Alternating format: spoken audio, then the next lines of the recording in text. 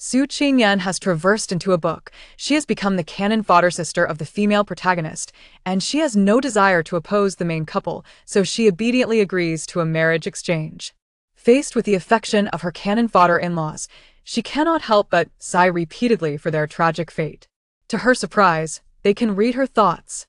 Observing her doting canon fodder husband, she muses, "Poor handsome husband of mine, poisoned by his own half-brother, wearing a green hat, raising an illegitimate child, ultimately leading to ruin, alas." Wait a moment, how has the canon fodder husband become a powerful minister? Seeing her kind-hearted mother-in-law, she reflects, "My most wonderful mother-in-law met a most tragic end indeed." Volume 1, Chapter 1. The Green Hat.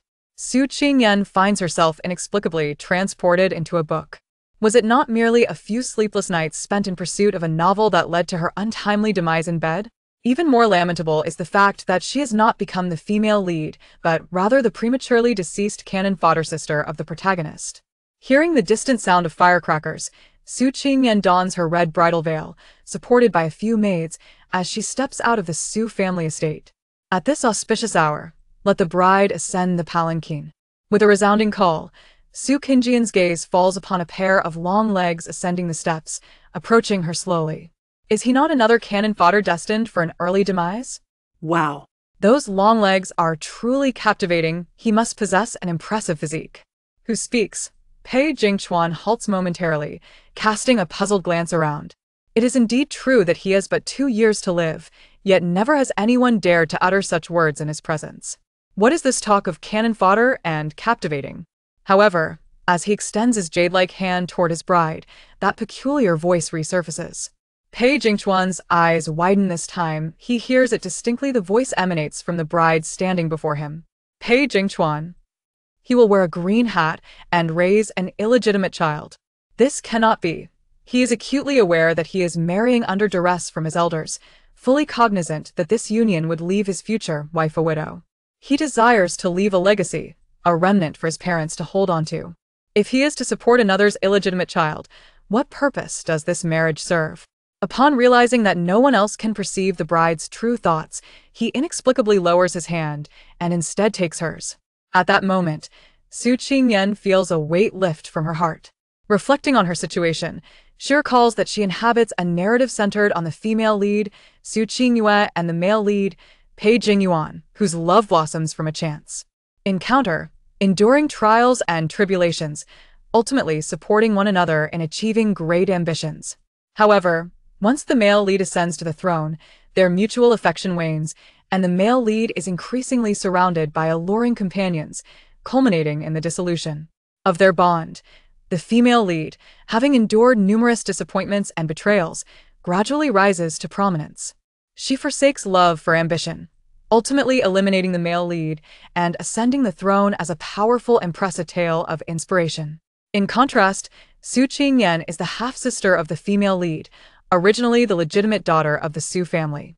However, upon her father's elevation to prominence, the family was compelled to marry her off to a wealthy household. To avoid burdening their daughter with a concubine status, they pressured her father to demote her mother. After Su Qingyan's birth, her mother was relegated to the countryside, where she grew up. When the protagonists fell in love at first sight, Su's father, being merely a 6th-rank official, deemed their union impractical. Thus, the male lead suggested the noble house marry the ailing heir to ensure the continuation of the family line. The heir's esteemed status ordinarily required a match with a 4th-rank official or higher, yet due to his illness, it was widely known that he had but 2 years to live, dissuading such families from offering their daughters.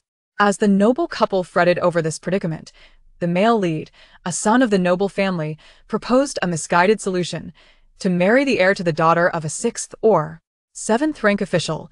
This would ensure the match's acceptance, as the daughter would be a cultured lady rather than a mere servant. However, they feared that a 6th or 7th-rank official might prioritize their daughter's happiness over offending the noble family. Thus, the male lead further suggested that to compensate, he would marry the illegitimate daughter of the 6th-rank official as his wife.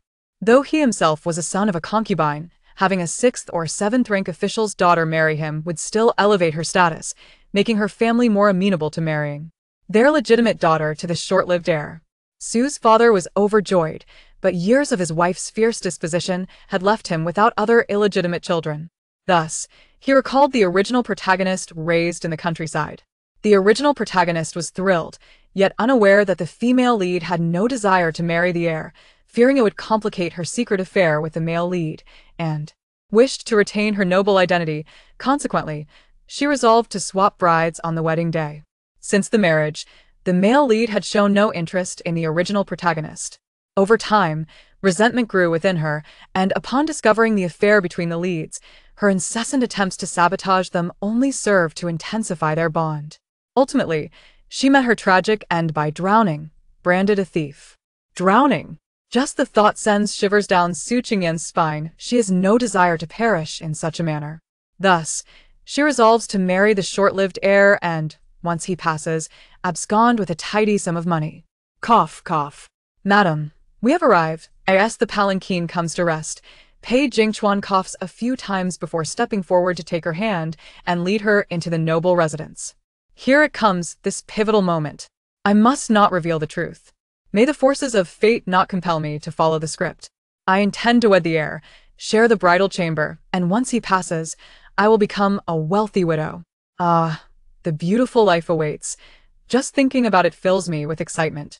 Of course, I shall mourn him by burning ample paper money and ensuring that his son and I honor his grave each year. Pei Jingchuan.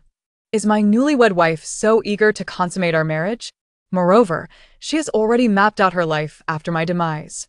Other women weep when they learn of their husbands' impending deaths, yet she appears utterly unperturbed, most gleeful.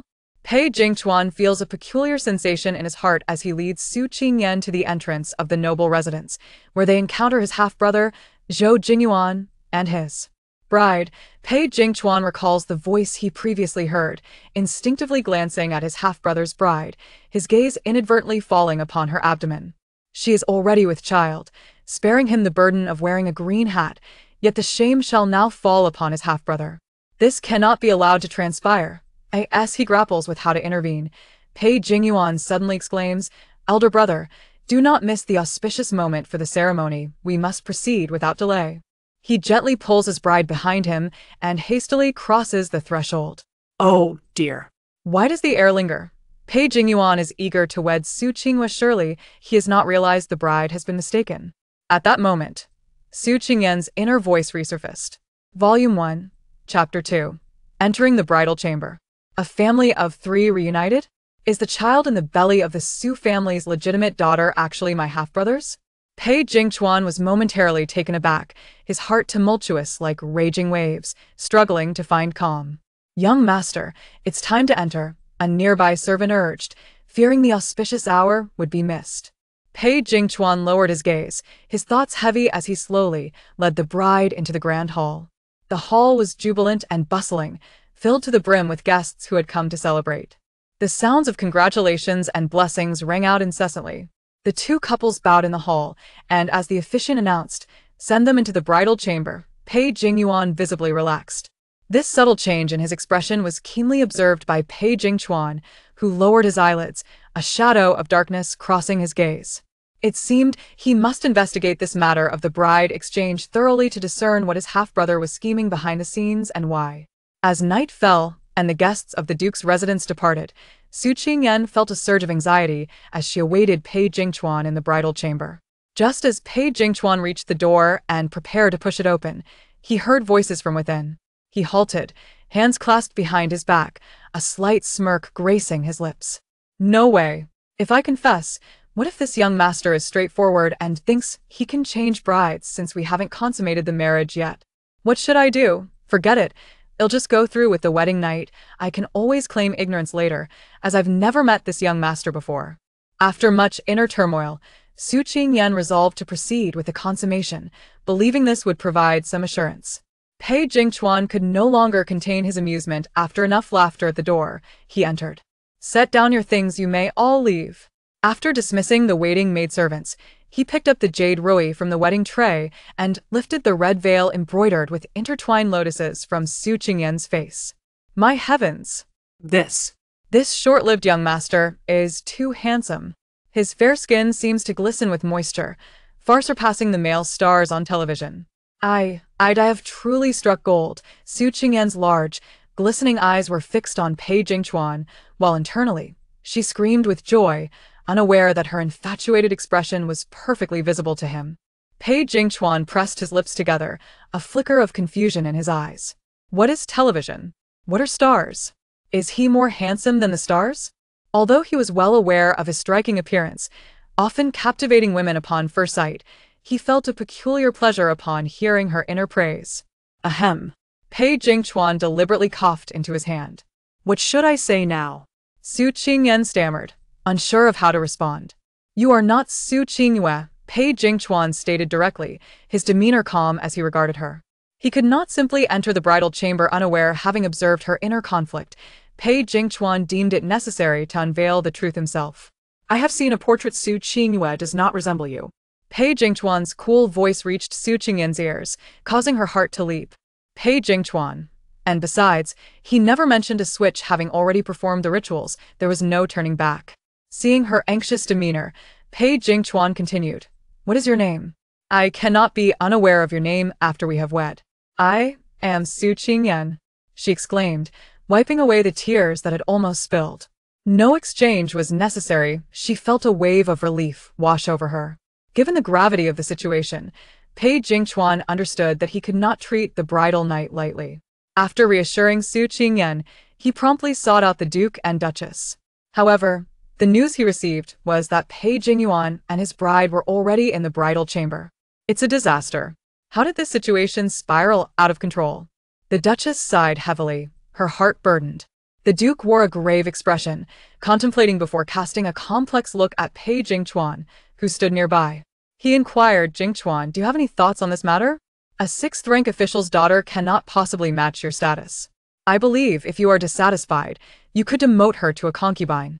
Now that the half-brother had consummated his marriage, Pei Jingchuan certainly could not take Su Qingyue as a bride, but to ask him to marry a concubine felt like an unfair compromise. How could such a mistake occur? Is the fault on our side or theirs? Could it be that this concubine harbors deep schemes too? The Duchess could not suppress her conspiratorial thoughts, speculating if the Su family favored the concubine to seize wealth and status. I certainly sent the portrait, Pei Jingchuan remarked, prompting an immediate realization from the Duchess.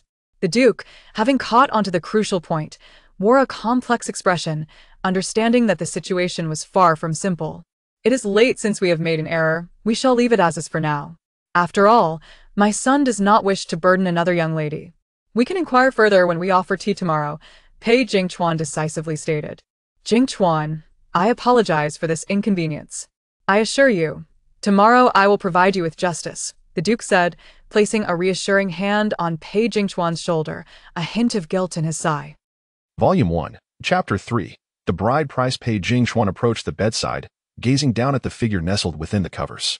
Her delicate features resembled that of a porcelain doll, and her long lashes cast gentle shadows upon her fair complexion. Her crimson lips bloomed like petals in full bloom, and in the tranquil silence, he could discern the soft rhythm of her breathing. Wasn't this meant to be the bridal chamber? Yet here she lay, utterly oblivious in slumber. Pei Jingchuan couldn't help but chuckle softly, shaking his head. With tender care, he removed the heavy phoenix crown from Su Qingyan's head, gently shifting her form further into the bed and tucking her in. He then disrobed himself and lay down beside her. Su Qingyan, restless in her sleep, tossed and turned, unconsciously treating Pei Jingchuan as a plush toy. She wrapped her arms around his waist, nuzzling against him, her soft lips grazing his neck.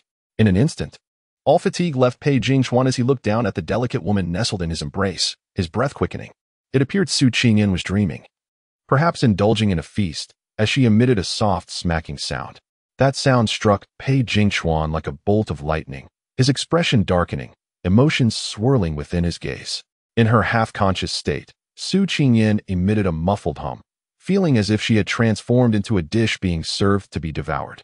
The warm red drapery, the passionate intertwining of bodies, and the silent glow of the red candles cast a shimmering reflection upon their entangled forms. It was only until the third watch of the night that Su Qingyan finally opened her blurred eyes, fatigue weighing upon her. What is happening? Su Qingyan's heart raced with astonishment as she beheld the handsome face before her, her body aching and weary. She attempted to rise, but with the slightest movement, His actions grew more fervent, overwhelming kisses leaving her breathless. At that moment, Pei Jingchuan could no longer contain himself. He disregarded her muffled protests until he noticed the tears welling in her eyes, prompting him to soften his approach. The following day, as Su Qingyan dressed, she couldn't help but murmur to herself, was yesterday truly the first time? It felt as though he had no experience at all. I could hardly bear the pain. Surely I might become pregnant this time. I do not wish to endure this agony again tonight. Hearing her words, Pei Jingchuan paused mid-sip of his tea, his expression stiffening. Was she expressing dissatisfaction with him?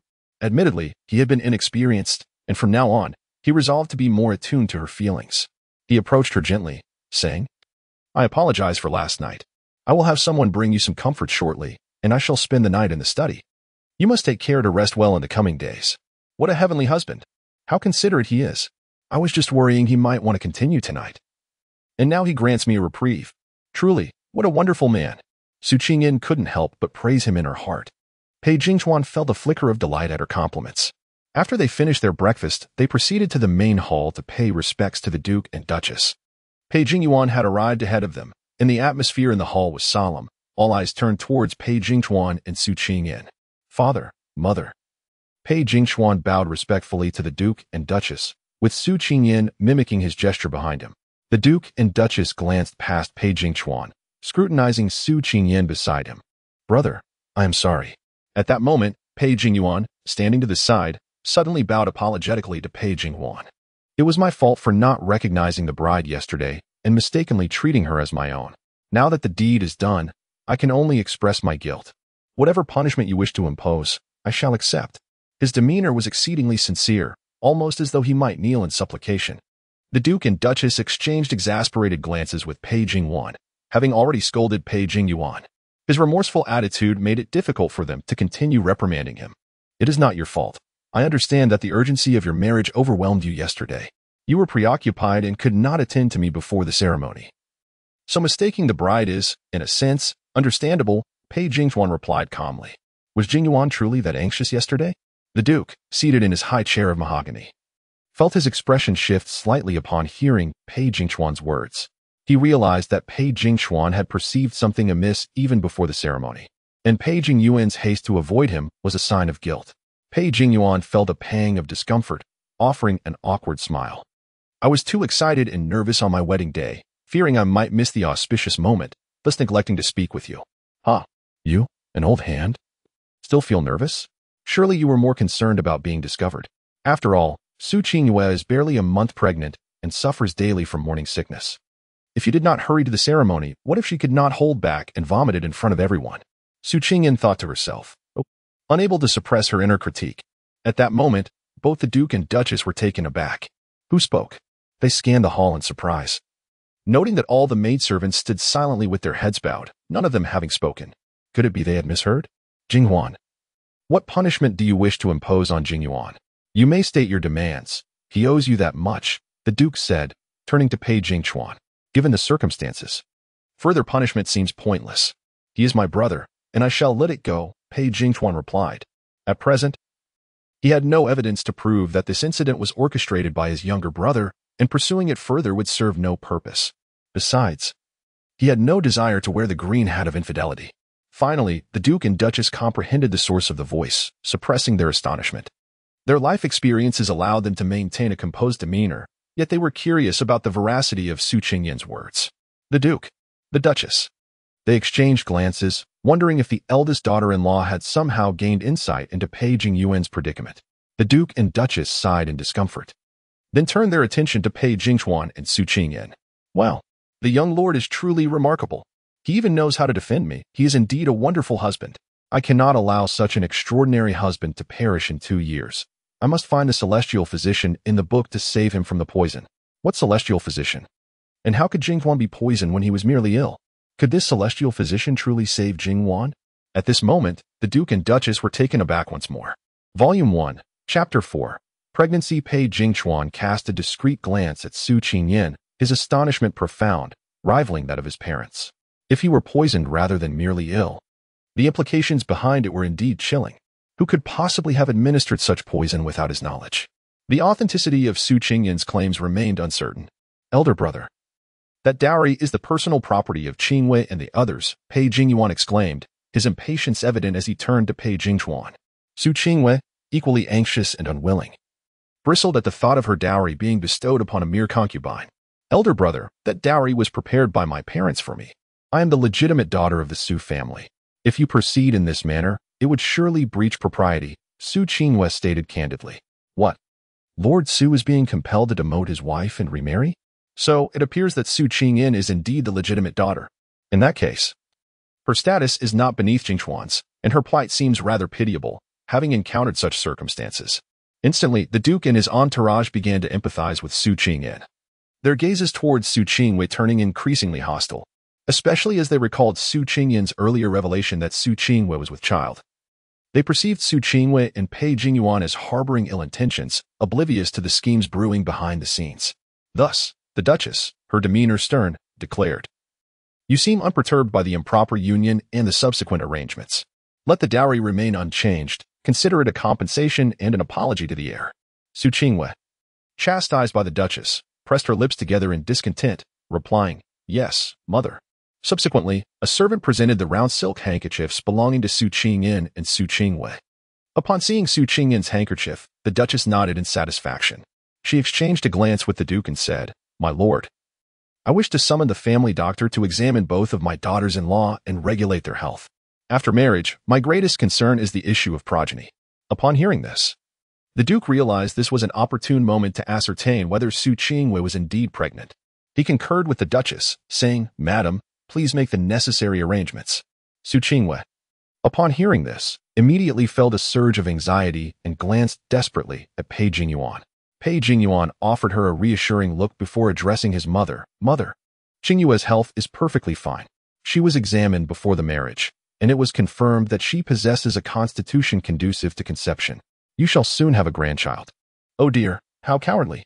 Su Qingyan chuckled inwardly, observing the concealed tension on Pei Jingyuan and Su Qingyuan's faces.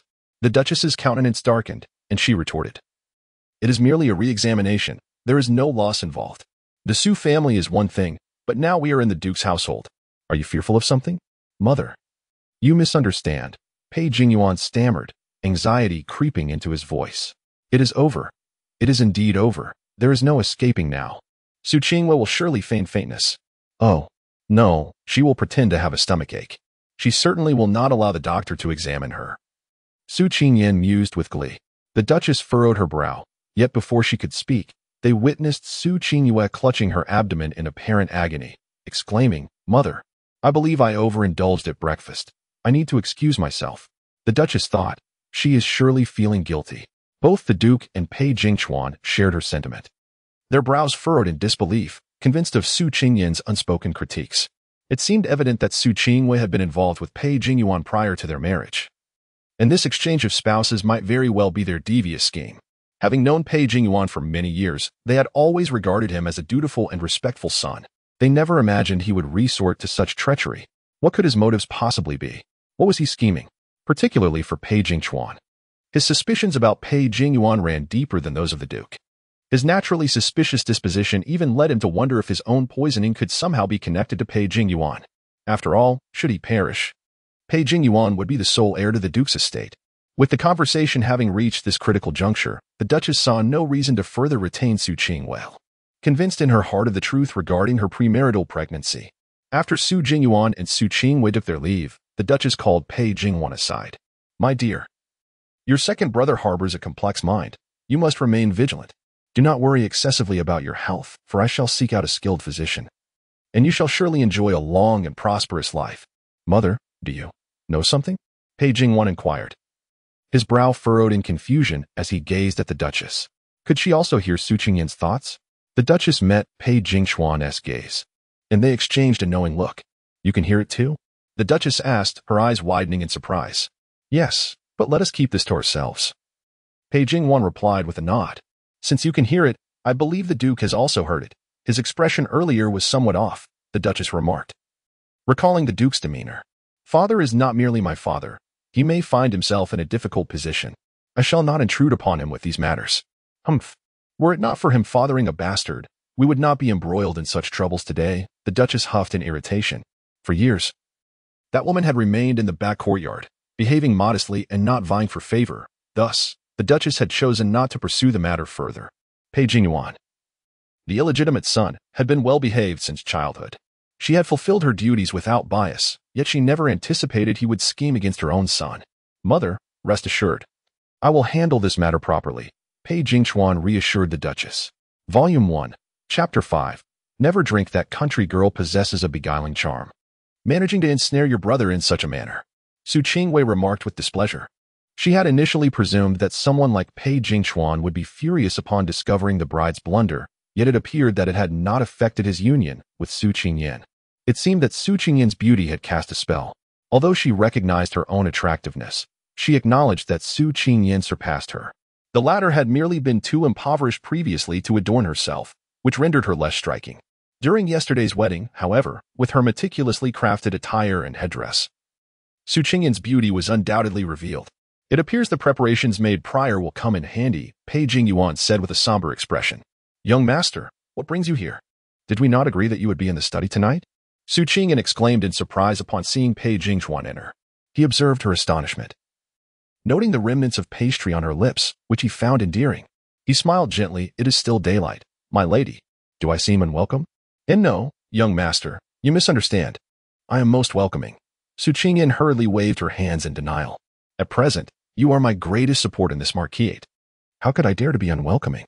Besides, as a girl without a caring father or mother, I must rely on my husband after marriage. Her eyes twinkled mischievously. I merely fear you may wish to exert yourself again. After all, no one anticipated that, despite your premature fate, you possess such remarkable vigor.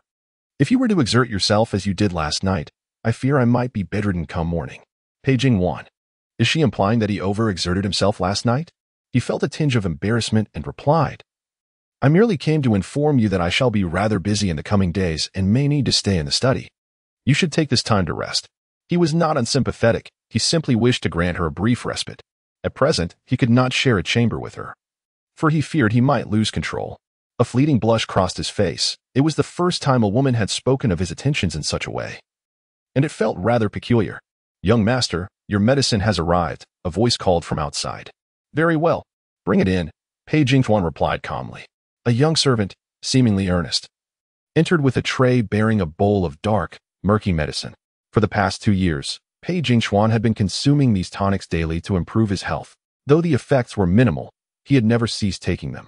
Oh dear, you must not drink that, Su Qingyan exclaimed, her heart racing. That concoction has been tampered with. If you consume it, even if I demand your attention daily, you shall find yourself powerless, and you will never bear your own children. She recalled reading that on the very day after the wedding, the male protagonist had someone administer a sterilizing potion to Pei Jingchuan to ensure he could not engage with women. Pei Jingchuan's hand trembled slightly beneath his sleeve, and his gaze flickered with alarm at the mention of a sterilizing potion. Who could be so malicious as to poison him in such a manner? Young master, you should drink it while it is hot. The physician has stated that the effects are best when consumed warm. The servant urged as Pei Jingchuan hesitated to take the medicine. The second son had insisted that he personally oversee the young master consuming the entire potion, and the servant dared not disobey. Set the medicine down and leave. I will summon someone to clean up shortly, Pei Jingchuan commanded coldly. Young master, I shall wait until you finish before removing it, to spare you the trouble of summoning someone else, the servant insisted earnestly. Hearing this, Pei Jingchuan grew increasingly suspicious. The medicine must be compromised. Just as he was about to reprimand the impertinent servant, Su Qingyan's voice interjected. It would be futile to dismiss him. If you do not drink it in his presence today, his master will surely have you poisoned again. You might consider feigning consumption. Once he departs, you could induce vomiting, and the effects would not manifest immediately. Pei Jingwan. Upon reflection, her suggestion held merit. With enemies lurking in the shadows, avoiding today did not guarantee safety tomorrow. He could not remain by Su Qingyan's side at all times. What if he were unable to hear her warnings and fell victim to another poison? With this thought in mind, he lifted the bowl and swiftly drank the potion. He could sense the servant's relief as he obediently exited with the empty tray. As soon as the door closed, Pei Jingchuan feigned discomfort and rushed to the spittoon, retching. Fortune smiled upon him. He had just ingested the poison and managed to expel it all. Now, he need not fear being rendered powerless. However, he would still have to consume those tonics daily. Although today's poison had been avoided, the medicine remained suspect, and excessive consumption would still deteriorate his health. How could he convey this to him? After a moment of joy, Su Qingyan fell back into worry. In a hidden corner, Pei Jingchuan furrowed his brow. He had hoped to evade today's troubles. Little did he know that the very medicine he had consumed was already problematic. No wonder his health was declining. It seemed he must devise a solution. "Young master, are you all right?" Su Qingyan asked with concern, resolved to find a way to warn him. "Is it the medicine that causes you discomfort? If so, you ought to refrain from it in the future. I have heard that some medicines can harm the body even if they are meant to heal. Indeed, I feel somewhat unwell. I have been taking this potion for over a year with no effect, only increasing discomfort. Recently, I heard of a renowned healer in the realm, and I intended to seek him out, but I have yet to find any information about him." Pei Jingwan sighed, hoping to extract more useful insights regarding the healer from Su Qingyan. "The healer could certainly cure you, provided you can find him. Rest assured, you would not perish. However, he may not appear until later. Currently, I am uncertain of his whereabouts. Oh, yet, I seem to recall that the healer has a penchant for fishing.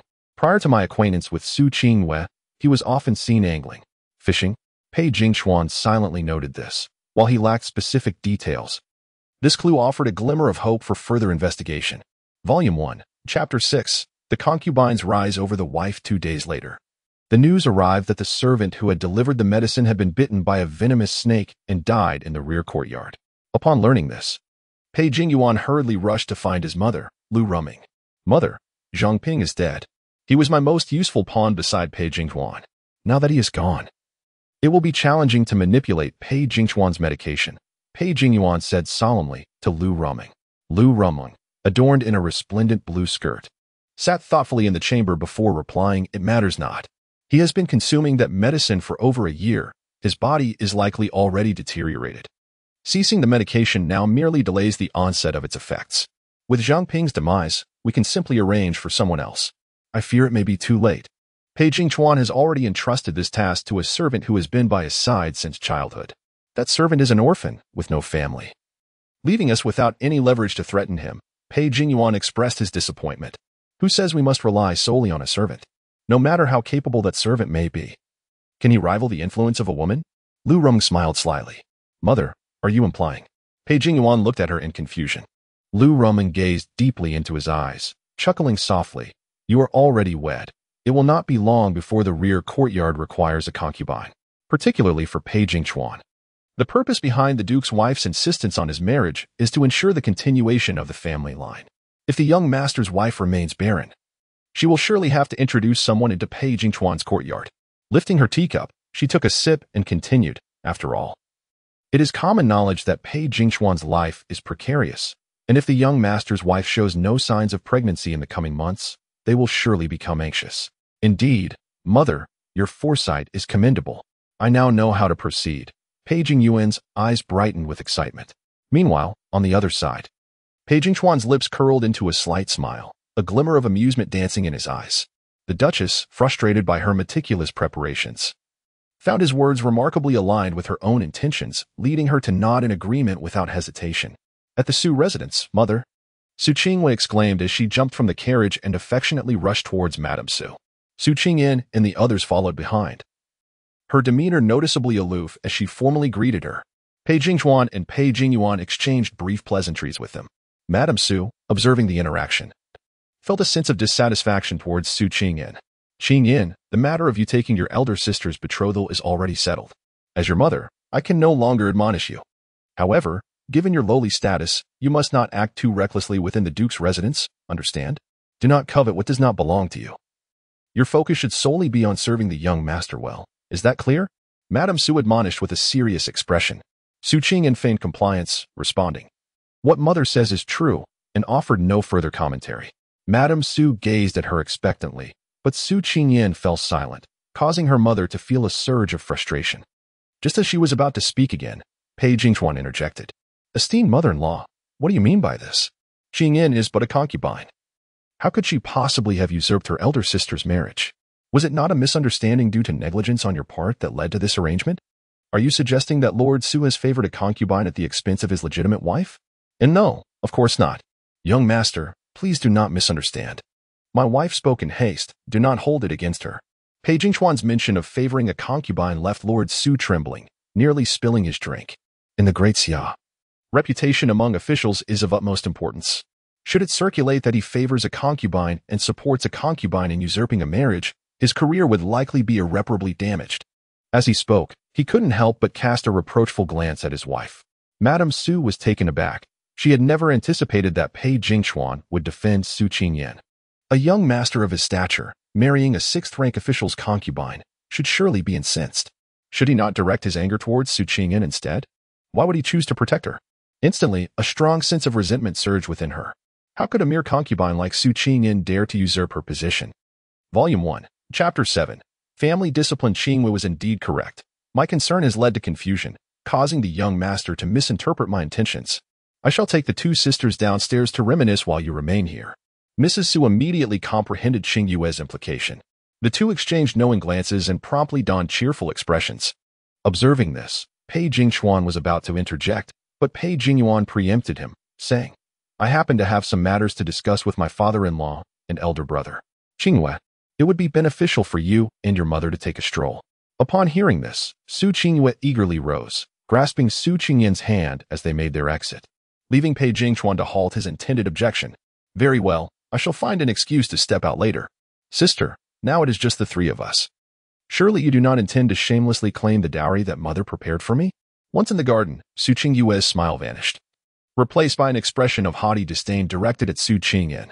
In truth, Su Qingyan was merely 2 months younger than her. Yet Su Qingwei refused to acknowledge her as the legitimate daughter. In the absence of outsiders, Su Qingyan would not refer to her as mother. Nor did she appreciate Su Qingji addressing her in such a manner.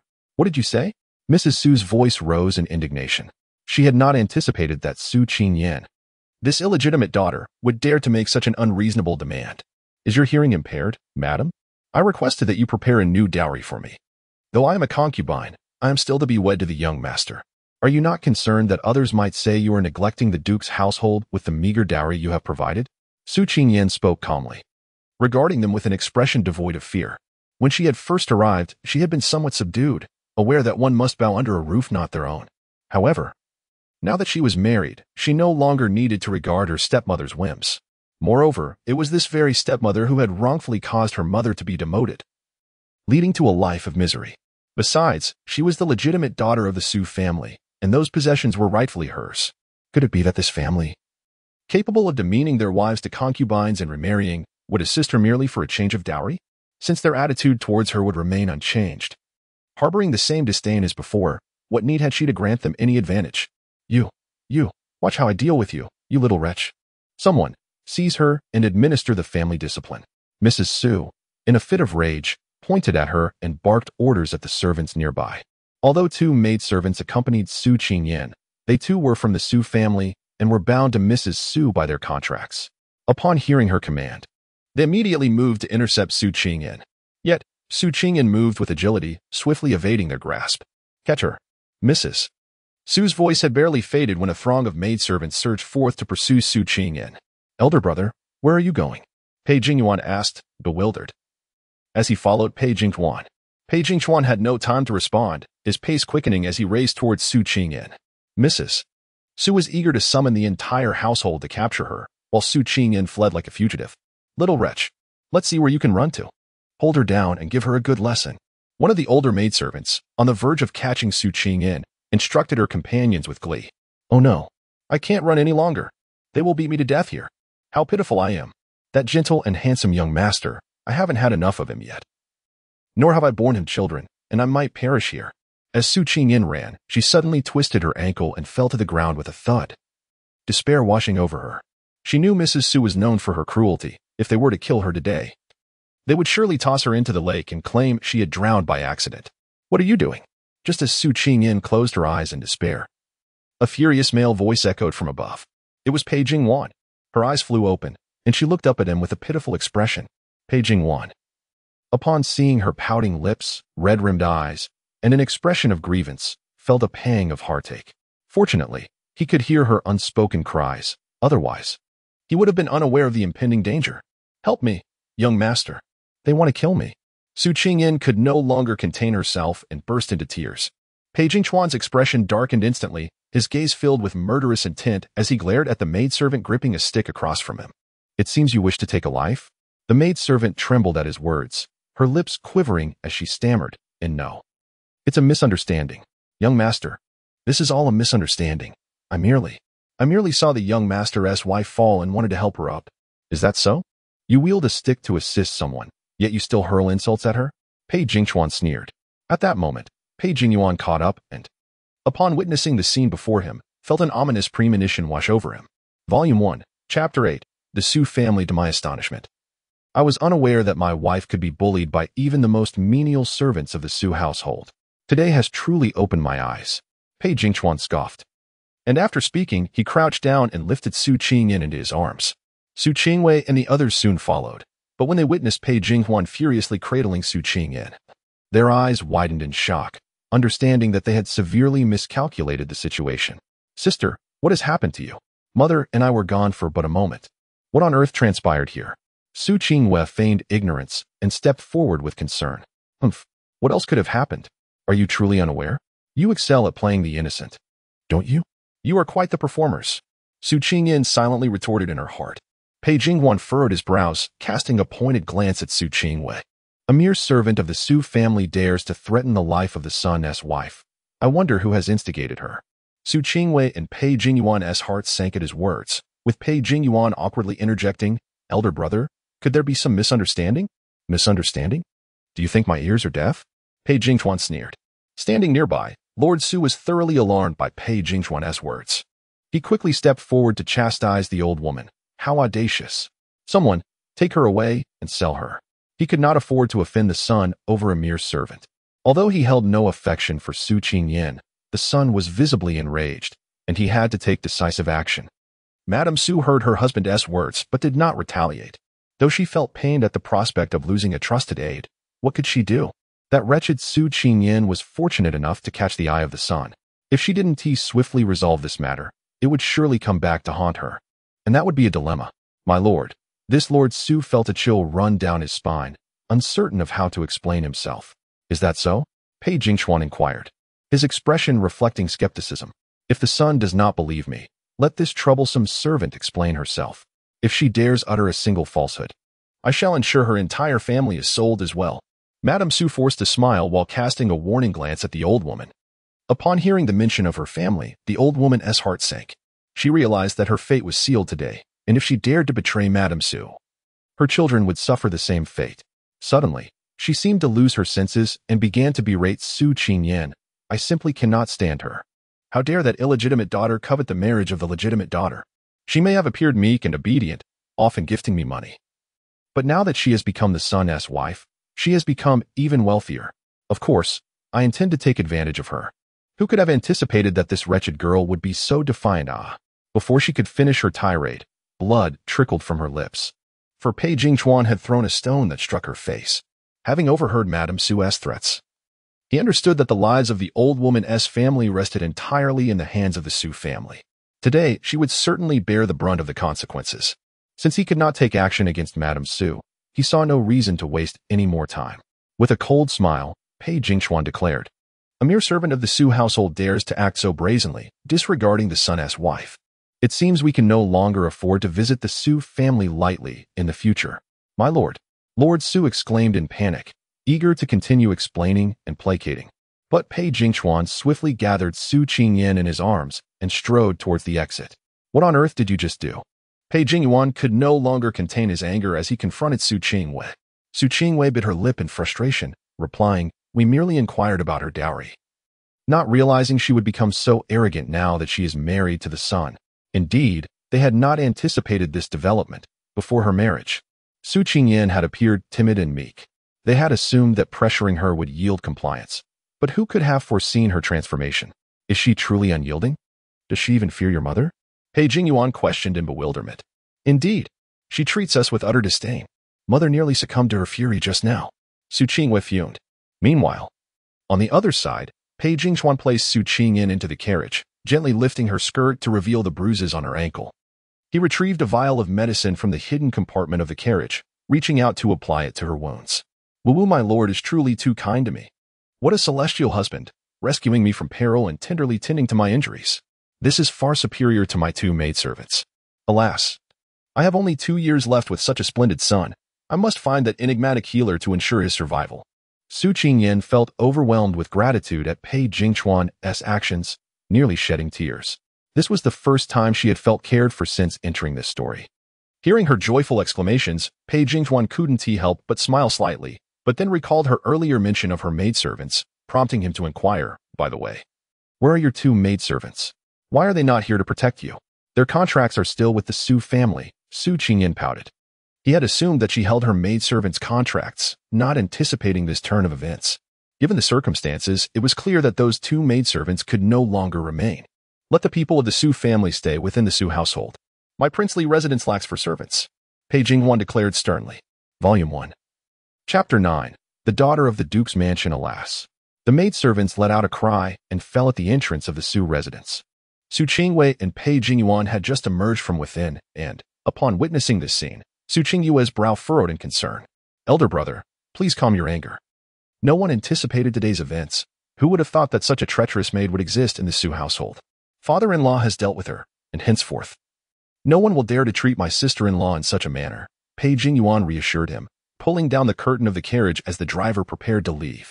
Initially, he had considered these 2 maidservants to be the dowry companions of Su Qingyan, thinking that should Su Qingyan fail to bear children, he could elevate them to concubines and secure his own interests.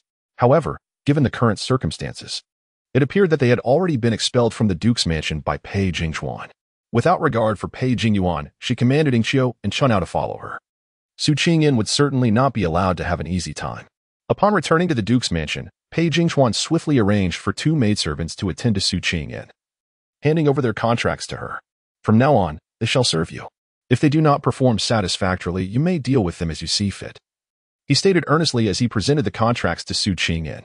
Seeing Pei Jingchuan's actions, Su Qingyan could not help but feel a wave of gratitude wash over her. With a bright smile and twinkling eyes, she said, "Thank you, young master." From this moment forward, she would no longer need to worry about her actions being reported to Su Qingwei. Furthermore, Pei Jingchuan had instructed her to call Su Qingyan's sister-in-law, which incensed Su Qingwei greatly. How could a mere illegitimate daughter like Su Qingyan expect to be addressed as sister-in-law? Su Qingwei was furious, smashing several items in her room. Just then, a clear voice rang out from outside. Startled, Su Qingwei turned to see a young woman dressed in a delicate green silk gown adorned with lotus embroidery, approaching with a puzzled expression. "Jingyu, what brings you here?" Su Qingwei quickly concealed her anger and greeted her warmly. This young lady was none other than the 3rd miss of the Duke's mansion, Pei Jingyu, the younger sister of Pei Jingchuan. Su Qingwei had known her since before their marriages. As the daughter of a 6th-rank official, she would not have had the chance to befriend a legitimate daughter of the Duke's household had it not been for a fortuitous incident where Su Qingwei had aided her. Noticing Pei Jingyu's concern, Su Qingwei sighed and turned her face away in feigned distress. "Jingyu, there's no need to ask. The situation is irreversible. My sister is now the young master's wife, and it is too late for anything to change. Please do not mention this to her, as it would only provoke her. I am merely a bit upset that she has dismissed the maidservants my mother provided for her. It is nothing serious." While her words seemed to dissuade Pei Jingyu from defending Su Qingyan, they subtly conveyed the complexity of the situation, warning her not to confront Su Qingyan, as such actions stemmed from guilt. Moreover, the dismissal of the dowry maidservants was a blatant act of ingratitude. Pei Jingyu, known for her strong sense of justice, placed her hands on her hips in indignation. "I cannot believe that your illegitimate sister possesses such cunning. Not only has she usurped your marriage, but she now dares to bully you. My elder brother has truly lost his senses to be enchanted by this schemer. Qingwei, do not be disheartened. I shall seek justice for you. Jingyu, please do not act impulsively." Su Qingwei feigned concern. However, Pei Jingyu had already stormed out in a huff. As she left, a triumphant smile crept across Su Qingyue's lips. Pei Jingyu, who was known for her propensity to defend the wronged, was the favored daughter of the Duke's household. Once she believed Su Qingyan to be the one who had wronged her, her sharp tongue would undoubtedly bring Su Qingyan to tears. Allowing Pei Jingyu to chastise Su Qingyan was a source of satisfaction for Su Qingwei. "Su Qingyan, come out immediately." Pei Jingyu burst into the courtyard, her voice raised before she even entered the room. At that moment, Pei Jingchuan was still inside and caught the sound of his sister's voice, instinctively furrowing his brow. He knew from years of experience that such a tone often signaled trouble. Yet, he was uncertain of the reason behind her ire. Paging you. What nonsense are you up to? Pei Jinghuan stepped out, casting a cold glance at his sister. Paging you, startled by her brother's presence, stammered, Elder brother? What are you doing here? Where else would you prefer me to be? Pei Jinghuan's gaze was piercing as he scrutinized his sister. Just then, Su Qingyan stepped out from within. So, this was the sister of Pei Jinghuan, the one so cherished within the Duke's mansion? Su Qingyan marveled at her beauty. It was a pity that such a lovely visage was clouded by a naive heart, marrying a man of humble origins and helping him rise in status, only to be deceived by his infidelity. She had been led to believe that his first wife was merely a cousin, while he secretly nurtured his true spouse. He had even administered a potion to ensure Pei Jingyu could bear no children, raising the offspring of his true wife instead. In the end, once the child had grown, they would dispose of Pei Jingyu altogether. Alas, her life could indeed inspire a tale of rebirth. Who is speaking? Pei Jingyu's eyes widened, her pupils dilating as she scanned her surroundings. Volume 1, Chapter 10. Jealousy surrounded by nothing but the lowly servant absorbed in his work. Only the eldest brother, Pei Jingchuan, and Su Qingyan stood before her. Pei Jingyu shook her head, questioning whether she was simply hallucinating. Meanwhile, Pei Jingchuan furrowed his brow, pondering if his sister would endure such misery in the future. His expression soured as he prepared to admonish her further, yet before he could utter a word, Su Qingyan's inner voice began to critique the situation, compelling him to lend an ear. Pei Jingyu had been used as a pawn. It was clearly Su Qingwei who had engaged in an illicit liaison with Pei Jingyuan, orchestrating this marriage swap and now blaming her. Alas, Pei Jingyu had always lacked discernment. She mistakenly believed Su Qingwei to be her savior, unaware that the one who had rescued her from drowning was a man. Su Qingyan shook her head, continuing her thoughts. That man, fearing for Pei Jinyu's reputation, had fled after saving her, allowing Su Qingwei to seize the opportunity. Had Pei Jinyu possessed even an ounce of common sense, she would have realized that upon waking, Su Qingwei had been dry, thus how could she have jumped in to save someone? Moreover, Su Qingwei could not swim. Over the years, Su Qingwei had profited greatly from Pei Jinyu's reputation, even swindling a set of ruby jewelry from the third Miss Song just last month. Pei Jinyu began to waver. How could Sister Qingwei be such a person? No, Su Qingyan must be deceiving her. She was simply envious of Sister Qingwei. Su Qingyan, why do you always bully Sister Qingwei? Is it because she is the legitimate daughter and you are a mere illegitimate one, that you constantly target her? Pei Jinyu pointed an accusing finger at Su Qingyan, seething with indignation. Impudent. She is now your sister-in-law, Pei Jinyu. Have you no respect for your elders? Have you discarded your manners? Pei Jingchuan could no longer restrain his anger and chastised her. Upon hearing her brother's words, Pei Jinyu felt wronged and lamented. Brother, how can you scold me for her sake? Aren't you the one who has always favored me? She is nothing but a shameless vixen. Pei Jinyu. Pei Jingchuan glared at her, her name escaping his lips through clenched teeth, laced with a stern warning. Instantly, Pei Jinyu fell silent, her eyes brimming with tears. Alas, this little sister was truly pitiable. Her nature was kind and innocent, willing to go to great lengths for friends, yet she had chosen her acquaintances poorly and married ill. Su Qingyan regarded Pei Jinyu with sympathy. Recently, through Su Qingyue's introduction, she had become acquainted with a promising young man. Tomorrow, he was to invite her out, intending to orchestrate a fall into his arms in a public setting. The family of the Duke opposed their union, yet Su Qingyue incited them to elope, leading to a tragic fate. Perhaps it was best not to dwell on this unfortunate little sister for long. Soon, she would run off with that young man and her time would be limited. How does she know that Sister Qingwei has recently introduced me to a friend? Pei Jinyu gasped in shock, her mouth agape in disbelief. The man was refined and talented, quite to her liking. Their correspondence had been frequent, and he had invited her to the elegant pavilion the next day to witness a poetry and painting gathering. Tomorrow? At this thought, Pei Jinyu froze. No, this cannot be true. Fear gripped her, compelling her to flee. Pei Jingchuan observed his sister's retreating figure and her startled expression. Discerning that she had indeed heard Su Qingyan's inner thoughts, though she could not yet accept it, he resolved to remain vigilant. The following day, as he prepared to leave the manor for his duties, news reached him from his subordinates. Young master, the third miss left early this morning for the elegant pavilion, accompanied by the second young mistress. Pei Jingchuan halted, turning swiftly. Go to the Ministry of Personnel and request a leave of absence for me. I am heading to the elegant pavilion. He could not stand idly by while his sister was in danger. At the elegant pavilion, The upper floor was filled with young scholars and numerous young ladies enjoying tea and conversation. They gathered together to compose poetry and paint, the atmosphere lively with laughter. At that moment, Pei Jinyu was captivated by the talent of Lin Yanbang, Su Qingyue's distant cousin. Completely oblivious to the thoughts she had heard from Su Qingyan the previous day, Lin Yanbang recited several vivid poems and then began to paint. When his artwork was revealed to the audience, a wave of admiration swept through the crowd. Wow, the woman in this painting is so lifelike. Lin, your painting skills are exceptional. Skill is secondary. What matters most is the heart. The most challenging aspect of painting is capturing the essence of a person. Without a connection to the subject, one could hardly create such vibrancy. Look, why do I feel that the woman in Lin's painting resembles someone among us? Really? Who does it resemble? Oh, I think I recall.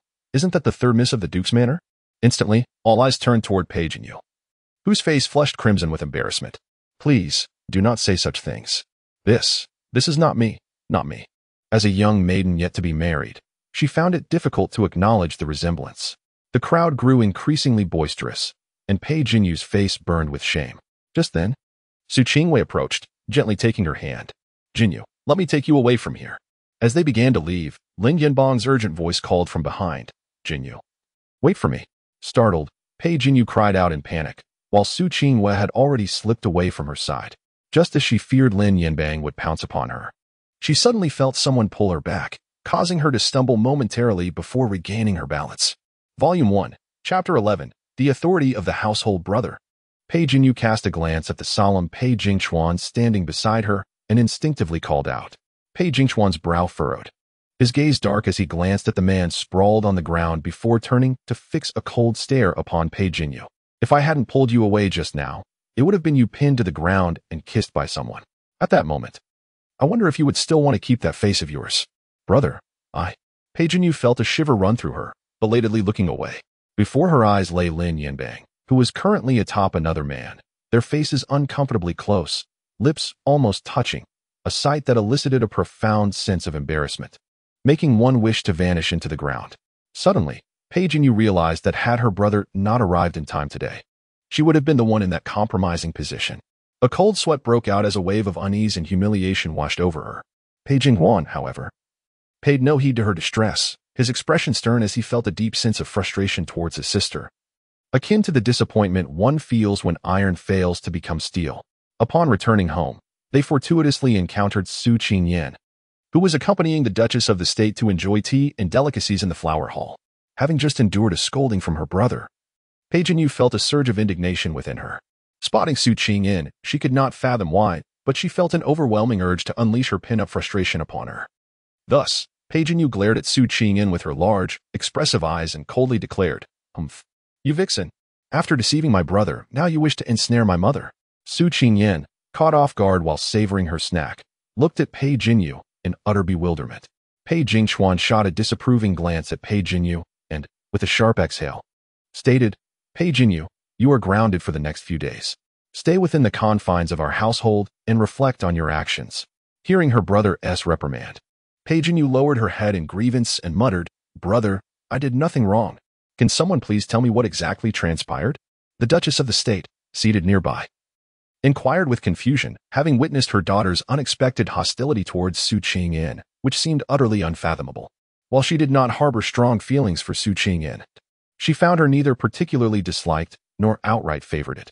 Especially after observing Su Qingyan's kindness during their tea time, she deemed her a sensible young lady.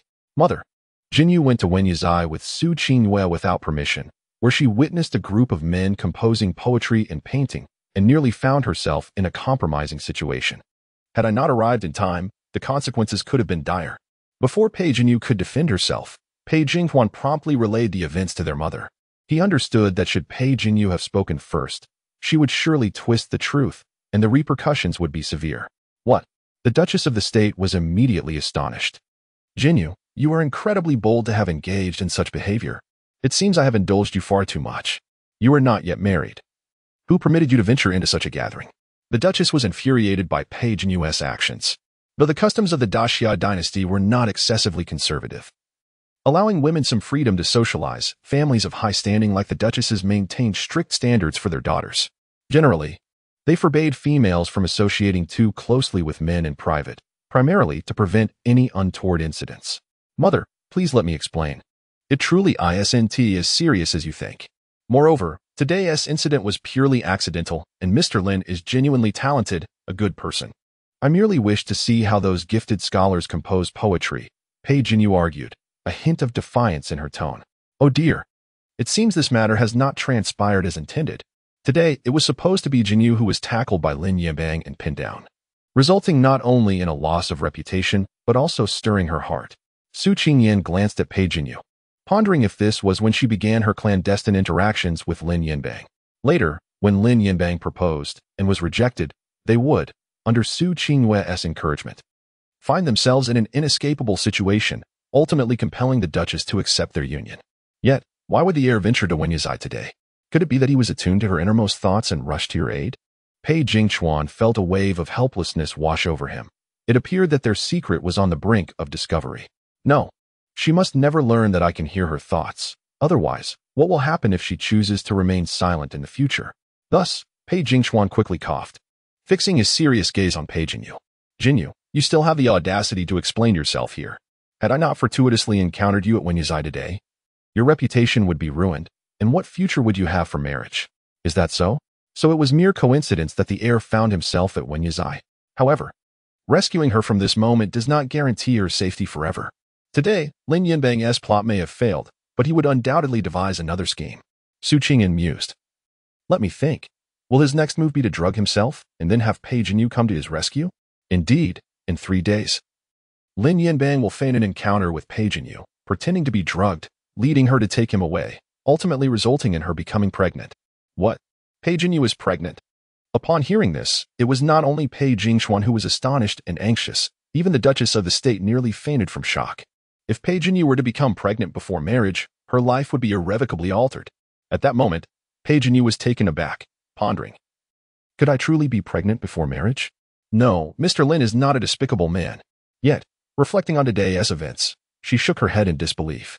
Pei Jinyu found it hard to accept this reality, but recalling Su Qingyan's predictions that had come true, a flicker of fear crept into her heart. Though she harbored some affection for Lin Yanbang, she would never allow herself to be ensnared in such a predicament. Someone, take the young lady away. No one is to let her out without my express permission. The Duchess of the State took a deep breath to compose herself, then sternly instructed the servants nearby. For the next few days, she would ensure that Jinyu did not wander outside aimlessly or encounter that Lin fellow, to prevent any regretful outcomes. Instantly, the Duchess's regard for Su Qingyan increased significantly. She turned to Su Qingyan, smiling as she took her hand in reassurance. Qingyan, you're a good child, and I hold you in high esteem. Jinyu is still young and somewhat naive. I hope you, as her sister-in-law, will look after her. Now, I am entrusting the authority of the household to you. You must learn to manage our estate diligently. The Duchess has entrusted the management of the household to her.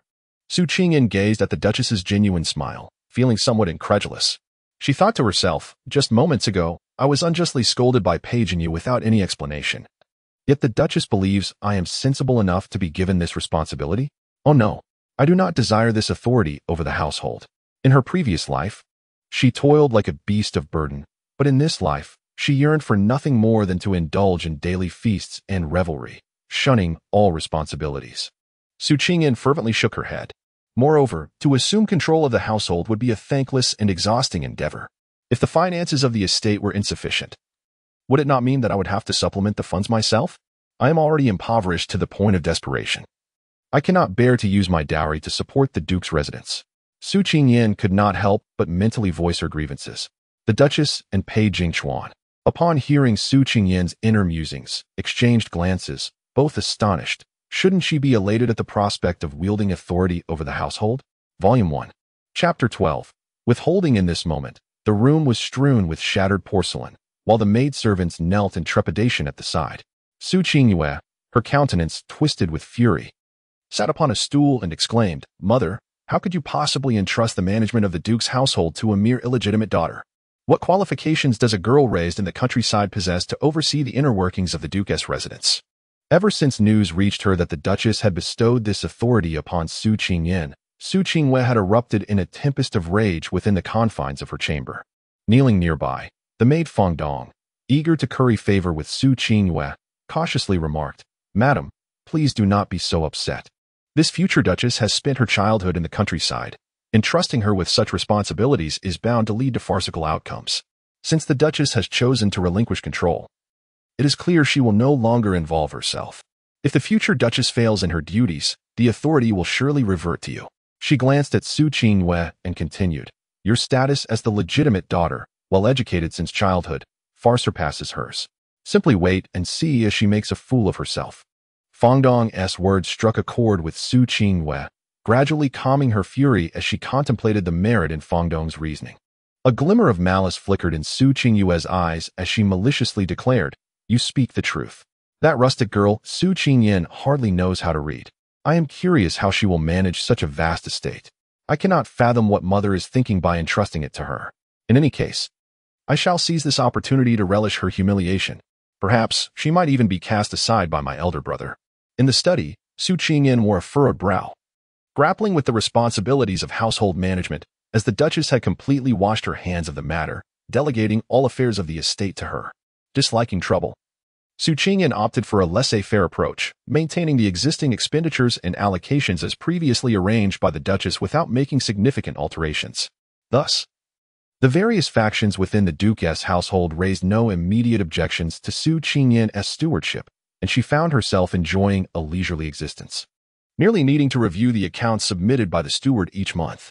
Steward Shui, having learned of Su Qingyan's illiteracy, found himself harboring a sense of superiority. Though he masked it well, I recall that rice is currently priced at only 5 won per jin, while beef, mutton, and fish are merely 30 won per jin. The servants here do not dine on the same fare as the masters. How could expenses be so exorbitant? Su Qingyan continued, intending only to glance at the accounts, but unexpectedly stumbled upon significant discrepancies. Zhou, taken aback, thought, wasn't it said that the future duchess is an illiterate commoner? How can she not only read the accounts, but also possess such knowledge of market prices? A cold sweat broke out on his brow. "Madam, the rice and meat at our Duke's residence are of the finest quality, and naturally, they are more expensive than the ordinary. It is not merely the food. Even the pots and pans are of superior quality, hence the monthly expenses accumulate significantly," Zhou explained dismissively. Su Qingji furrowed her brow at this response and, after a prolonged silence, inquired, "I see. Has it always been this way? Could you bring me the previous account books for my review?" Seeing Su Qingyan relent, Zhou felt a sense of relief wash over him, believing he had successfully diverted her attention. He promptly arranged for the previous account books to be delivered. "Steward Zhou, I am rather fatigued today. There are simply too many accounts. Allow me a few days to peruse them before returning to you," Su Qingyan said with a smile, casting a glance at the towering pile of account books.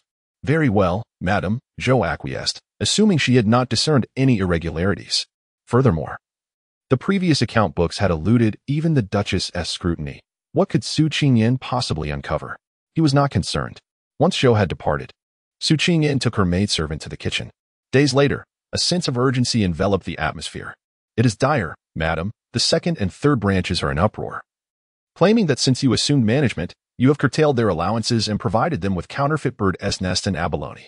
They have gone to the duchess in protest, and Steward Zhou has confirmed that it was indeed your orders, even accusing you of embezzling funds from the estate. The matriarch requests your presence at once." The worried maid Dan Yin reported to Su Qingyan. Upon hearing this, Su Qingyan placed her teacup on the table with determination, rising swiftly and thinking, "The day has finally arrived. Let us go," she replied excitedly to Dan Yin. In the main hall, upon her arrival, members of the second and third branches began to vocally accuse and mock her. "The future duchess certainly has a grand air. Upon taking charge, she has completely withheld our shares of bird's nest. The second lady's health is already frail. With your reductions, her condition has worsened. Do you have no conscience? Sister, I must say, how could you confer such authority upon a daughter of low birth? Lacking in discernment, she has eagerly seized opportunities for personal gain. It is truly laughable. How outrageous. Is this some sort of jest? Do you think we are gullible? Not only have our allowances been slashed, but our monthly payments have also diminished. Pray tell, how can someone like you exist? Have we somehow wronged you for you to treat us so harshly?" Su Qingyan surveyed the hall, noting the collective discontent directed at her, save for Su Qingwei, who stood silently to the side, a smirk of schadenfreude evident in her eyes. "Ah, once again, the leading lady is orchestrating trouble. Even after her marriage, she cannot seem to let go of me. What more does she desire? I am no soft persimmon for her to easily manipulate, Qingyan mused. Time spent in their company had convinced her that she was not the type to resort to such underhanded tactics. Deeply moved by the Duchess's trust, Qingyan respectfully bowed before her and earnestly addressed the assembly. Are you truly certain that I have reduced your allowances and substituted your food with fakes? Who else could it be but you? The members of the second branch affirmed. Volume 1. Chapter 13. Confrontation. Allow me to inquire how much of the allocation I have withheld, and in what manner have I deprived you of your provisions? How can you prove that the goods I purchased are counterfeit? Qingyan sat composedly, her voice airy as she posed her trifecta of questions to them. At this moment, Steward Shou, who knelt nearby, sensed an undercurrent of unease.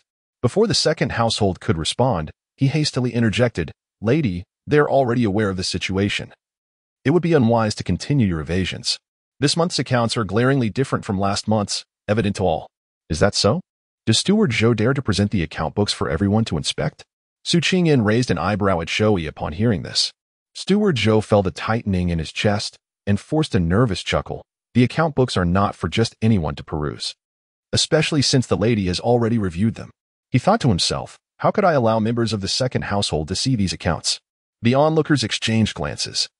Finding Qingyan's words reasonable, which left Qingyan with a sinking feeling, unable to find a suitable reason to intervene. Seeing no objections from the others, Qingyan continued. You claim the bird's nest is fake. What evidence do you possess? At this inquiry, the members of the second household were immediately incensed. Mrs. Qin of the second household retorted. The previous bird's nest was of the finest quality from Intang, yet this month's delivery is of abysmal taste. We cannot even swallow it. The nest remains in our residence. If you doubt it, feel free to examine it. No need for that. I trust what you say, Qingyan interjected. Her response took Mrs. Qin by surprise. With a serene smile, Qingyan approached the Duchess and respectfully asked, Mother, may I have another look at the account books? The Duchess naturally consented and had someone present the books to her. As Qingyan perused the pages, she inquired, How many times do you receive bird's nest each month? What is the monthly silver amount? Have you noticed that your monthly silver has increased? You are entitled to 8 distributions of bird's nest each month. And you were unaware of this? Qingyan feigned astonishment. Oh, what did you say? Mrs. Qin was momentarily rendered speechless by Qingyan's words. Meanwhile, Steward Zhou was drenched in cold sweat from her revelations. Only then did he grasp the true intent of the lady. She had been feigning ignorance all along, proving her literacy and arithmetic skills, demonstrating her understanding of market values, and displaying remarkable cleverness. He thought to himself, this time, I fear my fate is sealed. This account clearly records that you receive the bird's nest 6 times monthly, consistent for the past 6 months. As for the monthly silver, it was previously 15 taels. Now it stands at 18, Qingyan remarked nonchalantly. Upon hearing this, the crowd was taken aback, particularly Mrs. Qin, who immediately protested, That is impossible.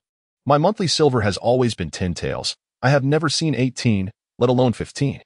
And the bird's nest has only been distributed 4 times monthly for the past year, previously just twice. Qingyan's lips curled into a slight smile as she continued. This month, I too have only consumed the bird's nest 4 times. Given my previous circumstances, I could not discern quality. However, Steward Zhou has stated that we are from the Duke's household, where our provisions are of the finest quality. Yet, I find this bird's nest quite unpalatable. I have left yesterday's untouched. Bring forth the bird's nest from my chamber for Sister Qin to examine. Could it possibly be from Intang? Before long, a maid presented the bird's nest from Qingyan's room to Mrs. Qin. Mrs. Qin took a glance and disdainfully remarked, How could this possibly be from Intang? It is of such poor quality. Wait, you. Mrs. Qin faltered, suddenly realizing something was amiss, and looked at Qingyan in astonishment. Qingyan chuckled softly. If I were indeed embezzling as the head of the household, why would I consume such inferior bird's nest? Furthermore, I have only held this position for a little over a month. The irregularities in your bird's nest and monthly silver must have been present long before my tenure. Could it be that you have been misappropriated all along? Her words silenced the doubters in an instant. Who would dare to assert otherwise? The authority over the household had rested with the Duchess 6 months ago, and it was inconceivable that she would engage in theft. If she intended to reduce their shares, she would have issued direct orders that no one would dare oppose. At this moment, the Duchess began to grasp the implications and even contemplated deeper issues.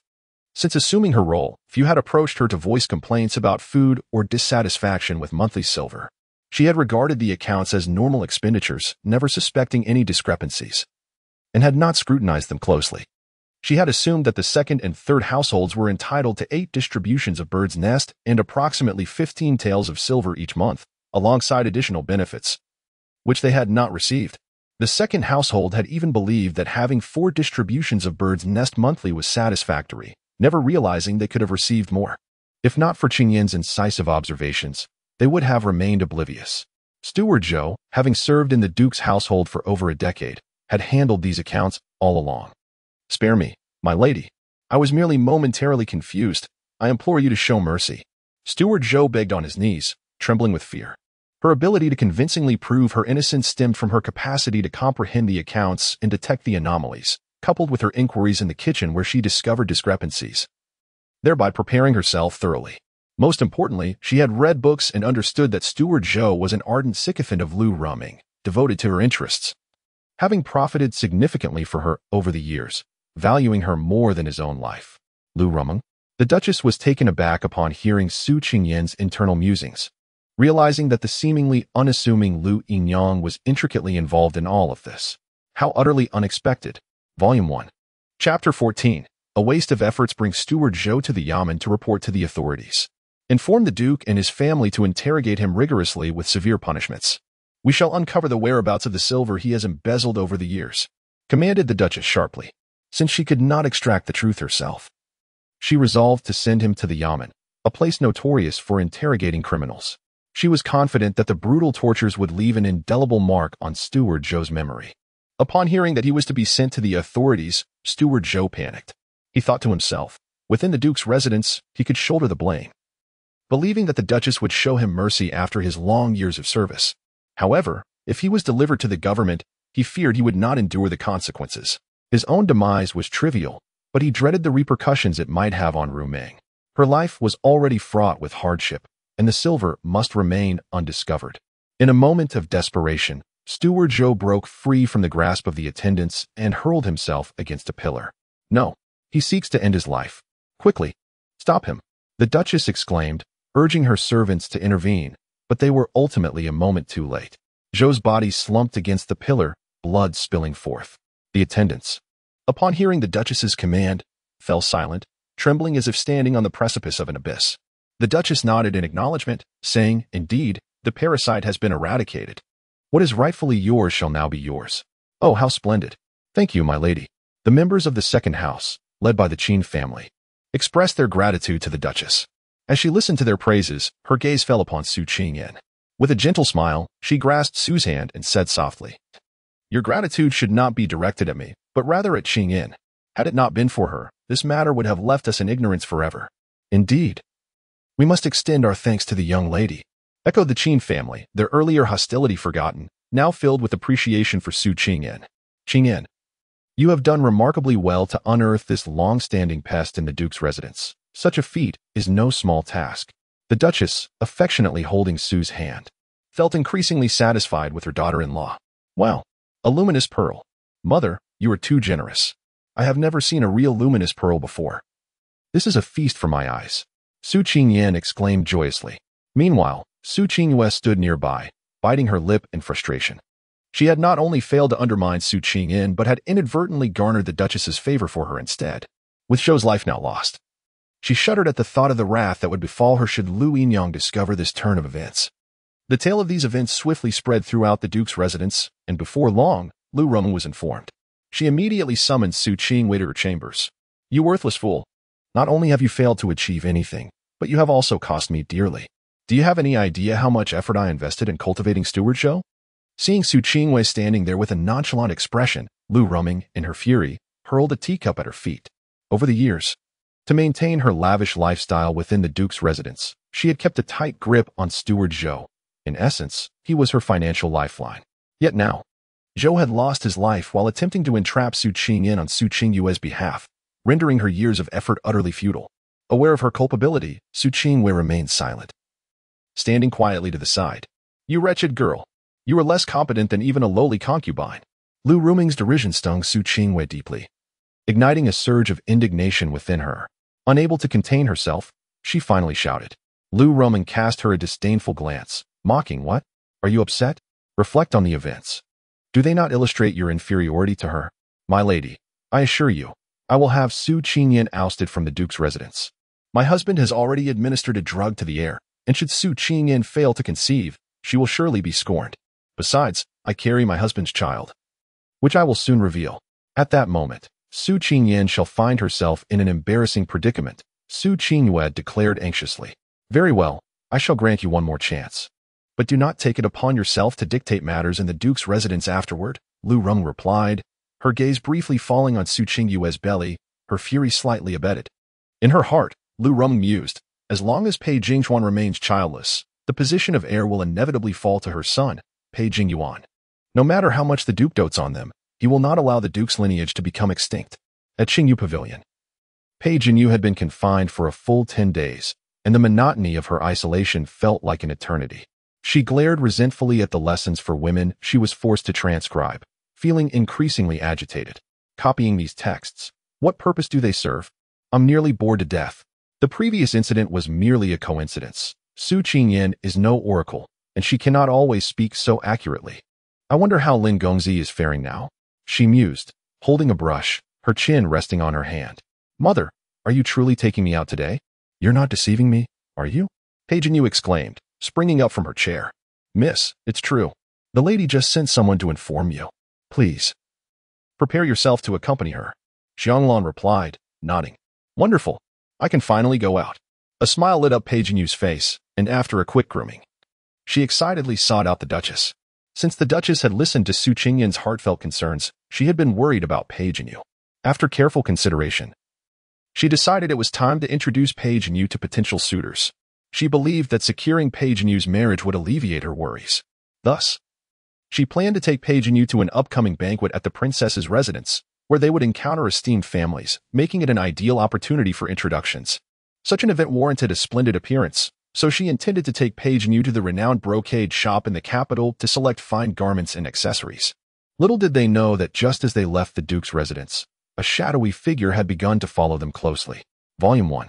Chapter 15. The fraud tour in the bustling streets of the capital, where the throngs of people created a lively atmosphere. The renowned brocade workshop was situated at the heart of this vibrant district, a favored destination for nobles and dignitaries. The carriage of the Duke's household came to a halt amidst the commotion. The Duchess alighted first, followed closely by Pei Jinyu. As Pei Jinyu stepped down from the carriage and prepared to make her way to the brocade workshop, she was unexpectedly jostled by a passerby. Just as she was about to express her irritation, she felt a slip of paper being pressed into her palm. Stunned, she glanced about to identify the culprit, only to find that the individual had vanished into the crowd. Jinyu, what troubles you?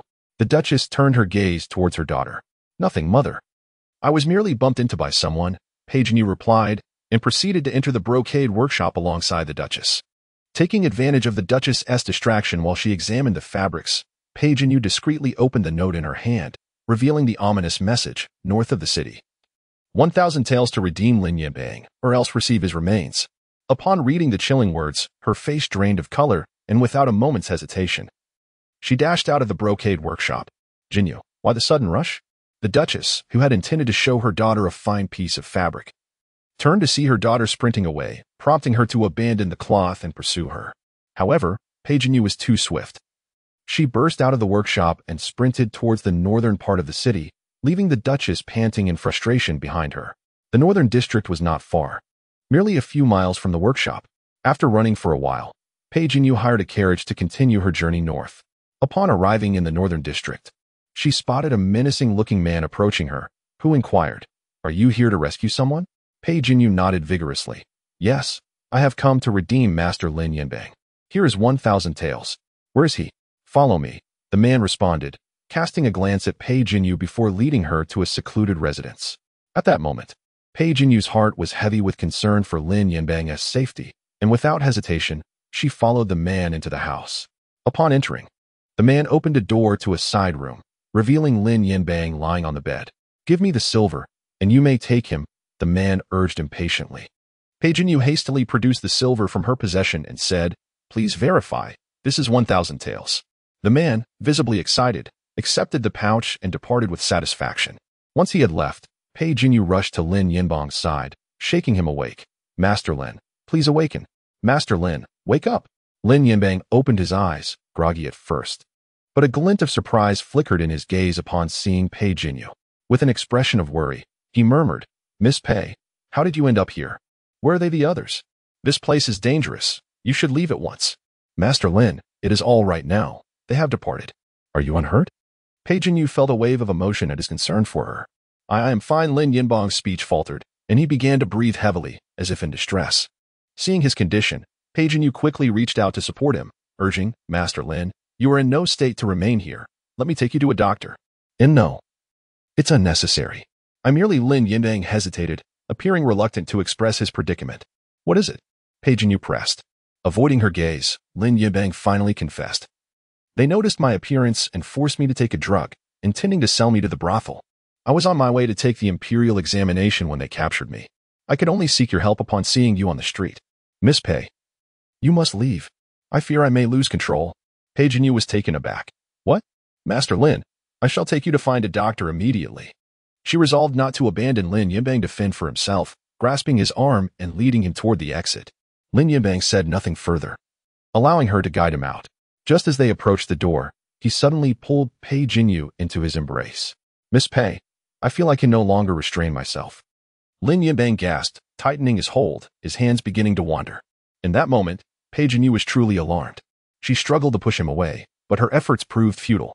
As Lin Yinbang attempted to force her onto the bed, tears streamed down her face in panic. Master Lin, please let me go. Don't. Master Lin, regain your composure. Just as she was unable to break free from Lin Yinbang's grasp, the door that had been tightly shut unexpectedly swung open. A tall figure seized Lin Yinbang and hurled him to the ground with a thud, causing him to cry out in pain. Brother! Pei Jinyu exclaimed, startled at the sight of the man who had appeared. It was Pei Jingchuan, clad in a crimson official robe, his expression stern and imposing, instantly chilling the room. Seize him and throw him into the pigsty. Pei Jingchuan commanded sharply. Please, no. Don't throw me into the pigsty. Miss Pei, I beg you save me. Lin Yinbang, terrified of being cast into the pigsty, sank to his knees in supplication. Pei Jinyu, hearing her brother's orders, felt a pang of sympathy and was about to intercede on Lin Yinbang's behalf, but before she could speak, Pei Jingchuan coldly replied, Jinyu, one under the influence of such drugs cannot distinguish between man and beast. You should witness this yourself. Before Pei Jinyu could react, her brother forcibly took Lin Yinbang away. The house, belonging to an unknown owner, conveniently had a pig pen in the yard. Upon reaching the pigsty, Pei Jingchuan tossed Lin Yinbang inside, and the shock caused him to regain his senses. Let me out. I don't need to be with the pigs. Lin Yinbang cried, as a group of pigs approached him, prompting him to spill the truth in a panic. Pei Jinyu was overwhelmed with anger and sorrow, tears streaming down her cheeks. However, this was not the most distressing moment. Suddenly, a woman and a child rushed in from nowhere, desperately calling out to Lin Yinbang. Husband, what has happened to you? Don't be afraid.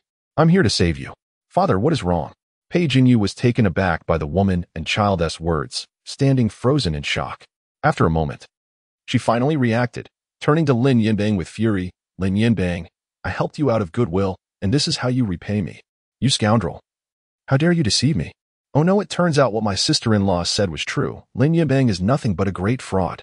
Alas, sister-in-law, I have erred. Lin Yinbang is indeed a scoundrel, a deceitful liar. As soon as Pei Jinyu caught sight of Su Qingyan, she threw herself into her embrace, weeping uncontrollably. Su Qingyan, taken aback by Pei Jinyu's sudden embrace, softly inquired, What troubles you?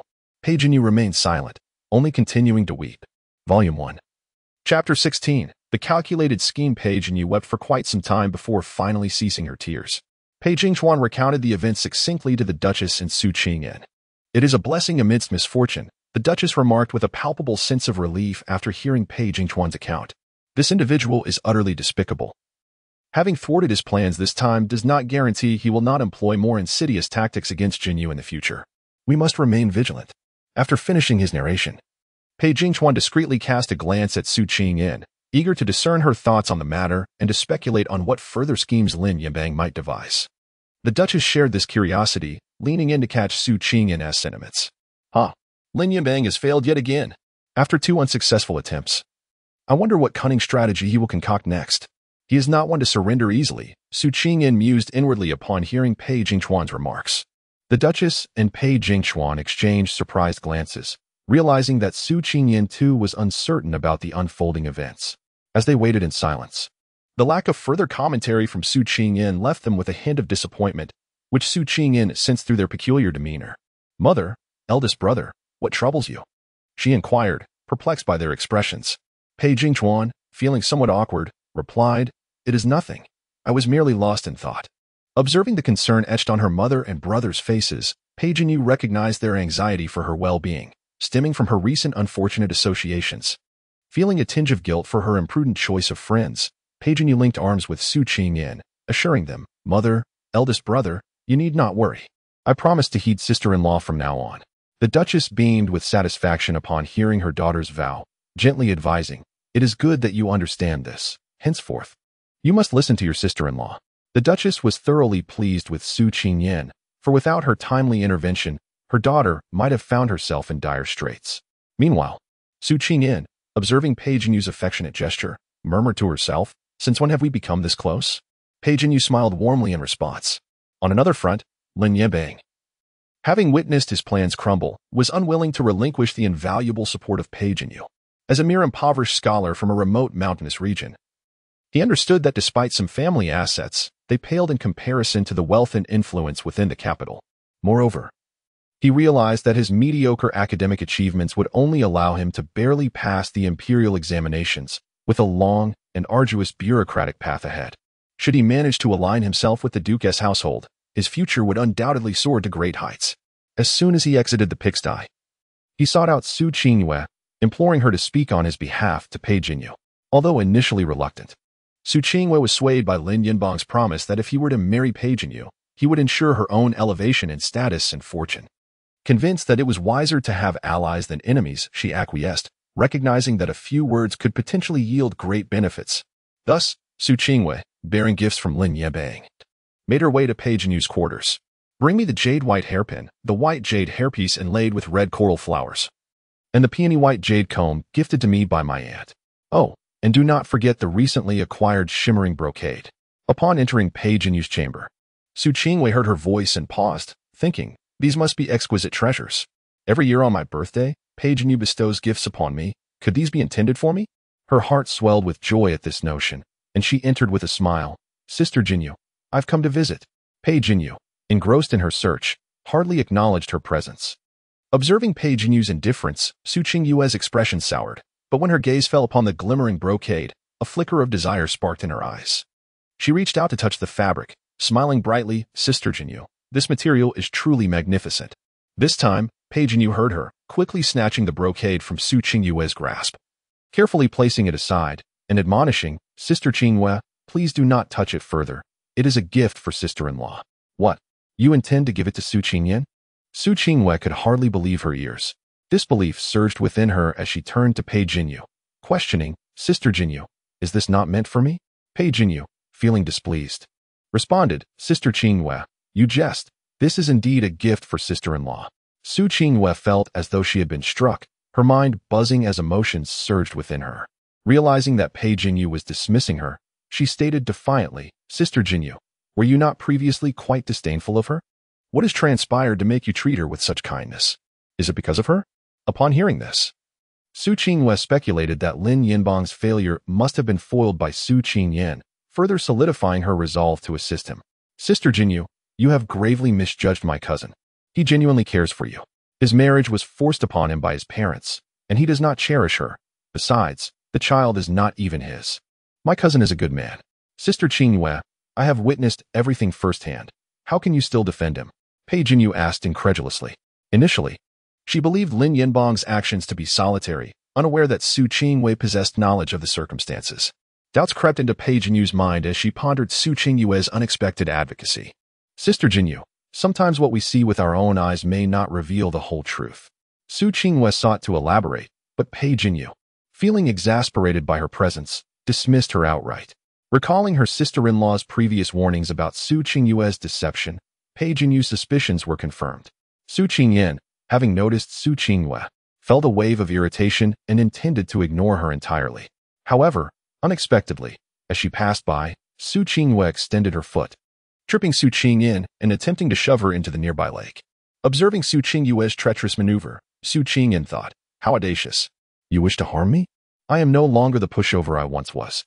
Your calculations are misguided." With a startled cry, she grasped Su Qingyue's foot just as she fell into the water, dragging her down into the depths alongside her. Volume 1, Chapter 17. This is terrible. The young master's wife has fallen into the water. Quickly, someone come. The second young master's wife cannot swim. Help. The young master's wife and the second young master's wife have both fallen in. At this moment, the maid standing above cried out in alarm. Su Qingyue truly could not swim. After falling into the lake, she struggled desperately for a few moments, only to see herself gradually sinking. Su Qingyan, however, had no intention of rescuing someone who had deliberately pushed her into the water. She quickly swam aside and then leisurely made her way toward the shore. But before she could reach the bank, she heard a splash as a nimble figure dove into the lake and pulled Su Qingyu out. Witnessing this scene, Su Qingyan remarked, "Truly, she is the protagonist. I knew she wouldn't be so easily lost." Su Qingyan, for no reason at all, why would you harm Qingyu? After rescuing Su Qingyu, Pei Jingyuan angrily accused Su Qingyan. "Tell me, which of your eyes saw me harm her? Don't speak nonsense without evidence." Su Qingyan looked at him with incredulity upon hearing Pei Jingyuan's accusation. Pei Jingyuan pointed to the maids behind him and said, "They claim it was you who pulled Qingyu down. There are witnesses. What more evidence do you need?" Still gasping for breath after nearly drowning, Su Qingyu weakly turned to Su Qingyan, feigning innocence. "Sister, why did you push me down? Do you wish for my demise so badly? Is it because you resent me for marrying the young master?" Hearing Su Qingyue's words, Su Qingyan felt a chill in her heart. How audacious. Even at this moment, Su Qingyu sought to sow discord and spread rumors about her not wanting to marry the young master. Su Qingyan did not miss the insidious glint in Su Qingyue's eyes and retorted with a cold smile, "If your maid serves as evidence, then mine surely does as well. Come here, Xian, Dan, tell us who pushed whom. Let him listen clearly." Xian and Dan, maids assigned to serve her by Pei Jingyuan, were straightforward in their recounting. Second young master, it was the second young mistress who first extended her leg, causing the young master's wife to stumble. And then she pushed the young master's wife. When she was about to fall into the water, she accidentally grabbed the second young mistress's leg, which resulted in both of them falling in together.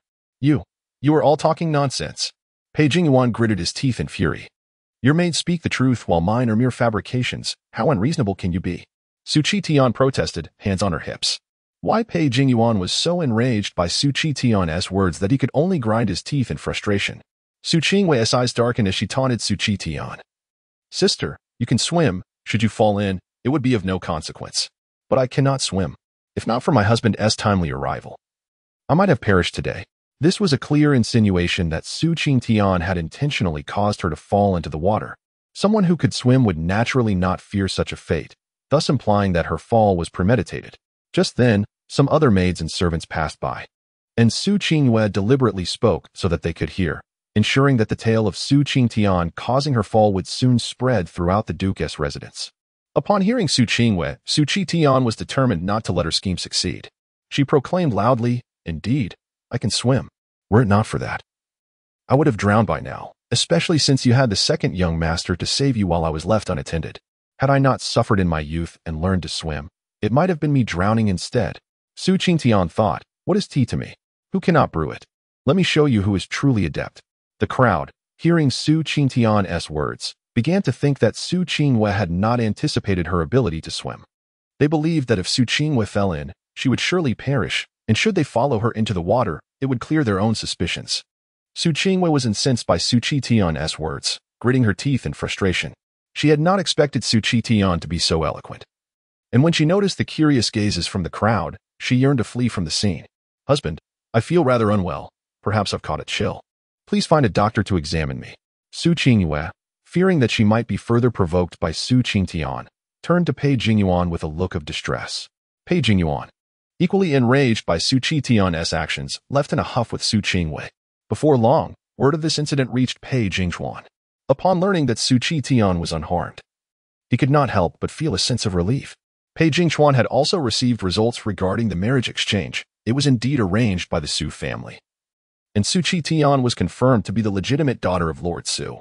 He realized that his half-brother and Su Qingyue were putting on quite a performance. almost deceiving him entirely. He now recognized that his half-brother was not so simple and began to take precautions. When the Duchess learned of this matter, she was exceedingly grateful that her son had married Su Qingyan. She now regarded this daughter-in-law as a blessing. A few days later, the Duchess took Su Qingyan and Pei Jinyu to attend a banquet. "Mother, where are we going for the banquet today?" This was Su Qingyan's first time attending such an event, and she felt a twinge of excitement as she shared a carriage with the Duchess and Pei Jinyu.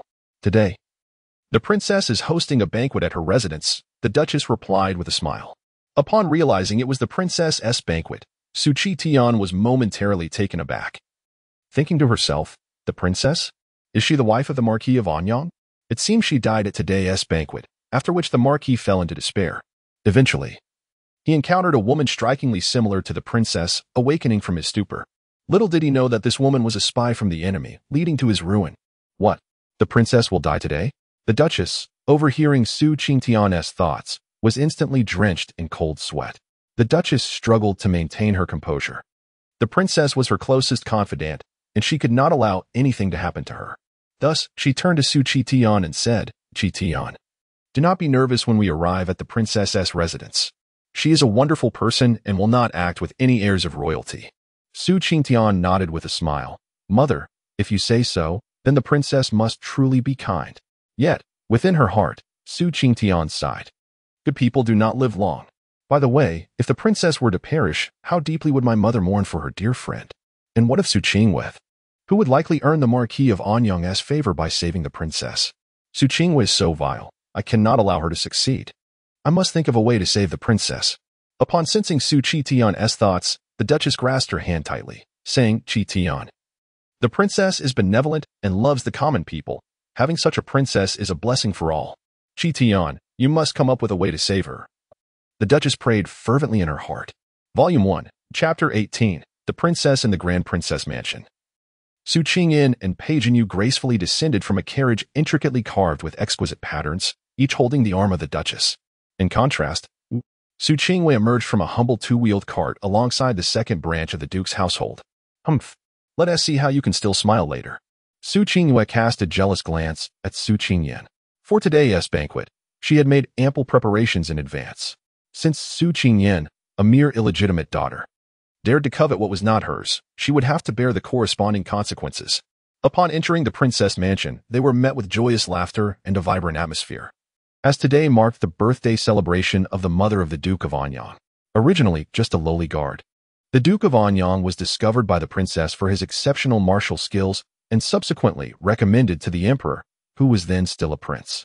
He earned numerous military accolades on the battlefield, and after ascending the throne, the emperor exceptionally conferred upon him a noble title, making him unparalleled in the great Xia dynasty. Is that the newly married wife of young Master Pei? She is quite pleasant in appearance, but I've heard she is merely the daughter of a sixth-rank official, and an illegitimate one at that.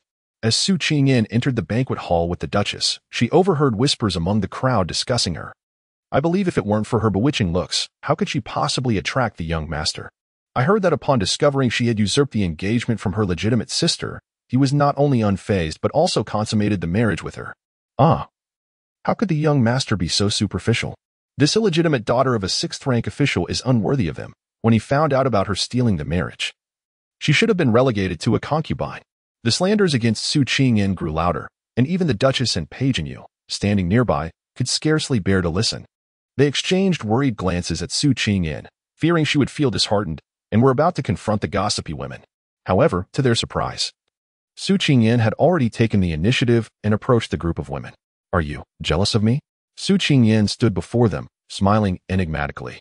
"What nonsense are you talking about?" One of the women looked at Su Qingyan in astonishment, seemingly taken aback by her question. At that moment, Su Qingyan stood nearby, relishing the unfolding drama. She thought to herself, "Luckily, I had spread those rumors in advance. Now everyone believes that it was Su Qingyan who stole the marriage, and her reputation is utterly ruined." Today, she does not shy away from the spotlight, but rather provocatively seeks confrontation with the noblewomen, effectively weaving her own web of entrapment. "I mean, you all gathered here simply to envy me," Su Qingyan reiterated with clarity. That woman scoffed.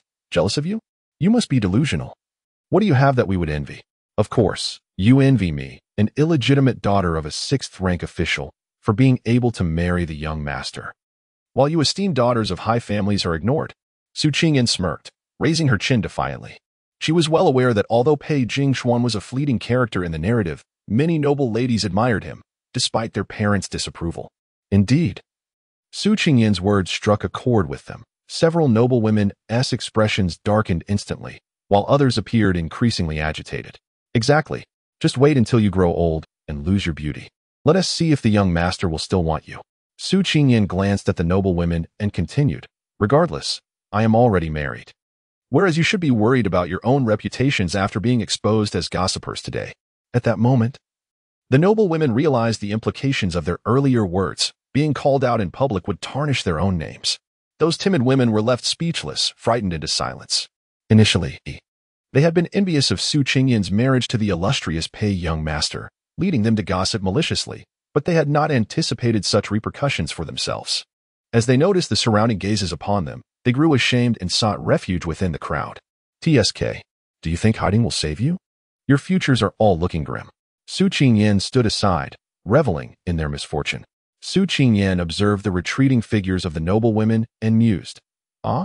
The one in blue and purple will marry the second son of the Minister of Rights. However, your husband prefers the company of men, leaving you to live in solitude while he has his servants indulge in your bed. And that girl in green. She was originally set to marry a prince as a concubine, but due to her legitimate sister's jealousy, she fell into disgrace and contracted a disease. As she continued to list their misfortunes, the Duchess and Pei Jingyu, who had initially felt angered, couldn't help but sigh. Such wicked people will meet their own wicked ends. The princess, adorned in a resplendent red gown, approached the Duchess with a radiant smile. Embracing her warmly, Jingshu, it has been far too long since we last met. I've missed you dearly. Your Highness, I have missed you immensely as well. The Duchess replied with a smile. The Duchess then beckoned Su Qingyan over, introducing her. Qingyan, come and greet the princess. Your Highness, this is my daughter-in-law Su Qingyan. She is a remarkable young lady. Qingyan, I am honored to meet you. Su Qingyan greeted the princess with a respectful bow. Jingshu, you seem quite pleased with this daughter-in-law. I imagine a woman deserving of your affection must be quite admirable, the princess said kindly, motioning to her attendants, bring forth the gifts I have prepared. Upon hearing of the princess's generosity, Su Qingyan bowed in gratitude, feeling touched. Thank you, Your Highness, for your kind gifts.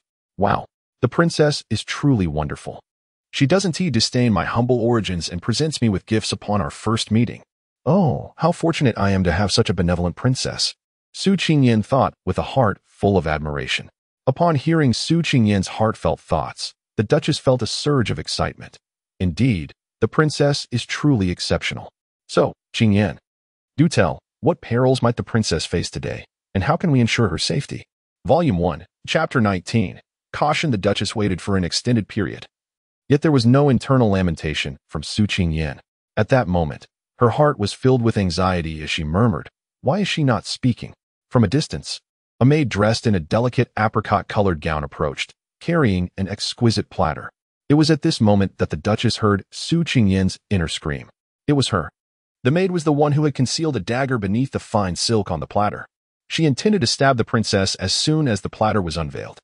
However, before Su Qingyan could finish her internal critique, she saw the Duchess suddenly vanish from her side and lunge towards the maid. The Duchess shouted urgently towards the princess. Princess, flee. This maid intends to kill you. With her alarm, chaos erupted in the banquet hall.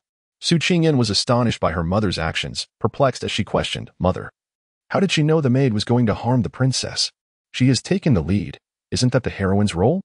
The book had described that Su Qingwei pushed the princess aside when the maid lunged with the dagger, thereby taking the blow herself. The maid's expression darkened as she drew the dagger, simultaneously hurling the platter towards the Duchess while aiming for the princess. Thanks to the Duchess's timely warning, there were already several guards surrounding the princess, and soon they engaged in a fierce struggle with the maid. As the maid began to falter, the Duchess's earlier tension eased. But then she heard Su Qingyan's voice again. Su Qingyan anxiously thought, oh no. Although this maid is close to defeat, she has a backup plan. The true assassin is a venomous snake. If it bites, the princess will succumb to its poison within 3 days, and even the mightiest cannot save her then. Hurry.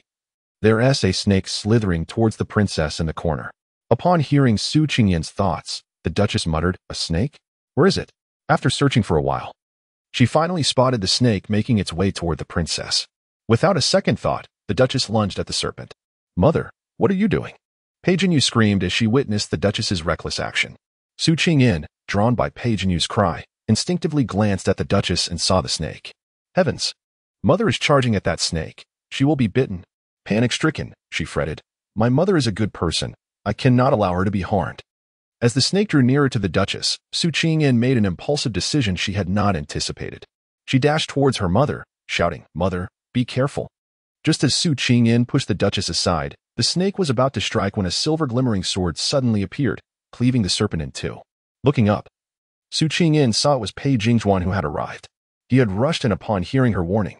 Heaven knows how terrified he was when he heard, but fortunately, he arrived just in time to slay the snake. Seeing their last resort thwarted, the maid lost her composure, and someone swiftly held a blade to her throat.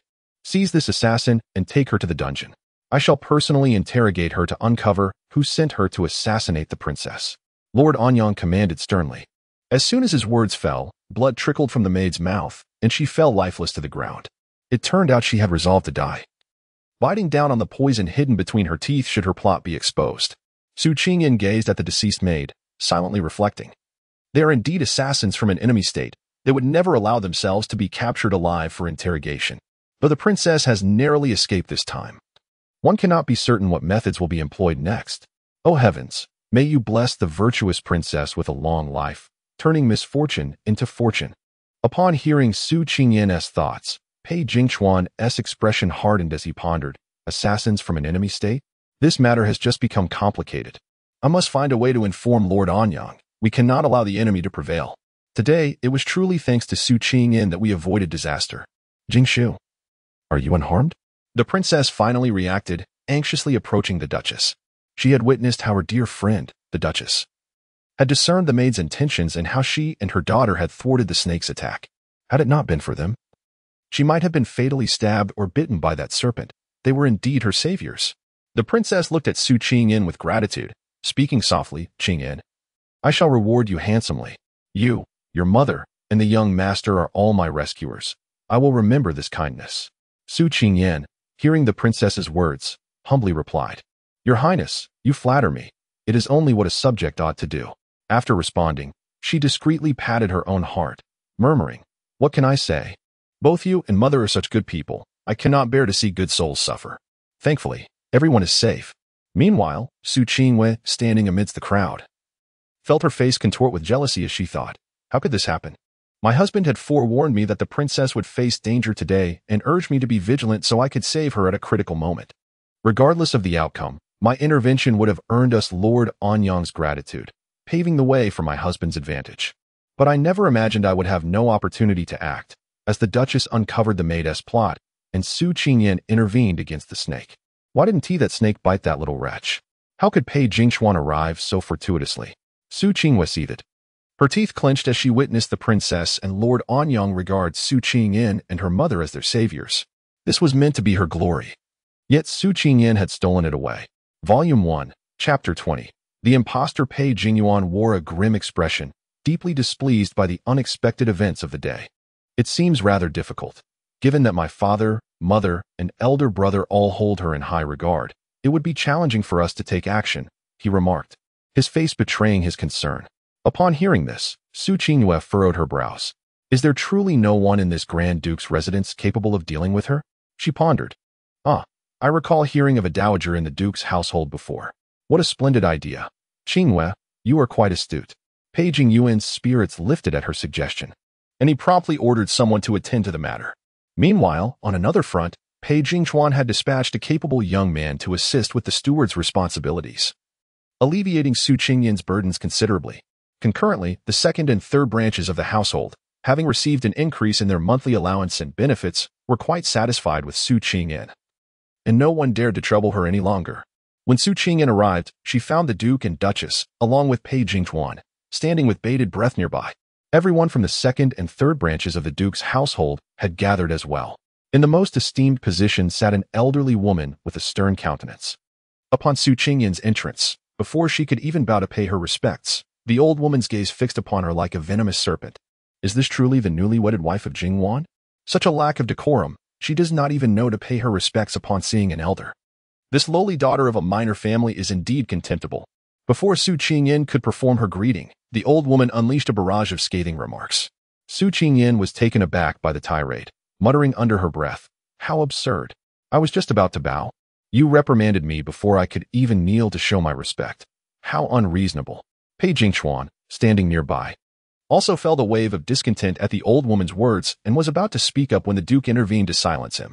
Su Qingwei and the others, witnessing Su Qingyan's rebuke, felt a sense of vindication. "Why are you still standing there? Kneel." The old woman barked again, noticing Su Qingyan's hesitation. With resignation, Su Qingyan knelt and addressed the old woman, "Grandmother, I pay my respects to you. May you enjoy health and good fortune in all your endeavors." Just as she intended to rise, the old woman coldly commanded, "Stay on your knees." "Who told you to get up?" Su Qingyan's brows furrowed in frustration as she thought, "What an impostor. Why do you act so tyrannically? You are but a foot servant, wielding no real authority." Little did she know, the Duke was blissfully unaware that his true mother had already met a tragic end. While this impostor parading as the matriarch was merely a foot servant donning a human mask. As Su Qingyan's thoughts echoed in her mind, the Duke and his companions stiffened. Particularly the Duke, who nearly lost his composure. Pei Jingchuan remained somewhat more composed, realizing that if Su Qingyan identified the old woman as a fraud, it must be true, and the genuine matriarch had likely been wronged. "Grandmother, Su Qingyan sustained an injury while rescuing the princess a short while ago. It would be unwise for her to remain kneeling for too long. Perhaps you could allow her to rise?" Pei Jingchuan suggested, seeking to extricate Su Qingyan from her predicament. The false matriarch's face contorted with indignation, but upon hearing Pei Jingchuan invoke the princess's name, she begrudgingly permitted Su Qingyan to stand. She feared that news of this encounter might reach the princess, who could come to Su Qingyan's defense. However, allowing Su Qingyan to rise did not mean she would escape unscathed. The impostor was intent on confronting her for daring to withhold her allowance, which had left her without funds while at the temple. "You have only just begun managing the household, yet you possess the audacity to withhold my monthly allowance," she accused Su Qingyan. Taken aback by the old woman's words, Su Qingyan replied, "Grandmother, I believe you are mistaken. I have not withheld any allowance. Everything remains as it was before." The Duke and his companions were left astonished by Su Qingyan's response, reflecting, "Isn't the old matriarch supposed to be in seclusion at the temple? How is she here?" They were eager for Su Qingyan to elaborate further, but she suddenly fell silent. The Duke, noticing her reticence, urged softly, "Why have you stopped speaking? Please, continue with your account." Volume 1. Chapter 21. A model Yang Hao had no intention of interacting with the other tribes. Instead, he led the group to a chosen spot to begin erecting tents. In this world, due to Su Qian's influence, their life trajectories had undergone significant alterations, resulting in the loss of many honors that once belonged to them, as well as numerous opportunities that had vanished. Subsequently, wielding his 1,000-machine staff with finesse, he executed a technique known as no dog under heaven, swiftly dispatching cockroaches against the walls and beams, rendering them immovable. This was the price of fame. Many unfortunate circumstances would be laid bare before the fans through the media. Yet the fans remained unaware of how he had been severely undermined by the royal management, even voluntarily declining to join the Grizzlies. Today, Ma Qingqing donned an unremarkable outfit, enveloped in a pale blue down jacket, paired with black casual trousers and light pink sneakers. Her face bore a light touch of makeup, subtle yet exquisite, perfectly accentuating her delicate features. Li Liang, with his rigid posture, relaxed as the narration concluded, leaning back against the sofa, his forehead veined and flushed. For 20 days, the new recruits had not seen a single senior. Chen Feng speculated that the seniors had long departed to the seventh ring, or even deeper realms. Bei Ning was taken aback by how a mere statement had sparked such extensive associations in Zheng Ming's mind. She had only spoken casually, as she was never attracted to Zheng Ming's wealth, for her own family was equally affluent. "Since you all choose silence, allow me to approach this differently. What captivates fans the most about NBA games?" Leisha said, casting a deliberate glance at Jordan. Although the wizards could repair severed limbs through potions or stimulate regrowth via biological mutation, such methods were only applicable to non-essential body parts. Next, he had intended to visit the Frozen Throne, for the tales of the Lich King and the Fool were topics of great intrigue. Yet he had yet to witness the Frozen Throne within the Castle of Demons. A burst of radiant light erupted, akin to the disintegration of the sun, blindingly illuminating the world in a brilliant white. Today, Gu Fei was to slay the master of Taishu Temple. A scene that left the disciples of the Falling Star sect utterly astounded. The magma sea beneath the fire-sacred palace spanned an expanse of 10,000 miles. Amid such a place, life was not absent, as the Fire Ape clan had thrived there for generations. The Yongzhou army had rampaged through the heart of the southern barbarians for over half a year without being eradicated, growing ever stronger in the process, highlighting the dire straits of the southern barbarian forces. From Nista's facial expressions and the intelligent Orb's readings, Lin Wei was now certain that Nista did not recognize her future husband, Barian. A thunderous roar shook the heavens and earth, as the seemingly empty void revealed countless intricate formations, intertwining to create a magnificent grand array that obstructed the fiery dragon. With a silent exertion, the iron palm technique propelled him forward, sending the obstructing rat demons flying. She raised her crimson sleeve, but before she could evade, Yiqingji's sword veered toward her abdomen, only to be redirected to her left arm. Given Jiang Jingyao's unwavering conviction, Du Tian could only express his belief, clearing his throat and casting a suspicious glance at Lu Jian. "Thank you for the evidence you provided. We shall take our leave now," Captain Wang stated before departing with two subordinates. The group gathered in the room, deliberating the crucial matter of succession. When Gu Kei's words caused a collective tremor among them, Gu Kei was uncertain about the consequences should the island of time change. Yet the day Maggie was gravely injured would not be so simple. As the flute's melody lingered, a rapid sound of rushing water echoed nearby. Wei Chim looked over to see a paddle boat, similar to his own, swiftly approaching. In but a moment, it caught up with the bow of his vessel, adjusting its speed to match his own. A surge of black light enveloped Gu Kei's body, propelling her forward, drawing her closer to the mountain range ahead. Ning Jingshun seemed reluctant to elaborate on Yuning Shuang, regarding even a brief introduction as an inconvenience, yet he appeared to clarify her presence there. Thus, the only surprise for Chu Wanjun regarding this outcome was that the punishment was not as severe as he had anticipated. Volume 1.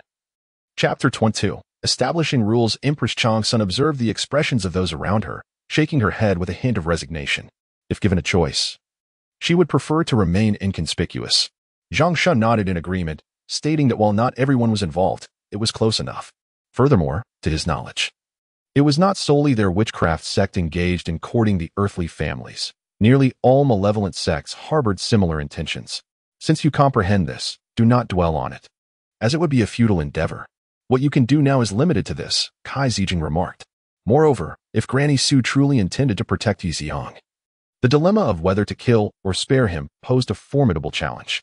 The environment of the kitchen bureau was refined, although the kitchen, a hub of activity, was inevitably filled with the aromas of oil and smoke. The dining area was well stocked with fresh ingredients, neat and clean, making it quite appetizing. Even though Nan Musier intended to slow his pace, his status as a god king placed him far above the others in terms of cultivation, leaving the three of them breathless. Over 10,000 cavalry. They were likely mercenaries from Russia, specifically Cossack horsemen. Song Qing had a considerable understanding of the composition of Russian forces. The Russians themselves did not possess such a number of cavalry in the Far East. Yet the base at Vladivostok boasted many Cossack riders.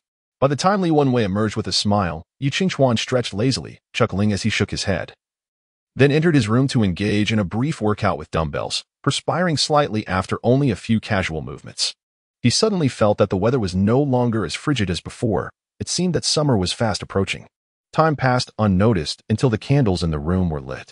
Lu Meng and Albrecht were shoulder to shoulder, bantering and drinking, while Hannah, along with Elena, Cece, and Christine, whispered at another table. Had Lu Meng witnessed this scene, he surely would have wept tears of nostalgia for home.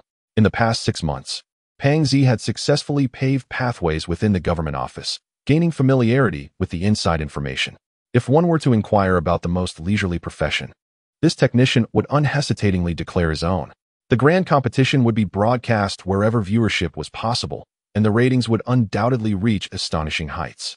Apple faced an inventory crisis with over 30 million unsold phones globally, while South Korea's pride, the Samsung Group, had a staggering 46 million devices languishing unsold. Even at rock-bottom prices, the colossal stone mountain evoked memories of Su Han's home at Thunder Mountain, prompting him to change direction and head towards the mountain. As he approached, the sudden ferocity of the red monkeys brought forth an unexpected roar, causing Su Han to feel perplexed, while other beasts remained calm, seemingly indifferent to the commotion. Had these creatures grown unusually lethargic? At this moment, the two sides were a mere 300 to 400 meters apart. Even though the Qing army's accuracy was not particularly high, the Qing army's was even lower, and the dense trees on the mountain obstructed many shots. While bullets possessed commendable penetration power, after breaching 100 millimeters of wood, they could only inflict damage on targets within 5 meters. The six-armed beast was not devoid of intellect. Rather, its mind and essence had been forcibly stripped and refined into elixirs, rendering it a mere puppet, resulting in diminished intelligence, which ultimately led to its easy defeat at the hands of Su Han. The protection of the sect's elders was reassuring. Yet the elixirs and spirit pools were now controlled by the lineage of the earthly families. Other disciples seeking to condense their essence needed to engage in external battles to earn contribution points, which could then be exchanged for opportunities to refine themselves in the spirit pools. At midnight, the Beijing ship, en route to Jiamusi via Dingxi Mountain, slowly departed from the dock at Kadaiji. The artistic journey to Dingxi Mountain for Zhang Jizhan by Yu Tao, Zheng Yushuang, and Mao Shufan officially commenced. A formidable giant fist, exuding an aura of menace, surged forth, charging directly at the taxi. "I dare not," exclaimed Director Wu Bashan, raising his cup in a gesture of humility. 3 against 1 ultimately proved insufficient, though the weaponry was indeed impressive. Aben wished to exchange blows with Li Xianghe, but the opponent's stopwatch thwarted his efforts. 50. Old Zhan is truly formidable. As the cheers of his classmates echoed, Zhang Jizhan leaped into the air. In his moment of distraction, Zhang Jizhan failed to catch the conversation between old Gu and his colleague. Driven by curiosity, he quickly focused his attention. The unfolding tale captivated him, and old Gu's words nearly cost him his life. Having yet to establish himself in the English Premier League, De Bruyne was uncertain if he would remain with Chelsea for the new season, continuing under Mourinho's leadership in the league. At this moment, Oldie turned around but did not immediately succumb to slumber. Instead, he adjusted his water pipe, reclining comfortably. Rodier's eyes widened in disbelief as he fixated on the dark figure of Chu Feng, questioning him intently. Gazing skyward, he was filled with a yearning for freedom. Though no one had struck him in the past 3 days, and meals were provided punctually, his movement was confined to his room and the backyard. This existence, akin to that of a prisoner, constituted a veritable nightmare for someone who relished excitement. Perhaps you possess talents in this regard. This may prove beneficial, as you could genuinely assist me in the future. Hua Lingfeng nodded, suddenly contemplating the nurturing of Zhuang Qingqing's business acumen. They stood in stunned silence, surrounded by life, at a loss for words. Generally, an 8-star force would have access to Earth-level martial techniques, while only a select few 8-star forces would possess Heaven-level martial skills. Volume 1. Chapter 23. The evidence arrives in the deep of the night. Both individuals had succumbed to slumber. She lay in his embrace, lost in a dream. Assuming the imposing demeanor of a steward, Lida strode ahead, while Mu Shimei followed quietly, her gaze cast downward, choosing to remain oblivious to her surroundings. Long Ji's eyes were captivated, and after the battle concluded, beads of cold sweat formed on his forehead. Having navigated the streets for 5 or 6 years, he had encountered many skilled fighters, yet none matched the prowess he witnessed now. The array of colossal beasts mirrored Li Dania's essence, leaving him at a loss as to how to respond. Have the bandits' lair been located? We must identify and eliminate the masterminds. The ferocity in Feiyu's gaze was unmistakable. Among the 5 hats, 2 were red and 3 were black. However, both the nephew and the apprentice could perceive only 1 red and 1 black hat, indicating that theirs could either be black or red, each with equal probability. Tianfu spoke softly, approaching Xiao Youfu as she did so. She refrained from drawing too near to a phone or the Empress, focusing solely on Xiao Youfu. Greetings to the 8th Prince. She offered a respectful bow. In her mind, she recalled the seemingly gentle man before her, whose ruthless demeanor and action rivaled that of the 9th Prince. Her respect for the Empress was minimal, for the Dowager Empress held little regard for her, and the Empress was no longer the Emperor's favored one within the palace. A mere imperial concubine had managed to capture the Emperor's heart, reflecting the Empress's diminished significance. Ivan noticed the awkward expressions that surfaced on the faces of those around him upon Lav's utterance. When their gazes met, they either quickly averted their eyes or offered Ivan an apologetic smile. Wu Shi, observing that retreating figure, felt an urge to strike him, wishing to convey the irresponsibility of his actions. For instance, how did he discover the Jingyu Company? And what were the circumstances surrounding his acquaintance with Wang Jin during the financing phase? Spirit and intent? The essence of swordmanship? Understood. Zhuiyue instantly grasped the implications. As a titan of international social networking, Facebook witnesses an influx of images daily. A collection of ordinary tourists capturing desert vistas seldom garners attention. However, should a celebrity be involved, the impact would be instantaneous. Even at 8 o'clock, with rain still falling, the city remained vibrant, bustling with traffic and throngs of pedestrians amidst the glow of city lights. Liu Yaoshi sat by the window, gazing at the swift-moving vehicles and the sparse foot traffic against the illuminated backdrop of the city. Lin Yunheng, now aware of He Ningxiang's relationship with Chu Jing, understood that He Ningxiang remained oblivious to her knowledge of Yi Xiao's true identity as Chu Jing. Thus, she resolved to choose her words with utmost care. Changling's deity held He Tian tightly, taking the lead as he passionately kissed his beloved. 3 elite monsters, alongside Lin Fei and others, launched an assault on the remaining 2 beasts. He lifted his gaze to meet his, and in that moment, a parched sensation enveloped him, emotion surging forth once more. From Pan's performance at the thigh level, such a cry seemed somewhat contrary to the celestial order. Thankfully, Pan remained singularly focused on the match, displaying indifference towards such titles. Severing ties with Li Di marked the completion of her initial plan, allowing her to devote more time to her work. Under mounting pressure, Ibu Yuan had nearly begun to frantically consolidate his followers. Naturally, with over 200 individuals attempting to flee, many managed to escape, prompting Lin Yinan to pursue the fleeing players with lethal intent. Si Yuzhou, serious and meticulous, fixed his gaze on the scene for a long while before speaking, his voice low and hoarse, reminiscent of the previous night's chaos. This time, she disregarded Li Yi, swiftly enduring the pain to rise, dress, and summon Minghua, denying him another opportunity.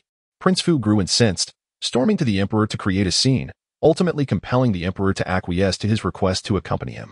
The general asserted, "The Lord has decreed that our forces should not take the initiative. We must adhere to orders." Cho 12, aside from conveying military intelligence, what other matters bring you here? Chu Yi nodded slightly to Fang Yu before addressing the 2. Moreover, after being reborn as a dog, they sought out dog traders and even involved the police to deal with me.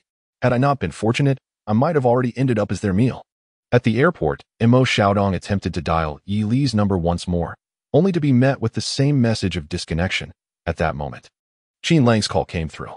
However, Andy understood that despite sharing a meal, Bao Yifan still did not propose a luxurious cruise for his mother. I cannot articulate it. It simply feels different. One can tell it is a matter of warfare. The common folk may not discern the unique qualities of the Dingbian army, yet the chilling aura they exuded was palpable. As it turned out, she could only manage 3 bites. When I inquired why she had eaten so few, it struck me that I had consumed 5 on my first attempt, which had propelled me into the bone refinement stage. The next day, Lin Yifeng met with Minghua. After exchanging pleasantries, they finally overcame numerous obstacles to meet Zhang Ziki at the latter's home. Qian Wui and Zhu Bingrui expressed their dissatisfaction with Xie Fei's skeptical stance, promptly presenting the flying sword crafted by Huang Xianling.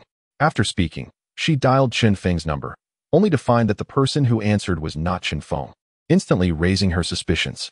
Countless ferocious beasts awaited me, and I remained uncertain of the battles I would face.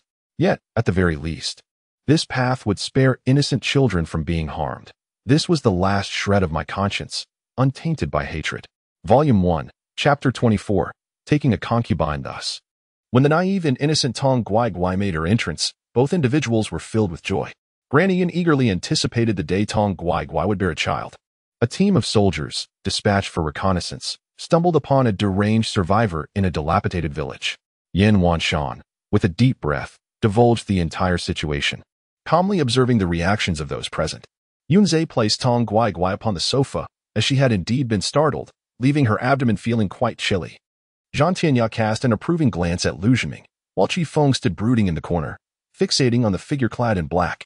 Suddenly, with a resounding crash, a massive hole was blasted into the cave's stone wall. Amidst the flying debris, a shadow in a black robe darted forth, deftly summoning 2 jade discs from the darkness with a single gesture. Ling Chuan and his companions reconvened at the rear of the main peak, commencing their studies with literacy before proceeding to their cultivation practices. He was acutely aware of the dire weather conditions in the New World. Failing to respond adequately could pose a lethal threat to him.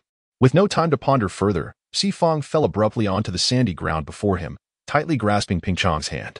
Fortunately, his timely grip allowed him to extricate Ping Chang from the quicksand shortly thereafter. You merely need to walk out from behind the chest. the old tortoise exclaimed, shaking his head in anger. Wow. Takahisa Shuan, watching the live broadcast, spluttered water, laughing so hard he nearly lost his breath. Sun Wukong, with a curious expression, groped and gazed at the cave wall, though it was merely an ordinary surface. It was hardly surprising for someone who had just discovered an underground chamber concealed within the abode he had occupied for years. Struggling to rise, what was typically an easy task became excruciatingly difficult. The sound of cracking bones echoed through his body, as if every part of him lamented in anguish. Ultimately, they had to rely on one another for support to maintain their stance. Hey, senior brother, why didn't brother Sui Feng attend the Giant Pain conference this time? Qianfeng inquired. Those around her quickly chimed in. Indeed, wearing so little, one wonders whom they are trying to entice. Oblivious to the fact that her bare thighs trembled in the frigid winter breeze. He possessed extraordinary talent, his purple vital energy soaring skyward like a divine purple rhinoceros, brimming with unfathomable power, capable of suppressing the void and the cosmos. At that moment, as he pressed his forehead, feeling a slight flush, Bian was stifling laughter nearby. She shot her a fierce glare before turning to the person she had collided with, only to freeze in place upon recognizing them. Daylight exposure is indeed a poor habit, Song Ryu remarked lazily, opening her eyes and sleepily casting a sidelong glance at him. Madame Shui, observing Yin Haoshuan, was taken aback by his youthfulness, nodding in surprise at her companion beside her. Very well, Xiao Yin replied, reverting to his usual demeanor as he faced Tang Ningen. Contemplating this connection, Su Ping felt a surge of anticipation. With a wave of his hand, the magic banner trembled violently, soaring towards him. Having unraveled this layer of relationships, Wang Yan's previous doubts were dispelled. Although the rewards for Bei Bei and her companions appeared substantial, they lacked true identity and authority. Even their status could not be publicly acknowledged.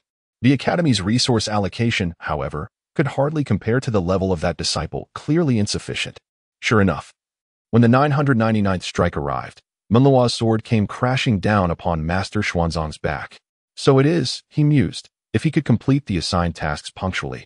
Achieving second rank was not beyond his grasp. Do you not disdain our combat prowess? She challenged. We offer you an option that guarantees sufficient fighting capability. But do you dare accept it? Xia Xiaoxiao felt increasingly pained and grew to resent Su Si more.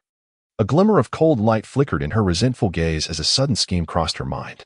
Wan Zhao Jiao, this is the final time, before our wedding. Regardless of your entanglements with him, I can overlook them. However, after you marry me, should you dare to act against my interests, I shall. Qin Yu had yet to devise a suitable method to deal with her. On a wide road, Ji Hanshin's vehicle approached the two, blocking their path not far ahead. As for whether to serve as Yin Jifan's subordinate, the distinction mattered little, given their current statuses, if Yin Jifan was adamant about her taking on responsibilities. She might find it difficult to refuse. Volume 1, Chapter 25. Regret. Since one perceives the act of casting spells as perilous, why not simply eliminate it?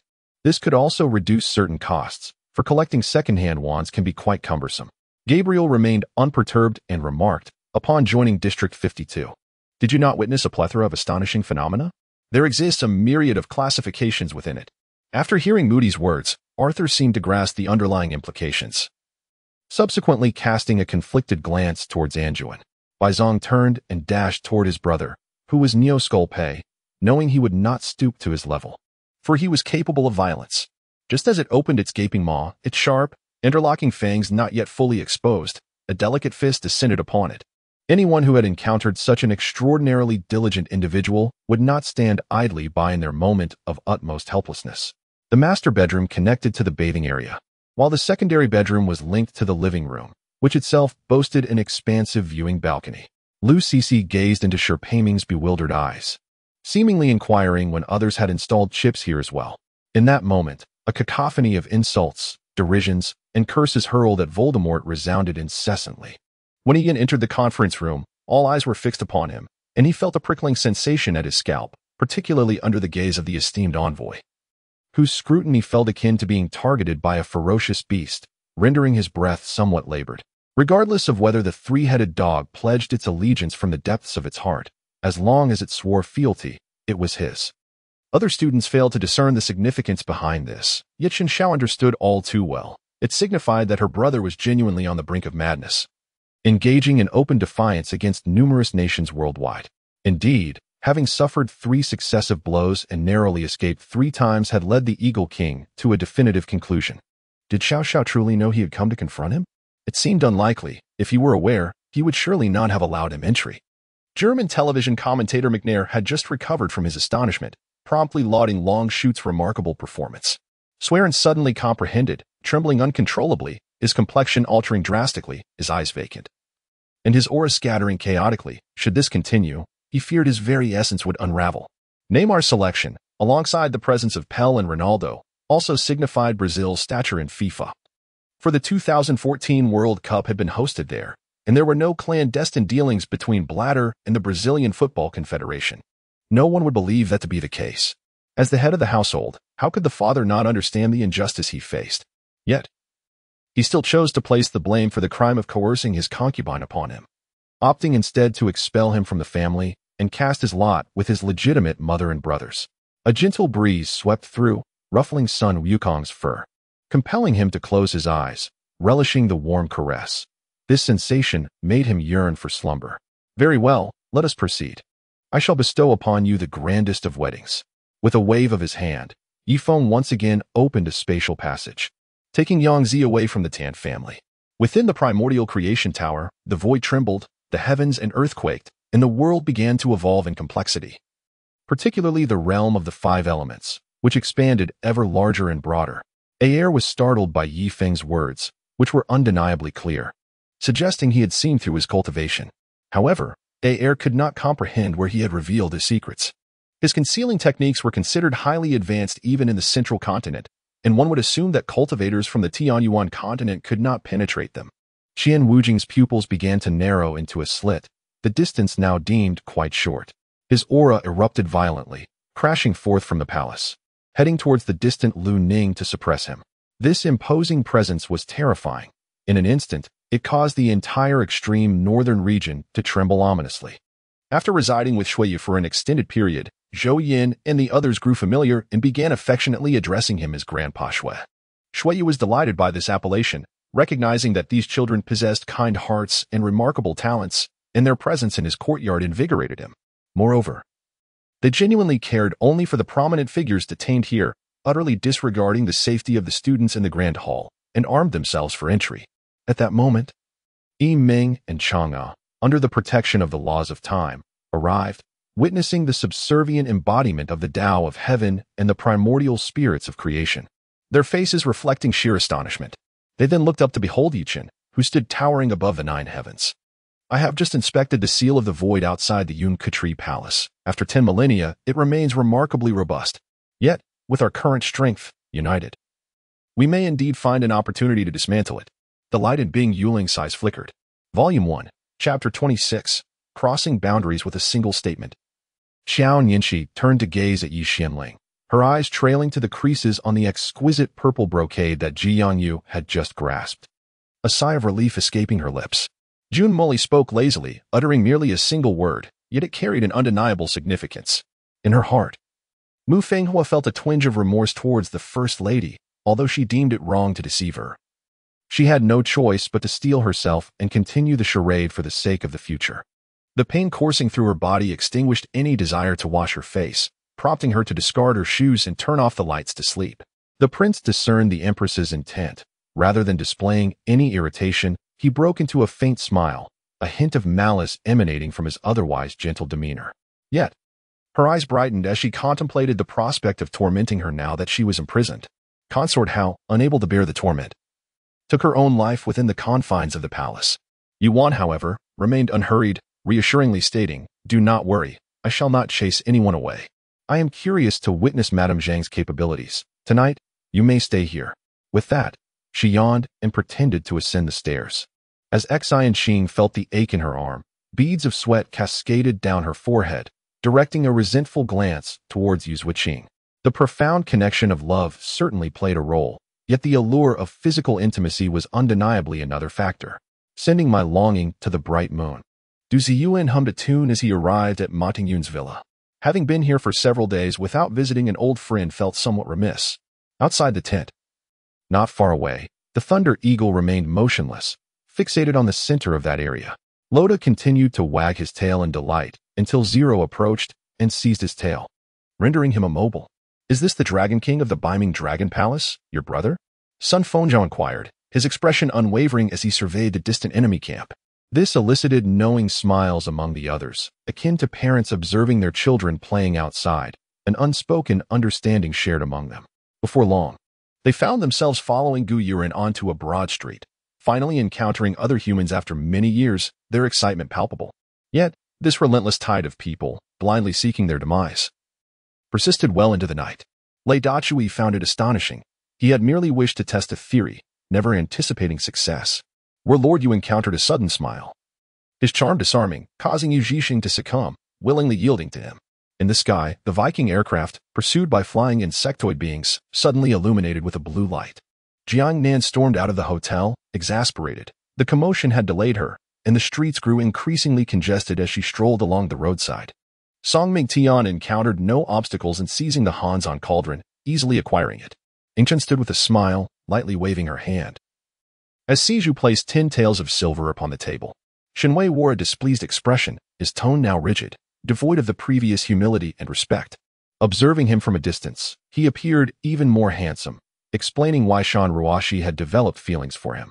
Were it not for her understanding of these young masters' temperaments, she might have been swayed as well. The two burly men, lacking orders, remained silent, seemingly oblivious to Mu Tian's words. Aunt Jiang beamed upon Sun Xiaozu's arrival, bustling to have Benji prepare a meal, personally setting the table for him. Noticing Aunt Jiang's attentiveness, Sun Xiaozu felt a pang of sympathy for her, realizing how long it had been since his last visit. Nearby, 2 black bear spirits, witnessing their king being scolded, began to shout. But their words were repetitive and paled in comparison to the crude language of rural villagers. Jiang Nan sighed, knowing that withholding the truth would be futile. She recounted her experiences to her mother in full detail. As she spoke, her mother's tears flowed freely. However, when he called, it was evident from his voice that who had been drinking. Su Wuyang succinctly relayed the situation to Su Ling for her to handle before turning to take a shower. The stone man, unaware of the deceit, attempted to seize Ling Yang, but found only emptiness where he expected solid form. Meanwhile, Luo Tu became one of the inmates released for fresh air today, traversing the long corridor alongside the fearful overpass dragon, escorted by guards wielding guns and electric batons. Stepping through the snow-covered ground and passing through a large iron gate atop a high wall, entering the prison's central yard for fresh air. The following day marked the weekend, and Wang Kai withdrew 50,000 in cash, calling Wade to arrange a meeting at a Chinese restaurant in Chinatown. As he would not be residing at Su Yuyang's home for long and given its proximity, Ling Miao packed only a few articles of clothing and toiletries. The individual introduced himself, and Wang Kai immediately recognized him as the Hydro Insider, the former director of S.H.I.E.L.D. "No, don't go." Upon hearing this, he instinctively wrapped his arms around her waist. It was only Tuesday. Waiting until Saturday felt like an eternity. I do not employ divine invocation. My strength can merely be considered that of an early-stage Qi transformation. This monk from the Jing Kong Temple possesses considerable prowess. Even in the later stages of Qi transformation, you should be formidable. In the past, I would have worried about Abner's potential threat to Fiona upon awakening. However, it appears that as long as Fiona wishes, she can dispose of Abner at any moment. Volume 1, Chapter 27, 60,000 Tales. Alas, my good fellow. Are you embarking on a hunt for primordial beasts? Li Mu approached the Black Crow beast hunting team, inquiring. It is rather late today. The bank has already closed. To investigate Li Yonghui's account, we may have to wait until tomorrow, Ma Jun replied. Upon seeing Tang Shuang's delicate fingers pointing at him, the stout man did not hesitate, striding forth with 2 hefty hammers resting upon his shoulders. Achieving a mastery of 100 in gold refinement will yield an additional 10% increase in proficiency. It appears that Chai Tian is indeed a fire elemental ability user, and that stone should be the black stone, which, judging by Yutai's reaction, he seemingly remains unaware of its purpose. The Qing Zhaoyu King armor lay before him merely as a ring, yet all present understood the immense power it harbored. Not only did Qin Feng fear detection, but he also worried that transferring such a substantial sum could attract the attention of relevant authorities, which would surely complicate matters. The loquacious one, named Xiang Yang, claimed to have joined the Black Crow Beast hunting team for some respite from the troubles of home. His strength comparable to that of Li Mu. Yeezy's 5 garments hung in the window, having unfortunately caught the dust, necessitating a thorough wash once more.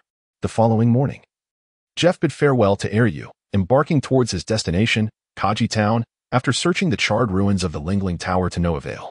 While diligently training, Jeff ensured the other sprites were not left idle.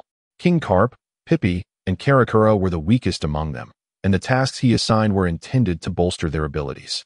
Though the dog whacking stick is a treasured artifact of the Beggar's sect, it is not forged from steel, and thus may falter against a heavy blade. Rian swiftly executed a shift to evade an incoming strike, only for the opponent to respond with another blade. As he retreated, his foot slipped, sending him tumbling down the slope. Consequently, Huang Yongla and Yi Zi garnered a total of 20 trophies from the happiness rankings this year, including 11 happiness ranking awards, 6 music happiness awards, 2 television happiness awards, and 1 company happiness award. The earthquake ranks among the most formidable of earth-based skills. However, its greatest utility lies not in the staggering 100 damage output, but rather in its indiscriminate area of effect assault. Surrounded by an aura of spiritual energy, the rain from above could not hinder him. Instead, beneath the gentle drizzle, the meteorite energy loomed, yet the two remained remarkably calm, exuding an air of leisure. Elder Blood Corpse smiled faintly, his right hand waving slowly. His movements were incredibly light and graceful, akin to shooing away a fly. Yet within that palm emanated a crimson light, suffused with a chilling aura potent enough to congeal flesh and blood, sweeping towards the presiding judge. However, the relic itself could serve as a transit point, a sanctuary for martial artists venturing into the depths of the demon lair. "Ah, may I inquire your age?" This senior disciple expressed great curiosity regarding Yang Fan's youthful appearance. In the next instant, Yun Tianyang sprang into action, his fingers dancing rapidly across the arms of the war dragon. Vital energy surged forth as a series of thunderous explosions resounded, causing the war dragon's arms to shatter, bones fracturing in an instant. Despite the excruciating pain, the war dragon clenched his teeth, refraining from uttering a sound. Practicing on oneself is one matter, considered training. Yet, when one practices on another, what do you intend to do once you succeed? Consume them? The conversation veered somewhat off course. Let us return to Su Yang.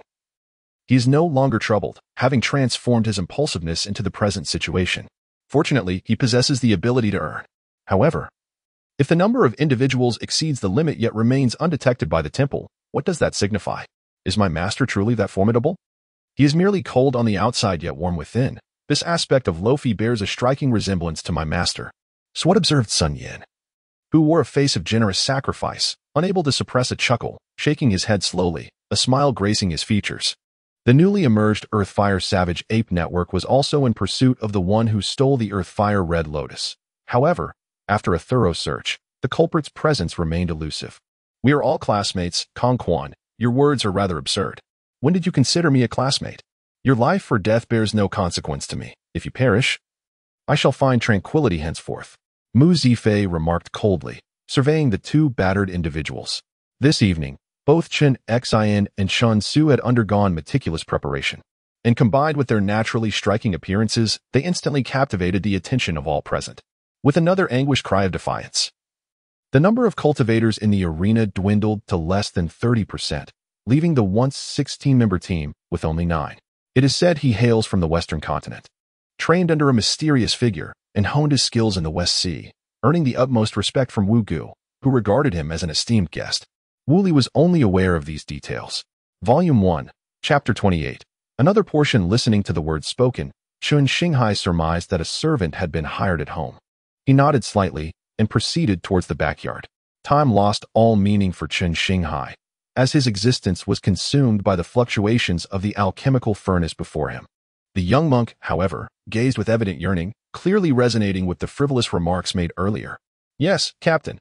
The 20 or so soldiers were enveloped in shimmering armor, steel helmets atop their heads, each brandishing slender polearms. Upon hearing Kalank's words, they collectively responded with vigor, rushing eagerly towards the road pointed out by his frail finger.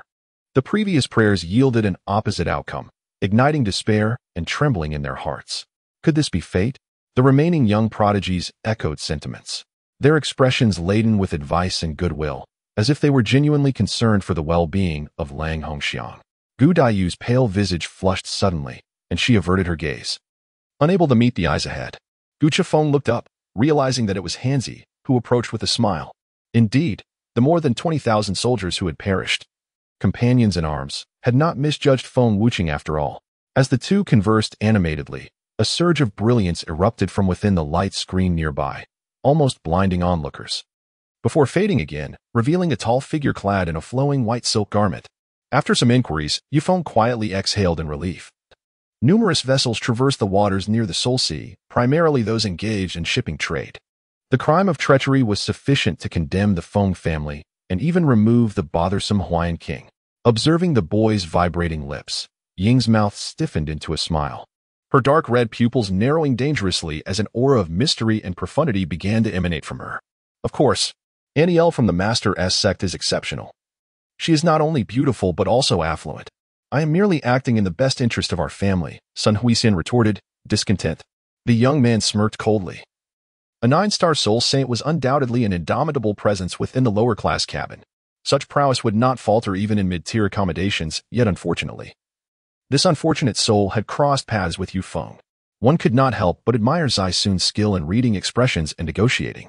After nearly 10 days of discussions, Tsarist Russia agreed to loan $15 million to the Qing government, with a 15-year repayment term in equivalent rubles. Following the announcement, the nation erupted in uproar. The chairman of the Southern People's Government and commander-in-chief of the National Defense Army, an undisputed second-in-command, was clearly engaged in a political exchange with Yuan Shikai and Chen Ning.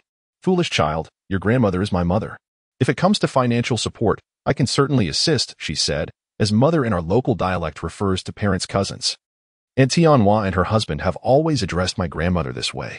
As Lin Jiejia anticipated another hurtful remark, Chen Manqi merely shot her a cold glance, emitting a barely audible sound from her nose, and then continued her phone conversation while pushing her cart, leaving their sight. He understood the difficulty of the situation. For Lin Jiejia had no reason to confront Jiechi, yet this was a direct order from Jiechi. For the sake of the child she carried, he had no choice but to come forth. Sensing the presence of Yifan and others in the room, he gently sent a message. Lu's maternal instincts were overflowing, wishing to bestow upon Du Rua all the love and treasures she had missed over the years. My heart felt as if it were being scratched by a cat's paw. How could I possibly sleep, my eyes wide open, fixed upon him? An anxious heart fluttered in the dimness, but soon, several faint lights appeared ahead, his face aglow. One would hardly suspect anything amiss with his body, nor could they connect it to the terminal illness spoken of by Yi Lizhang. Damn it! Yinjin involuntarily cursed. The battle 35 years prior was a decisive clash that significantly weakened the forces of both the earthly realm and the heavenly court. Yet it was unexpected that Dugu 12 and Xingqianzi would play such disreputable roles. In the eyes of Tuka Feng and Tuka Qing, Tuka Man had initially exerted only 80% of his strength. However, as the tide shifted, he unleashed his full power. Yet it remained perplexing how Tuka Man seemed to dominate while landing several hits on Lu Yu, who emerged unscathed. Though the beauty in his arms ignited a fiery response within, that sensation of ease emanated from a deeper, spiritual realm. Humph! Since you disdain my unparalleled beauty, that wretched person shall never obtain it. Jiang Shang, driven mad by rage, brandished her sword with murderous intent, unflinchingly exposing herself as she struck. Princess Jilan, after reading the letter, felt not only shock, but also profound terror. Her entry into the left virtuous king's residence had been shrouded in secrecy. Who would dare to harm her and her parents? Confounded, Princess Jilan was at a loss. Hee, thank you, Lin Xiao, for your compliments, and for resurrecting me. As she spoke, her eyes brimmed with gratitude and complex emotions. In the boundless depths of darkness, within what resembled a black hole of antimatter energy, Du Feng's consciousness underwent tumultuous transformation with each passing moment. In scarcely a second, an elderly man with wrinkled skin, appearing almost desiccated, emerged beside Luoju, exuding an aura of terror reminiscent of a mere corpse. Volume 1, Chapter 29. Su Shikai and I Duosha remarked, Old Shui, I shall not hold back any longer. He picked up his chopsticks and began to devour his meal heartily.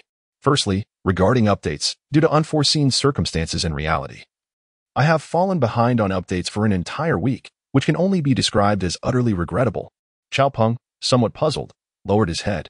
Indeed, the past fortnight had transformed into a blood-red full moon at this very moment. Qingyi chuckled instead, saying, Senior brother, you may proceed.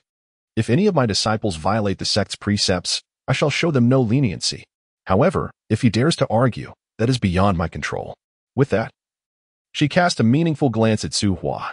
Could she possibly be Miyazaki Natsuki's sister, who had imprisoned their father, driven Natsuki away, and was the wealthiest individual in Songkong continent, Miyazaki Xiaoyin? Stepping forward, he stood directly at the edge of the boundary, attracting the attention of many onlookers, who were left in bewilderment, unsure of his intentions. Su Yang, acutely sensitive to murderous intent and threats, instinctively furrowed his brows. He turned to see the Bishan sword that Shang Wanhuan had gifted him lying on the bed, and he grasped the hilt without hesitation. Though this fellow had mentioned contemplating my bearing a child to wield Hoffnung, what was he thinking? How could I possibly bear a child? Moreover, expecting me to produce a cavalry unit or something of the sort. What a fanciful notion. The subsequent events unfolded simply. Lujia's grandfather, along with his entire family, fled the village under the cover of night, enduring numerous hardships to reach the guerrilla zone and join the resistance. Meanwhile, the rogue who had facilitated their escape was handed over to the Eastern Japanese army by the villagers as the murderer of their soldiers, meeting a gruesome end. In the next moment, the form of the gates of hell underwent a dramatic transformation, shifting from an ethereal haze to a solid reality. It was a temple characterized by a quintessential desert style, its entire structure adorned in hues of desert yellow, emanating an air of tragic heroism. Two long swords clashed in midair, their blades colliding with a force that sent boundless sword energy spiraling outward, shattering the blue bricks beneath the feet of the two combatants. The ability to perceive emotions often proves invaluable at such moments. Before the opponent can truly strike, one can preemptively eliminate them. The newly recruited soldiers were rendered obsolete. Furthermore, the elves had begun to harbor animosity towards humans following the war.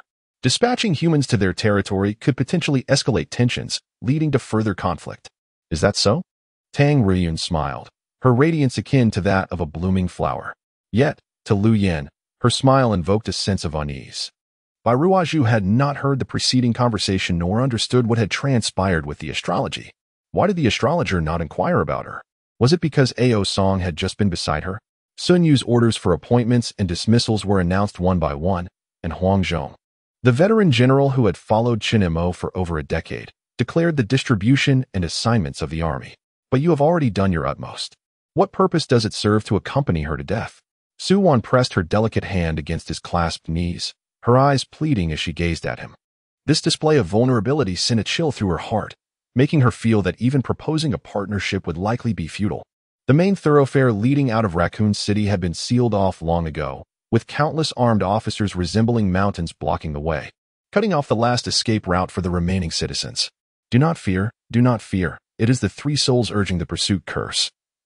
It will not claim your life, Yuchan softly reassured him while channeling a peach-colored mystical light. Yet, Miss Chen had been married before and had even borne children, which brought a twinge of bitterness to Zhao Zhirua's heart. The majestic snow-capped mountains stood resolutely, like guardians in a frozen world. The endless peaks soared into the clouds, shrouded in mystery. This is the hallmark of artifacts like the Hunyuan Rui stone.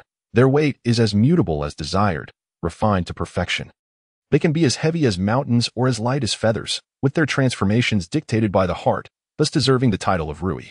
Sumu removed his ring, revealing a veritable mountain of treasures within, though most held little value for him. The bright light warriors, ensconced within the realm of immortality, had their eyes transformed into an eerie silver hue, their presence surging upward with an intensity akin to rockets. Zhang Pozi was taken aback, exchanging a glance with Xiao Manton, who nodded with pride, confident that with Tianxi's talents, he would undoubtedly succeed. This was the source of his earlier elation. That won't do. I laid claim first. I want to toy with him, to make him my offering. Phaidon objected, casting a mischievous glance at Xiang Beifei, already considering him a captured prize. Goodness, is that the cousin of the clanging great sword? Xian scrutinized the attributes. They were nearly identical to those of the great sword, the only difference being that the great sword could affect all beings, whether dead or alive. Suddenly, with a thunderous crash reminiscent of mountains collapsing and earth splitting, the direction they were aiming at crumbled, a corner of the city wall shattered by a rampaging triceratops, causing both beastly soldiers and debris to tumble down. The earth dragon's massive head intruded, roaring fiercely while spewing forth toxic, earthen gas that corroded the surrounding stone bricks. Volume 1, Chapter 30. I accompany you upon reflection. He discerned that Wendy's research was evidently still lacking in completeness and seemed to have encountered a bottleneck. The expressions of Yilin, Xiao Moran, Li Xingping, and the others shifted dramatically, taken aback by the formidable offensive power displayed by Lubo at that moment. When Luo Shueying grasped Yang Fan's hand, she felt as though she had been struck by an electric current, yearning to hold on to it indefinitely. Although the blade did not strike Huashao, it instead cleaved through the historic Yan Ke church behind him, which had stood for nearly 2.5 centuries. The entrance and walls were marred by irregular fissures, with the only regularity being the precise gash that split the entire structure in two. Age, under Tyrion's curious gaze, pinched his philtrum to stave off faintness from asphyxiation, inhaling several breaths of the frigid air to suppress the impulse to remain a rogue at the Black Castle. Sweetheart was overwhelmed by a myriad of complex emotions, yet she remained silent, uncertain if her reticence could be construed as acquiescence. However, unbeknownst to him, in the eyes of the mature woman, Su Chun was the one she most wished to evade, as she had long grown accustomed to the gazes of the others. Mr. Gua, everything is prepared. Qin Daming emerged from the bedroom, his face alight with anticipation as he regarded the middle-aged man. It was evident that the white light at Xiang Tianxi's fingertips had intensified considerably, and soon, a cataclysmic upheaval occurred within Feng Yufei's body. Xia Zishuan's thoughts wandered in this moment, and when Bai Yunhao awoke, he found Xia Zishuan staring blankly at her own fingers. Yu Jinin's face broke into a slight smile as he pinched a talisman with 2 fingers, closed his eyes, and traced an infinity symbol in the air, softly uttering a word of forgiveness. The circular talisman then shot forth as if forged from iron, directly into the rat hole below. Just like now, he and Pei Xiner. If she were to fall into a perpetual slumber, he questioned how much longer he could endure in this world. Simultaneously, everyone's gaze converged upon a particular direction. Yet the one being observed remained completely unaware, calmly meditating in place. Had it not been for Wei Yan's considerable skill, he would have long been forgotten amidst the talented scholars of the Hanlin Academy. Lady Aunt, Pei Yan has come to see you. Liang Mama, suppressing her tears, leaned closer to whisper in her ear. Hehehe, look, it truly is your family, the Wangs, who are providing protection even before anything has transpired. Li Erga chuckled, his smile betraying an unarticulated lewdness. The police car was mangled and flipped several times. Wang Yu surmised that an ordinary person would have perished instantly. He opened the window, gazing at the twilight sky, and after he Xiaoqian joyfully ordered their meal, he took his seat. As for the other furnace vessels, Shinshio had already been encountered. They merely needed to find an opportunity to approach him and implant the seeds of cultivation within him. They had already been slain by the 3rd generation of Thunder Shadows, and Yunren hoped to continue negotiations. Rijan spoke hesitantly. Although the title and slogan had changed, he spoke with equal fluency, and no one knew how many times he had rehearsed in advance. She was clearly adorned with makeup, gentle and graceful, her colors understated yet impossible to ignore. It evoked the image of a lotus on the water, elegant yet striking, reminiscent of a summer painting that lingered in one's thoughts. With the assistance of several enthusiastic spectators and the hero Xiazhu, Wang Duiyu was successfully escorted into custody, fortunately later bailed out by Mr. Jin. The production team hadn't even allowed them to change their outfits. Chu Shaoan thought the recording had yet to commence, entering with a bucket of popcorn in hand. Alcohol? Bring me some. Lu Jiayi was already showing signs of intoxication but still reached beneath the bar for a bottle of base liquor, only to be intercepted by Csu. Impossible. AI incessantly channeled the lightning chakra within his body, as if attempting to escape from the slug's grasp. My lord, this proposal is unsuitable. I must respectfully decline. Shi Yuan-san, inebriated yet lucid, firmly refused to relent. If we are to take command, I must first report to the court and seek a formal decree. Haha. I feel an inexhaustible power coursing through my body, an unprecedented strength. Zagu roared to the heavens, then lowered his gaze, his eyes now reflecting a certain cruelty towards Lin Feng and his companion.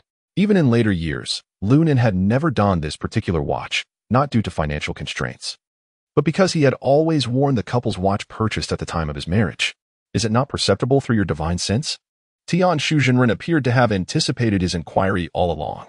To ensure that the spirit beast would pursue him, it was imperative to inflict sufficient damage on the first strike. One could say that the bombing had yielded exceptional results, much to the delight of the pilots and the distant observing officers of the Gue army. Ahem, Liang Tongpan, be mindful of the court's decorum. Wang Xing tugged at his beard, sternly maintaining a serious demeanor. He, my lord, you may deceive others, but you cannot deceive me. You were well aware of yesterday's events. Were you not? With that, he fixed his unwavering gaze upon Zhao Yuanzhan, seemingly intent on uncovering his very soul. Volume 1, Chapter 31. Lost innocence, alas. What audacity. Yi Yanqing remarked, and then she truly believed that it must have been Murong Baichi who had harbored such impure thoughts in the cave that day. After all, he had dared to commit such shameless acts before the elders during the tournament. How much bolder would he be in an unoccupied cave? The leader, with a face as cold as frost, bore a scar that stretched from his chin to the crown of his head, giving him a truly menacing appearance. Caught off guard by He Huan's question, she noticed a hint of crimson bloom upon his cheeks, causing her to halt her fingers mid-typing. It was inconceivable that anyone without illness would recklessly kick down another S-door at such an early hour. A multitude of humans, dragons, and kunpangs fell to the ground, trampled into a bloody pulp. In mere moments, rivers of blood flowed, and corpses lay strewn about. The sound of bones snapping underfoot was incessant. Dog, I guess, mother. You know the men in the village have their designs on you, so why come to me? Luan said, covering himself. After exchanging playful banter that lightened the atmosphere, the two began to read the lengthy guest list. Qingyan town was not too far from the Zhejiang sect, yet under normal circumstances, especially with servants or the ability to fly, it would take Yi Yanqing and her companions about 10 days to traverse the distance. If there were a star on the field, it would undoubtedly be Toddy, along with Buffon. Toddy had long since retired from the national team, while Buffon remained active. All right, you all may rise. Long Tian called out to the gathered dragons. Long Xian, Long Zhan, you three come with me. In truth, Li Xinru was acutely aware that her current appearance was far from admirable, yet she could not concern herself with such trivialities. She yearned for vengeance, and she must ensure that the scoundrel experienced the sensation of half-finished words. The two had been busy selecting a location in the concession. Huang Jinrong directly suggested they reside in the British concession, citing the convenience of constant contact. However, Du Yuesheng preferred to find a place in the public concession. Yet, he knew he must keep his intentions concealed. Connie also stood, pacing the coach's box. Astonishingly, despite granting such authority for over 10,000 years, there had never been any record of a noble faction rising in rebellion. During this tumultuous moment, Ji Yuqin unleashed a five-claw dragon capture technique. The violent force shattered the void, and as golden claws grasped fiercely in the air, the heavens themselves fractured before directing a fierce strike toward He Liang. Du Yuesheng remained silent, recognizing the reason in Chun Chimei's words. Huang Jinrong, despite his prominence as a gang leader, could not be compared to Lu Yongxiang in Chen Chimei's eyes. Yet, he could not share Chen Chimei's mindset. Regardless, he felt compelled to rescue Huang Jinrong. Currently, among the forces that had crossed the river, the 3 divisions of the 90th Army, the 36th Division, and the 87th Division, along with the training brigade, retained combat effectiveness, allowing Chongqing to promptly mobilize troops to counter the Japanese forces. This outcome was likely to be acceptable to the Chongqing government. He felt he had done his utmost. Ai Hong mistakenly believed that the establishment here was quite upscale, inviting Zhuanan to dine without hesitation, primarily due to her limited social circle, to Zhuanan. A place like Erlingzi S seemed no different from a marketplace. Fortunately, on that day when the Japanese offensive slowed, fortifications were reinforced across various positions, enabling the defending troops to withstand the intensified assaults. However, a crisis soon emerged at the position of the 88th Division guarding Long'an. Indeed, whether or not to change jobs. I shall learn all skills, Chen Fei asserted with a nod. Now, arranged in 2 rows, each containing over 60 soldiers. The ranks turned their heads in unison towards Yi Chuan, evidently startled by his recent action. We have come to collect spiritual energy cards. They are essential for accepting tasks and claiming bounties, Xia Shijiao explained leisurely. Meanwhile, I pondered the server's words and the peculiar man's demeanor, sensing an unease even common folk would detect. Perhaps he was not here for us after all. Sigh. I have lost. I truly cannot defeat him. The title of God of War is but an empty name, and I am not invincible. Gaia calmed himself, his eyes filled with an indescribable melancholy and sorrow, yet tragically. The innate power of the God of War that once emanated from him was no longer visible. Volume 1. Chapter 32. The 8th Prince. It is said that Wu Mainyang even issued a decree forbidding the keeping of cats within the imperial palace, with a strict order that any discovered would be shot on sight. The old witch smiled faintly, dipping her fingernail into her wine glass. Before beginning to carve upon the wooden table, the screeching sound of friction made one's gums tremble and scalp tingle. For instance, the ongoing optimization training method, through the analysis of the corresponding knowledge system, seeks to refine and enhance the existing foundation.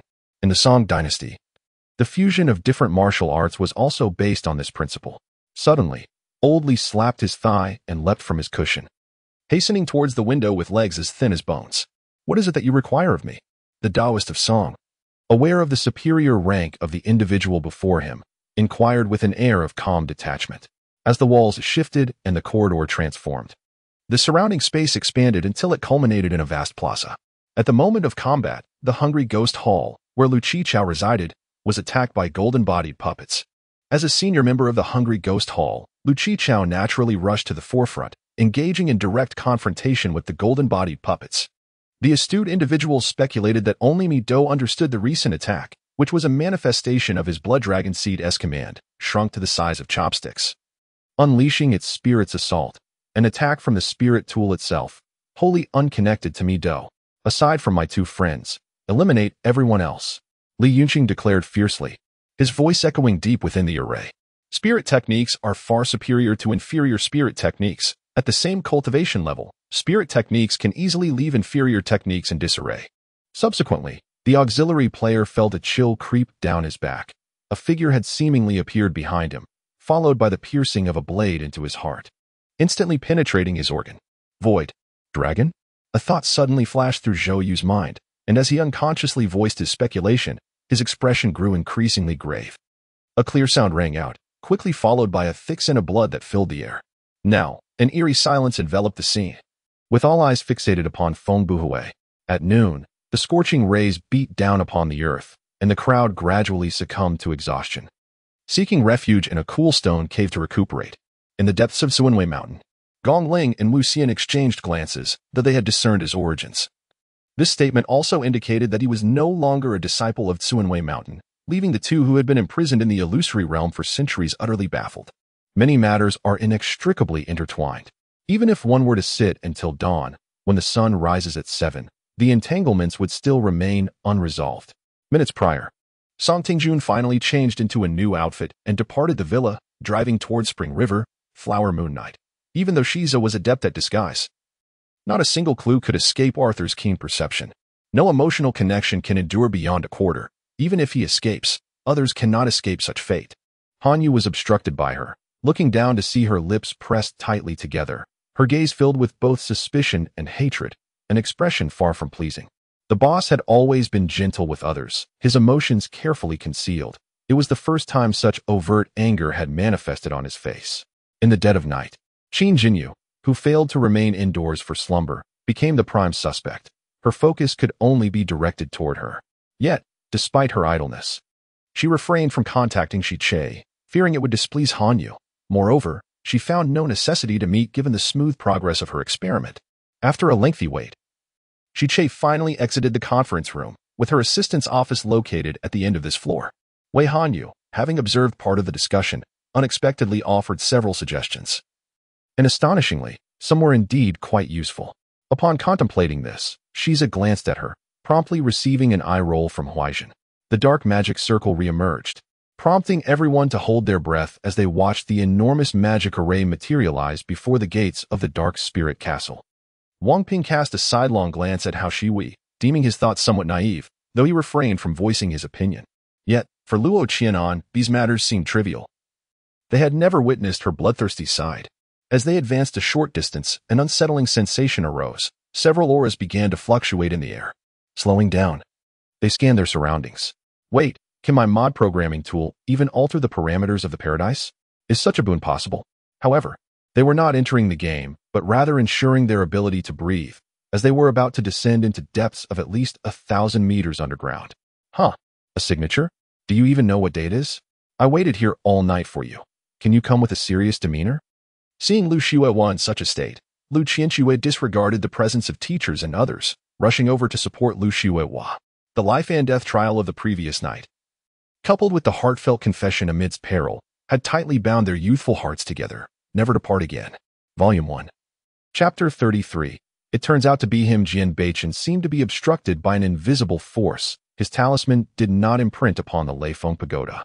Suddenly, a fierce wind surged, causing Jian Beichen to involuntarily retreat and land upon the ground. He lifted his gaze towards the night sky not far away. A trace of solemnity reflected in his eyes. Most of the individuals present were residents of Haiqing, fully aware of Lu Zhuo's entanglement in scandal. And they understood that following the revelation, the stock prices of the Lu Group plummeted repeatedly.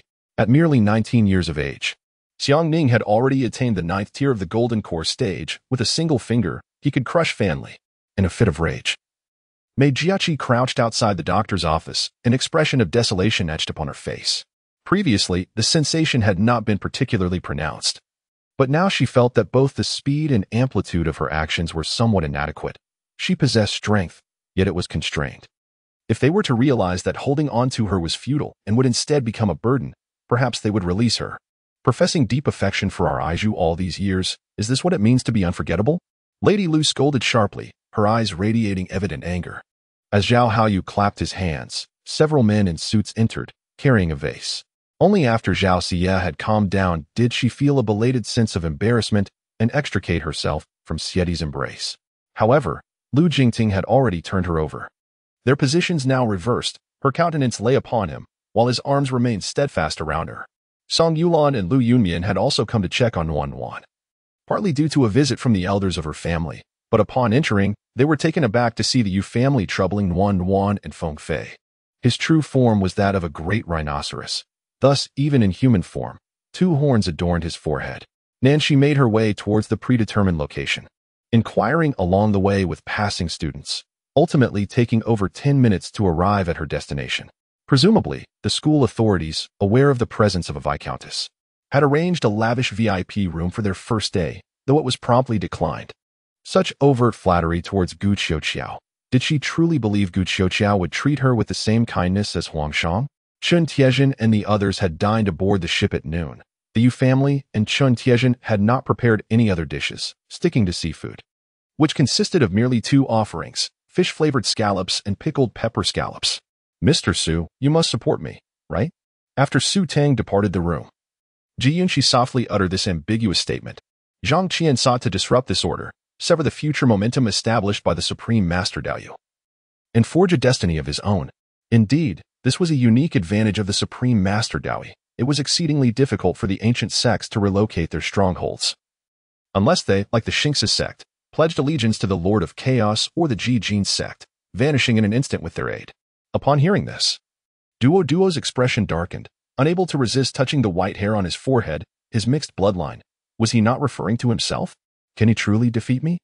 Pei had never felt so at ease. It was time for him to face his reckoning. The members of the Black Robe clan, invigorated as if by a surge of adrenaline, turned red-eyed, forgetting that their adversaries were their own kin, raising their weapons against the heavy bull guards. After crashing through 3 buildings, they finally came to a halt. Yet, their seemingly devastating assault failed to harm the seemingly fragile skull of the evil spirit knight.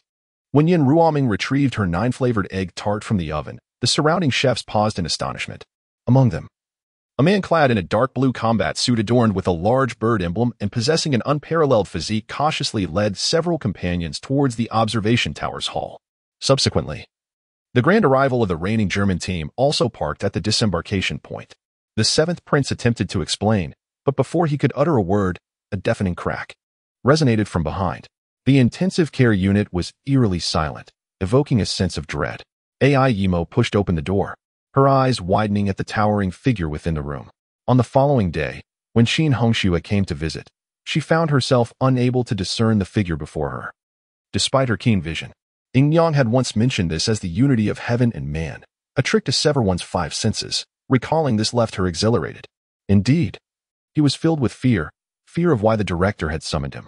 At that moment, he wished to escape, to resist the results of the examination report. President Yu. Xiaomu froze upon pushing open the hospital room door.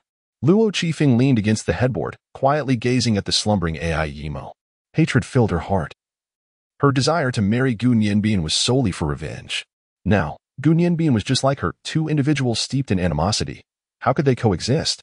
He remained oblivious to her thoughts, just as she could not fathom his. Crown Prince, the new emperor, Gu Ding, felt his eyes redden upon seeing the haggard visage of his brother, tears cascading down his cheeks. The 2 paused momentarily, yet in that brief instant, Zimo and Qingchen caught up, a sword striking down.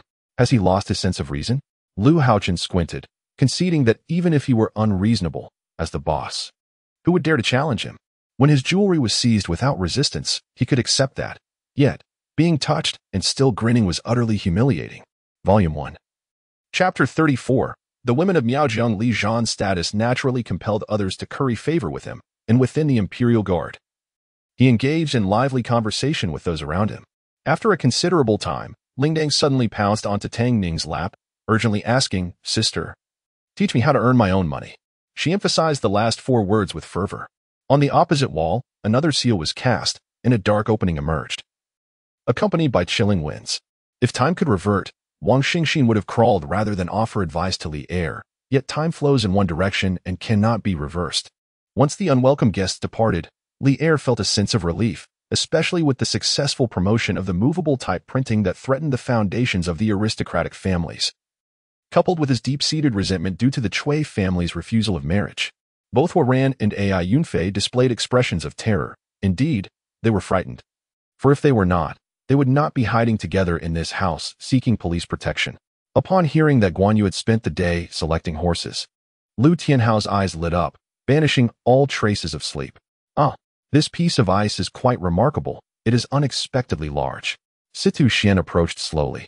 The cold ice sped emanating a misty chill, and he crouched down to examine it.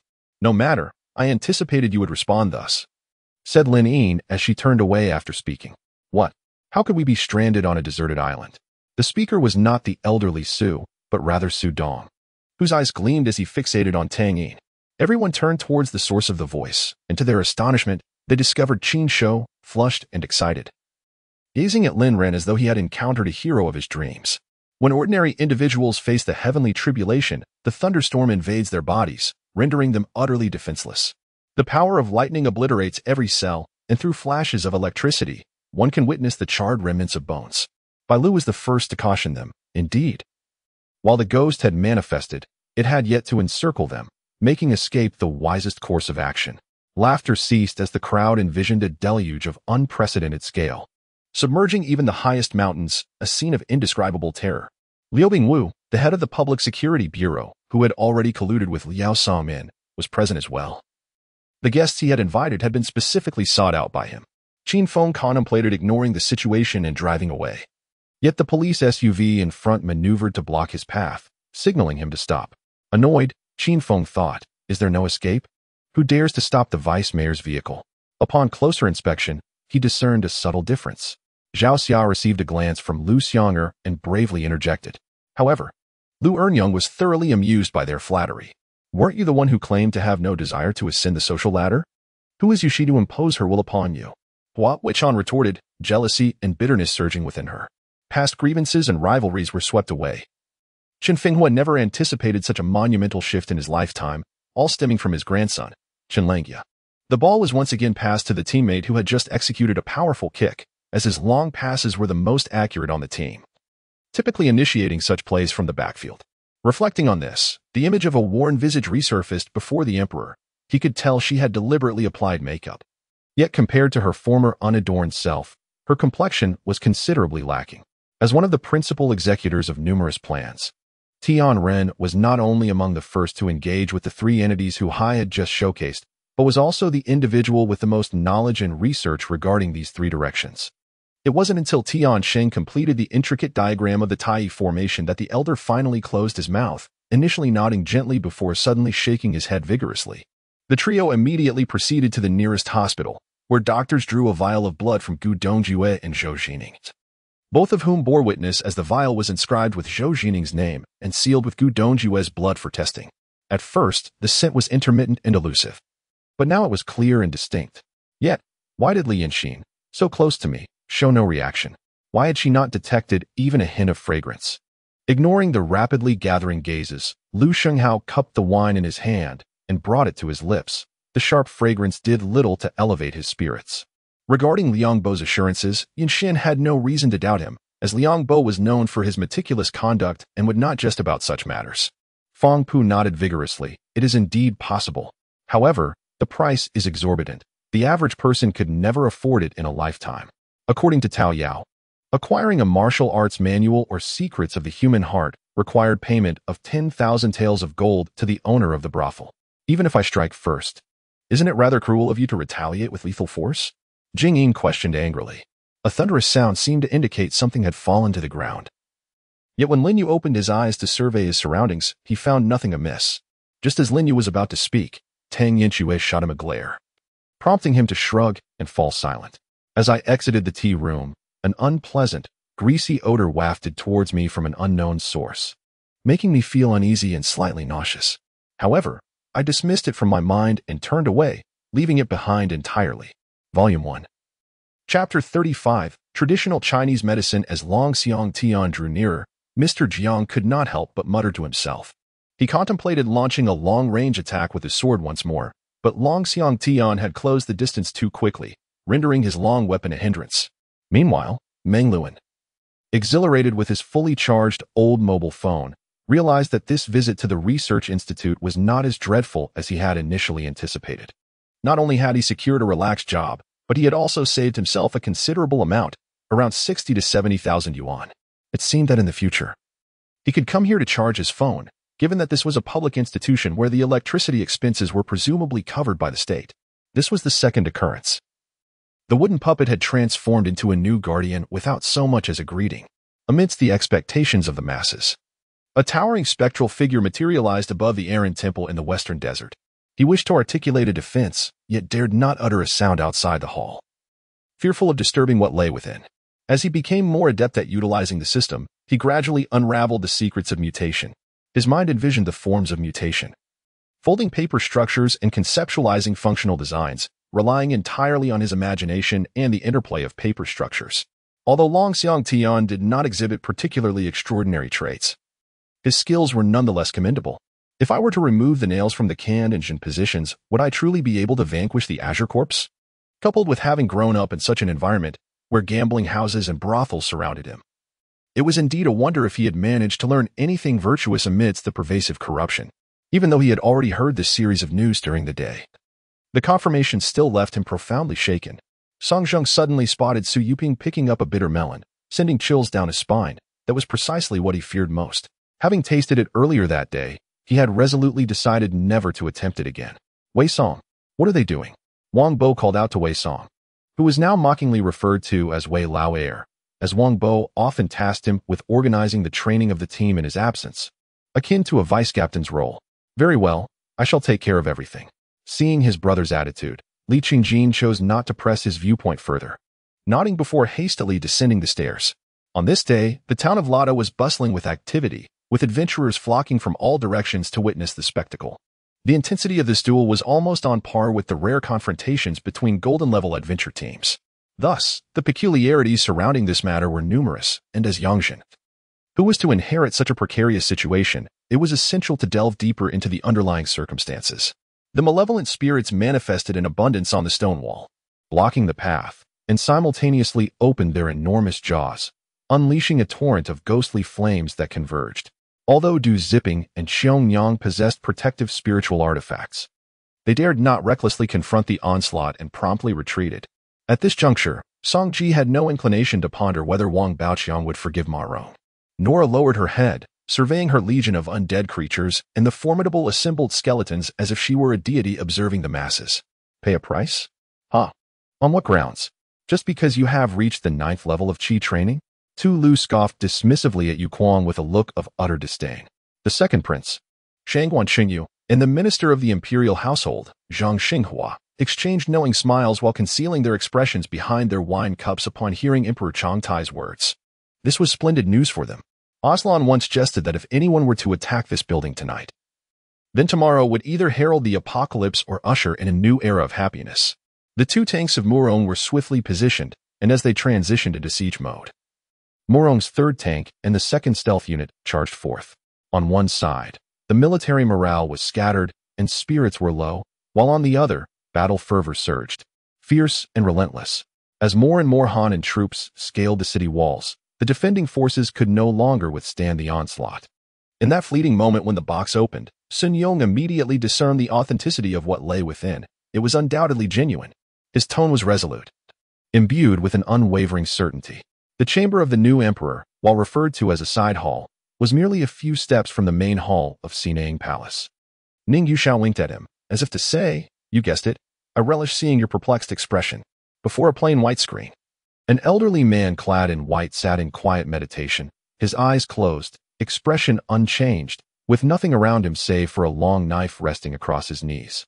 Ning Yuxiao regarded Li Yiyan with suspicion, sensing that he was not as innocent as he appeared. Having reached his position, she cast aside her doubts, reassuring herself that he would not harm her.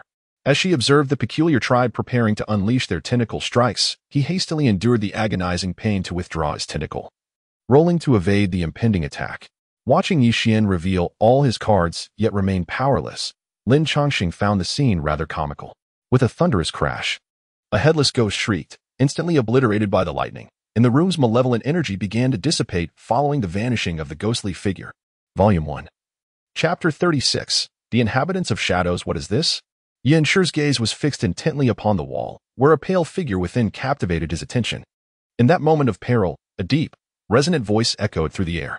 Immediately, Ao Tian felt a gentle force enveloping him, propelling him towards the Wolf Fong adventure team. While Xiaoyu mysteriously appeared in Ao Tian's original position, unflinchingly raising his fist to collide with Yujun. Your Majesty, I cannot ascertain the details, but everything within the temple seems perfectly normal, remarked the Dragon Prince. Upon hearing that fifth brother had arrived in Shijiazhuang, the latter initially felt a surge of joy. For the recent days of enduring hardship had left Wang Xiaojie at a loss for what to do next. However, when he learned that fifth brother was currently at the baccarat table, he nearly succumbed to a heart attack. It should be noted that this was the territory of the Qingyan.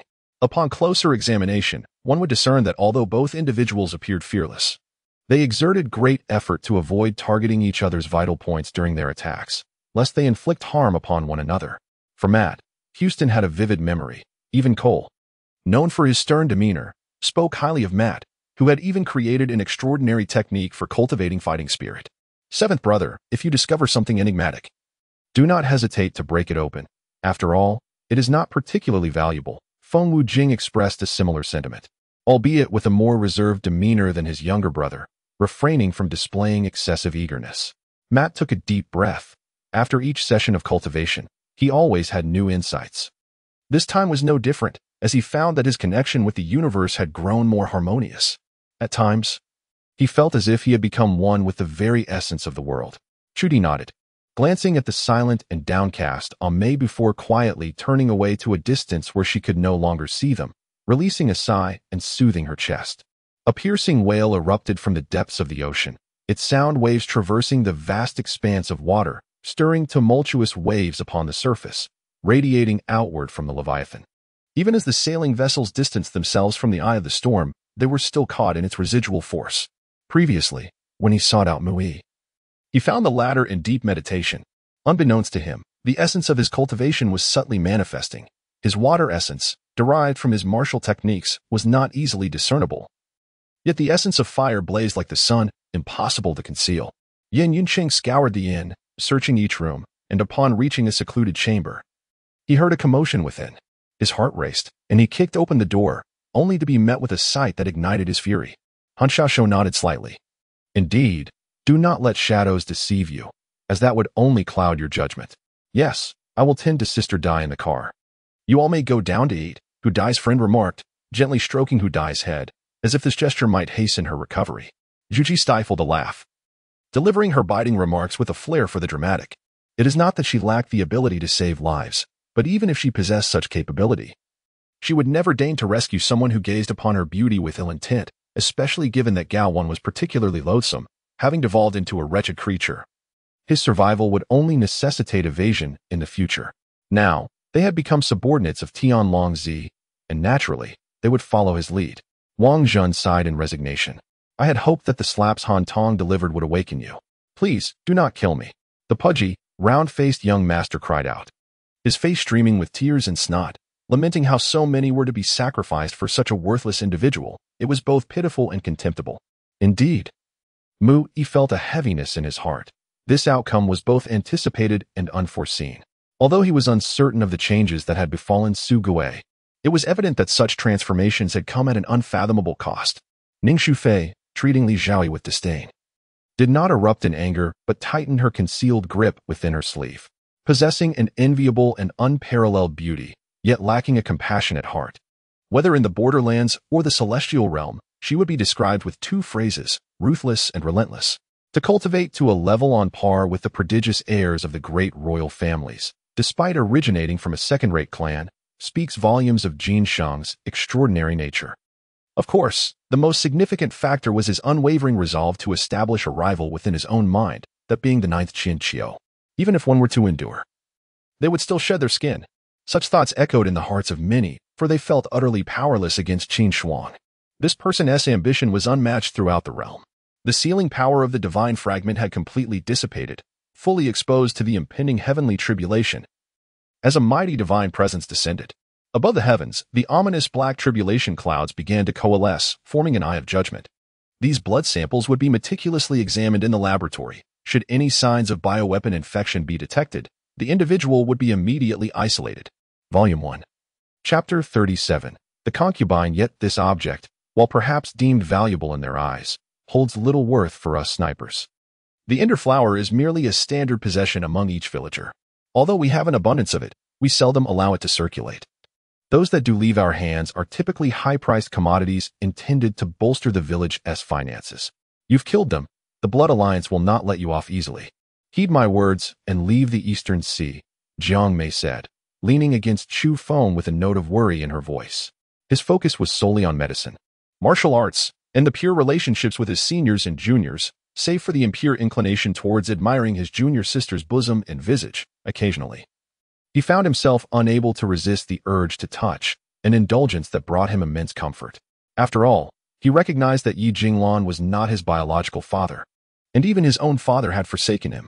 Yi Jinglan had been so benevolent, making Ye truly reluctant to part ways. Just as despair enveloped her, two tigers suddenly crashed to the ground, landing heavily and expelling a gust of air from their bellies, which tumbled forth with a grunt. However, Luo Chen appeared. Were it not for him, even Mu Lixi would have struggled to locate Chu 12 at this moment. After all, if she chose to hide again, she would do so with even greater secrecy. Observing the once youthful yet still benevolent visage of old Albert, Chen Mo couldn't help but smile. Having spoken, Luo Lan waved her hand, tearing open a pitch-black rift that widened to form a portal. The Pokemon Center had long been prepared. Upon her arrival, Delubi was immediately ushered in for emergency aid, while Qingqing remained unfazed, casually browsing nearby supermarkets to order takeout. Ham, roasted chicken, fried chicken cutlets, all ordered to be delivered to the Pokemon Center's entrance. Come, Meng Ling, eat something. Stop being so busy, Wang Shui said. Touched by Meng Ling's understanding nature, the bullhead was not particularly pleased with this arrangement. In front of Su Kuei, he dared not voice his complaints or objections. Meanwhile, Lu Shuzhou would undoubtedly choose his sister, and the outcome became clear. The first place would belong solely to Xinyu and Yiran. Gazing at the plump lotus roots, Meng Changdong wiped the sweat from his brow, yet his heart brimmed with delight. The wooden box, adorned with intricate dragon and phoenix carvings, was exquisite, though the lock was clearly a later addition, corroded to the point of being flimsy and soft like tofu. A drunken ruffian attempted to force her, but the girl resisted for the first time, ultimately meeting a tragic end and losing her unborn child. She was but a student at that time. All right, Li Luo nodded. His intention straightforward, to demonstrate his own worth. A figure appeared beside her, an elderly woman who appeared vigorous and exuded a formidable aura. Such incidents were numerous, instilling fear in the villagers. The deeds he committed were well concealed with their assistance. The 100,000 households present had long anticipated the outcome. Faced with the deputy general's enticement, none could resist its allure. Unbeknownst to them, Han Feng had already attained the Saint Body realm, akin to the Sword God realm, with divine power coursing through his every limb and sinew. As long as life persisted, so too would his divine energy. Years prior, Gu Tianxing began plotting to seize power, and only recently did he learn of martial artists from the southern region venturing into the eastern wilderness. He secretly acquired the forbidden techniques for poison cultivation from them. A sharp sword cry resonated as Bai Tong unleashed a strike, sending a wave of sword energy hurtling toward Zhaoling. Such talismans were exceedingly precious. With Han Feiyan possessing this life-saving trump card, he undoubtedly held other valuable items as well. This esteemed guest is what we are to host. Should you require anything, you may directly contact the base leader's office. Homan instructed Yuan Tu and the others without further elaboration. Su Qi assessed the precarious situation of the four fallen angels. Relying solely on his own strength would be insufficient to rescue Suya. Under the protection of chaotic power, not only could her injuries stabilize, but she could also gradually mend the adverse effects of the bloodline's fiery toll. I am still sitting here, and you two are conversing so openly. Do you truly believe I am powerless against you? Suchi pondered how, within such a short span, he had managed to attract the attention of both the Song and Li families, two behemoths in their own right. With a clang, Gung Erli drew his deer-slaying sword, striking Zhang Shuiyan across the face with the blade, leaving a vivid crimson mark. As Long Yi made his way here, he observed numerous individuals entering the Shishan mountain range, evidently drawn toward the pure Yangtze's cave abode. Lin Hanwei realized mid-sentence that she was clutching Wang Kai's arm. Her face flushed with surprise as she stepped back in a fluster. Wang Sire was quickly roused from his stupor, turning to see that the other members of the Northern Desert's 7 heroes had arrived. Chu Weiyou patted Wang Sire on the shoulder. In truth, even after the financial crisis erupted, investigations revealed that over 50 of investors suffered severe losses, yet they remained unwilling to withdraw. Many investors expressed their belief that the stock market would rebound. In Qingyan, the family that frequently extended their assistance was none other than the Jiang family conglomerate, the foremost family in the region. The 3 blood-red characters flickered, dimming as Pei Juanhao leapt from his seat. His complexion pale as he fixated on the door to life and death that was about to open, his eyes filled with hope yet shadowed by profound fear. Volume 1. Chapter 38. The banquet. The essence of the Xian Wang Pearl could still unleash its power one more time. Although the intensity of this eruption could not compare to that experienced in the feather transformation array, it was sufficient to deal with an ordinary Foundation establishment cultivator.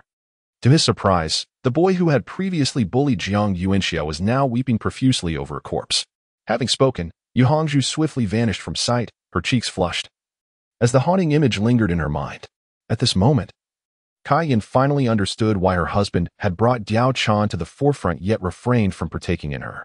Ma Yunlu, witnessing this, was filled with joy and pressed forward once more, his spear lunging toward Kai's heart like a venomous snake striking its prey. As they ascended halfway up the mountain, Zhang Qiling brushed aside the vines, revealing a dark, gaping crevice behind them.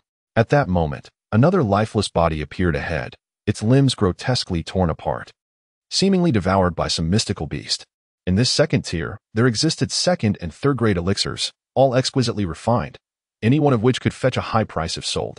However, the fact that the dragon vein had been gifted to Bai Yi by Uncle Jiu was something one could not know without witnessing it firsthand. After a bumpy ride lasting over 20 minutes, Meng Yi felt as though a century had passed before finally arriving at the township supply and marketing cooperative. Should that cousin trouble him again, Xin Wei-yi resolved in his heart not to let her off so easily. He had no desire to invite trouble, especially in this unfathomable world, yet this did not hinder his determination to protect his rights and uphold his dignity. Your brother is not dead, so why lament? Although still in great discomfort, he had at least regained consciousness. The sound of Du Haitao's tearful voice only added to his vexation. Did this fellow intend to weep him to death? Moments later, Fei Er and Jiang Yi approached me, one on each side, both smiling warmly. Yet a shiver coursed through my body, an ominous premonition taking hold. The Master God announced a colossal mission, and this prominent guild in the Master God's realm responded immediately. However, the task they accepted was not related to the Boxed Garden, but rather concerning the affiliated worlds beyond it. I have long wished to meet you, I admitted. However, for Wei Yi to immediately accept this long-lost mother, who had vanished for nearly 20 years, and embrace this familial bond was no simple task. Whether it was accepting Catherine or allowing her to understand everything Wei Yi had endured over the years, time was still needed. If it were not for this, how could one explain the expression on Huang Qing's face after his demise? Huang Jun queried, puzzled. Huang Jun remarked, your deduction is generally sound. Yet you overlook that this object fell from a great height. This implies that it likely does not belong to the technology of Earth. One cannot assess its performance based on terrestrial technological standards. No, not everything is a lie. I can assure you that the vast majority is indeed true. However, I am no longer the Yi Mei gazing at herself in the mirror, but rather, I am the Yi who has emerged from the mirror. You replied with a bitter smile. Emily, feeling the futility of remaining idle, recalled that yesterday, accompanied by Zhao Yan, he had explored the 20-plus floors of this building constructed from special mechanical materials. Today, perhaps he could wander the streets of Moser. Even Exin remarked that if our door network possessed the capability to compete with those leading figures, we would not have come to Xiangnan City seeking you. Li Lingfeng was astonished to see a faint blush appearing on the cheeks of the two drunken faces depicted on the bottle. To the left was a massage room filled with an array of massage equipment, numbering no less than 10, including 2 massage tables. Igniting a fervor in Yu Fan's heart, Swanli glanced at Chan Dian and smirked derisively but refrained from taking action. In less than a breath, solid wooden slats suddenly materialized around Swan Li, and before anyone could react, he was confined within a wooden prison. After Elder Qingyan uttered these words, many students felt a wave of reassurance wash over them. Indeed, being in the presence of Elder Qingyan inexplicably instilled a sense of calm. On what grounds do you claim to have healed Christine's wounds? What evidence do you possess? Lu Chunyu struggled to suppress his agitation, gazing earnestly at Lin Yichen. This is no longer of significance. What truly matters is, where is it now? Cynthia interjected, cutting him off. Upon regaining his composure, Feng Yeyang decided to store away the creature, for it rightfully belonged to him. If it were to be lost, he would feel a pang of sorrow, especially since he was uncertain whether his old adversary would leave him any surprises thereafter. If so, this creature could still serve as a valuable aid. Volume 1. Chapter 39. A life-saving grace. Such matters are neither exceedingly difficult nor particularly simple. They primarily rely on persistent effort. In contrast, the indigenous federals of this world could resolve it in mere moments. However, for the evolved beings who have undergone various bloodline transformations, complications inevitably arise. To outsiders, especially those in the journalistic realm, it seems as though tremendous events have unfolded, instilling a sense of dread. On the other hand, this also appears to corroborate certain claims made by television media. The relentless pursuit of the Black Crow behind left Uchiha Itachi pondering his next move. In truth, a single illusionary technique would render Aki helpless, yet he chose to chase her down with sheer speed. This unexpected turn of events took Wang Kuan by surprise. As the opulent characters of Hua Baolu adorned the grand facade of the second-floor street view, with newfound confidence, Lin Tianyong learned that to locate the Qingtian Palace using the 7-star beads, 7 cultivators whose techniques perfectly aligned with the beads were required. He promptly agreed to summon these 7 integrated practitioners to the site. Nevertheless, the presence of influenza in the orphanage did not escape public attention. After all, the term influenza implies a level of threat that cannot be overlooked. Lin Tianyong found a moment to converse with Xiaoya, discovering that she had finally advanced to the divine transformation stage over a decade ago. Now that she had stabilized her cultivation, she had received permission from Kai Qingying to seek him out. Wait. The middle-aged warrior gazed at Aki's forlorn silhouette, suddenly filled with compassion, and called out to her. She regarded Wang Hong with a strong suspicion, doubting his credentials as he spoke of experiences that he himself possessed. Was he not also ensnared by the whispers of gossip? After enjoying a refreshing evening, Qi prepared to depart, seizing the opportunity to explore while that scoundrel was absent. Perhaps she might encounter a wealthy and handsome suitor eager to shower her with riches. Shouldn't her cousin defend her against such rumors? It was only reasonable for him to accompany her and lend her some dignity. Of course, she could craft an impeccable narrative to exonerate herself, proving her innocence. Yet, years of life experience had taught her that a single lie necessitates a multitude of others to conceal it. Ultimately, the truth emerges, exposing one's true self. Mr. Jean perused each issue of the newspaper, conversing with Gu Changxing about the exploits of Feng Ruohua. As his family prepared to gather pomegranates, he felt compelled to inform Master Ji Ming of her intentions, and judging by her demeanor, it was far more than a mere 2 fruits she sought. Naturally, such words did not astonish Bai Xie. On the contrary, they elicited laughter from her. She intensified her ghostly power, and the left general's eyes flared crimson. With a resounding pop, one eye erupted, blood streaming down his face, rendering him half-masked in crimson. Xian crouched down, affectionately ruffling a Yuan's hair. Yet he was quite curious about a Yuan's change of attire.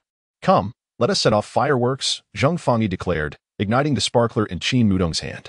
At that moment, Yuka finally unleashed the spirit bestowed upon him by Li Yining, as a spiral of radiant colors enveloped him, shimmering outwards. The long brow that had coiled around his arm was released by this kaleidoscopic glow. She understood that the true martial emperor had made his intentions clear. This was indeed a trial. Should she fail to resolve the issues at hand, she would not pass the emperor's test.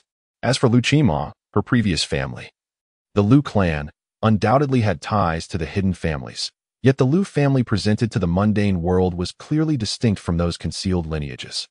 The pace was so slow that it prompted existential doubts in Jiang Xuan, who watched the sluggish progress with a desire to swim over and deliver the goods personally. Of similar age and commendable skill, having swift execution, such subordinates were indeed a pleasure to work with. In those days, the Qin family was far from lacking in wealth. Yet to claim they were affluent would be an overstatement. My family had not even begun construction when it already existed. Its presence was remarkable. My ancestors settled here. Enclosing it within their courtyard, remarked Mao Ji Lao Dao. The stewardess hesitated to respond, wary of becoming a target for the wrath of Zheng Shujun, who was already in a foul mood. Throughout the journey, Susini shared details about her family. Her mother, Wang Suzhen, was the second eldest, with an older brother.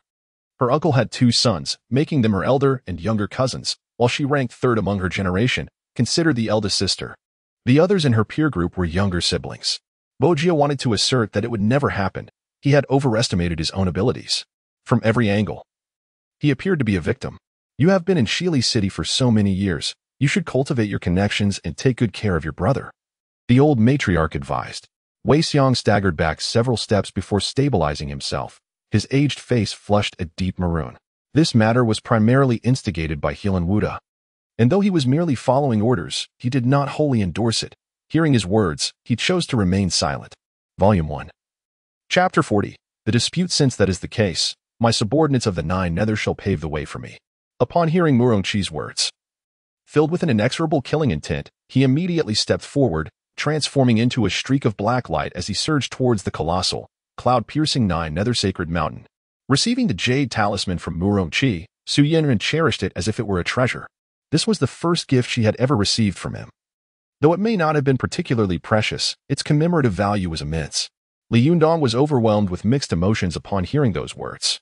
He pondered, in my previous life, I must have burned some incense or worshipped some deity to win Su Chan's favor. To think that I would also gain the support of 2 enchanting companions, Shou Qin and Ziyuan. It seems I owe them a debt that may prove difficult to repay in this lifetime. The figure in black failed to breach Su Qian and her companion's shelter, drifting instead towards the entrance of another dwelling. Upon hearing Murongchi's proclamation, Isha felt an overwhelming sense of happiness.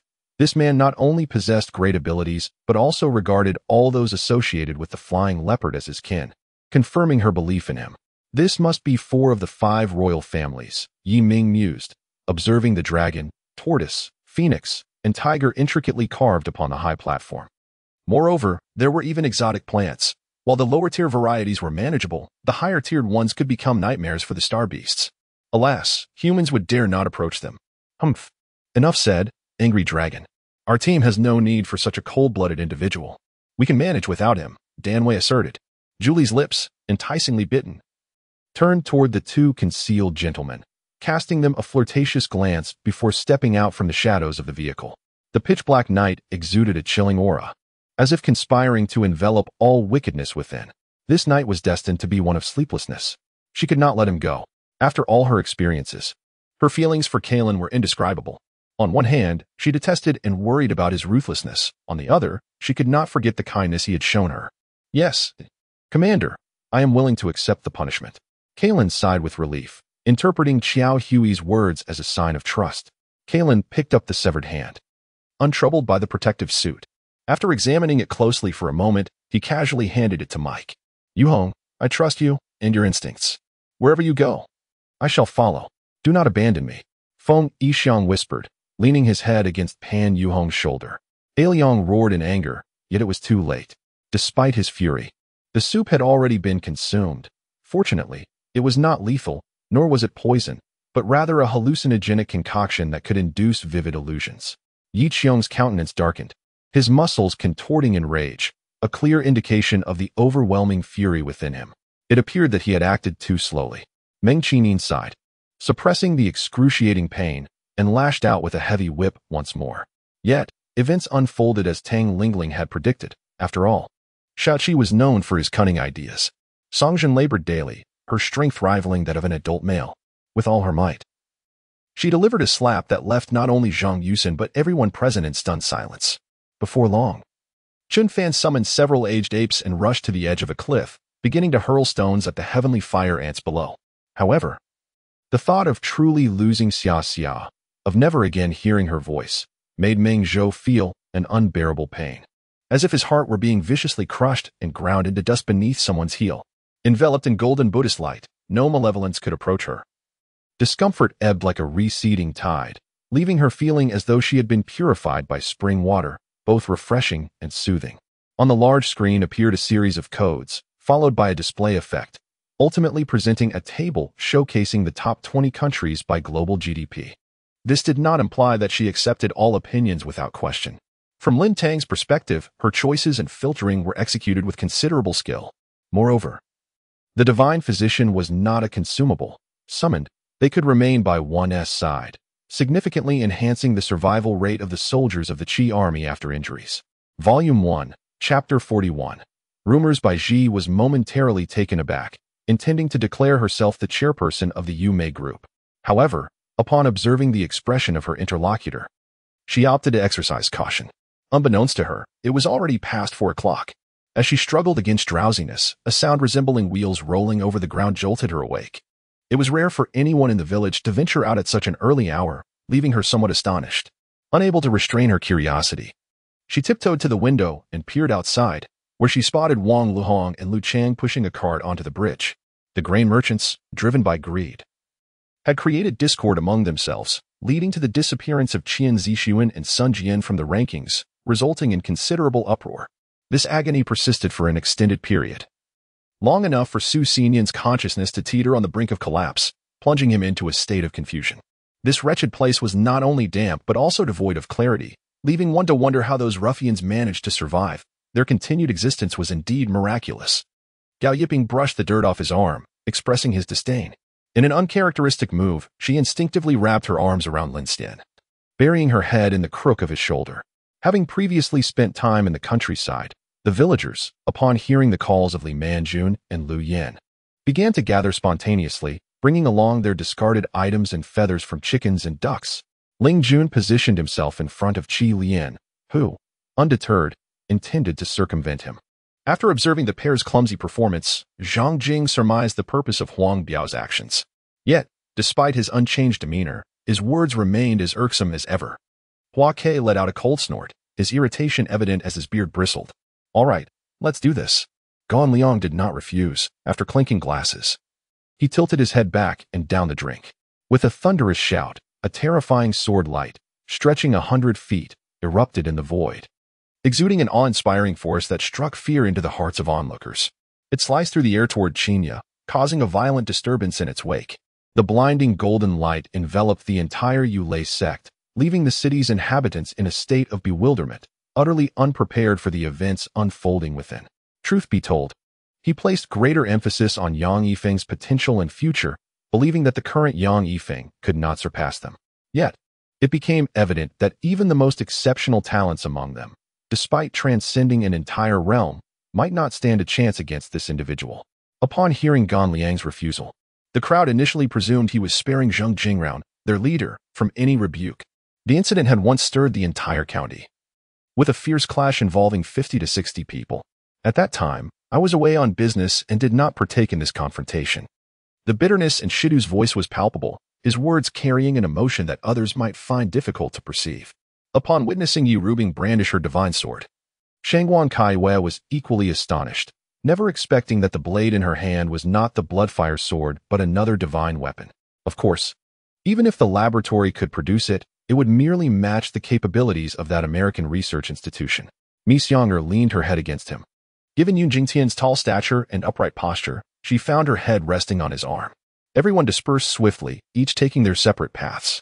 Meanwhile, Mo Yin, concealed in the shadows, observed everything, recalling that the guild just witnessed was currently ranked first in points. However, it seemed that at some point, a different version of her had emerged. In such a short time, she had matured significantly. Was it the arrival of a child that catalyzed this growth? Miss Younger glanced at the wall clock. It was already 7:30, quite late indeed, as she usually rose at 6. Gao Jianba understood the significance of this opportunity. Being introduced to Zhang Jiaoyang by Wang Ba implied that Wang Chaoyang intended to entrust himself to Zhang Jiaoyang, making the decision to align with him a matter of utmost transparency. How could this be? Gu Jinxia murmured, removing her ring only to reapply it, her spirit quivering once more. Enai Dehai grew increasingly agitated. Even with those few words, He regarded me Xianger with newfound respect. Shi Yuanyin pondered for quite some time, growing increasingly convinced that with Aizen's intellect, it was improbable he could be so easily dispatched with a single thrust to the head, thus deciding to wait and observe. After uttering this statement, we did not allow the fervent reporters a chance to pose questions, decisively turning away. She had little else to occupy her time at home. So venturing out to reconnect with long-lost friends for drinks and conversation was indeed a delightful prospect. Zhou Yang shook his head, a look of resignation on his face, knowing that despite its futility, he still needed to accumulate points at every level. Yet, even the phantom sword proved ineffective against a Kai Kuda. Zhou Tianlong's mere wind kill finger posed no threat to a Kai Kuda. Indeed, while the soul puppets appeared identical, they each possessed their own command structure. As long as these officer puppets could be purified, this formidable army would be at my disposal. The battles here were fleeting, and the overwhelming majority of the undead were drawn toward the sounds of gunfire and the four individuals, swaying unsteadily in their direction, unaware of their surroundings. Volume 1.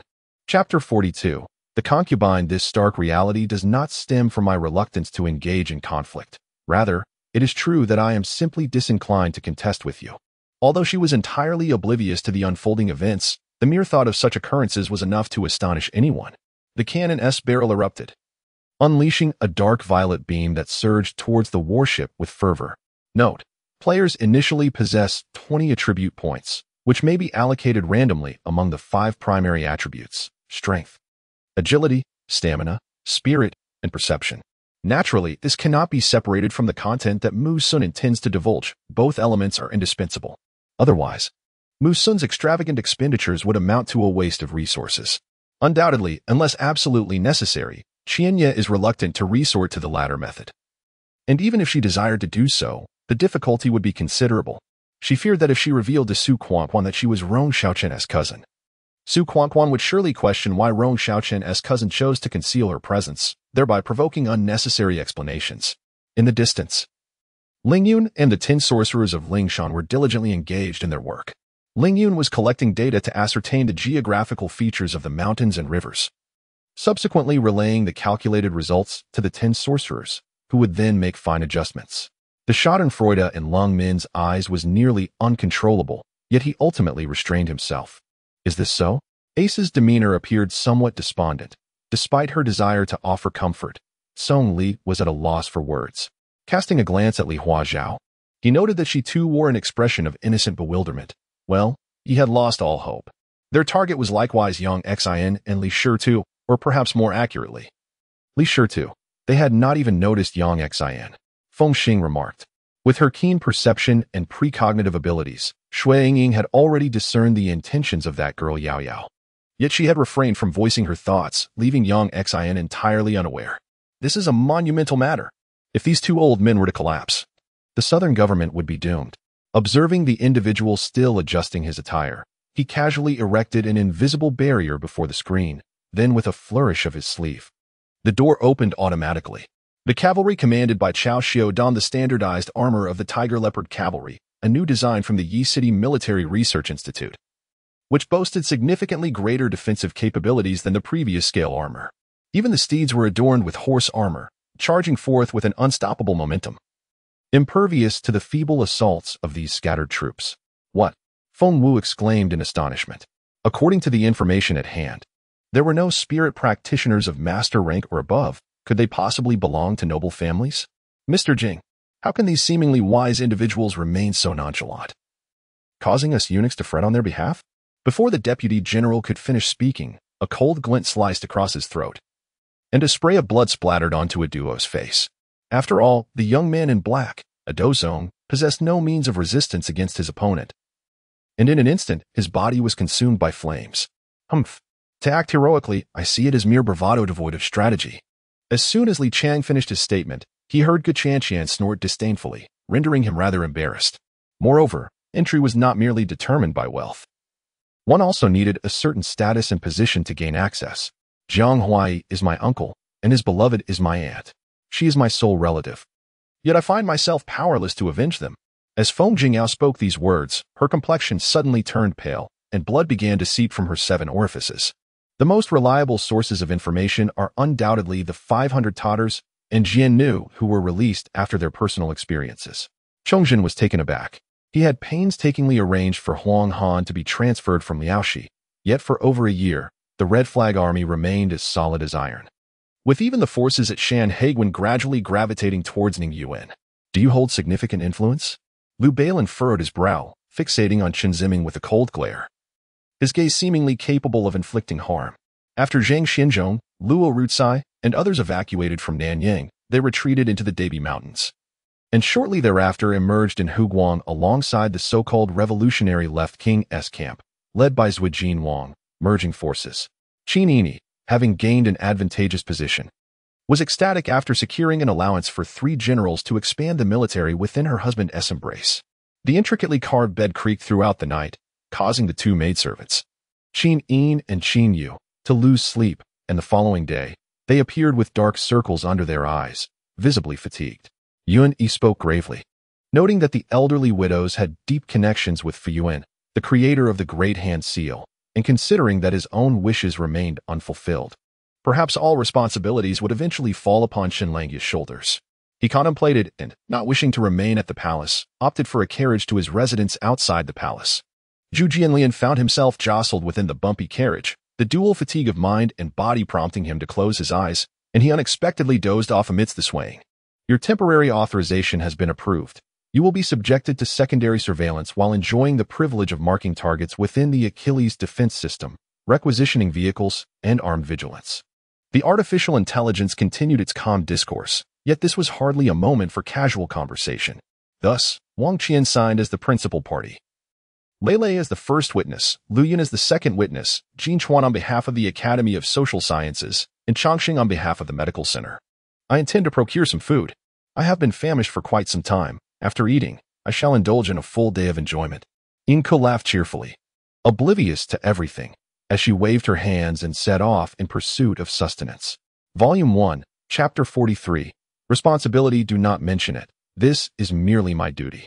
The flourishing development of Wang Village is beneficial to me as well, considering I am the deputy county head in charge of tourism, Zhang He remarked with a smile.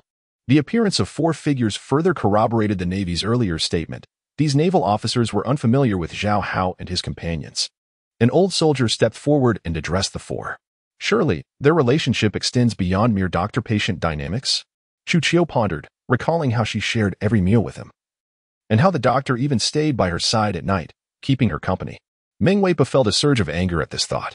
In Junjiang City, even though the evening breeze provided some relief, the midday heat was unbearable, and Qingyan firmly cradled Chu Qiu in his arm, leaning back to support her weight, raising one leg to ensure she leaned comfortably against him.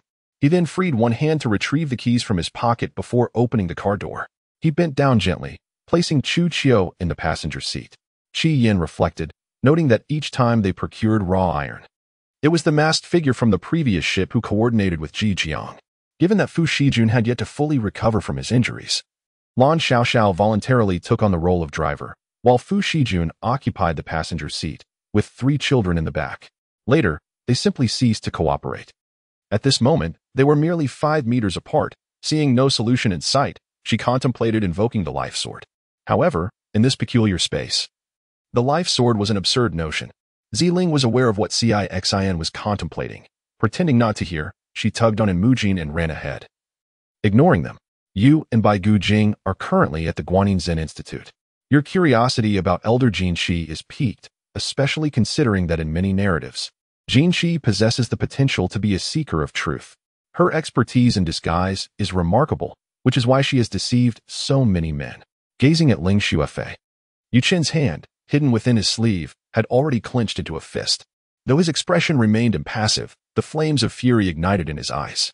Yi Chen cleared his throat, and a single remark nearly caused Zhuge Ming to spit blood. He felt deeply insulted.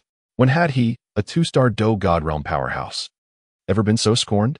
Xia Yiming seemed to have heard something unbelievable, her red eyes fixed on Lang Lingyun, embodying disbelief. A person who can merely produce 2 million dares to resort to kidnapping. Your audacity is indeed remarkable, Zhuang Yi remarked to Wang Xian. Su Ming had been in constant contact with me. However, due to my poor mood stemming from Yishan Shan, I had not gone out with her, leaving her quite disappointed. Though I felt guilty, I truly had no desire to spend time with her. He could not comprehend why he felt such an inexplicable sensation, but something felt amiss. Though he could not articulate it at present, his strength was quite commendable, yet merely that, commendable.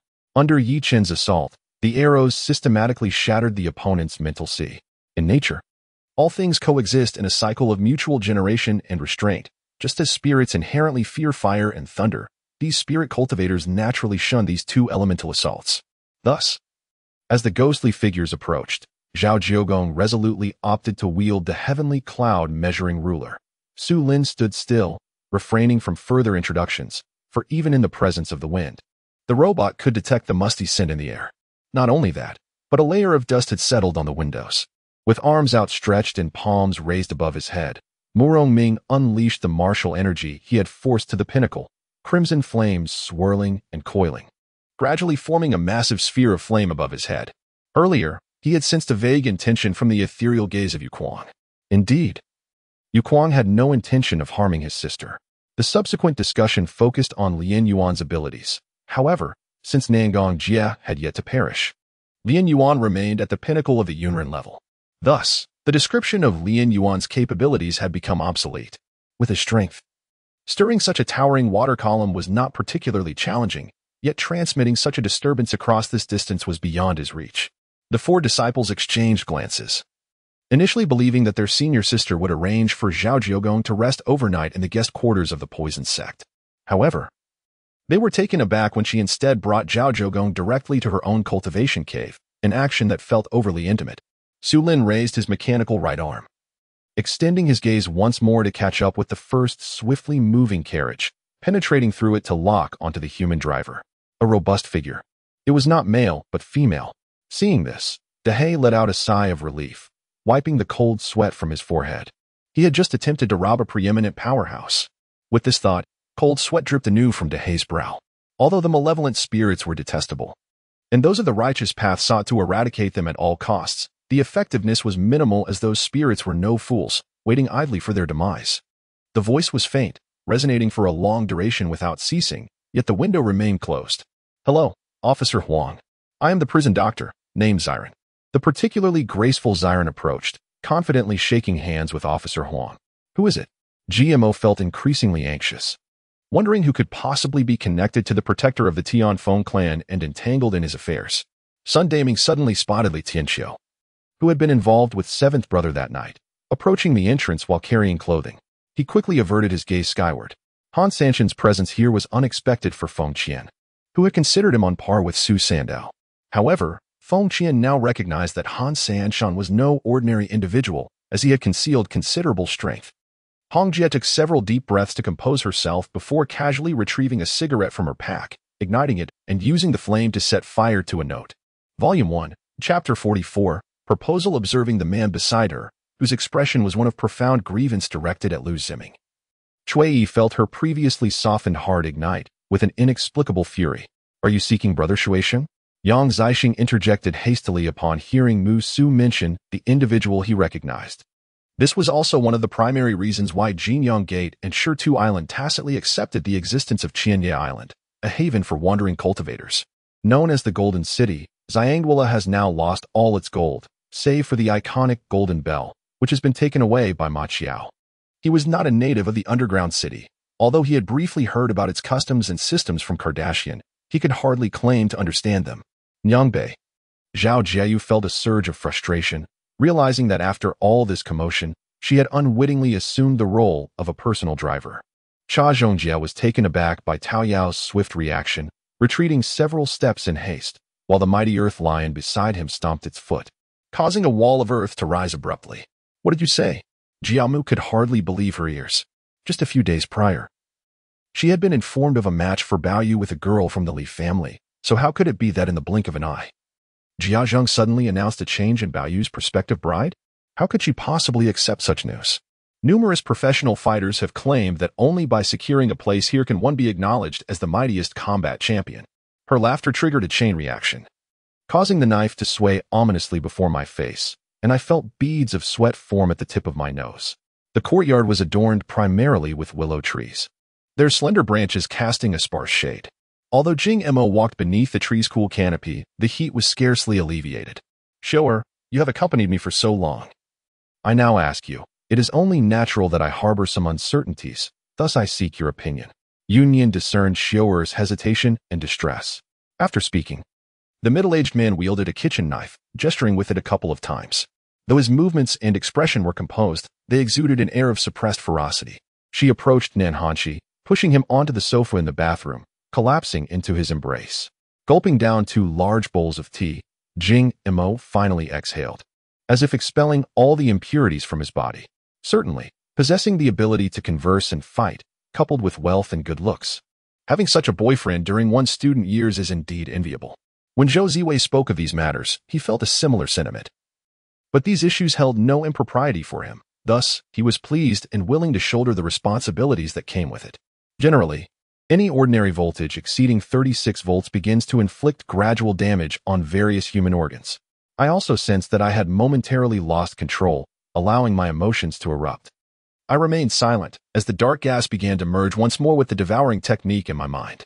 To overcome the present dilemma, Qiao Hai recognized that the fundamental solution lay in addressing the issues with the chip himself. Her entire live stream room was filled, leaving no space for anyone else. Even the background of the stream vanished.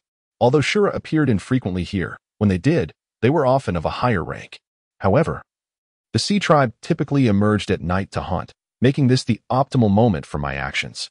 With the illumination provided by Uncle Luo and Jiang Yunsheng, everyone's attention was instantly drawn to a figure in a stark white nurse's uniform, bearing an eerie smile, slowly approaching. Her face bore a look of confusion, as if she had uncovered a problem. Wasn't this account hacked? How could it still dare to enter the live stream? Damn. I only realized my umbrella was broken when I was about to leave, so I had no choice but to brave the rain. Suwon signaled for a cup of mocha. Nervously clutching her handbag, she shook her head to indicate she did not have a headache, pursing her lips, resolutely refusing to inquire whether Xie Jingqiu had done anything embarrassing the previous night. After receiving a glance from the leader, the seasoned armed police officer, who had followed the chief for many years, understood perfectly. He stepped forward to the interrogation chair where Lin Tian sat, unlocking the handcuffs with a key, and grasped Lin Tian's hand, intending to drag him along. Leaning against the pillar that connected the living room to the corridor, she hesitated, questioning whether her methods of educating her children had indeed been misguided. Seeing her avoid the truth and speak around the matter, Suwon felt helpless. She was simply too stubborn. Fang Ziyan yearned to voice something, but Bai Ran had already brought the porridge to his lips, leaving him no choice but to eat. A voice within me whispered, "If you were dreaming, how could there be Ning Ranqing? That is merely a tale you have fabricated, an imagined being." Over the years, some merchants have recognized the value of this inexpensive yet quality land. However, considering the accidents that had previously occurred here, they ultimately chose to abandon it. Thus, the price of this land has continued to plummet. Volume 1. Chapter 45. The token of affection. Guan Yin gazed upon the 2 kneeling figures before him. For the sake of our army's survival, I implore you, esteemed strategists, do not hesitate. With that, he bowed deeply. The potency of this moment was far mightier than during its initial forging. Yun Yu gasped, her expression one of disbelief. As the word good left his lips, the crowd erupted in cheers. Even before the battle commenced, throngs of spectators surged towards their table, creating a sea of eager faces. Duan Yu felt a surge of joy within, realizing that her initial intention had evidently been fulfilled. 9 shadowy strikes descended, and Shi Min Sui Yu's face was etched with gravity. These blows were akin to the combined might of 9 celestial emperors at their zenith. Even he found it impossible to fully counteract them. Thus, after barely deflecting 6 of the attacks, he pivoted his body to evade the remainder. As Jinren suffered the searing flames, he scarcely thought to shield his right eye, only to find himself pierced by Wei Zheng's strike, the silver staff entering through his eye and exiting the back of his skull.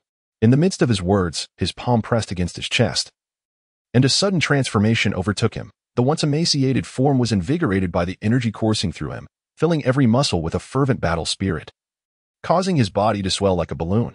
Jianxing could only silently endure the scorn, aware that he could not escape culpability, with no strength to refute. He ultimately resolved to protect his elder brother Jian Liang, for further antagonizing the Fire Eagle would spell dire consequences for both brothers. Seeing Xiaoming's discomfort, Sukaya couldn't help but stifle a laugh, gracefully covering her mouth, leaving Xiaoming momentarily stunned. "Brother Shang, I am not jesting. I am earnestly seeking a divorce. I beg of you, grant me this favor, will you?" Gu Xian believed that Shang Ichi had finally relented, leaving her torn between joy and disappointment. Her words seemed like an apology, yet they concealed a grievance. She began by stating that their marriage entered alongside that of Long Huadang, and she emphasized that Long Huadang suffered from a leg ailment, deserving of compassion rather than harsh reproach. A haunting wail echoed once more. This was not the cry of a singular soul, but rather that of countless tormented spirits lamenting in unison. Any faint-hearted individual would be stirred by the chilling resonance of their cries, which reverberated across the heavens and shook the very ground. You still cannot perish. Speak. What purpose does that place serve? It must require someone of your caliber to guard it. Suggesting it is no trivial matter, Niafeng coldly inquired. I'm the fallen Jin Xiu Luo. Do you truly wish to assist? The village chief's aged voice reached Yu Chen's ears, and in that moment, Yu Chen sensed a profound despair in the elder's tone. Nevertheless, no matter the circumstances, Zheng Hao was resolute in not retreating. This was not merely a fleeting chance to break through to the latter stage of the Golden Court, but also a testament to his identity as a cultivator, granting him the fortitude to confront any peril. Haha, seniorly, you jest. How could I possibly disregard the alliance of cultivators? I merely wish to prepare a token of appreciation for your long journey, which is why I took the time to accompany you. Zheng Hao smiled faintly, planning to use sweet words to appease Li Qinglan. What lay ahead for everyone was the sole distinguished poodle, and Lin Jie sensed that this creature was far from ordinary. Its extensive history of battles suggested it was no mere mongrel. Wang Yufei looked at Chun Yidao's sorrowful silhouette, curious about the source of his grief. Meanwhile, Zheng Hao had already distanced himself hundreds of kilometers away from the initial dark hole, his body swaying as he submerged into the sea, entering the spirit garden. He had served the CIA for over 20 years, being one of the most outstanding agents within the operations division. The very individual previously mentioned by the Asian agent as Smith. It became clear that, despite the hope for 800 survivors, he was indeed the sole survivor from his grand vessel, unaware of the existence of others who had endured. Months of travel and combat had kept Sumu on high alert, unwilling to relax for even a moment. Old Zhao, why are you causing such a commotion? It was I who guided you when you entered the realm of the Supreme. You have no right to speak to me in such a manner. This disciple ought to belong to me, another elder boisterously declared. Yet, as a military powerhouse, the Americans' technological prowess and military strength remained indisputable. Having researched the Titan's mechanisms for many years, Ma Zhanping was about to chuckle when he noticed Ingli glaring at him with a fierce expression. Just as he intended to explain, he was abruptly pulled away by Yuan Bao and others. The young master found the derogatory remarks made by Lu Kuan and his attendants unbearable. Receiving instructions from Yu, he chose not to engage further and departed. A crisp note rang out, "Follow me," as the archery technique had entered the Qin army's required retreat range, drawing near to the river's surface. As the blanket was lifted by Mother Chu, the bewildered Chu Yun had yet to register what was happening before being pinned against her thigh. And then the sound of a slap echoed. He knew this was merely the beginning of his actions. However, he did not dwell on it. Sister Yutsong was to be wed, and this time, Lin Chong planned to present her with a grand gift. Ziyi was frightened to tears. For one could not utilize spiritual power here. Falling into this predicament rendered him nearly incapacitated. Yu Ming looked at Yutsong's smile and found himself grinning in response, the pride before him trembling in delight. Observing the elder leading the way, Su Chun furrowed her brow, though he appeared an ordinary man. She sensed a subtle pressure emanating from him. Among the 400,000 immigrants, the majority hailed from Yuzhou, with a portion originating from the western regions of Sili and Shuzhou, largely corresponding to the future province of Hunan. A glint of murderous intent flickered in Yisong's eyes. It became evident that she had not betrayed him, but rather that Yin Yu was never truly hers. Volume 1, Chapter 46, Establishing a Persona in the Heat of Battle. Shen Bozong was indeed formidable, not merely jesting. After escorting the soldiers of the Zhongwu camp to their destination, Shen Ku promptly altered his strategy, consolidating all the warships that had been patrolling the river into 2 formations. This test served merely as a rudimentary verification of compliance with requirements. Hence no intricate data was involved. Lisa murmured thoughtfully. Rad swiftly severed a soldier's neck. The unfortunate deserter, unable to utter a plea for mercy before the sharp blade cut deep into his throat, his head snapping back as if broken. Yet his body remained kneeling. The serpent's spirit gazed at Yu Qing, causing him to feel somewhat uneasy. He had never encountered such a lively spirit. So how could he borrow from it? Lance took a few labored breaths, scrutinizing the entire room as he gradually sheathed his sword. Upon the appearance of Chen Bozong, Clad in the formal regalia of the emperor, all present in the Tai Chi hall bowed in reverence. What can I gain from your demonic energy? Am I not equally trapped here? You mentioned a flood. If I lose my demonic energy and am submerged daily, that would not bode well for me. What if I drown? I am not a harmless snake. Occasional immersion in water may be tolerable, but daily soaking would surely lead to my demise. Yagelina smiled faintly, uttering no further words as she stepped into a hidden door, with Xingwei following suit. Yu Liang, wishing to express gratitude, found himself unable to do so due to the overwhelming corpse energy within his soul, compelling him to focus on controlling it. Wei Wutong performed an unexpected act, leaping out of the window with Wang Qibing in his arms. The members of the Xianmin Red and Orange teams greeted the armored general with urgency. Although Blue Armor intended to commend them, the mention of the Xianmin caused the words of praise to die in his throat. Ancestor, the tiger roared defiantly, reluctantly releasing Xian Chen's arm. Though he had sustained considerable internal injuries, being a healer himself, he possessed an endless supply of healing elixirs. As the conversation shifted to their sect's agreement to conspire against the martial world, Shi Feilong's expression shifted slightly, while Zhu Hongyi displayed a more pronounced reaction, his face fluctuating wildly as his heart raced. Long Huang remarked, no one could have anticipated that he would single-handedly storm the White Tiger continent, seeking vengeance against the martial artists of the Water God Temple, and even extinguishing the first hero. The Pacific Ocean witnessed ships forming a formation to confront the enormous figure soaring through the sky.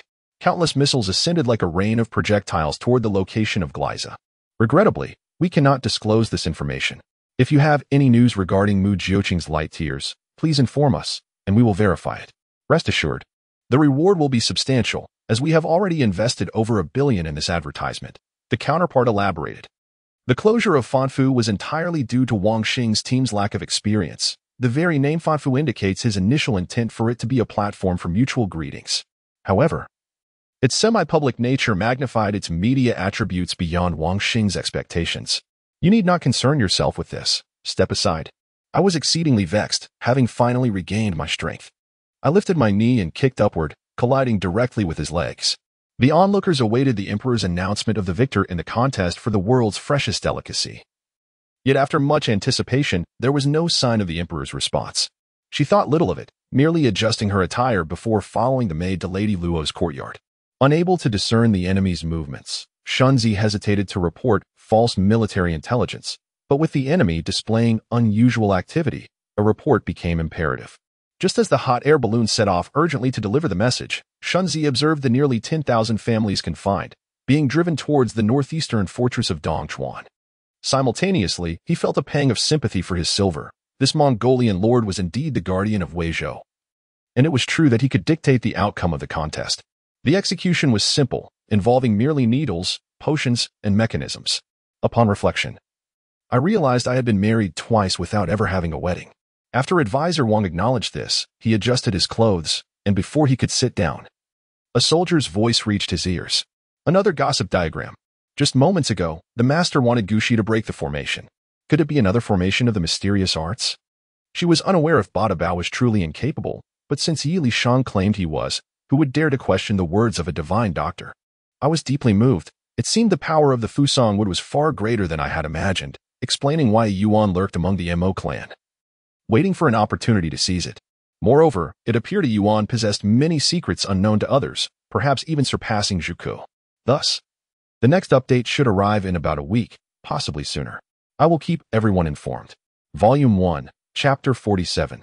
The truth revealed, even though this technique exuded overwhelming might, causing the other disciples of Gulan Peak to retreat in fear of being caught in its wake. Qinzong stood resolutely at the forefront, refusing to flinch. Long Xian shook his head and was about to turn away when, unexpectedly, his expression shifted. He halted, his gaze fixated upon the elder, sensing an inexplicable familiarity and a resonance of shared origins emanating from him. A thunderous rumble echoed once more, shaking the very fabric of space. As the earth transformed into a vast ocean, the palaces within the ruins collapsed, reduced to mere remnants, slowly submerging and giving rise to countless turbulent whirlpools. Almost simultaneously, the younger brother clad in red, though not a citizen of America, had begun to serve its interests, perishing in battle as a formidable figure clad in black. Since all monsters possess grotesque visages, how can you be certain that I am one as well? Chen Hao remarked with a light chuckle. He had not drawn his sword. A mere slip of his foot, just a fraction, allowed him to evade the terrifying lethal strike. He recounted the entire narrative of his and his grandfather's journey in Biling village, from their initial training, body cultivation, and apprenticeship, to the moment when Zhang was rescued by his grandfather's demonstration of the Nine Dragons technique, culminating in the discovery of Li Dafei's remains, wrapped in the scriptures of the Tathgata. Moreover, what troubled them the most was Lu Huayuan's allegiance to Qin Tian, while Feng Zihuan and Di Qing lay gravely injured. Consequently, Qin Tian's faction now boasted 6 innate realm practitioners, a force twice their own. A situation exacerbated by the deaths of Zhang Chuan and Lu Yu at the hands of Junhao. I must take my leave. A surge of revving engines echoed from afar, causing Zhu Jujiu to furrow her brow. In Yiling's eyes, that glimmer of sword light radiated unparalleled strength, as if embodying the very essence of the world's sharpness, unfolding and elucidating within it. Greetings, Hero Shui Han. I am Steve, a special correspondent for the New York City Times. May I inquire if your sole purpose for visiting Fifth Avenue today is to shop like an ordinary person? A short, rotund man with a beaming smile extended a microphone. Furthermore, I wish to emphasize that those skeptical may refer to the annals of F1 history. For most drivers, defending a title is an exceedingly arduous endeavor, a sentiment equally applicable to other sports. On the 21st, the qualifying rounds for the European leg commenced as scheduled. From the very moment the race began, the top 2 teams remained locked in an unyielding struggle until the end. From the latter half of their junior year, attendance in classes dwindled as students sought employment, engaged in internships, or prepared for further studies and civil service examinations. Everyone was diligently preparing for their transition into society or for advanced education. What brings you here? Anyo asked with an indifferent tone, appearing far colder than the warmth shared with Qin Dao. Indeed, I comprehend fully. I have watched the live stream. Your extraordinary abilities are well known. Rest assured, I have no intention of coveting your wealth. The restaurant owner suddenly broke into a cold sweat, and as he wiped his face and attempted to say more, Shui Han and the others had already vanished. At that moment, the slightly ajar door was gently pushed open, and Long Jie discreetly scanned the room, noticing she was alone before slipping inside. Upon seeing him, Jia Chanqian was momentarily taken aback, staring at him in silence. I understand your thoughts, Shaner. Although Lan Fubing maintained a smile, a hint of displeasure brewed within. Not long after sitting, his phone suddenly rang. He glanced at the caller ID, and his heart raced with apprehension. Moved by a surge of sympathy, Nangong Jinghong, rarely benevolent, resolved to assist Fu Dianxian in taking this critical step forward. A blade of wind shot forth from his fingertips, grazing the left cheek of the opposite figure, leaving a bloodied wound and severing a lock of hair, before striking the stone wall behind him, leaving a faint mark before vanishing. The Lilian turned to gaze at Lu Yuqing, and had it not been for her ability to perceive souls, she might have doubted the identity of the person before her. After deliberation, it was decided to lower the elevator, placing the various guerrilla fighters at the tower's forefront, thus allowing for a thorough exploration of the tower. Upon reaching the summit, they would confront the executor. He numbly wiped the sticky blood from his face, desperately searching for her amidst the crimson waves, but she had already melded into the scarlet, disappearing entirely. Mr. Ling, I shan't say more. Please rest in the lounge. I must pursue the suspect, the police officer stated as he walked away. As he passed a room, Ling Feng spotted over 30 body bags neatly lined up on the floor, a chilling sight that sent shivers down his spine. He suddenly thought of Mu Wanyin, feeling an inexplicable sorrow as he couldn't help but wonder which body bag she lay within. The broadcast's urgent announcements, akin to a pig slaughter, did little to convey the gravity of the situation, instead casting a humorous veil over the proceedings. You possess considerable audacity. The head of the Yu family bellowed as he struck down with his palm, unleashing a wave of energy toward Yu, creating ripples in the air. Yu could not evade in time, but Yun Feng and Chu Lanyu simultaneously intervened, barely managing to shield her from the Yu family's assault. Volume 1. Chapter 48. Miscarriage. In this realm, where colossal meteors are swept away by fierce winds, there exists a singular location that remains steadfast and unmoving. The nature of such a temporal suspension eludes categorization. For reasons unknown, Qian Songyi feels that his abilities are merely mediocre, perhaps ranking only in the middle or even below. It is likely that he may encounter even more extraordinary skill effects in the future. Dining together? Xiao Yu murmured, contemplating how to decline, as he had just invited Tong Yanxin and Luo Yenner to share a meal. Yang Yu nodded, already aware of the situation. Su Ling glanced at Yang Yu.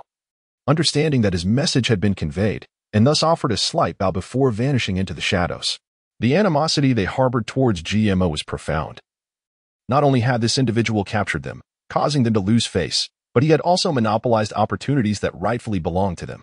The dragon bracelet, entwined around Gu Mo Xian's hand, emitted a resounding dragon's roar as he flicked it, clashing with the myriad sword shadows that filled the sky.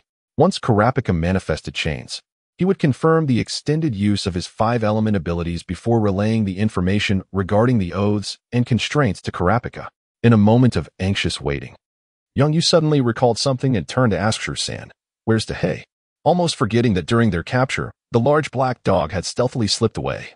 It had now been a day and night since he last saw it. Her kick was delivered with great force, should it connect.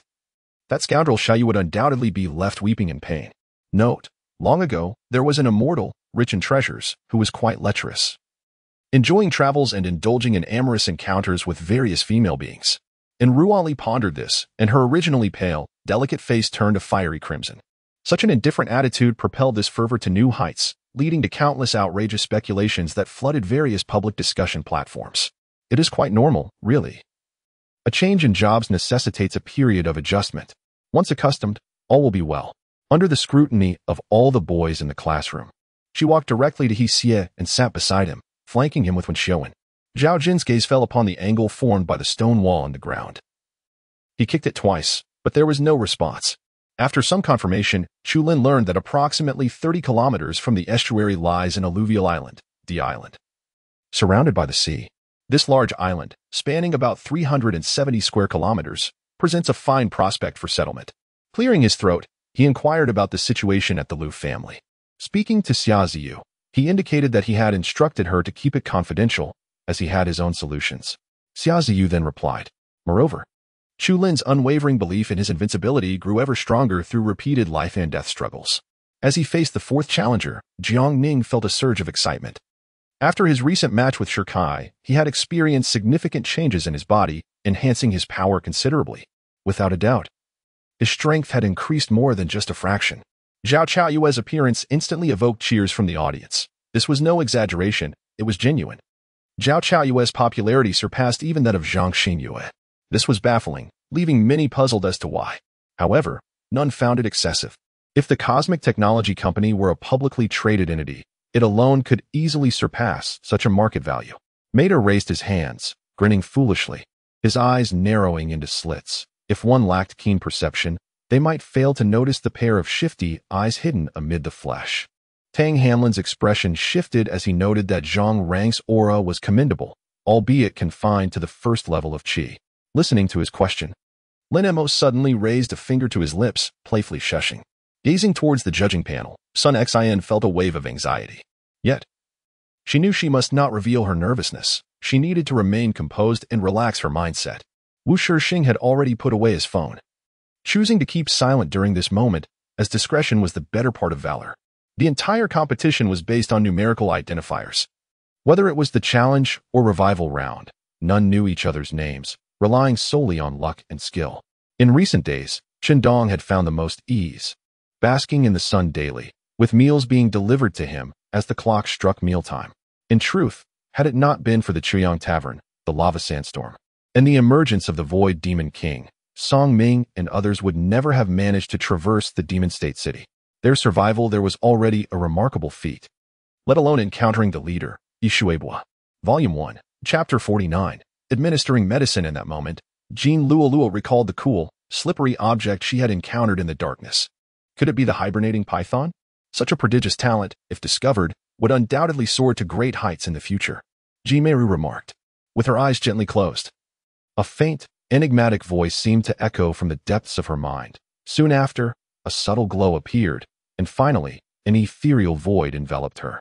As if all had vanished, Li Tao's actions naturally left Guo Lao feeling quite embarrassed.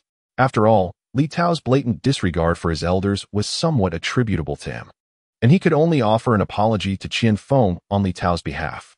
The clash of hands and blades resonated with a metallic sound, revealing that the strength of the Qiqing palm was not inferior to that of renowned swords. Why would he report you? Tang Zifeng casually inquired. There is no love or hatred in this world without reason. Gu Jianpain must have had a motive for wanting to report Han Weichang. At the moment Lin Yi leaped, the gaping maw of the stone-scaled giant python lunged forth, brushing against the soles of Lin Yi's feet. Chinchu and the others followed closely behind, remaining silent as they were unfamiliar with the path and could only obediently follow. For the Titan Guardian, energy equated to lifespan. In other words, it was currently expending its own vitality. However, a few years prior, the secretive Fairy Society had been declared disbanded, as it could not fulfill its intended purpose. Though unaware of the reasons behind Su Qing and Mu Mu's visit to the hospital, Zhang Shanshan felt a considerable trepidation at the thought of encountering Su Qing. The blinding light before her was partially obscured, providing her with some comfort. Her eyes, which had been shut, slowly opened to reveal not the endless darkness, but a pristine figure standing before her. In the ensuing days, whispers of pregnancies circulated throughout the palace. As the news spread, his gaze remained fixed on her location. Yet she remained composed, devoid of even a hint of jealousy. Let us go outside. To ensure stability during the teleportation, a magical barrier is in place. Kelsis led the way. Wait a moment, Qinshi, the face of the Panga divine clan should not be treated so lightly, Huang Yu chuckled. At that moment, she was truly terrified, fearing that Qiyu might abandon her and leave on his own. In a fit of desperation, she suddenly lunged towards him. The cave entrance was indeed spacious enough. Jiang Ruoyan estimated that even his caravan could fit comfortably within, without any risk of crowding or scraping against the walls. The shifting of the stars? No wonder Bushan's Tiangang Northern Dipper sword differed from his own. It seemed he could mimic others' techniques, transforming them into a different strike with equal lethality. With Chu Zhao's startled cry, Guzhani felt as though the world was turning upside down, the cacophony around him shattering his eardrums. In the fleeting moment before losing consciousness, he caught sight of hurried figures, yet none were those he wished to see. Is Mr. Gao not bothered by the noise? Old Shin scoffed at Gao Jin's request, for gambling is certainly best enjoyed in a tranquil environment. Otherwise, why have a high VIP gambling hall? Outside the Mocha Manor, Chu Dingxin was primarily concerned with the military capabilities of various nations and factions, as well as the power structure of this continent. As Jiang Ruoyan assisted in delivering dishes from the second floor, his presence alleviated the situation in the first floor hall. His injuries were not severe, but the damage to other things was quite substantial. Yu Yuanwai's residence was nearly in ruins, requiring considerable time and resources for repairs.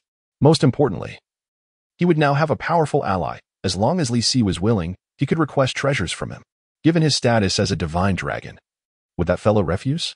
Perhaps it was the influence of the Xian dagger technique. He recalled awakening from the medicinal basin with a faint outline of abdominal muscles.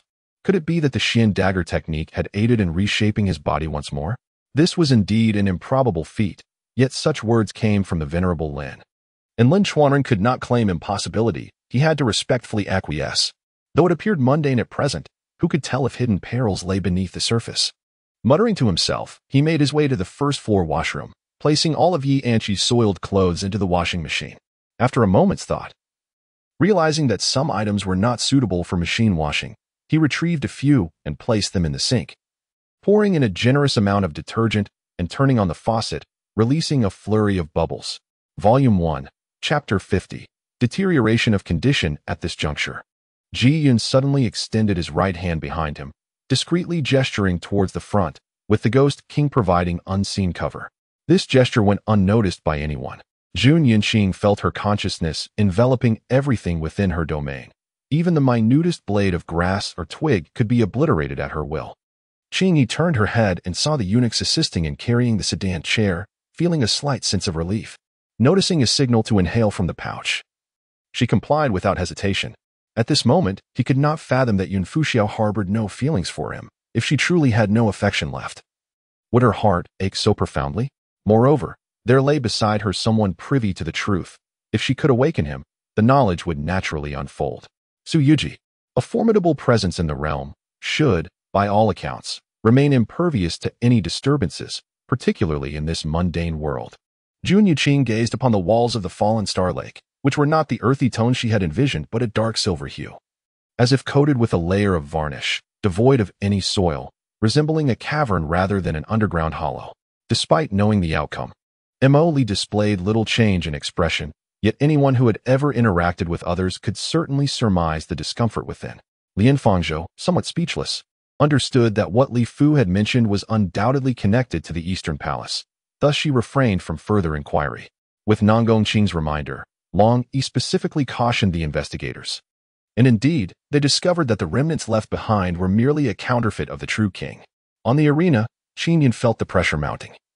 He realized that should things continue this way, defeat was inevitable.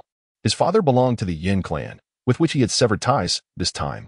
The Yin clan's insistence on him recognizing his ancestry was merely a fade. He was puzzled by how it was accomplished. The balance of sweetness and acidity was exceptional, evoking a refreshing sense of clarity. As he spoke, his chest swelled more prominently, and Zhang Yingxiao felt a surge of warmth course through her veins. Li Hongwei beheld the exquisite visage of Jiang Lina kneeling before him, his unscrupulous desires rekindled. In this rare instance, he encountered a cultivator worthy of reprimand. Unafraid of the artifact sect and the sword sect, which was indeed a rarity. This confrontation was not solely a contest among participants, but also a demonstration of the strengths of the Eastern and Western academies. The instructors and elders placed considerable emphasis on this, yet for the two deans of the West and East Towers, the outcome would not sway their fraternal bond. It seemed prudent to diligently refine the concoction repeatedly, as the process was excruciatingly painful. Once Sun Hao regained some mobility, he retrieved a substantial amount of demon beast flesh to consume, following which he ingested a piece of top-grade spirit stone. After a day and night, his body finally returned to its normal state.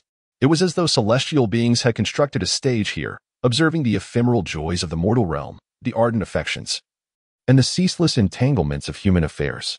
The pleas for mercy gradually morphed into piercing cries, which in turn transformed into humiliating moans. The practitioners aware of such entities no longer existed. However, some ancient texts referred to these beings as celestial demons. Sun Fei did not recognize Wang Erda, yet Wang Erda could never forget him. Had it not been for Sun Fei's alteration of his name, he would not have been assigned to the medicinal fields, and now, encountering him again, how could he forget? Di Chongxiao bid farewell to the others, taking Ling Ling to the Four Saints' assembly at Sacred Mountain. Entering the Zhuke sacred land through the back door imprint, and locating Brother Fish, Kei Kuan, in the lowest tier of the Burning Passion Cemetery, from whom he sought a portion of superior unquenchable fire. Last month, a new principal was hired for their kindergarten, an elderly expert in his 50s. Seemingly a shareholder of the Jinla kindergarten, known as Qingyan.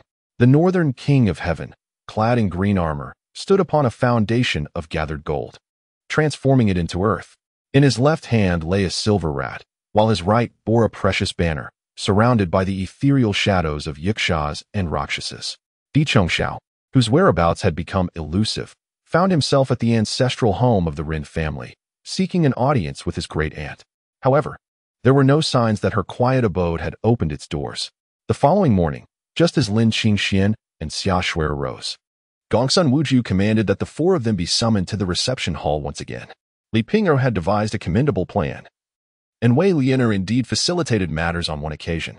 However, Li Ping'er did not anticipate that Bema Temple had installed a convenience in the guest hall for esteemed visitors, causing her to wait in vain for an extended period.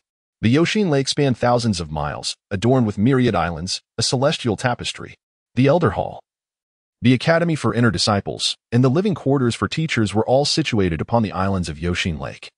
Li Quan simultaneously urged an emergency evacuation of his forces while commanding the archers of the Yellow Turban Army to retaliate. Upon realizing that his archers were vastly outnumbered by those of the Guoguang Army, he deemed it unacceptable to remain passive. And upon observing the relatively small number of the Guoguang troops, he ordered an assault on the mountain. Volume 1, Chapter 51, Seeking Lingji after Harris departed. Approximately 10 minutes later, the Sky Fortress finally came to a halt thousands of meters above a colossal aircraft carrier. Within a mere 2 hours, the 20 cities within the Vortex's reach had all been seized by Luomu and his companions. Furthermore, with his cultivation having ascended to the martial sovereign realm, and having refined his divine consciousness, Hongwu gained profound insights into various principles, significantly enhancing his combat prowess, allowing him to surpass the capabilities of an average martial sovereign expert. Tang Feng had always held a deep respect for life, yet this time, the epic had utterly breached his moral limits. The thought of Qin Dan being crushed beneath a ton of steel caused his eyes to blaze with a crimson fury. At least in the past, Crawford had managed to hold his own against elite fighters like Kobe, Carter, and McGrady, relying solely on his instinctive grasp of the situation. The most unfortunate aspect was his inability to communicate with the captain and the team, relying solely on the veterinarian to relay information. Thankfully, The sniper was positioned far enough away that he could not overhear their conversation, otherwise, his bullets would likely rain upon them incessantly. In the southern region, Qingxiu Mountain was a place of immense value, housing the most expensive properties in the entire southern city. The residents were predominantly high-ranking officials and affluent individuals. Moreover, the twin-star villas were considerably larger than standard villas, with prices starting at no less than 20 million. Observing the early signs of development in the two individuals, the Raptors finally began to take them seriously. Last year, they had secured the 8th pick precisely to find support for these two.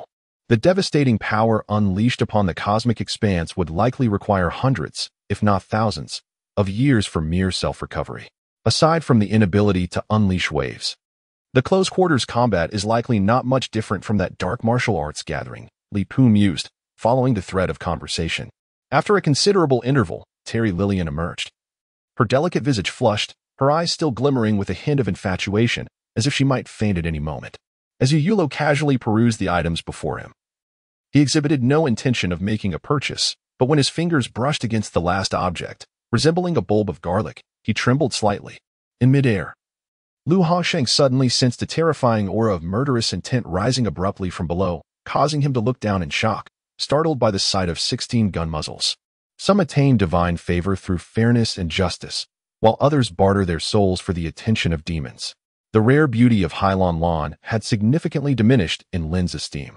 The old trickster bellowed loudly, intending to unleash his prideful black magic, only to feel a thread of fighting spirit enter his body, causing his magical power to dissipate rapidly. Akin to melting ice and snow. Concealed in a corner, Chu Feng observed as Qin Linglong entered a vehicle, successfully retrieving the robotic device he had placed, which brought him a sense of calm as he awaited her departure signal. The esteemed individuals present turned their gaze to the speaker, surprise flickering in their eyes. Generally, martial disciples who gained admission to Qingqing were instructed by their senior brothers unless special circumstances dictated otherwise. The mysterious and powerful Duke Sepher, whom Kong Meng encountered, was a notable exception, whose decisiveness and execution rivaled even that of a marquis. The leader of the Fusong sect wielded his unique fist sword, capable of agile piercing maneuvers, always seizing the initiative to launch surprise attacks against Xia and Wan Er. Each strike left behind a splendid black halo, clearly a manifestation of his elemental prowess.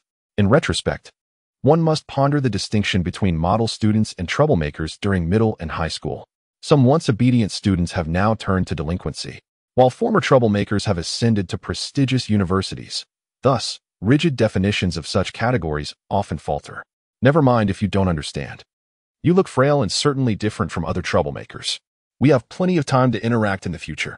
I'm going out to check on the injured. Are you coming or not? Coco pointed to herself and then to the outside, indicating for Lan Ruoxin to accompany her. Xia Qifeng must surely regret his previous decision. As his expression darkened, and he fell silent, Fei Yu, in a fit of rage, brandished his spear, aiming for the white fox's beastly form. He had intended to stab directly, but the proximity between them made such an action impossible. He could only resort to striking. The sorcerer suddenly extended his hand, extracting the foreign object from Linda's mouth. The moment Linda regained her freedom, she immediately unleashed a torrent of curses. At that instant, Jianchen, bearing the hero's sword, arrived just in time to halt the escalating conflict in the name of neutrality. Amidst the laughter, Dolly's cold voice sliced through the air like a blade, accompanied by a murderous aura akin to that of Ashura, causing the three guards to instinctively retract their necks, their faces etched with terror. It was a shame that the Nightshade's fearsome reputation had rendered them the only ones capable of issuing a bounty, whether for survival or equipment. The Zhongyan team would find it increasingly challenging to secure allies. The four-armed assailants were caught off guard, struggling to comprehend why the general's bodyguard had opened fire on them. I've been abstaining for quite some time. Today is particularly stifling, so I'll indulge in a smoke to unwind, Yichen remarked wearily, lighting up and taking a deep drag, the cigarette burning down to half its length in an instant. Is there anything else you wish to know? I can reveal everything. Duan Muhang gazed at her pale face, his eyes shrouded in darkness. Chu Xi had already sustained injuries. If they were to engage further, it would only exacerbate her wounds. Kong Rushuang was deeply concerned that Chu Xi might not endure. As the train clattered along the tracks, my heart involuntarily raced in tandem. Finally, I witnessed Chen Lishan's true energy consume the domineering aura belonging to Master Lu, prompting Wang Chong'ong to joyfully rush to inform his senior brother. Volume 1, Chapter 52. You are the legitimate son. Upon their arrival, dozens of formidable presences surged into the air, each wielding a sword.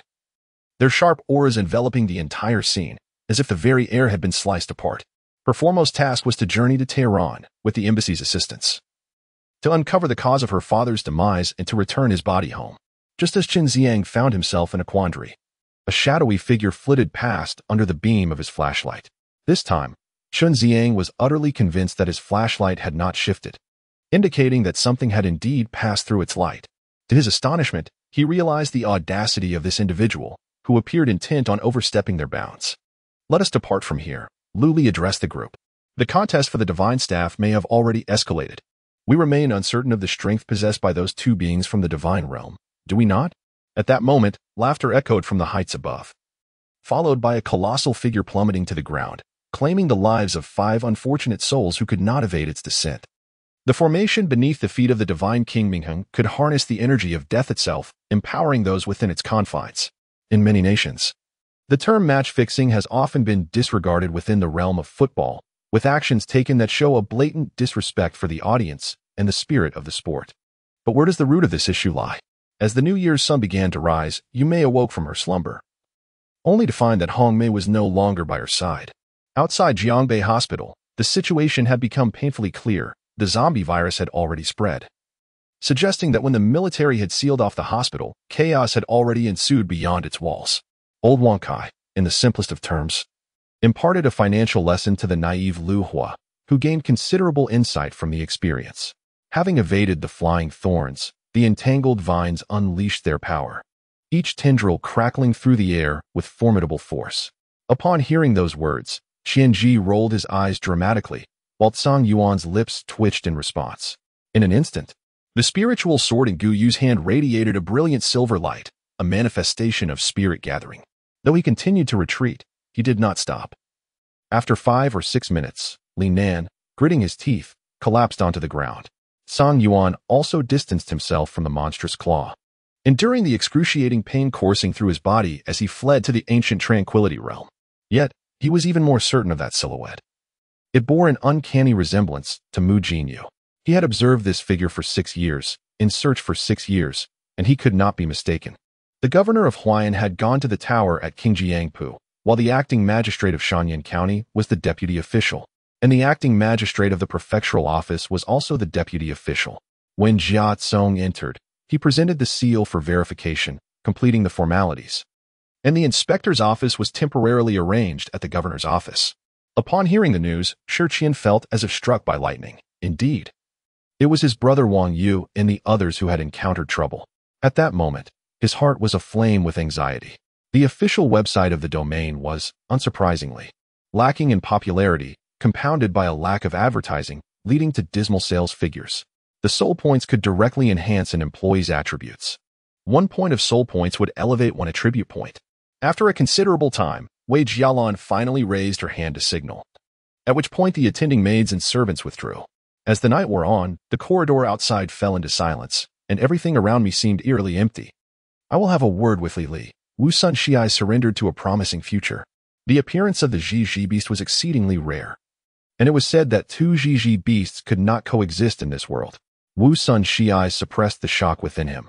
He could never have anticipated that the Zhizhi beast possessed such capabilities. The demon lord found himself at a loss for words, having rendered himself somewhat disheveled. His spiritual power was unstable, necessitating a period of recuperation, lest it lead to dire consequences. You may be disappointed, for I intend to take you to the VIP entertainment room on the 3rd floor. As he spoke, the elevator came to a halt on the 3rd floor, and Nihongi guided her out, leading her towards the nearby VIP lounge. Does this martial skill also benefit the prodigies of the divine Tian sect? Hao Tian inquired, somewhat taken aback.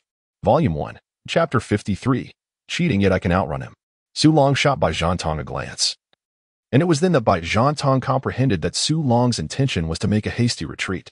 Tian Ci shook his head, stroking his goatee, pondering that if they were to launch fire arrows, would not Jin Do's father perish within? Moreover, one could not ascertain if there were innocent civilians inside. It was undoubtedly impractical.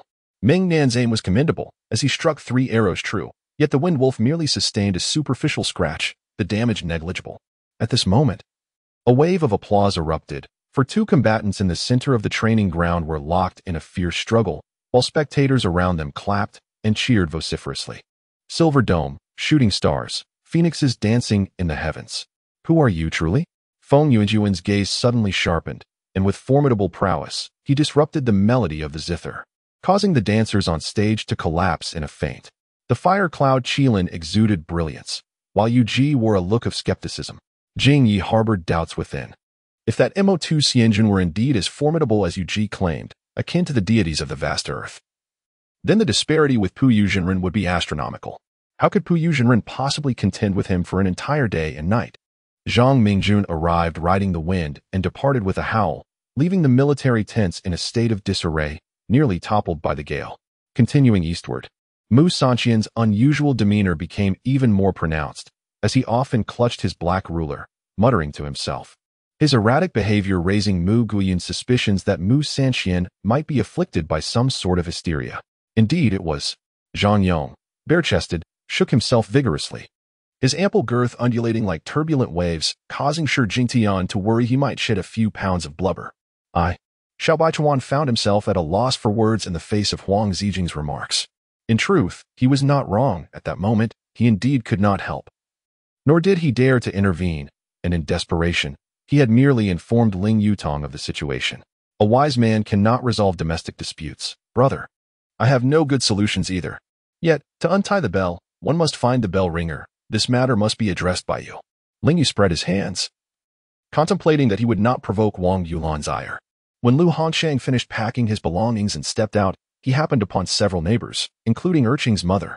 Zhao Yinyang disregarded Chaiman Sambulang and walked straight toward Wang Chu. Before Wang Chu could react, Zhao Yinyang swiftly seized Wang Chu's knife and made a swift motion across her neck. Of course, due to the subsequent plot of the film being rather lackluster, he intended to revise the storyline. It was merely a few tens of dollars. Even though the external benefits were commendable, there would not be much extra income. However, she suddenly felt that the tea was losing its value, as Zhang Langjun of the Shuiyun tea house had seen it twice and learned it. And now even the emperor had seen it twice and mastered it.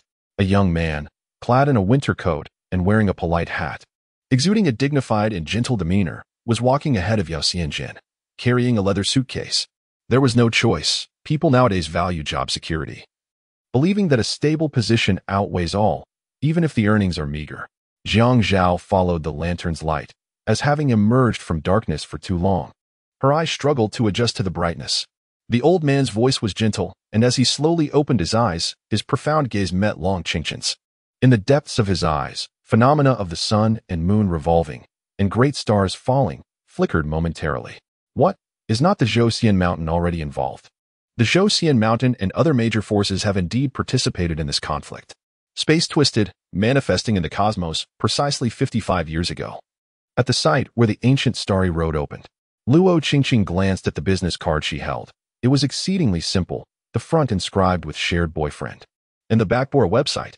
She casually pocketed the card, smiling as she spoke. What's the matter? You are my son. Is it not permissible to tug at your ears a little? Zhang Qinglian chuckled, though her hand eventually fell.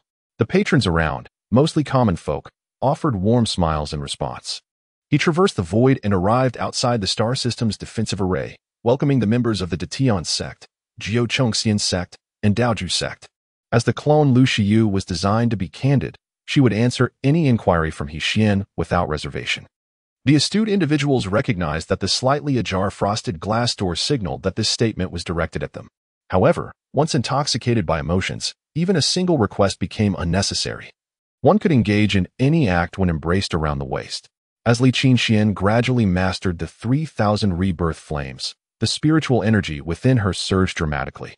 She sought to approach Zhou Shaoi, but with a mere glance from Fu Nianjuan, Ilan and Fangzhu stood defiantly, blocking her path and preventing her from reaching her son. On the following morning, the sun shone brightly, clouds white and winds gentle, the weather splendid beyond measure. Contemplating this, her overly radiant smile brightened further, her eyes sparkling as they fixated on Cui Hanji. Fu Nianjuan pondered. Indeed, the Qian family was quite affluent. Was this gauzy fabric available in the capital? Ji noticed the perplexed expressions on most faces. Clearly no one had discerned anything amiss, prompting him to explain once more. Perhaps I am overthinking. yet it is unavoidable. After all, this is not a school, and I fear that my words may incite public indignation. The giant suddenly raised an arm and let out a deafening roar, shaking the very heavens and earth, as pure energy surged upwards while impurities sank downwards. Mountains rose, and winds stirred clouds. Feeling the spiritual energy surging within her, Ling Bing experienced an extraordinary elation. She sensed that she had reached the pinnacle of the 8th stage of qi refinement, just one step away from entering the 9th layer. Perhaps upon leaving the city fortress today, she would immediately break through. 2 ancient bronze mirrors emitted a clear chime simultaneously, each casting forth a golden beam as thick as an arm. Miss Qin observed the exuberant Mu Yunji, her expression nostalgic, yet her eyes betrayed an unspeakable sorrow. It had been years since she had seen Mu Yunji in such a manner. One burly man shoved me slightly. I ignored him, rising to survey the vegetables strewn across the ground, a pang of sorrow welling up within me, truly uncontrollable. An anxious leopard paced at the door, stroking its chin, brow furrowed in deep thought. Volume 1, Chapter 54, Where is the Silver?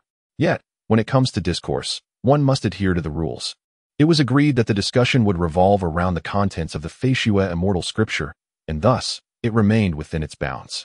With a few utterances, she revealed the profound truths of heaven and earth, transforming her words into a silken white ribbon, each phrase a precious gem, all firmly rooted within the parameters of the Feishue immortal scripture. Young man, while pride is commendable, one must discern the occasion and the audience one faces. Lord Yi gazed at Shurjia with a hint of irritation, noting his indifferent demeanor. By roof, her white garments billowing, exuded an ethereal aura. Her enchanting eyes fixed upon an ancient castle as she spoke. Jiang Hong addressed the formidable warriors from the Shadow Gate, who had come of their own volition, attempting to conspire together to eliminate Zhao Fan. The Iron Corpse, seemingly unfazed, strode towards the interior of the building. The burly man spat blood, struggling to rise from the ground. Ling Li also discerned the situation, yet one matter perplexed him, whether this porcelain jar had fallen from the Tianqing realm to Earth, or if Earth-S cultivators had ventured to the Tianqing realm and then returned to Earth. A tempest arose, as if a force of unimaginable magnitude was forming, with torrents of vital energy morphing into celestial blades, cleaving through the distance. This undoubtedly served as a reminder that hidden dragons lurked within the vast expanse of Huaxia, a land rich in powerful beings. Thus, after annihilating the Zhong family, he feared attracting undue trouble, opting instead to seek refuge overseas for a month. The second matter concerned the Light Federation deploying a vast army to secure black water at the juncture of an alternate space in the second galaxy, which, at a critical moment, could safeguard the first galaxy from external incursions. However, this would leave the second and third galaxies wholly unprotected, rendering them exceedingly perilous. In mere seconds, numerous formidable celestial experts were drenched in sweat. What does it mean to be unable to refuse heartfelt hospitality? Chunin had previously been oblivious, but now he comprehended fully. Faced with such enthusiastic individuals, he found it impossible to decline their invitations to revelry, as they perpetually presented myriad reasons for him to join in their festivities. Yet, some ancient dragons had attained a modicum of intelligence. When the cataclysm descended, they instinctively sought refuge from floods and earthquakes, entering the icy expanses when the volcanoes erupted, thus preserving a scant few ancient beings. Wu Wu felt a wave of relief. After days of tumult, they were finally nearing their destination. Yet, what was this barrier ahead? Do not delay any longer. Imo Jiaxi nudged Wu Wu, signaling him quietly. Wu Wu promptly saluted Luo Rongkai and hastened out the door. As the Super Sky Ferrari approached the city wall, 2 colossal light dragons, radiating a sacred white glow, let out a resounding roar, soaring into the sky to obstruct the Ferrari's path. Wang Mu nodded slightly. Though there were few formalities between brothers, one could sense his gratitude towards Wu Yang, a simple phrase sufficing to convey his feelings. What did the servants say? I am but a mere maid tasked with tending the fire. Do not unjustly accuse me. Young master. As the focus shifted back to her, Chun'er quickly protested her innocence. Wan Wan caught a whiff of an enticing aroma, astonished by the tea and pastries he offered her. In her memory, he had always appeared carefree and oblivious, yet now he seemed mature, composed, and considerate of the bigger picture. Anger-laden words abruptly ceased, as Lu Yin stared incredulously at Xiao Chun, convinced she was hallucinating. Brother Jiang. Ruan gasped at his words. Startled into immobility, her anxiety palpable as she swallowed hard, fearing he might leap into the river at any moment. Comparatively, what ensnared Huang Yu might be even more perilous. Perhaps it was the walls of fate that kept Qinjun and the others from departing. The earlier shop assistant kept her head bowed low. Had she known the truth sooner, not even 100-fold courage would have compelled her to act as she had. How could she have known that Wan was accompanying her own boss today? Who are you? Where am I? Zhuge Liang felt ensnared in a dimly lit space, surrounded by a perplexing, incessant voice. This unprecedented spectacle shattered his previously unflappable demeanor. There was nothing amiss, yet an unsettling sensation prevailed. Perhaps it was the lighting.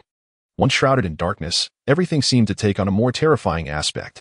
I have never witnessed the wind, yet I have felt its power stirring the seas. I have never seen rain, yet I have heard its droplets merging with the ocean. I have never beheld a rainbow, yet I have swum amidst the vibrant corals reminiscent of a rainbow. I have never gazed upon the stars, yet at that moment, I beheld eyes as brilliant as the morning stars. On the third day following the passing of the emperor of the Qi dynasty, Yin Tianchi rode a magnificent steed procured from the Gao Lian military camp, leading a group of idlers for a leisurely excursion outside the city. Before returning within to indulge in some wine, suddenly recalling the gardens of the Qi imperial city.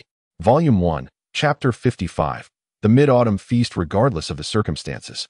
The underground trading market stands as the most formidable intelligence platform. Such matters are trivial in comparison. Sumu concealed his cultivation level. Yet he could not mask the formidable strength of his physique, which had reached the pinnacle of the mid-stage of separation of spirit. An astonishing feat in the eyes of influential figures like Tsang and others. Now that she was captured here, although she was uncertain of Shang Ye's intentions, she understood that it could not bode well, prompting her to plead for her release. Despite her desire to remove her T-shirt, Wu Ming, in an effort to minimize contact with her wounds, only discarded the lower part of her attire. She entered the bathroom, turned on the faucet, adjusted the water temperature, and gently wiped her body with a damp towel. To prevent her wounds from getting wet, she tilted her head towards her right shoulder, managing to wash her hair with great difficulty. Master Weiping was naturally elated, for the complete eradication of Pan Heihu was an unfulfilled wish of his. Chi Feng calmly remarked, "Guy-like, are you still capable? If not, do not force yourself."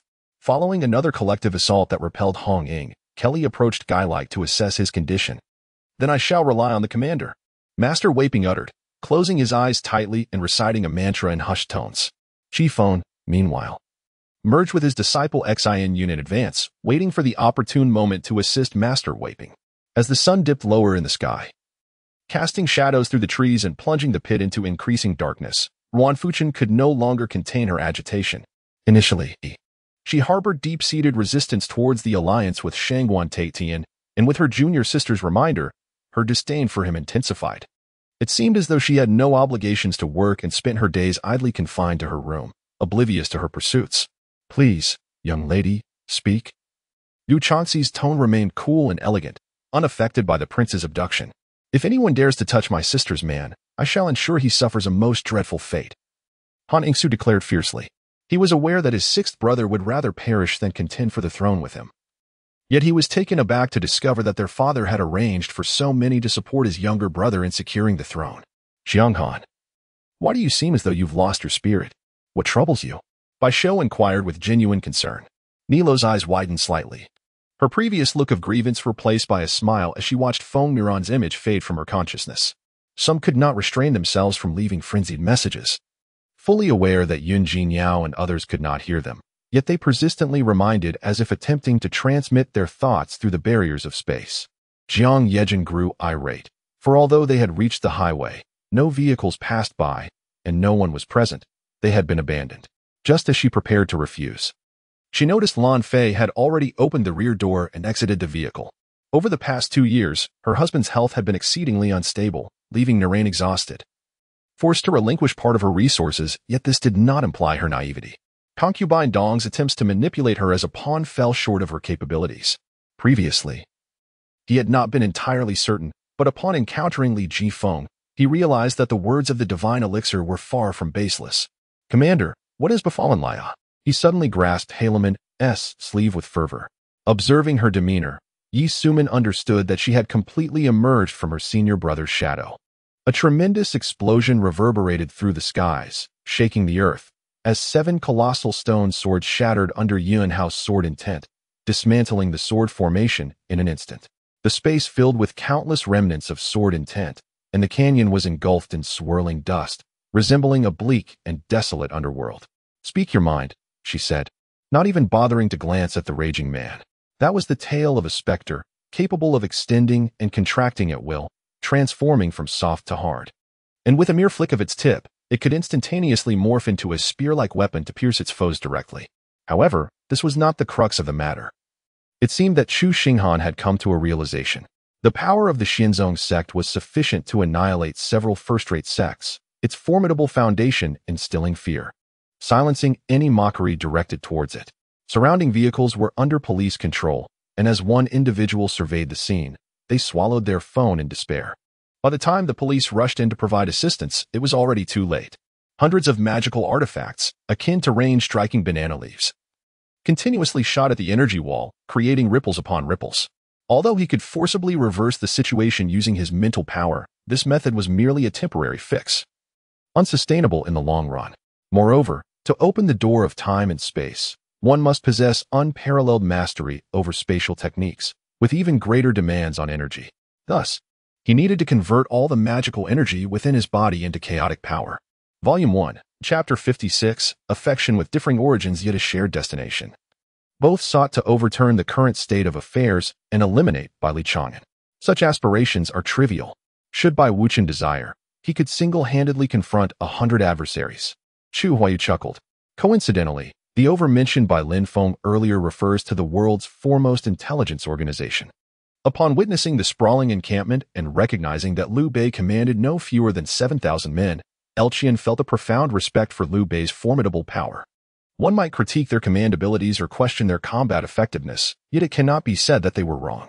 Before them, the formidable Jade Wolf spun in a circle before crashing down onto the arena with a resounding thud. "Please, do not," Uncle Tian urged, swiftly pushing Aunt Tian's wheelchair. Vanishing from Director Han's sight. In the blink of an eye, the duo became mere shadows, disappearing at the town's intersection. Once the man departed, several waitstaff entered the private room, each carrying an array of dishes. They exchanged polite smiles with Lin Feng and the others before skillfully arranging the offerings on the table and retreating. As the distance between them diminished, they could discern the presence of numerous beings reminiscent of Alice, even without deliberate perception. Chu Feng opened all his meridians, allowing the energies of heaven and earth to surge into his body. With this stimulation, his physique gradually strengthened. "Heaven has a path, yet you choose to force open the gates of hell," Lu Dan sighed, patting Yu Tian's shoulder. Subsequently, 2 azure dragons aligned themselves, their gaping maws lunging towards the unsteady figures of 2 fiery beings. Imo Lan disregarded the exchange between the two, remaining in the background. Lacking even the desire to raise her head, these two were not adversaries she could provoke, at least for the time being. Cold Lian, witnessing Bai Liu being reprimanded by another, hurried over with a smile, attempting to diffuse the tension. "Miss Bai Li, Yu and I were merely jesting." After recuperating, Imo Lan noticed the Xianyuan clan members brimming with excitement, as if a joyous occasion were at hand. She had long grown accustomed to being manipulated by Song Nian and thus remained unfazed. Yet Jike's temperament was not to be underestimated. If Wang Yun were to intervene, considering their shared noble lineage, it was likely that Zhang Yao would have no grounds for refusal. However, Feng Xian remained oblivious to the potential exchange conditions that the Zhang clan or other prominent families from Changsha might propose to enlist soldiers. "Let us coexist harmoniously and foster prosperity," echoed the crowd, kneeling in unison.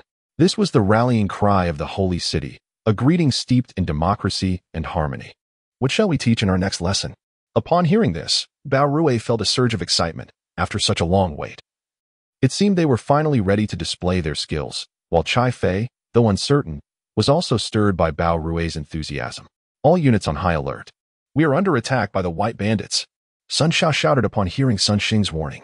Mere minutes after the explosion, as the mist dissipated, the soil had transformed into a colossal crater. The bespectacled man stood dazed for a moment before suddenly snapping back to reality, sprinting toward the acne-ridden youth. Qihao had a habit of sleeping with a blanket, thus embracing Qingyu as he would a quilt, lifting a leg to rest upon her hip. The demonic cultivator, upon hearing the envoy's remarks, noticed the envoy's self-satisfied expression and quickly showered him with flattery, a smile creeping onto his lips, concealing a barely perceptible delight. This notion had already taken root in his mind. Otherwise, he would not have intruded so recklessly. although the makeup artist jested about Qin Ming's dark circles. Her concern for his health was genuine.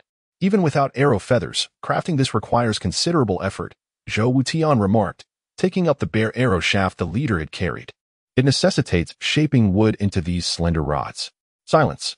The captor seemed to disdain Guzzi's incessant noise, releasing his grip and unceremoniously tossing him to the ground. The abyssal demon remained silent, while the previously howling white-haired elder of the third realm lay lifeless. The desolate valley was enveloped in an eerie stillness, while Wang Long stood as steadfast as a mountain. Yu Fei, filled with disdain, emerged from the room to find Yu Fei adorned in splendid attire. Seated on a stone bench in the courtyard, fanning herself with a red handkerchief, exuding pride and arrogance. Yu Lao Er's bloodshot eyes fell upon his wife. Akin to a ravenous wolf spotting its prey, he seized her arm, spinning her to press against the bloodied pillar, his other hand reaching for her garments. Can you feel it? The voice of the Night King reverberated in Zhao Yi's mind, seemingly clearing the barriers within him, imbued with an unsettling gentleness. Suimo Qian perpetually felt the chill emanating from the man seated nearby, who resembled a massive ice block. His gaze and aura exuding a fierce coldness that deterred any confrontation. You are not human. Who are you? Zhao Yi exclaimed. Dispelling the blood toxins that had encroached upon him, his current state was exceedingly bizarre. Such formidable healing abilities would likely surpass even that of a dragon. Volume 1. Chapter 57, Beasts in Human Clothing Not Tired, Brittany said with a sunny smile, shaking her head. After taking the towel from Sid to wipe the beads of sweat off her brow, Sid discreetly glanced at the director of the advertisement. Uncle Wu instinctively looked towards Mr. Qian, who nodded at him, prompting Uncle Wu to smile and hurriedly retrieve the keys to the Range Rover, handing them over to Qian Jin. Before the hour of Chun arrived, the participants for the first day were already waiting outside the military camp. As soon as the time struck, these participants, comprising the common folk from the two counties, were led into the training grounds by the soldiers. Meanwhile, the military personnel gathered directly from the camp to the testing grounds. Even if they were unable to leave the hotel due to physical exhaustion or the fervor of their fans, the two could still relish their romantic date in solitude. And Miao looked at the two figures ahead, a hint of disdain flashing in her eyes. What could the Queen Mother of the West do? Was she not, in the end, just a mere mortal like us? Yang Biao, hearing Huang Fusang's words, realized his disillusionment with the court. Further persuasion would be futile. So he sighed and went outside to join Dong Qing in urging the emperor. Fortunately, the relocation plan was relatively successful. By the time Lin Shi and Zhou Tianxin arrived, the number of people accounted for in the reverse group had reached 900 million, signifying that a significant majority had already been moved. At last, the public began to view Lin Shi in a new light. It was only Lin Shi's portal that saved them at a critical moment. While the other crystal holders were preoccupied with their own affairs, the Buddha Emperor spoke with an undeniable authority, and as he did, the 9 heavens trembled, as if his words were the very essence of the Tao. His reminder instantly brought to mind the peaches I had indeed seen earlier, which had puzzled me at the time. Now, reflecting upon it, it was likely that what I had witnessed was the fruit of the peach-thorn sunflower. She hurried to Li Yuan's cave, observing that her master, who had recently been tense due to the discovery of the demon clan, appeared to have relaxed considerably. With boldness, Huachu approached Li Yuan, stealing glances at her master for a while before breaking into a mischievous smile. They had never encountered such wondrous siege machinery before, initially. They had thought it would be just another typical guild battle, perhaps with a few military bows and crossbows at most. Little did they expect that the Heavenly Society would deploy such extraordinary siege equipment. In the present 5 elements Great Mill, even a Tier 3 ruler could be suppressed and slain, while the Tier 1 angels stood no chance of resistance. As anticipated, when Lin Shuyu descended the stairs for a meal, a familiar figure was added to the dining table. Mu Yin instantly felt an overwhelming guilt. If he had been more attentive, none of this would have happened. She herself was quite annoyed, feeling utterly dominated by Mu Xiu, leaving her with no room to retaliate. Just as he flew past, a powerful being from a celestial kingdom with an illusory palace overhead cast a surprised gaze towards Wang Xian. Li Zhao, you are truly fortunate to have the opportunity to save an intersect disciple. Do remember that we rarely even get to see one another. Another disciple remarked. However, Bai Lingqing did not notice the fleeting smile on Xia Feifei's face as she departed. At this moment, the Jinghua news agency had yet to open its doors, and the doorman inside mistakenly thought a scholar had arrived for work at such an early hour. Song Duanwu mischievously remarked, his smile evoking a sense of bashfulness in Cheng Lulu.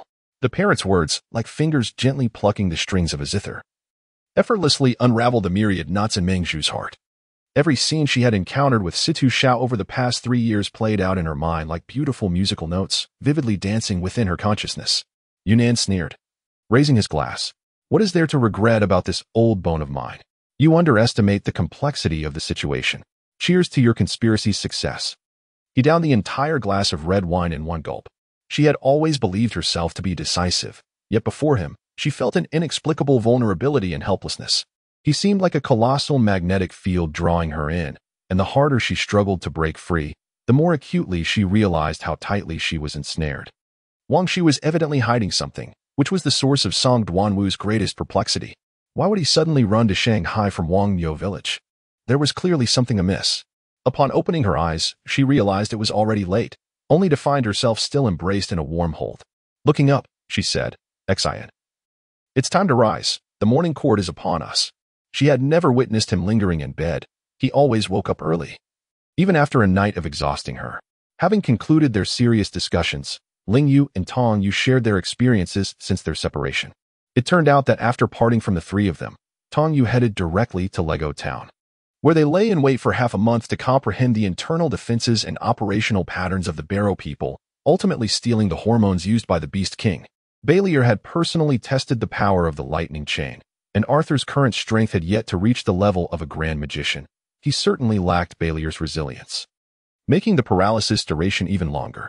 Suddenly, the room lit up, and Nan Lishan, disturbed by the sudden brightness, closed her eyes.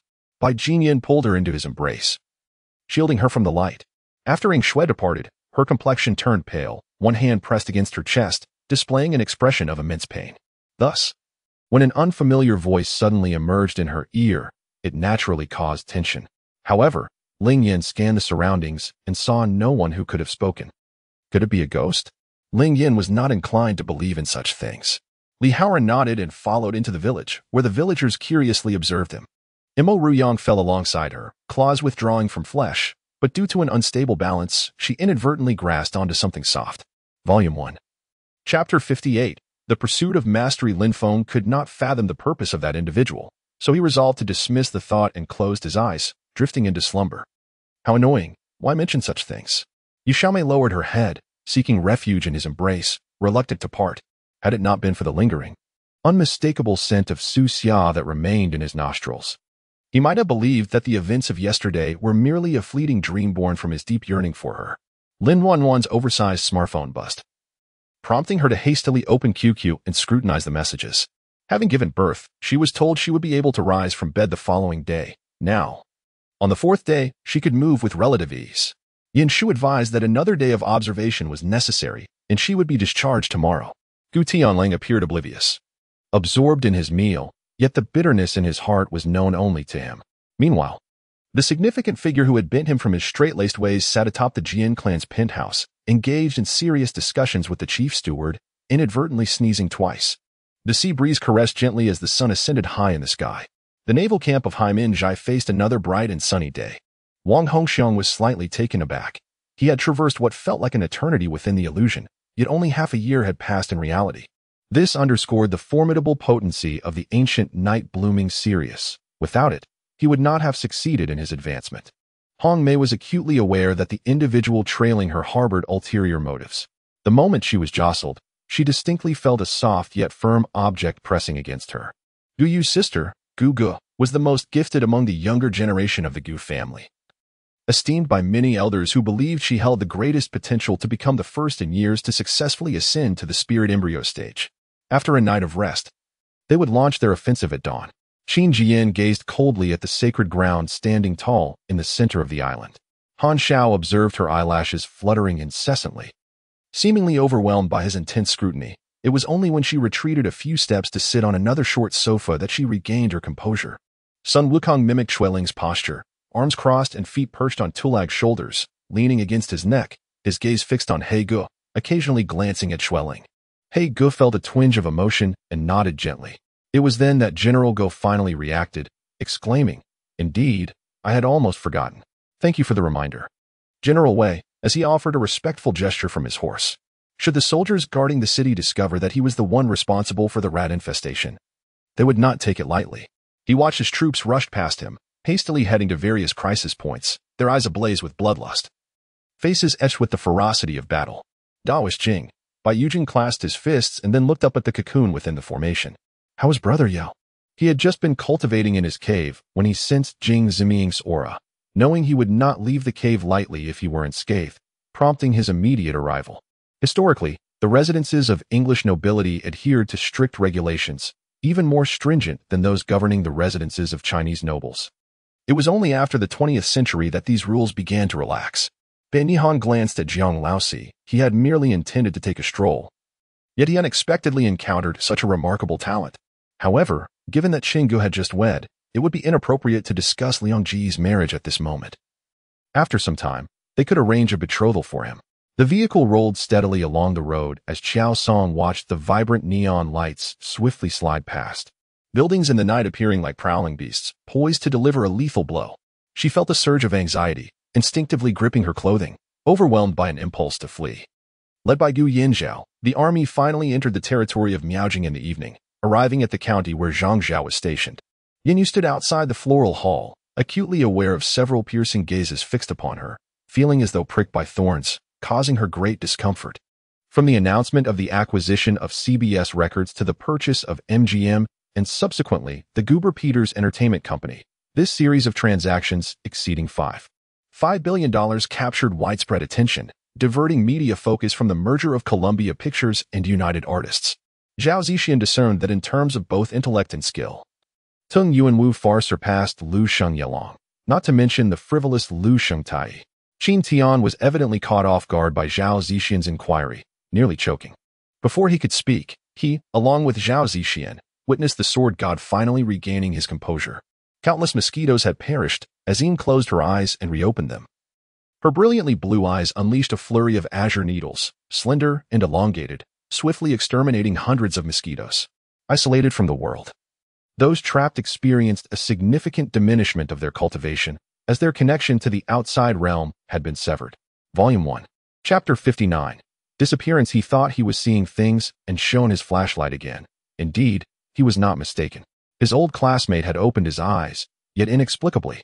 He remained silent and motionless, gazing in terror at the skeleton beside him, ultimately extending his hand towards Yu Kai with a pleading look. Although Gu Mama was Gu Wangqing's biological mother, she was equally the murderer of his child. It should be feasible. The activation of the skill had been explained, requiring only energy and intent. Yang Fan pondered this. This was merely our conjecture. We remain unaware of the specifics.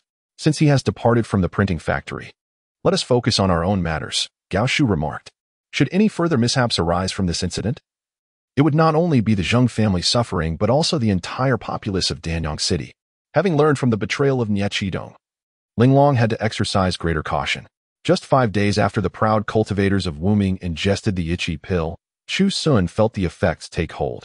In an instant, they were shouting in agony, their hands scratching at their bodies until blood was drawn, soon transforming into grotesque creatures covered in black fur, writhing on the ground in despair.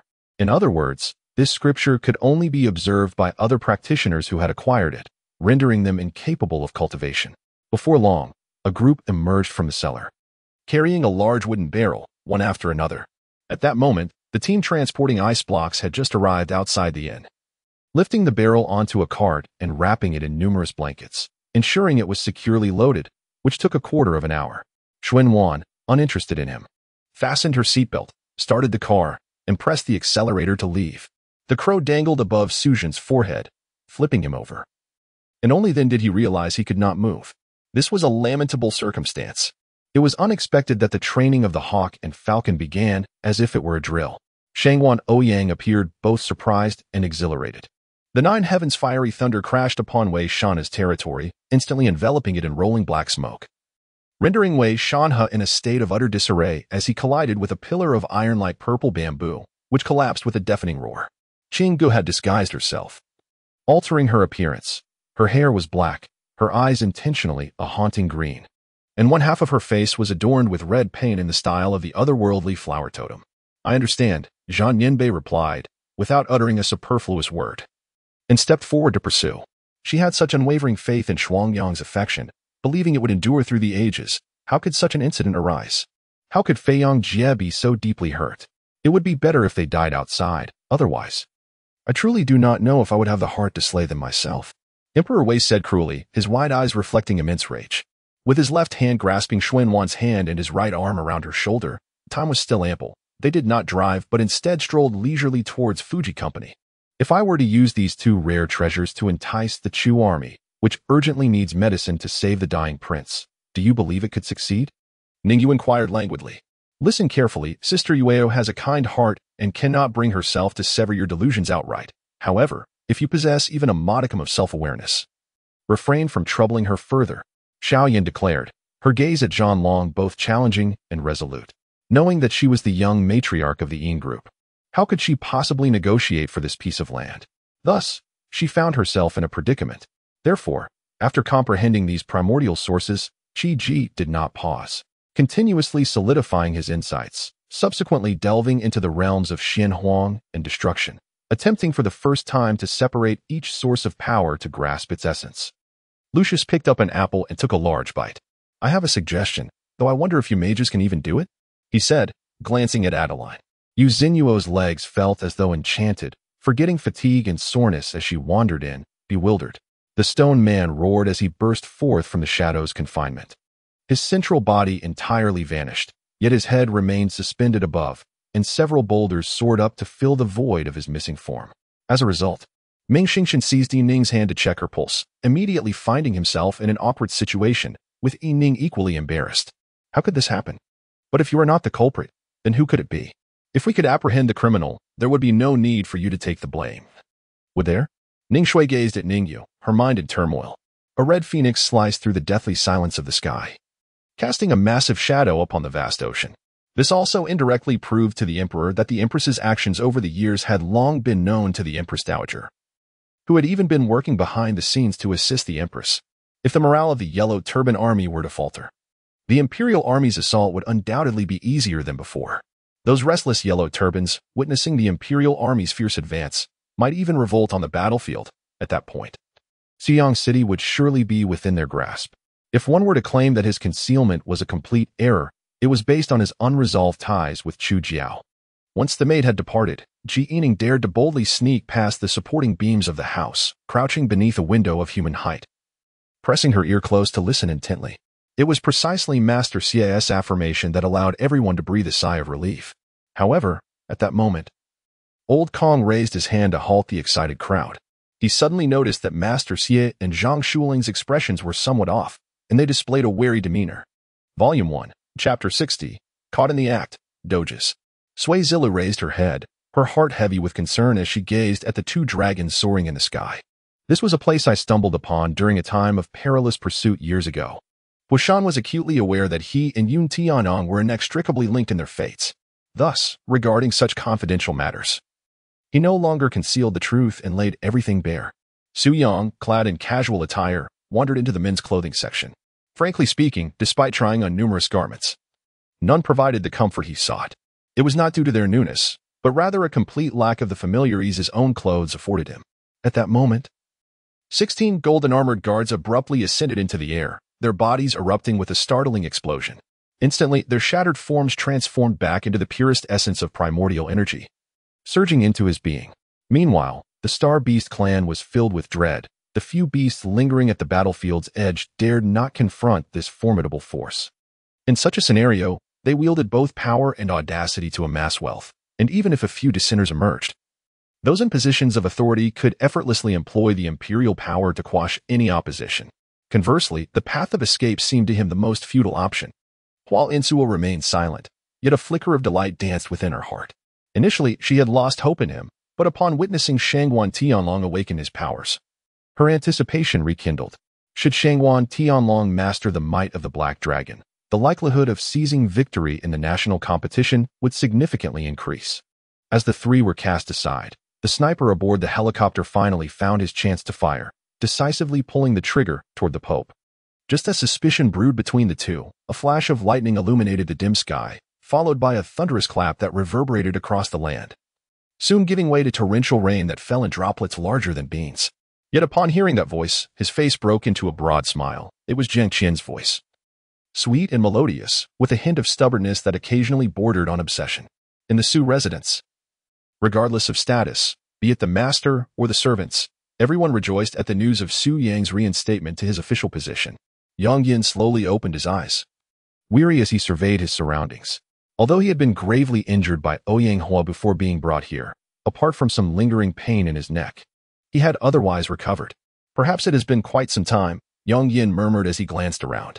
Su Yinsong and Pan Guangdian understood that Pan Rongfang's actions were a warning, a stark reminder to them through Shueping. As Pan Geng's voice resonated, Shuiyan felt an involuntary urge to speak, his eyes widening in astonishment. While he was aware of Pan Geng's formidable prowess, he had not anticipated his strength to be so extraordinary. Su Feiqiong expressed, "The internet is akin to a vast river, a stream existing between us yet absent in the tangible world. I stand on one bank while you stand on the other, merely gazing across, an act filled with hope and dreams, yet upon awakening, one realizes that nothing remains. Senior Yizong, misfortune has befallen my family. My 8-year-old son has fallen ill with a strange affliction, and I wish to seek your assistance," he implored. Not waiting for a response before gesturing for a teenager to be brought forth. Tension surged within the camp as many areas heightened their defenses, though outwardly the atmosphere remained deceptively calm. "May I inquire who your master is? I perceive that Brother Jean possesses an extraordinary demeanor, suggesting your master is of no ordinary lineage." Shirquan cautiously inquired. This vessel was a gift from him. A smile graced Sunia's face. Ever since they acquired this grand ship, their ability to seek sustenance from farther shores had improved significantly. The innkeeper and staff had long hidden away. To dare lay hands on Qinxing was to provoke a murderous fiend. A moment of displeasure could lead to a death so swift they would not even comprehend their end. Song Jun launched another assault. A multitude of personnel rushing across the trench bridge, with many ladders ascending the fortifications, soldiers scrambling upward. Though the reasons for Hussiener's disregard for Zixian remained unclear, the mere presence of Hussiener assured them there was no longer cause for concern. "What is that?" A sentry on the artillery platform peered into the darkened woods, but apart from the fleeting shadows of birds, he saw nothing else. Glancing at the clock, he noted he had 8 minutes until work commenced. Tian Sweet had no desire to climb back to the dormitory only to descend again. Thus, she opted to clock in and head upstairs. After Mengqi spoke, he felt a sudden disorientation, and the middle-aged man vanished from sight. Mengqi looked around, genuinely believing he had encountered a ghost, were it not for the mysterious object on the ground. Not only they, but I too did not foresee this. I initially thought he would not propose, yet he orchestrated such a sudden ambush. It is worth noting that Sun Yu had sought funding from Ling Hai due to his connection to the Lan Ling royal family as a foster son. In light of this, Bao Shi visited Lu Cheng Publishing House after hearing Su Qi's grievances, as a gesture of gratitude towards the staff. Upon hearing Qin Feng's words, the White Dragon of Xiaobai felt no inclination to engage and dared not to consider any implications. He rose, transforming into a white horse before the crowd. "Truly, my mother will join us for dinner shortly." Observing their affectionate demeanor, "It seems good news is imminent," Lin Qing remarked with a smile. Meanwhile, in the B-level gang battle, the first match at Dream Awakening Peach Blossom Island ended in a resounding victory. Regrettably, apart from Ho Tu, Zhu Rong and others remained oblivious to the underlying circumstances. Only Ho Tu sensed that the destructive magical light was not the work of a solitary individual, yet the specifics eluded her understanding. The hotel had invested nearly $1 to $2 billion in internal renovations. He was keen to ascertain whether such expenditure was justified. As for me, I simply choose not to pay attention. I joined the professional league to play basketball, not to concern myself with how others perceive me. If you genuinely cherish or wish to pursue something, external judgment becomes inconsequential. Volume 1, Chapter 61. The repercussions of this significant poisoning incident are beyond imagination. With throngs of onlookers crowding the streets, each pointing and whispering, Night Leopard possesses remarkable deductive abilities. After Chu Yin presented the fundamental conditions, a series of deductions swiftly unfolded. Although not infallibly accurate, they were impressively close to the truth. Within a villa in the West District, the esteemed Black Panther, a prominent figure in the area, sat gloomily in the living room, facing a middle-aged man with an overly polished appearance. As the door swung open, 2 figures, one tall, the other short, appeared in his line of sight, both disciples of the Tao. The Kunlun sect traditionally emphasizes close bonds between master and disciple. However, Under the unique leadership of the unconventional Yang Huang, it has devolved into a more laissez-faire approach. Yang Nan bestowed the spiritual root of the immortal island upon Shui Yuqing, allowing her to cultivate independently while being safeguarded by the four great demon kings, Huashu, Monkey, and Ping. With a thunderous crash, two sword energies struck her simultaneously. And I too suffered a blow from her spear. It was merely a standard attack. Had it been the shadow spear flash, I would have undoubtedly faced grave consequences. Thus, these 20 minutes became a grueling trial for both of us, our bodies drenched in sweat, our trousers thoroughly soaked from excessive exertion. Naturally, the moment you refused to comply, your fates were sealed for this evening. Haha. Lin Ran laughed heartily. The responsible individuals, perplexed, suddenly felt a wave of dizziness wash over them. A year and a half ago, the maniacs In and Ozhenjin were ambushed by the night people at the Lingyan resort, where Long Zihua even attempted to eliminate them. Having discerned their complex ties to the Fist sect, as Chen Xining greeted her family members, Hua Feng refrained from mingling with them and instead attended to other guests. Among those present was a particularly notable figure, Dog Unfilial. Quan traversed the Lin residence like a walking cesspool, effortlessly knocking on the door of Xianglan residence. The attitude of the Xiao alliance was evidently a matter of concern that Ajin stubbornly clung to. Her words indicated her awareness of the intricate connections between a Huang and a Qing across lifetimes. A burly man's chest was impaled by a steel nail driven into a wooden post, while his feet were surrounded by a swarm of dark scorpions, which began to crawl up his ankles, biting as they ascended. In the realm of the 10,000 swords, a swordsman's overall combat prowess is contingent upon three elements: sword spirit, sword technique, and the sword in hand. In an instant, the previously chaotic crystalline sand particles appeared to come alive, coalescing into a spiky sphere, thwarting the hands that sought to grasp the bamboo tube. At that moment, from a distance, Lu Ernie suddenly rose, calling out to Zhang Jiwei to approach. Zhang Jiwei chuckled, took several vigorous puffs from his cigarette, and then discarded the butt on the ground, extinguishing it with his foot. However, little did they know that the real challenge today lay with Chen Haonan, who had orchestrated countless ruthless attacks in the first half of the match. What do you mean? Lin Miaoxiang inquired, as she straightened her posture upon hearing Zhang Longfei's words. Noticing my unwavering gaze upon him, Boyin suddenly pinched my collarbone and caressed my face.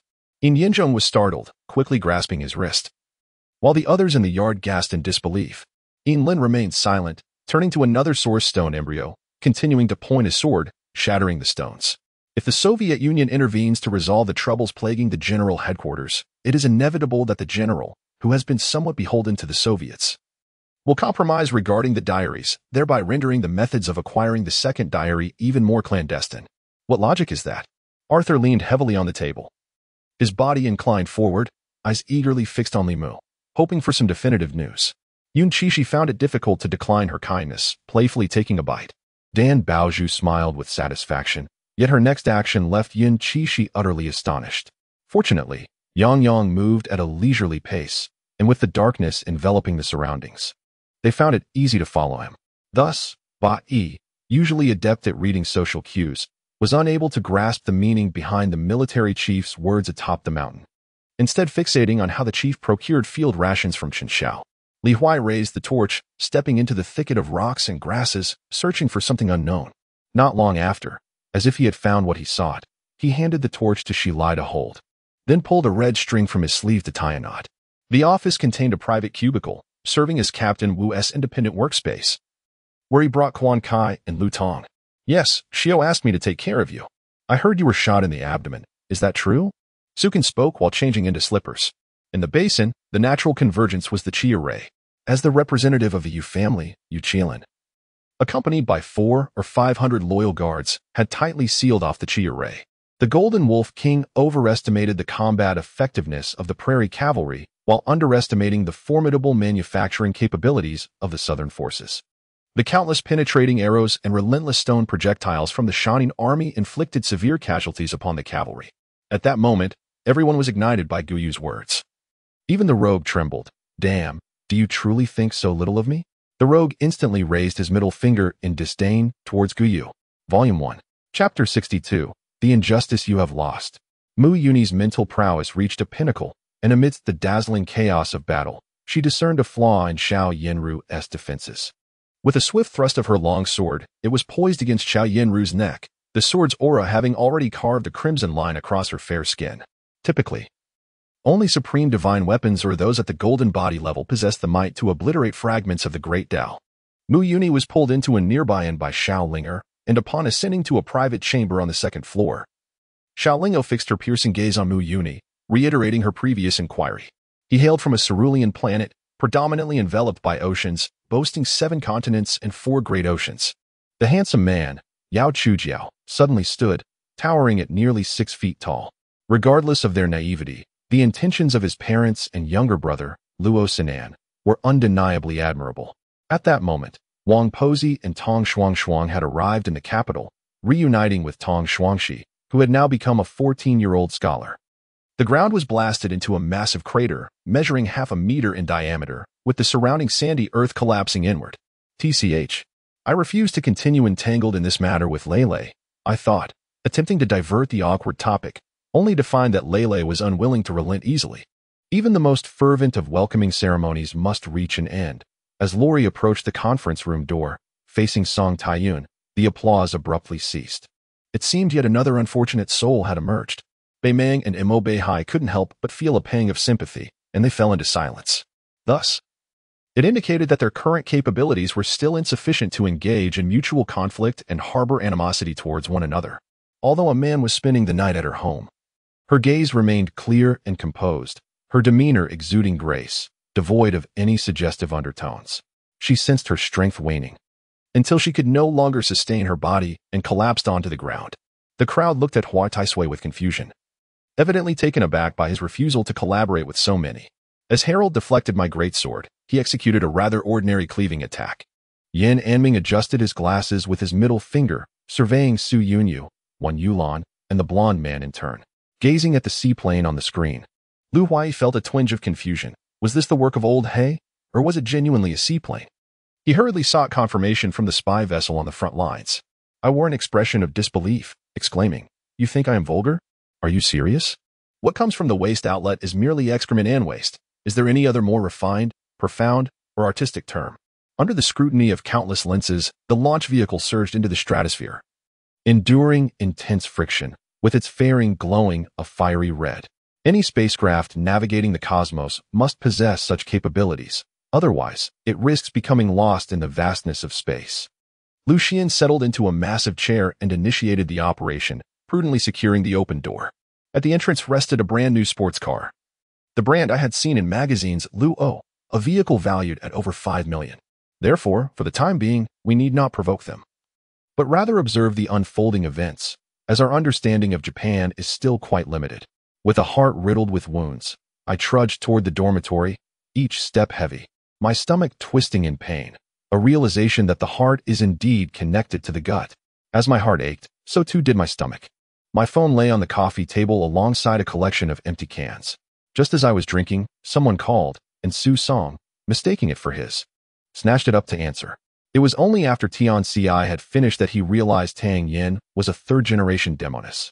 The path to becoming a demoness was far more arduous than that of a typical cultivator. To ascend to the 4th generation, Tang Yin must navigate through the Thousand Ghosts Cave. Taking a deep breath, Tian Ci relayed the matter to Tang Yin. Jiang Ziyun remained silent, a profound smile gracing her lips as she cast a meaningful glance my way, clearly urging me to take a stance. Heh, enjoy this anger-inducing potion, I thought, gleefully envisioning the moment of Lin Feng's demise. Would he be crushed by a frenzied goblin, or gnawed to pieces? Volume 1. Chapter 63. Disregard for norms. The discussion among the various sects was brief, yet the high-ranking officials soon arrived, taking their seats as they privately deliberated on their disciples and those from other sects whom they regarded with favor. Although Liu and her companions had not recently participated in any competitions, they found themselves drawn to the event to witness the proceedings. As midnight approached, a chilling wind howled through the open window, rousing Xiao Xiuying from her slumber, only to be startled by the figure standing before her bed. "Let me go. I am merely following orders." "Release me." The officer writhed frantically, struggling to escape the grasp of his captor. Gu Jingshan and Gu Qianqian were playing with Ning Ning in the back garden, while a fox lounged nearby. Gu Qianqian still felt an overwhelming sense of unreality, fearful that this was all a dream. If she awoke, she would find herself without Jingshan, without Ning Ning, and without all the friends she cherished. This thought filled Pei Zhini with profound anxiety, especially in light of the tumultuous events of the morning assembly. Her previously haughty demeanor had been thoroughly shaken. Upon learning the details, Du Guoyang began to suspect that the offer of 100,000 taels of gold for his life was a ruse. Yet he lacked the courage to verify this unsettling truth. As he journeyed towards the disaster-stricken area, the only souls he encountered were a handful of guards. No one else dared approach. Once inside the palace, the queen walked alone to the beauty couch where the emperor reclined, idly gazing out at the withered branches beyond the window. Upon realizing that Nguyen had participated in the college entrance examination alongside Suqiao at the tender age of 13, jealousy coursed through the others, who resorted to bitter remarks to express their envy. In truth, there were significant flaws in this matter. Perhaps it was his concern that clouded his judgment, preventing him from discerning the truth, even failing to see through the gaping holes in the deceitful scheme. A voice intruded upon Yueying's ears, a deep, magnetic baritone tinged with excitement, belonging to Haisha. The once boisterous banquet hall fell into an immediate hush, all eyes converging upon Qihua, whose crimson eyes radiated murderous intent. After drawing Song Yu into the feast, Qihua swiftly inquired about the group's findings from their journey to the City of Light, as well as the implications of Song Yu's earlier words. In the underground transfer station's control room, smoke swirled thickly as Major Qiao Hui lounged with his legs propped up, his polished military boots resting on the control console, leisurely puffing on a cigarette while observing the multitude of screens. Though the light was dim within the forest, it was still more bearable than the previous darkness, a condition that overwhelmed Ding San, prompting him to shut his eyes tightly. However, it was not surprising that Hua Kanying was taken aback. Moments ago, he had faced an opponent of equal prowess. Only to witness a sudden elevation in their abilities, who wouldn't he be astonished by such a transformation? Little did In Hun know that while he reveled in his triumph, his casual glances had already been noted by Qing Hong. Even the dimmest of minds could ascertain the location of the hidden treasure. The thunderous roar reverberated through the air, causing the sea mist to surge violently, resulting in the nearby coalition's evolved warriors and white-clad fighters succumbing to bloodshed from the sheer force of the sound. The terrifying divine power unleashed an overwhelming aura, causing even the heavens to tremble. At that moment, 9527 gradually understood that Lu Lin had indeed attracted the attention of nefarious individuals. He had driven Jizi away out of fear of implicating her. Could it be Athena? This thought coursed through my mind as I grappled with the two warriors, already struggling against one. Facing four was tantamount to self-inflicted hardship. Only Athena could possibly achieve such a feat. This location was the brightest spot in the sea of stars. Gazing upward revealed countless celestial glimmers illuminating the sky with resplendent brilliance, reminiscent of the memories he held dear. Upon seeing Lin Yuan, the individual hurried over to inquire about the situation, beads of sweat dotting his forehead. Lin Yuan chuckled heartily before responding. Warm water enveloped his chest, and a sharp pain tugged at his shoulder. The reflection in the mirror revealed a once handsome visage now marred, cheeks swollen and eyes bloodshot, a figure of disarray. After his bath, exhausted and in pain, he succumbed to a drowsy slumber. The space surrounding the two began to fracture, and he realized that their time was running short. In the next moment, Lin Yuan abruptly raised his hand, delivering a powerful slap to the figure before him. As usual, Qin Chuchu opened the window. Gazing at the slightly weathered door atop the bluestone steps, General Ming had retreated, yet it was uncertain whether all officials within the Ming faction felt unease. Some likely harbored thoughts akin to Shirzhuaxi's. At this moment, Jiang Yinqing voiced his concerns, providing an excuse for Yan Yang's transformation, eliciting surprise and simultaneous relief among those present. Is Brother Gui faring well in Hishi? Upon hearing Zhang Zhaoyang's inquiry, Gui Wuming's expression shifted. Hishi was a domain dominated by the Huang faction. Though astute and capable, Gui Wenming struggled to make headway in Hishi, facing challenges not dissimilar to those encountered by Zhang Zhaoyang in the northern frontier. No sooner had the words left her lips than she felt someone take her lunchbox and thermos from her grasp, yet the hand that covered her eyes, large and powerful, did not relent. Cousin Huan had yet to select officials. While the two elder brothers of the Song family held positions in the capital and had never received the common people's umbrella, pressuring him to procure one. Meanwhile, those downstairs hesitated to ascend, uncertain why the dragon spear soldier showed no intention of continuing the assault. After firing a few rounds downwards, the two sides remained locked in a stalemate. Yu utilized navigation to locate a nearby amusement park, discovering it was a 45-minute drive away. In the end, the time left for Tom to enjoy was exceedingly limited. Volume 1, Chapter 64, design, it was indeed perceptible during the previous match that Amazing J exhibited a subtle dominance. Although his crow heroically constrained Shun, this was primarily due to the inherent advantages of the champion and Shun's numerous forays to support his allies, which consequently resulted in Lin Han losing a significant number of minions and falling behind in development. Jian Han's eyes glistened with unshed tears as she cast a lingering gaze before turning away. As time progresses, should the number of demonic seeds surpass a certain threshold, the demon lord sealed within the Blackwater Gorge will inevitably resurrect and break free from its confinement. Over the years, numerous Korean players have joined other regions, which presents an opportunity for further examination in this regard. Zhou Tian's eyes narrowed slightly as he contemplatively regarded Ling Feng, stealing a glance at the eunuch behind him. Ling Feng, contemplating the matter, understood why Zhou Tian had previously insisted on thoroughly dismantling the Western King's authority, even compelling him to recuperate at home. The two disciples from the military academy exchanged glances, ultimately relenting to exit Ming and use chamber, standing guard at the door to avert any unforeseen incidents. Karev nodded, while Zhang Yinfan cast a glance at Karev. In his presence, he suddenly raised his hand in a swift motion. Li Zun had previously remarked that Zhang Yinfan had forsaken her twice. The question lingered. Why would he choose to abandon her? Was her past truly that dreadful?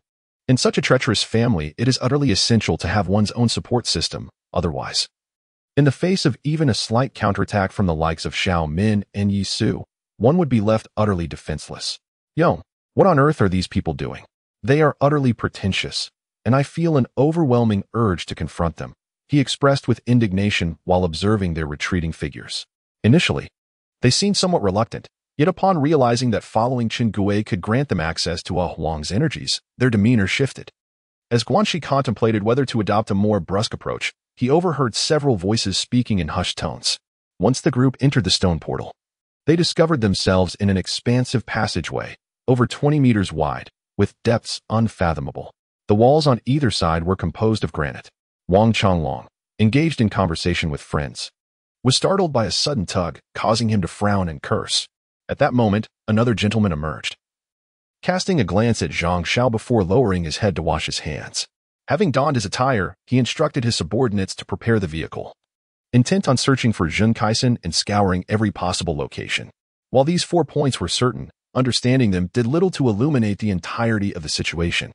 Mo Yuchi involuntarily let out a soft murmur, perhaps due to the overwhelming stimulation, or perhaps in reproach of Wei Feng for being too forceful in his affections, suggesting he ought to be gentler with such delicate feelings.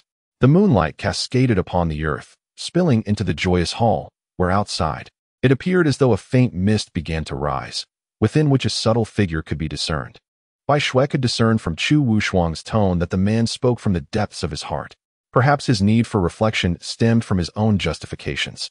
The surrounding atmosphere, in response to a sudden sound, grew dramatically heavier, and while it did not capture Li Sun's form, it caused a brief pause. Just as a sharp sword aura surged forth below, Chen Danqin was taken aback to discover that the essence of this spirit was embodied by a black dragon, exuding an aura of profound stillness. Clearly, beneath this mountain range, there had once been a significant dragon vein, though for reasons unknown, it had been severed, devoid of vitality, thereby granting the spirit an opportunity. Su Feng finally took to the court, much to the astonishment of the fans, who erupted in applause and cheers. The players from the Miami Heat embraced Su Feng, with both LeBron James and Dwayne Wade approaching him. Lin Fan shook his head and casually emerged from his seal, casting a glance at it, thinking how naive it was to believe it could confine him. However, the pace he experienced was astonishingly slow. Despite enduring immense pain for centuries, the outcome left him profoundly disheartened. His meridians had only repaired a few centimeters. Anna, who seldom reached out to her, was rather disdainful of her. Why, then, would she suddenly call her now? In that fleeting moment, a trickle of golden blood flowed from the brow of the old dragon. The intensity of the sword energy was terrifying. Within the serpent's flesh, there resided strands of genuine qi that greatly delighted Long Yang, prompting him to circulate his vital energy to solidify the earth dam he had just refined. In truth, Sun Yuanhua had yet to utter one more crucial piece of information. The Prince of Hung was also in Qingzhou City. Should Qingzhou fall, the prince would undoubtedly meet his demise. The princes of the court gleamed like luminous gold ingots, visible from miles away. Fleeing now would make it exceedingly difficult to evade the pursuit of others, and thus, unless absolutely necessary, escape was not an option. I once believed the faith of the Church of Light was merely a fabrication. However, given the current circumstances, it may hold some truth, Vera remarked with a stiff expression. Volume 1, Chapter 65, Deliberate Intent Bamboo Garden. Upon hearing these two words, Yin Yao abruptly released Su Xian's hand and dashed out. Lu Xiangyue exerted considerable effort, but could not pry his hand away. Thus she had to endure her embarrassment and assist in clearing the quicksand. You are referring to the demon god's claws and the holy radiance, aren't you? Hun glanced at Fan Yu with a puzzled expression. The countenance of Shinji Zhouyu darkened. He seemed to sense the unusual demeanor of Fan Yu. Accompany us on our journey. It may entail significant peril. Are you truly resolute in your decision? Qing Ko bit her lip and inquired. Very well, Fan Yu, come with me to meet our master. He will provide you with a thorough explanation of our sect's circumstances, Qing and I Feng declared, taking Fan Yu's hand and racing forward. Wait. This fellow was previously adamant about quarreling over 110 taels. Yu Pian snorted, her anger rekindled by the recollection of the monetary dispute. Lu Shuang's method of movement was straightforward and conventional, akin to the maneuvers of a novice chess player, yet it appeared remarkably effective. Most importantly, it had left Tang San at a disadvantage. Once the Fate Hat was placed upon Tang San's head, it became inextricable. The Fate Hat is a unique energy artifact produced by a system exceedingly difficult for external forces to destroy. Qi Qiao crouched down and called out several times. But the elderly man merely kept his eyes tightly shut. After verifying that there were no stones or other impediments around his head, Qi Qiao felt somewhat relieved. Yet she dared not shift him. If the old man had broken ribs, moving him could exacerbate his injuries. A punctured lung would be a grave concern. Another person rushed forward, brandishing a broom to strike Yen Luo. In a swift motion, Yen Luo bent backward to evade the sweeping broom while simultaneously drawing a dagger. Si Yujun speculated that Bai Ai's affections were likely directed towards her elder sister. However, she refrained from disclosing this, as a particular piece of news had caused her to distance herself from the Bai family. With the addition of a new family member, Yen Luo fashioned a makeshift nest beside the sofa using a blanket, providing a resting place for Yen Bao. By the time Physician Lin arrived, a fragrant incense had burned down. Dressed in casual attire and carrying a medicine box, he had not been adequately informed by the servants, and upon arrival, he discovered that the Empress was present, suggesting that she was meddling yet again. He was a master of the Spirit Sea realm, although his martial arts skills were rudimentary. It did not imply he could be easily bullied. Passing by his stall, Muchen collected the medicinal remnants and added 10 gold coins, adjusting the advertisement sign accordingly. Seeing no way to refuse, Huzi timidly glanced at his mother, who gave a slight nod, prompting him to express his gratitude as he took his sister by the hand and led her to a nearby room. Zhao Jing, her face flushed from the kiss, could only gaze longingly at the man she adored, rendered speechless. As Zhong Lingyu pondered, he noticed Jean Renan approaching. He discreetly exited the martial extreme society, reminiscent of a dramatic encounter, and they met at the stairway on the first floor. After detailing the military strength of the enemy city facing Min City, Min Shixiang turned to the crowd and posed an inquiry. At times, he even deliberately pointed out his flaws, though some elderly individuals secretly advised him to be more self-reflective, which greatly irked Xiaohan. Zhang Lingyu did not intend to reveal the true reason for his presence in the mine, although these individuals were loyal. They were still mere students. It was best for them to remain uninvolved in certain matters to avoid danger. Often, ignorance was a form of safety.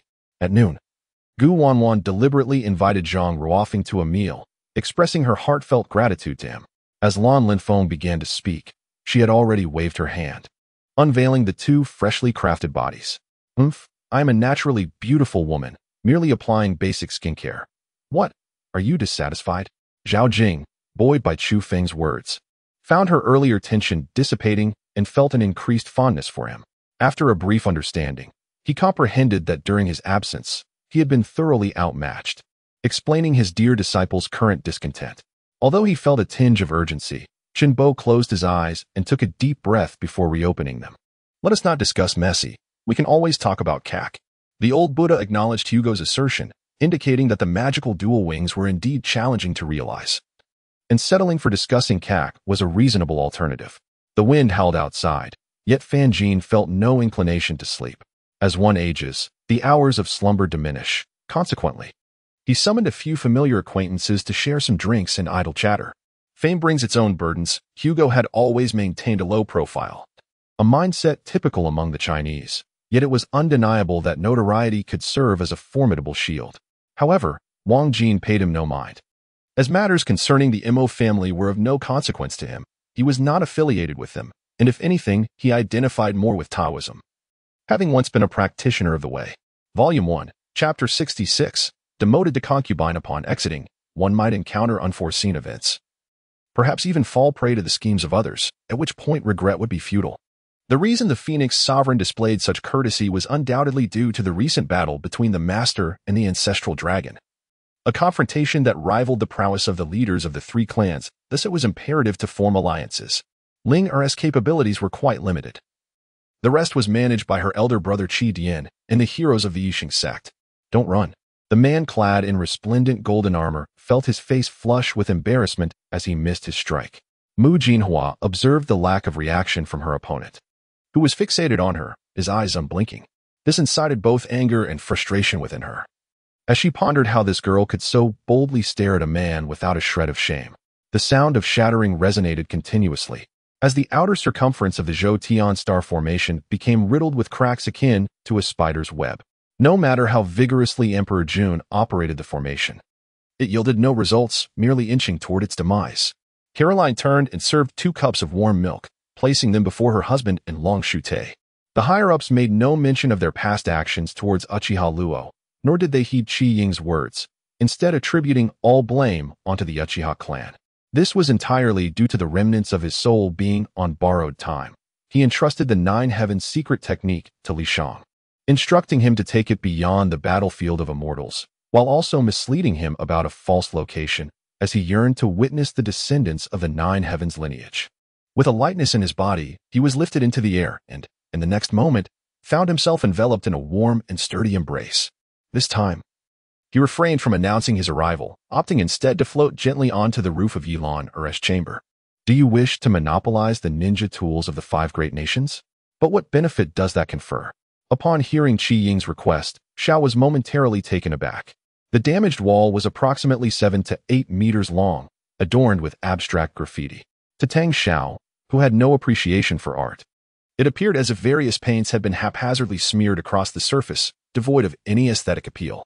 Morong Ku understood that even if Qin Yizhen were to casually speak nonsense, should she genuinely seek an audience with concubine Qi, it would not take long before an imperial eunuch arrived to announce the decree to take Yilan away. In her memories, this aunt had always treated her well. Yet the numerous suspicions surrounding her were overwhelming. However, no matter how grand and ceremonious the mourning was, it could not wash away the sorrow of Wu Yunju. Since the untimely death of the 4th prince, her spirit felt half absent, despondent as if life had withered away. Daily, she would either sit or lie down, clinging to the garments of the 4th prince, tears cascading down her cheeks. I dare anyone to say otherwise. If they knew the identity of that great personage and still dared to utter a single word of dissent, I would call him grandfather. Yu Junsheng declared with extreme arrogance. The machinery whirred to life, revealing a score of over 1,500 points, surpassing the highest score by more than 400 points. No, I cannot allow you to go. It's too late. What if you encounter a water monster? He Qingqing, seeing Chu Yang's determination to investigate the cold pool for her sake, hurriedly intervened. After a busy afternoon, when Shi Jingshan finally diverted his gaze from the computer screen, he realized that darkness had enveloped the outside world. Rather than directly firing upon Ji Xiefeng and the others, the shots were directed toward the empty expanse of the Bali Paradise building. Upon hearing this, everyone paused for a moment before fixating their gazes on the shards scattered on the ground, and indeed, they noticed something unusual. As for their frenzied construction at the old residence, Hulala was the most wronged in this scenario. The stout man on lookout, perceiving Ji Xiefeng's relatively frail physique, attempted to intimidate him with a fierce demeanor, hoping to scare him away. She had previously investigated the Feng family and knew that their most treasured possession was none other than Gu Ting, the child born without a mother. If Basu were to disagree, she could easily seek collaboration with another spice shop, utilizing her spices to concoct profitable formulas. Your Highness, how could I dare to bully you, being a princess? Gu Qinyu spoke with an innocent demeanor. Upon learning this news, He Qingfeng found it impossible to smile, forcing a grin. It was only later that he learned to regard Tian Wan as a close friend, taking 3 years to move beyond his secret affection. Meanwhile, Yu naturally took the time to patiently respond, as it was likely that only the creators of the star network possessed knowledge of this realm. For the others, it was their first encounter. Volume 1, Chapter 67. Nourishing the body. Zheng Feng was utterly incredulous, suddenly springing to his feet and pointing at Zhao Hao. Yet he could not articulate his thoughts. Bayou City and Luo Qingyan remained aboard the white yacht, which had been sailing the ocean for the better part of the day. As the competition entered its final minute, the Spurs trailed by double digits, and the cheers from the crowd could no longer be contained. Even Carey could not resist leaping up in excitement. With so many eyes upon him, he refrained from recklessly charging forward, as conserving his strength was paramount. Moreover, he remained uncertain whether these individuals were adventurers on a mission or a band of robbers. Abandoning the examination, Zhao Hao chose to sit behind the chief examiner, Wang Ju, leisurely observing the delicate young gentlemen as they tumbled from their steeds in various disheveled fashions. Witnessing by Jioshu's utter disregard for him transformed his mild envy into a profound aversion. For them, the monthly stipend of $500 was negligible. They earned $200 daily repairing roads, accumulating $5,000 to $6,000 a month. He hoped that the player who had discovered the location of the glimmering butterfly monster would privately message his ID hot dog is delicious to inform him of the monster's whereabouts, adding, "The price is negotiable, as long as you don't disclose it to others." They then charged forward. With each stride, the ground trembled, creating an overwhelmingly awe-inspiring spectacle. However, an impressive scene unfolded that left Island in admiration. "My mother's illness has subsided, yet she remains quite frail. I wish to purchase some vegetables from you to prepare nourishing dishes for her," Xiao Meru hastily explained. "My mother is fine. Dear uncle, you are overthinking." Bang! Richard boldly confronted the oncoming force, the clash of their weapons producing sparks. Hell's scythe pressed downward with great force, but Richard's strength proved equally formidable, leaving the scythe unyielding. Upon hearing this, Li Kerson's face flushed with a mix of embarrassment and anger, causing her to stamp her foot in frustration before turning to leave. "What's the matter? Brother? Why are you blocking my way?" "I intend to leave, so step aside," the streamer, intercepted by Wang Jin, remarked nonchalantly and somewhat arrogantly. What are you discussing?" Park Anna inquired timidly, seemingly burdened by the weight of her past experiences, still clinging to a vestige of her idol persona. The overall tone of the second half was thus. Trapani took the initiative, with Henry and Messi occasionally exhibiting improvisational brilliance. The trio in the forward line, including the midfielders, managed to secure several shooting opportunities, while Sevilla focused on counterattacks, though with limited success. Under the constraints of the talisman, the blood goose mobility was severely restricted. Anticipating the right moment, Wang Jin unleashed another lightning thunder fist attack. Upon hearing this, Cui Xiuna felt an overwhelming urge to slap the scoundrel before her, who had brazenly placed his hand upon her backside, rendering her immobile. "Haha, I never expected someone would understand me. You truly are to my taste," Cluza remarked as he drew his beam sword, charging at Truth when his beam gun proved ineffective. On the table beside her lay a blooming lilac, enhancing her beauty, akin to a peach blossom, radiating a captivating glow. "What do you think?" Chun Munin observed his expression, reminiscent of his disdain when looking at Qi Xiangdong, as if he were disappointed at the lack of potential. Perhaps they were too conspicuous, for the proprietress kept a watchful eye on their actions, noticing their collective clumsiness with chopsticks. Shinduawan nodded, thoughtfully stroking his chin, yet aside from feeling the softness of Shushin's belly, he truly discerned nothing further. Today, Yulan's attire was rather unremarkable, and she appeared taken aback by his comments, displaying a dazed expression. Huangfu Shijue realized that since acquiring the longevity true energy, he had been particularly drowsy in recent days, yet upon awakening, he felt the force within him growing ever stronger. Upon learning of Mu's fainting and Xiao Zhenyan's severe injuries, Old Master Mu felt an acute sense of worry and urgency, yet he understood that at this moment, he must first inform Dongfang Sheng to proceed to Pingqing. Volume 1. Chapter 68. Peijingye, Suiyu Pavilion. Raindrops patter against the eaves of the azure tiles, cascading down the upturned drip tiles to form several silvery threads.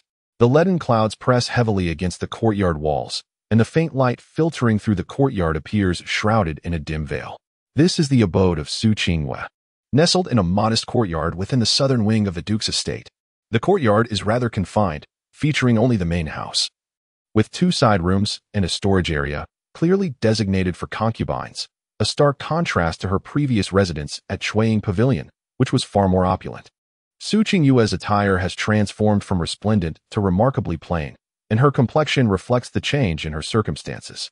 He has indeed performed numerous benevolent deeds for the village, earning their forgiveness. There would be no objection to his continued role as village chief, yet he himself harbors no desire to remain in that position. Once he ensures that Mother Zhou is comfortably settled in a nursing home for proper care, the Liu family will no longer intrude upon her, and she is bound to recover gradually. Being coldly rebuked by Liu Yimei was one thing, being further insulted by Tang Shi, who called him a dog and a donkey, caused Xiao Changxing to lose his composure. "Thank you," Audrey exclaimed joyfully as she accepted the bouquet. Lilies are her favorite flowers. Moreover, when her royal brother was trapped in the southern underworld, it was thanks to Xian Yin and General Qing Wu's assistance that he could escape safely. To be frank, this year's Bobcat lineup is rather commendable. Historically, it is perplexing why they achieved a record of 7 wins and 59 losses. Currently, my greater concern lies with Zhou Sun's whereabouts. I can only hope he is alive, even if he has fallen into Qin Shuimeng's hands. It offers me a glimmer of hope, for she would never harm Zhou Sun, much like the former Orochimaru, who sacrificed everything in pursuit of immortality. Even becoming a rogue ninja and conducting human experiments, he sought to explore the uncharted path of eternal life alone.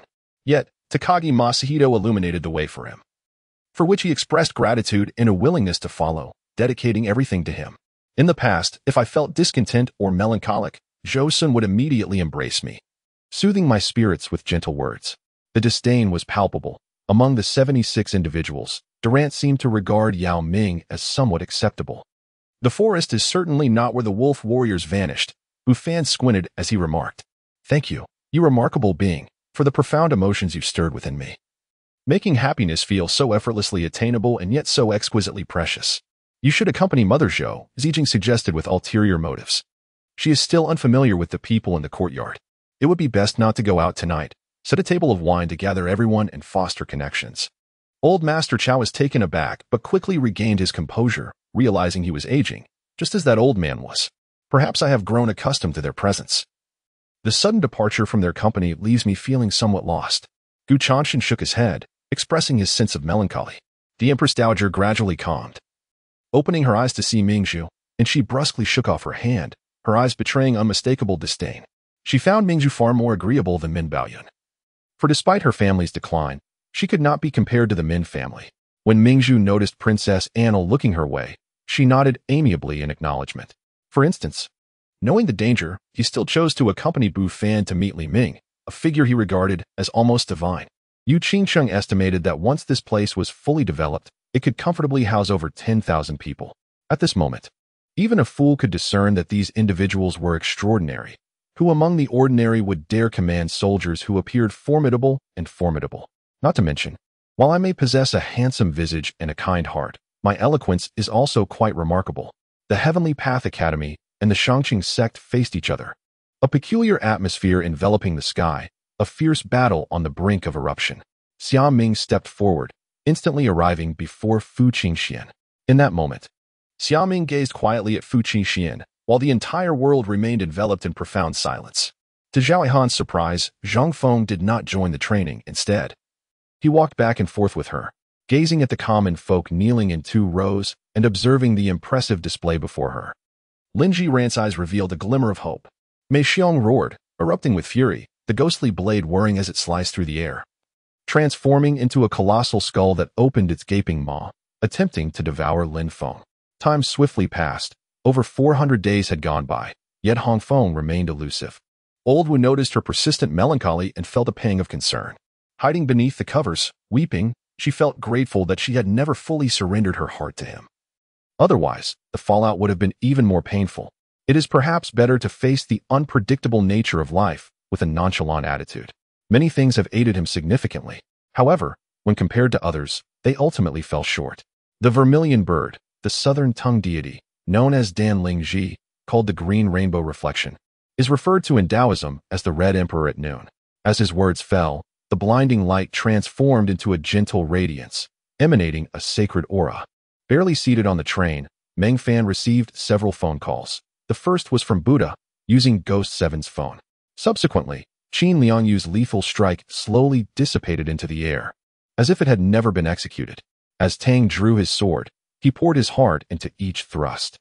Each strike was guided by the instinct he felt in the moment before unleashing his sword, causing his movements to flow like the mighty river, relentless and ceaseless, leaving no room for the opponent to breathe.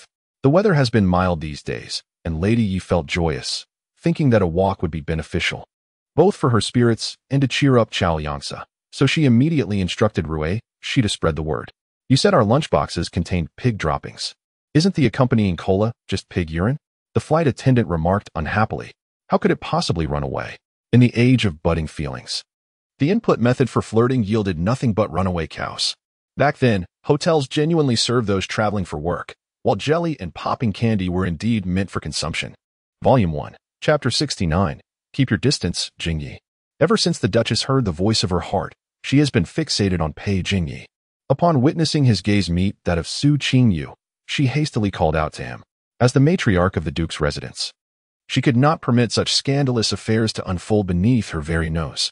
Recently, a few newcomers have joined the Duke's household, and both of your cousins have tied the knot this year. Allow me to introduce their wives to you. The Duchess smiled as she addressed Pei Jingyi.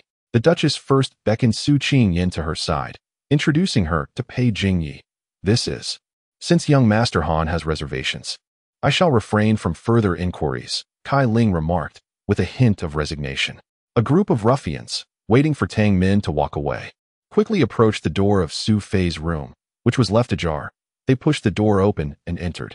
Aside from those forced early rises during school days, whenever possible, I would relish sleeping in, save for the rare occasion when my spirits were high enough to rise early for some exercise.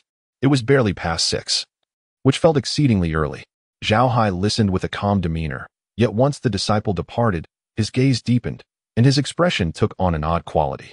She found herself torn between driving the male protagonist away to create opportunities for the male supporting character or allowing the male protagonist to feel jealousy, thus escalating the conflict.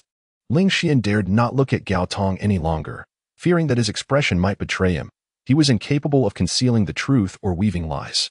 She was acutely aware that it was now the turn of the Xia family to guard Wudu City, and if Xiao Xiao were to clash with the guards, it would be a disgrace for the Xia family. The soul-eating demon worm?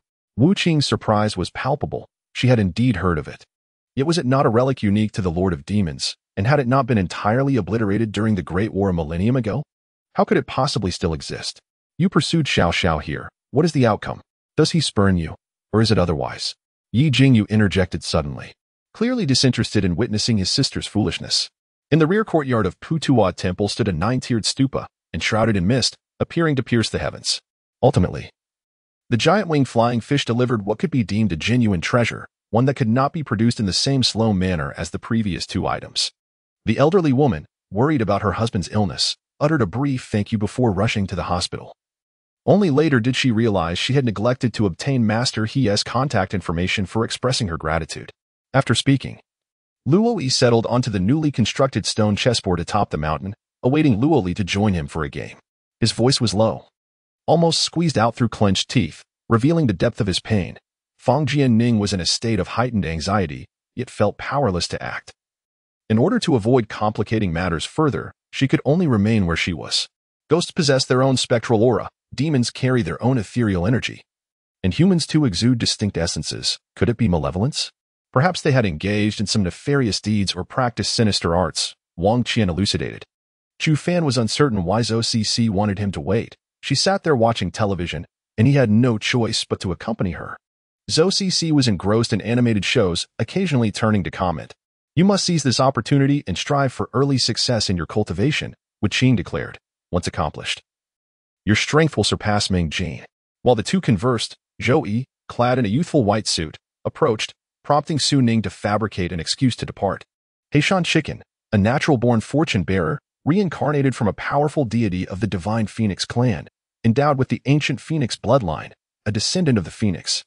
A beastly roar signaled that Feng Waya had absorbed the genetic serum. For a brief period, he would maintain his beastly form, gaining immense power. In that place, there were, to varying degrees, their significant others, or the men they yearned for. Perhaps it was due to an improvement in his physical constitution. Despite carrying a man weighing over 100 pounds, Li Nan felt no strain, moving lightly even up the stairs. Gao Hu feigned a semblance of sorrow, though his poor acting was almost unbearable to witness. While it was certain they were not behind the poisoning, the two assassins from earlier undoubtedly hailed from their ranks. Thus, Half the blame for Sanji's demise rested upon them. Over the course of 10 years, many drivers had developed the habit of sleeping on the highway. No one could have anticipated that the sophisticated management system designed by the Luo Group would falter so embarrassingly today. He did not wish for his compelled words to sever their only chance of survival. He hoped for a future where, when his child matured, the world would be at peace. The gunshot erupted from above Li Nan's head. Judging by the sound's intensity and frequency, the gunfight transpired on the 9th floor. Not the 10th, which left Li Nan perplexed. Had an unforeseen event truly occurred? As they spoke, the group had already reached the concealed door at the rooftop. Han Guang suddenly stomped forward, yet the door remained unyielding. The bald man caught Gao Hu's coat, draping it over his left arm, while his right hand lingered beneath the fabric, seemingly revealing a hint of coldness. The snake blood was primarily concentrated to irrigate the remaining 16 pots of snake blood fruit bonsai. However, even after 2 consecutive days of watering, the remaining bonsai exhibited no signs of response. Upon uttering this phrase, she had already prepared for the possibility that He would simply walk away. Yet after waiting for an extended period, he showed no inclination to depart. Daisy's biological mother brought breakfast, signifying her intention, and immediately sat down at the dining table without reservation. She was unsure how He would arrive at this decision, but as he stated, she truly needed to take a proper rest. Shui Muhan locked eyes with the man before her. His gaze was peculiarly sinister, seemingly laced with mirth yet tinged with an indescribable mockery. Step, step, step. Hearing the leisurely yet ominous footsteps behind her, Zhao Chunqin steeled herself and lunged forward. The following morning, Jin Wei Long arrived to pick up Ban Kojume, also bringing breakfast along. After they had eaten, Jin Wei Zhong came over as well. And Jin Wei Long first escorted Ban Kojume back home, as he had a management meeting to attend that morning. Since none of you have objections, the governor. He glanced at the somewhat awkward governor beside him, his disdain evident. Of course, this was to be expected. Offending all the affluent sects under his governance was indeed a troublesome affair. Volume 1, Chapter 70. Have we opened the back door? My husband. This is not merely my issue. Even if I attempt to evade him, what if he insists on meeting me? I am but a concubine in the Duke's residence, while he is the eldest son of the second house. If he calls for me, can I truly ignore him? Su Qingwei glanced at Pei Jingyuan with a sense of grievance. Although she still harbored resentment over the previous incident where he and Lu Rum conspired to drug her, she understood her current predicament too well. Confrontation was not an option. Thus, she buried her animosity deep within, focusing solely on her assent to her. Pei Jingyuan had long since become merely a tool. Pei Jingyuan, she pondered. When inquiring about her, Bai Li Qianxuan wore a somewhat melancholic expression, reflecting on the unreciprocated confession and subsequent conflicts, leaving him with nothing but a sigh of resignation. The 4 of them boarded the carriage, which thundered forth with the ferocity of a storm, heading straight for Jiangnan City Technology University. Beneath the desolate night sky, 2 figures embraced, sharing a kiss that lingered, unwilling to part. In another room, Wu Chuang felt a mix of embarrassment and confusion, his face flushing and paling in turns, experiencing a rare moment of bemusement, wishing he could vanish into a crack in the ground. Although Shui Yunfei occupied a significant position in the Lotus Domain, he resided not within its confines, but rather in the former palace of the Shui Wei Kingdom, which had long ceased to be its main city, now merely a town within the Qi Kingdom, with Shui Yunfei as its lord. No, I want to be with you, Fan Mingxin reiterated, seemingly at a loss for words. Li Yuqi observed Lin Shifan's demeanor and, for reasons unbeknownst to her, felt her previous worries dissipate, as if the mere presence of Lin Shifan rendered everything fearless. Did you not silence him? Dan Taimingwei questioned, somewhat skeptical that Qin Su could be so benevolent. Qin Yi's eyes widened in terror as he clutched the gaping wound on his neck, blood gushing forth, his body convulsing in agony before he collapsed to the ground with a thud. Qing Ming led the way directly into the prince's mansion, opting not to employ spatial folding techniques this time. As they traversed the expansive estate, a refreshing aura enveloped them. Gradually, the passage widened, and as the wolf-toothed lantern illuminated the way, they discovered a stone door ahead, flanked by 2 statues, figures with human bodies and serpent heads, each grasping a long spear. Not far off, she and Saida observed the Zhuang brothers with a smile. Although Zhuang Yin could contend with a 3rd-tier royal expert due to his unique spiritual prowess, it was evident that luck played a significant role. Should he encounter a formidable opponent, achieving such results might prove impossible. After waiting approximately 5 minutes, Huang Fuichen and Ma Li saw 3 injured individuals, their faces swollen beyond recognition, being helped inside. "Why are you all staring at me?" Lan Nuolai remarked, feeling increasingly uneasy under the scrutiny of the War God Alliance. The figure before them bore a youthful countenance, clearly still in his prime, dressed in a simple green robe. His expression grave. It was Gu Luo, who had just arrived at the back mountain. The serpent tribe leader's eyes blazed with fury, yet he was powerless to act. Unable even to speak, forced to watch his son writhe in agony, his futile struggles amplifying the leader's distress. Upon hearing this, Gu Luo narrowed his eyes, realizing the source of the hostility directed at him was due to Qing Ji's machinations. "Since you say so, I shall take my leave," he stated coolly before turning away without hesitation. Thus, Lu Fan and Su Ling mounted their horses, and when Wang Li inquired, Lu Fan deceived him, claiming he was taking Su Ling to meet Lu Ji for his judgment. Lu Fan cautioned Wang Li that this matter was confidential and should not be disclosed. Wang Li acquiesced. Jiang Yining and Jiang Yiran bore resemblance, so none in the Jiang family doubted his lineage as Jiang Weishue's child. Meanwhile, Luo Jingyuan, who had refrained from approaching, gazed at the unharmed Qi Chizu, feeling a weight lift from his heart. It was a relief, indeed. However, when he glanced at Ling Ji, disappointment flickered in his eyes. Yet, recalling the Han family's ruthless dealings with their own son, daughter-in-law, and even servants, he hesitated to approach. The scene around him was undeniably vibrant, prompting Su Hao to think of Wang Yuyin and Wang Yuqi, who had sacrificed so much for him. This marketplace resembled the previous one, yet it was devoid of familiar faces. Nevertheless, while she could not guarantee that she wouldn't suddenly vanish or traverse to another realm, she assured him that as long as she remained in this world for a single day, she would wholeheartedly devote herself to him without reservation. Gu Shidong had yet to resolve some matters and, upon hearing of her arrival, instructed her to wait at a nearby CAF, suggesting they dine together after work. Qianlua agreed, wishing to avoid coffee, and opted for a glass of lemonade, sipping it slowly. Her mind was in disarray. So much so that she failed to notice Gu Shidong approaching her. "Rest assured, I will not interfere with your engagement to Jiang Yining," I said expressionlessly. Lin Mubai ultimately did not articulate his thoughts clearly. Without evidence, his words would be futile. She was not one to engage in gossip, should she speak. It would be backed by concrete proof. What remained perplexing was that Ning Jinyan's company had not merged with the Ning family, and they seemed to maintain a clear separation. No one understood the reasoning behind this. It was only that perhaps the opposing party's ability to conceal their presence was too formidable, as even their divine senses could not detect where they were hidden. Volume 1, Chapter 71.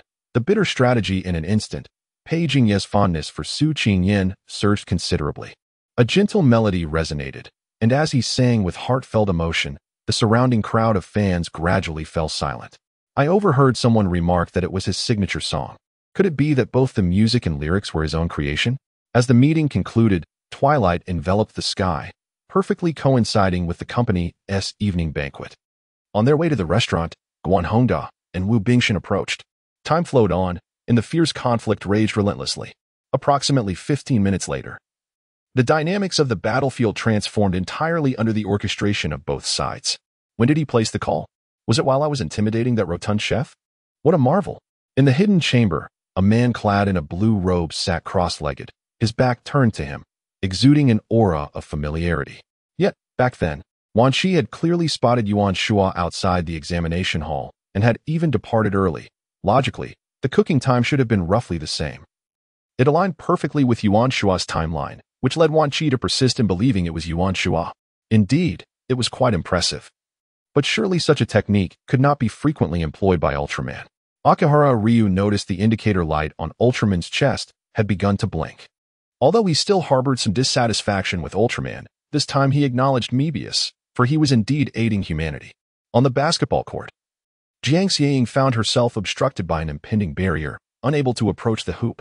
With only 5 minutes left before elimination, she had already committed over 3 fouls. Another infraction would condemn her to defeat. The monk, with a kind and gentle demeanor, donned in gray robes, could only be the renowned Yuan master. Shen Yang felt as though he had encountered a long-lost relative upon meeting him. How could Shen Dongyang so easily relinquish his shares? It was entirely her fault for being overly hasty at that moment. Yiningning had, during the chaos of the fire, taken out a thick piece of cotton cloth, folded it thrice, soaked it thoroughly, and covered her nose, securing it at the back of her head. This is something from your family, if I am not mistaken. It must be a treasured heirloom, correct? Qin Kuer's eyes widened in astonishment. How could this person remain so composed? This indeed belonged to her family, and it was evident that it was no ordinary item. Faced with such an invitation, Jiang Yu naturally found it difficult to decline. After giving Hong Ro a few instructions, he rose to attend the banquet. Placing her hand on the doorknob, she suddenly realized how powerless her palm felt. Gritting her teeth, she forced herself to regain composure. How could this be? Xiao Minglu found it hard to fathom that such catastrophic damage could arise from merely a space mothership. Volume 1. Chapter 72. The Design in the Distant Heavens. A graceful figure sat cross-legged, clad in snow-white garments, her eyes shimmering with an inexplicable sorrow. During the reign of Emperor Jiaqing, bandits ran rampant in Jingning County, Anhui. The notorious leader of the Yi Mountain bandit group was a man named Long, with his brothers. The famed Long Hu and Long Biao, collectively known as the Long Family Three Heroes. Commanding over 100 ruffians, they frequently descended from their lair to plunder, burn, and commit unspeakable atrocities. Despite the government dispatching troops to eradicate them, their advantageous terrain led to repeated defeats and fruitless returns. Within the vast estate, only Itsue engaged in conversation with her, while the others moved about like soulless puppets, numbly attending to their tasks. The Dragon Pearl, the most formidable weapon of the Dragon Clan, possessed even greater power in its crystallized form. Ao Fan believed that even a spiritual treasure could not contend with his Dragon Pearl. The speaker was a descendant of the Luo Shui Ming family, the current head's grandson. Though the Ming family wielded immense power, Ming Shaoqing's father was a complete weakling, overly pedantic and obsessed with propriety. Were it not for the elder Ming's watchful eye, the family fortune would have long since crumbled. From that point onward, Yu Wu indulged in gambling, disregarding the earnest advice of the clay figure. In a fit of anger, the clay figure expelled him from his presence. Yu Wu, unfazed, immersed himself in the casino, engaging in debauchery and vice. The following morning, Xie and Chen packed their belongings to return. As they approached the school, they were informed by a classmate of an urgent matter at the finance office requiring immediate attention. Xie, upon hearing this, cursed inwardly, believing it was merely a demand for tuition, akin to a death sentence. The Iron Riders halted their steps, mirroring Su Tian. Eyes tightly shut, their bodies devoid of any consciousness. It seemed that the magical beasts residing here had grown accustomed to the environment. The hefty bear that had just battled Long Yun showed no signs of being affected by the gravity. As Su Tian finished speaking, he suddenly wrenched the hand of the middle-aged man, causing his body to tilt sharply. The beastmen had never relinquished their greed for Evernight City, with divine-level beings continuously researching ways to breach its defenses. Ordinary beastmen soldiers frequently appeared at the city's periphery, ever watchful of its every move. Major James commanded from the flagship Sea Monarch, leading the naval forces behind him. Naturally, he was preparing a meal, a new dish he had recently mastered, red wine chicken. His culinary skills had reached an exquisite level, and he eagerly anticipated the moment others would witness his prowess. Revealing that his lady was as adept in the kitchen as she was in the grand hall, Li Yiping could no longer tolerate the scene and hurriedly called for Yi Qiu to change into his basketball uniform, as students from Jin University clamored for Yi Qiu's appearance. Mi Hanyu smiled at Chen Jun and Ding Ziyuan, encouraging them to enter, before turning and descending the stairs. The cultivators of demonic arts suddenly awoke. Realizing how ludicrous it was to attempt to bypass the five-sword cultivators at the divine separation stage to claim the life of Xianyuan Wuji, Li Er examined the elderly man, whose spine had been severed by some force and whose brain had atrophied, yet he stubbornly clung to life. After all, due to his fame, he could harvest vast amounts of spiritual energy, and his very nature was one that thrived on chaos. Lin Xiao glanced at the automatic navigator on his wrist. While it was a bomb, its other functionalities were numerous, including the opening of entrances. He had not anticipated that he would be somewhat disfigured by the aftermath of a single strike, and he zheng, while feeling a sense of caution, couldn't help but mock himself. Meanwhile, Du Qi waved his hand, and the disciples of the Wushuang faction retracted their imposing presence, casting a disdainful glance at the two. Upon seeing Shani, they revealed no signs of surprise, only a hint of wariness on their faces. Had it not been for the divine perspective observing the scene, one might have thought both sides had coordinated their movements, knowing precisely where and when to strike. A youth emerged slowly from the palace, a sardonic smile gracing his lips. He moved deliberately, yet within 3 steps, he was before the gathered crowd. With another hidden figure yet to be dealt with, another appeared before him. and he finally understood why Hela had indicated two different locations simultaneously. In an instant, as all present comprehended the song, a chilling sensation surged forth. An inescapable loneliness that seemed impossible to dispel. However, he recognized the nature of the world, that nothing was absolute. Perhaps fate had aligned, allowing anything to happen. The subordinate of Chui, the Li Yang camp, boasted 3,000 soldiers, and their families numbered more than 10,000. With this military order, they had no choice but to leave their homes and prepare to embark on the unknown journey to Liaodong Prefecture. 150,000 taels of gold tasted the exquisite fruits laid before them, speaking without lifting their eyes. At that moment, Xian Baiming received an urgent alert from the Huashan sect, a rare occurrence, for not only he had received the news, but all disciples of the Huashan sect were informed as well. Suddenly, a note sounded, followed by the prelude of the piece. The marshal, wholly absorbed, resumed discussing the composition, and Soren bowed respectfully, understanding that the marshal was not inclined to converse. However, for such a prominent figure to aid someone as insignificant as him in restoring his dantian would undoubtedly require a steep price. Otherwise, he would not have promised to establish his legitimate second son, Prince Han, as the heir when he marched south years prior. When Pan Yuhong saw Meng Feifei approach, he sensed impending trouble and swiftly turned to offer what he believed to be a suitable smile. Wuxi gazed intently at the silent Mu Jianhe, his aura thickening with tension as he sensed the approaching footsteps, shouting at him. Bai Yi, have you finished your 50 strikes? The calm silver eyes slowly lifted, as Qing Hong merely cast a glance at Xu Fei before shifting his focus to Bai Er. Yet, I would show no mercy. Hua Kening observed Qing Hong's silent demeanor, a surge of unfamiliar emotions swelling within her heart, akin to thousands of ants gnawing at her soul. A sensation both sweet and tinged with discomfort. At that moment, Tang Tang was by the pond, feeding the fish, dressed in a pink palace gown. Her long hair elegantly styled, her face free of makeup, surrounded by 24 dragon guards, who formed a protective circle around her. Volume 1. Chapter 73. Rescuing Su Shikai. Why should my father rely on his grandson for care? With 3 sons and 5 grandsons, he shouldn't be lacking in support. You truly have too much time on your hands to fret over such matters. Halfin chuckled, remarking on Hao Feng's meddlesomeness. He sure, with her hand covering her mouth, wept silently. They had already been imprisoned, and with the new emperor's ascendance, it was declared that the late emperor had only been dead for less than 100 days, making further bloodshed inappropriate. Everything would be determined after the mourning period. What more could be said? The charge of altering the will was still a grave one. The guillotine was merely a matter of time. Father, please do not be angry.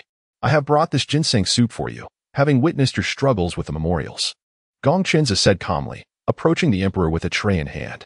Yitsong Tian and Mu Huang exchanged glances, both surprised.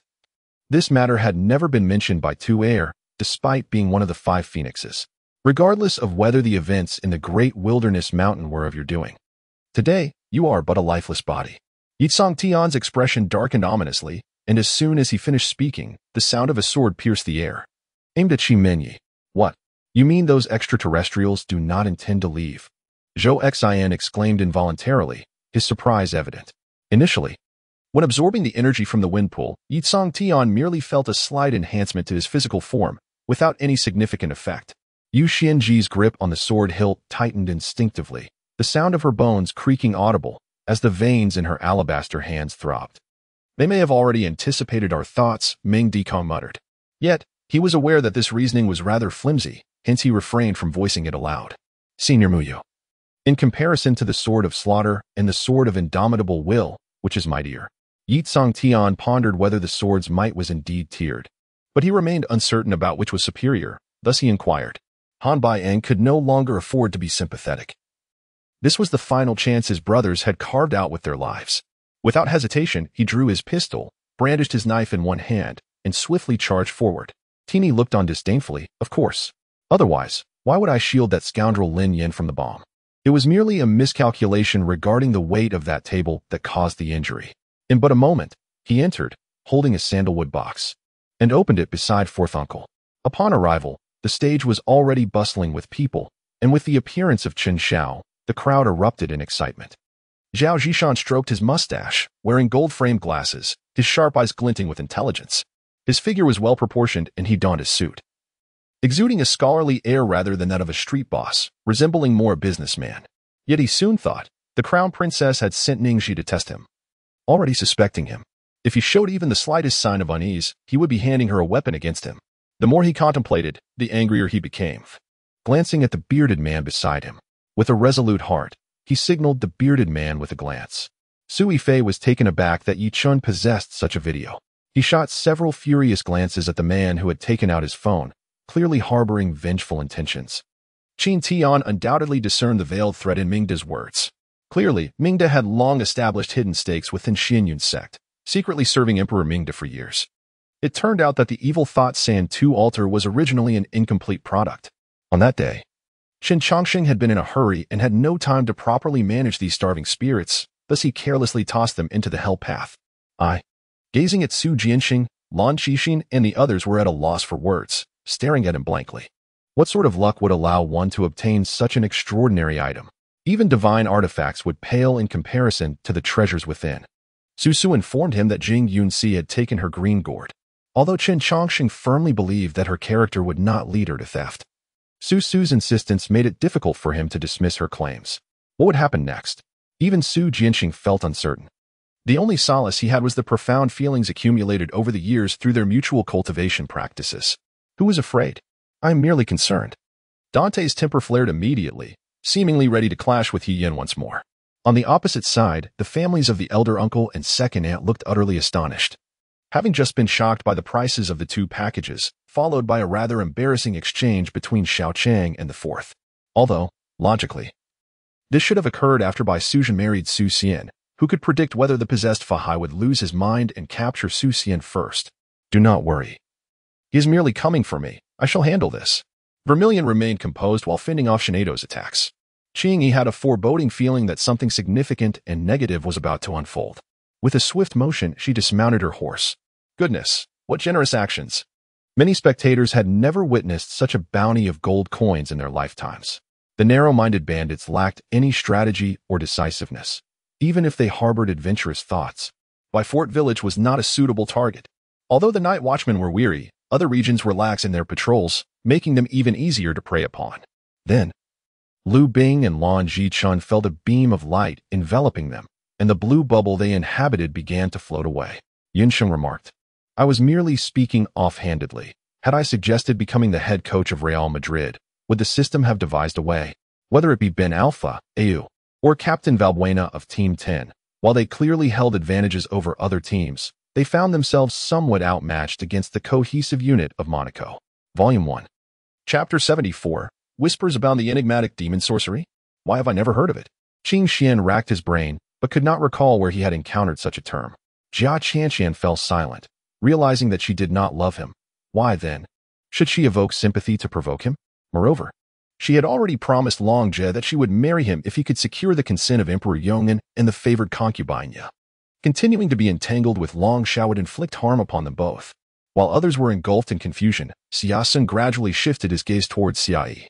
Lin Ming occupied the driver's seat, while Shangwan Shuriwei sat beside him, and the Yi sisters occupied the rear. After much contemplation, young Master Mingwei agreed. Assistance could be rendered in times of peril, yet if hundreds were to besiege Yang Ruofting, this matter would be deemed void. Such adversaries were unworthy of the Demon Emperor's intervention. The celestial demons shall heed the command. Prepare for battle. Suddenly, a major from the demon clan bellowed, rising to soar into the heavens. Long Jie scrutinized the surroundings with a perplexed expression. At that moment, Madame Su, who oversaw all affairs here, hurriedly welcomed Jia Qianqian upon her arrival. Yang Feier nearly burst into laughter upon hearing his final remark. He referred to others as young bunnies. While he himself was akin to their grandfather, was he not merely circling back to insult himself? Smash, a fundamental skill of warriors, capable of inflicting additional damage. It delivers a single physical attack against the target, accompanied by 47 points of physical damage, with a cooldown of 7 seconds. Xing Nu, having lost her only child, felt a pang of guilt. She may never experience motherhood again. Had she not left the palace at that time, none of these events would have transpired today. Seated in Fu Xinyan's Maserati, the vehicle's speed felt remarkably steady compared to the previous night's chaotic pace, akin to ants traversing a road. Sir, would you like anything else? Han Miaomu politely inquired, finally noticing his needs. General, a troop approaches from the eastern ridge. A scout reported to the Turkic general, Danago. The announcement blaring from the speakers. reminiscent of pig slaughter, did little to convey urgency or danger. Instead, it cast a comedic shadow over the situation. Yang Wei noticed a large supermarket to his right, prominently marked with the sign of Hungry Weiguang Supermarket. Leader, I beseech you to allow me to see her. Just a glimpse will suffice. I promise I won't utter a word. Please, just let me see her, he implored, his voice thick with emotion, tears glistening on his pallid face. Mama, he exclaimed. I truly adore Xian. That Shangwan fellow is certainly not her boyfriend. They are merely friends. Ouyang Bo stated with evident displeasure as he watched the two figures fade from view. Ah, young Master Long, greetings. I am Shangwan Lei, the man in white remarked, his demeanor unhurried and amiable. Upon witnessing the Empress begin to partake of food and drink, Nurse Yang ceased her commentary. Who could fathom the Emperor's true intentions? Internally, they resisted the notion of a talented idol in singing squandering his popularity by engaging in activities that were not his forte. Nia Wuzheng, undeterred, perused the treasures once more. Still finding no trace of the scepter, a sudden thought struck him. Could there be a hidden chamber here? The medicine vial, brown in hue, obscured the nature of its contents. It itches, but I cannot reach it, Anyo remarked, scratching the back of his head, feeling somewhat embarrassed by his clumsiness. Qingyan lightly tapped the ground with his toes, propelling himself upward, heedless of others, and soared toward the pinnacle of the 9-story tower. After speaking, she turned and strode towards the abandoned inner hall, with the crowd trailing behind, occasionally glancing around. Certainly, the reason X City could thrive despite its geographical disadvantages was due to the unmatched strength and prowess of Mu Fan, rendering him a force of nature, capable of vanquishing all who stood in his path. Behold, that is the excrement of a divine beast. The deer-like creature pointed to a puddle at the base of a nearby tree. As he lamented, the previously unconscious individual abruptly opened his eyes, cold and fierce, launching an attack towards Qingyan's throat. Just as the ethereal sword released by Guazilia drew near Zhang Qinghe, he abruptly flicked his arm, entwining a thread of lightning around his hand, accompanied by a faint crackle, radiating sparks and brilliance. Come, let us drink. A drunken slumber shall suffice. Jean Lin offered a wine jug to her, knowing not what else to say or do. For martial artists of the Moon Extreme realm, one could go months without sustenance or rest and still maintain vigor. The true horror of devouring was not the Nightfall relic's potential. Legend had it that the Nightfall stone was a 9th-tier spirit stone, shrouded in dark energy, and any who touched it would be consumed by demonic forces. Volume 1, Chapter 75. The contest, the members of the family retreated, but in a mere instant, their bodies became frozen in place. On a stranded wooden vessel, Feng Yushan's complexion was ashen, crimson stains marred his yellow robe, and the red cap atop his head had vanished. A fresh wound on his right temple had reopened, blood trickling down his broad forehead, pooling in his wide-open, furious eyes. After traversing numerous mountain valleys, they finally located the ancient ruins within a tunnel. Xia Qingxian wished to voice his thoughts, but realized he lacked the standing to interfere with Lu Ning's preferences, thus he refrained. The rigorous training, devoid of concern for injury, propelled De Yao's physical capabilities beyond their limits. At this juncture, Old Master Shen appeared to recall the events of that day, his fury evident as he puffed his beard and glared. Ling Hanqing cleared his throat. Ahem, traditional martial arts also encompass balance training. You are familiar with the plum blossom poles, are you not? They are designed to cultivate bodily equilibrium. Suddenly, Susanoo erupted with chi. Countless luminous points hurtling towards the city beneath the island nation. The brawler's approach was pragmatic. He utilized whatever was effective in combat, discarding the superfluous. In the dungeon, the cold stone walls were thick with moss, exuding a somber atmosphere. Zihua's hands were tightly shackled, her frail body still radiating a tenacious glimmer in her eyes. Under the pretense of treasure hunting, Cohen had prior arrangements with Sapiro, luring not only the remnants of Hendry but also numerous mercenaries and outlaws, employing them to conquer Oceania. Sapiro intended to recommend him for an opportunity in the Philippines. To this end, he orchestrated the abduction of Shin Qi and Tang Jing, aiming to seize their enterprises in Manila. The thin monkey's murderous intent surged. He sensed the threat posed by Sun Wukong and resolved to quash the genius before he could flourish. Humph, Su Guanchuan. Today we shall settle the score between you and my sea monster royal lineage. Following the voice, a face of striking features emerged before the crowd. It matters not. He is a determined individual. If 4 years fail to sway you, he shall return for another 4, for he possesses ample time. His body, shattered and sprawled on the ground, became a pool of flesh and blood, devoid of the capacity to move or resist. Each shadowy apparition represented a fragment of his being. Imbued with his full strength, though ephemeral and easily shattered, they remained formidable. Despite the rich spiritual energy and elemental forces surrounding them, now was not the time for indulgence. Wang David shook his head, dismissing the urge to cultivate on the spot. Following closely were the 2nd Squad's 2nd Platoon and a machine gun unit armed with 12 heavy machine guns, followed by the 3rd and 4th Platoons. Su Lingyi noticed her discomfort. Recalling that she had never utilized that peculiar item he had not seen before, likely derived from some ancient text, hastily crafted and ultimately ineffective. Understood. Dan Xing raised her gaze to the rooftop. Her sword aura surged, resembling a piercing sword light that ascended into the heavens. Upon arrival, she engaged in no discourse with Huang Dao, directly launching her attack. A palanquin radiating a platinum glow darted through the void towards the Holy Palace, starkly contrasting the scene of its earlier descent, as Nia Sippo fled in a panicked manner, accompanied by 4 fairies. What do you suppose the Ming Emperor of Beiqi dines on daily? I wonder if the imperial cuisine within the palace has any distinctive features. Commander Zhong had provided me with funds. The false monk shook the heavy bundle on his shoulder. At your command. Shun Shuriwe feigned seriousness as she saluted, then assisted her onto the boat, closing the curtain and personally changing her attire. Due to its previous altitude, its descent ignited the surrounding air in a fierce blaze. When Rao initially thought that Shui Han would erupt in curses upon having a remote control shoved in his mouth, instead, he remained silent, fixating on a particular spot. When Rao lowered his head, realizing where his gaze was directed, and scolded him while pressing down on his head.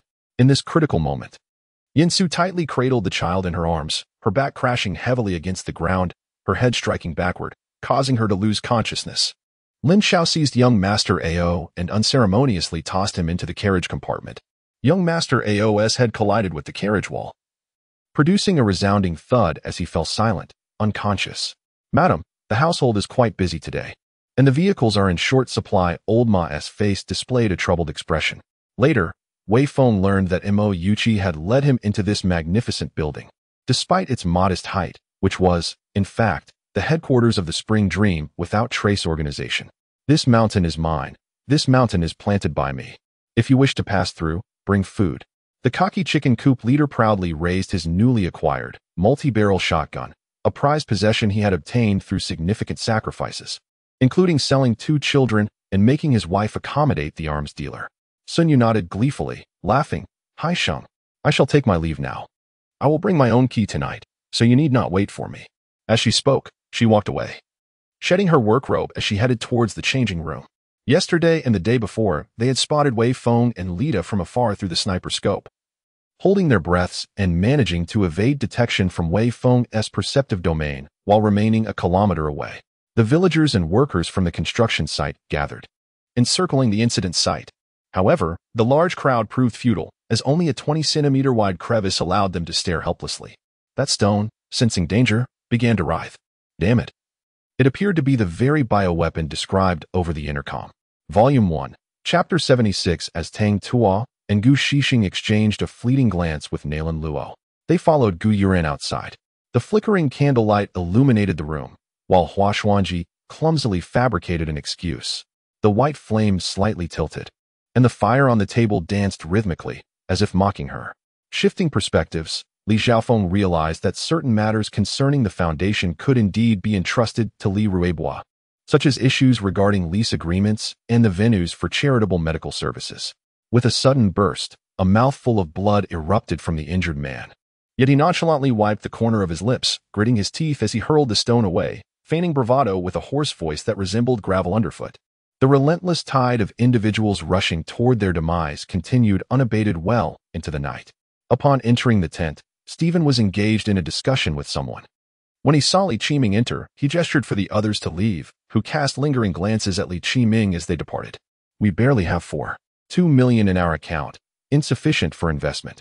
Yi Yaohua was grappling with how to confront Wang Nuo when he suddenly heard this news, nearly biting his tongue in surprise.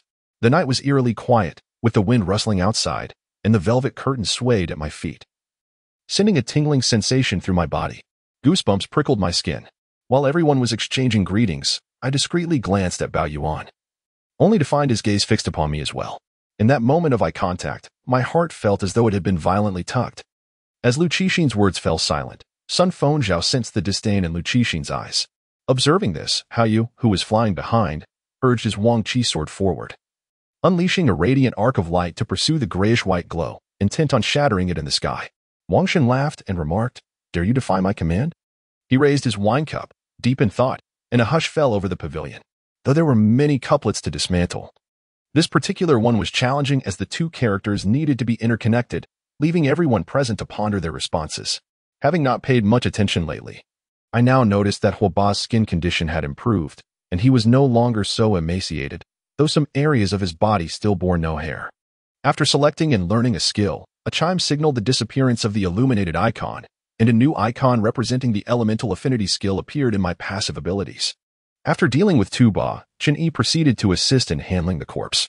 A fiery ember fell upon Tuba's remains, and in the blink of an eye, it turned to ash, leaving only a pile of gray remains. Lin Hajian left Base County in his youth to come to Yunlong City, where he encountered his sword spirit martial arts master. For a novice smoker, excess saliva often leads to spitting, and a drinker might find the taste overwhelming and unpleasant. However, as the throat acclimatizes, the flavor becomes extraordinary, leading to an unexpected addiction. Since the day Jianggan was detained, requests for his release flooded in.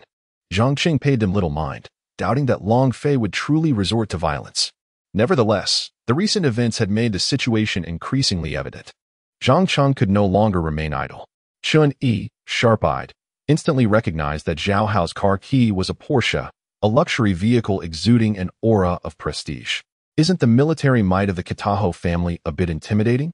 A foot soldier leaned against the city gate, dismissing the disguised Yusuji army with a nonchalant attitude. Beside him, Mingren fixated on Qi Shangzhen's hand movements as he began to cast a spell, eager to witness his teacher's remarkable yin-yang techniques. Bai Ming Shuangxue remained silent, while the aging coachman, chuckling, tossed aside his whip and leapt from the carriage. As this righteous energy radiated, a bizarre, ghostly wail echoed from within the tower. You, once rendered speechless by Chao Gai's remarks, found Su Ding's position rather precarious. Although he held authority, Zheng Mi was, after all, the second son. As Qi Shangzhen stepped into the tomb passage, a massive stone sphere suddenly fell from above the entrance. Though it did not injure him, it effectively blocked the retreat, seemingly a precaution by the passage's architect against any thoughts of retreat from those who dared enter. Lord Su then exchanged a few words with the masters of various sects before respectfully bidding them farewell. Be cautious, there is an exceedingly fearsome formation here, warned a nearby formation master, fully attuned to the magical fluctuations of the array, frequently reminding Lang Feng.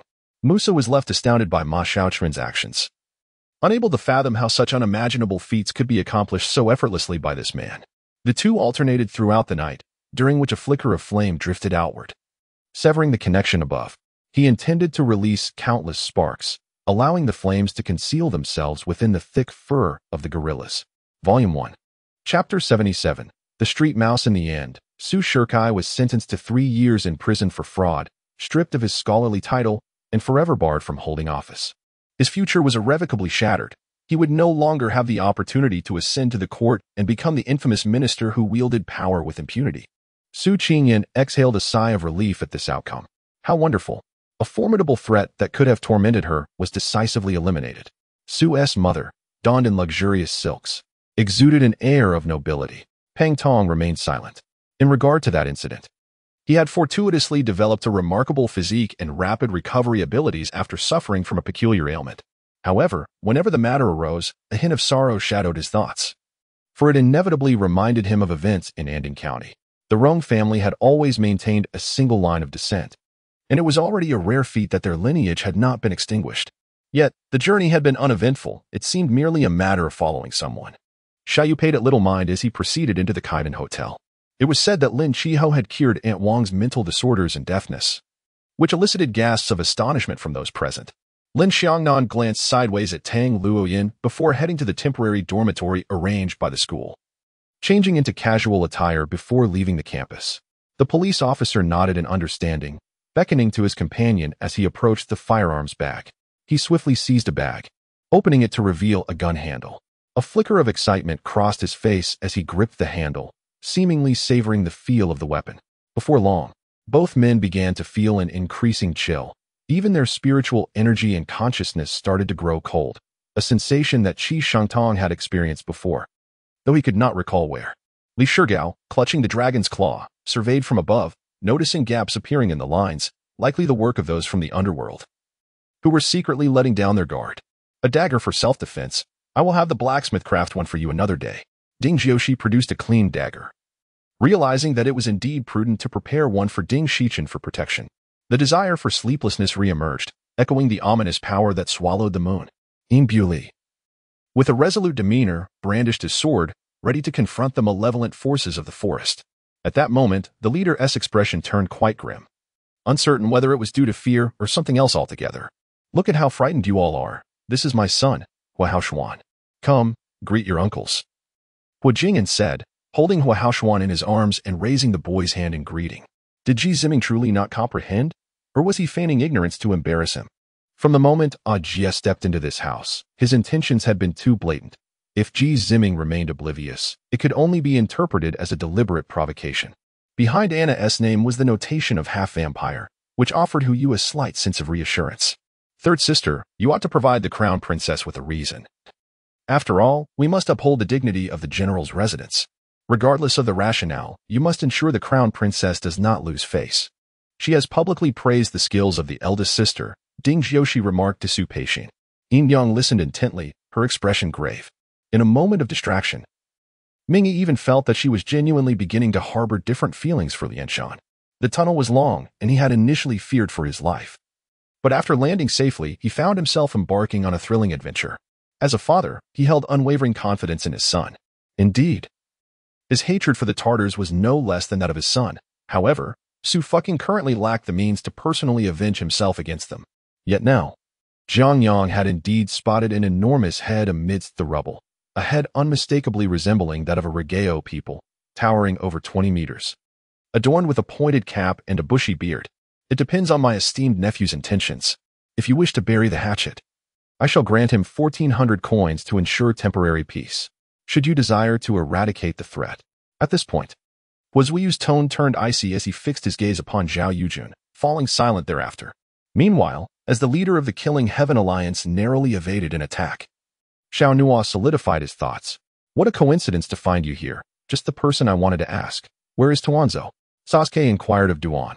As soon as he summoned his will, a piece of wood appeared beside him, momentarily hovering in the air before gently descending to the ground. The ninjas of Konoha silently observed the raging fire, waiting until it had burned down sufficiently before extinguishing it with water techniques.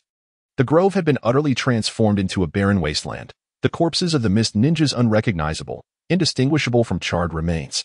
Having finally seized the opportunity of this banquet, they, relying on their noble status, obtained invitations and ultimately encountered the envoy after the festivities. Qin Chang surveyed the hall filled with skilled individuals, stating, "You all wait here. I shall be back shortly." With that, he soared into the air. What is there to be embarrassed about? Please, take a seat. Sam, I'll leave the rest to you. Qin Chang smiled. A colossal entity suddenly stirred, as if breaking free from a cage, causing the palace to tremble violently. Today marked a significant day for the Dragon Hall. And as the current leader of the Dragon Clan, the guard had to undertake the task of securing the venue. Each hall master was permitted only 2 attendants, and all 12 hall masters were to be collected by representatives from the main hall. Kailong Manor was decidedly a place of secrecy, and even so, no relaxation of vigilance was permitted. A series of damage indicators floated above Lu Lin's head, yet the majority appeared as misses, leaving the players attacking him bewildered. Was this fellow a hidden boss? The setting sun cast its dying rays upon the stitched wound on his forehead. The traces of smoke and oil transformed his skin into a bronze hue. After this fierce battle, Liu was astonished to realize that he seemed to have matured overnight, having witnessed far too many partings and reunions. Who knows what he means to you? Besides, his current cultivation is merely at the golden core stage. Encountering a master would surely spell disaster for him, the Peach Blossom Fairy remarked. Are you suggesting we establish a terrestrial trade caravan specifically to promote our fine goods from Dajing to the neighboring countries of Xiliang and Dazhu? Can mere promotion truly undermine their economy? This was precisely what the Crown Prince was anxious to clarify regarding Qingyan. Volume 1. Chapter 78. A feigned fall becomes a genuine collapse. Upon hearing this, Pei Qingyan involuntarily slowed his pace, his heart filled with trepidation. Surely, this cannot be true? It was evidently his second cousin and sister-in-law who had come to seek his guidance in business. How could his cousin possibly allow his sister-in-law to seduce him? Such a notion is utterly absurd. However, Jingchuan's wife does not strike one as malicious. Why then does she harbor such unfounded suspicions regarding Jing Yuan's spouse? Cousin, where are you headed? I was just thinking of seeking you out for a game of chance, if it is convenient for you, Pei Jingchuan called out, having overheard Su Qingyan's unspoken thoughts. He certainly could not bear to stand idly by. The following day, having risen early, Linda had prepared breakfast. I entered the dining room to find Mu Zihan already seated at the table, her slender fingers dancing over the keyboard.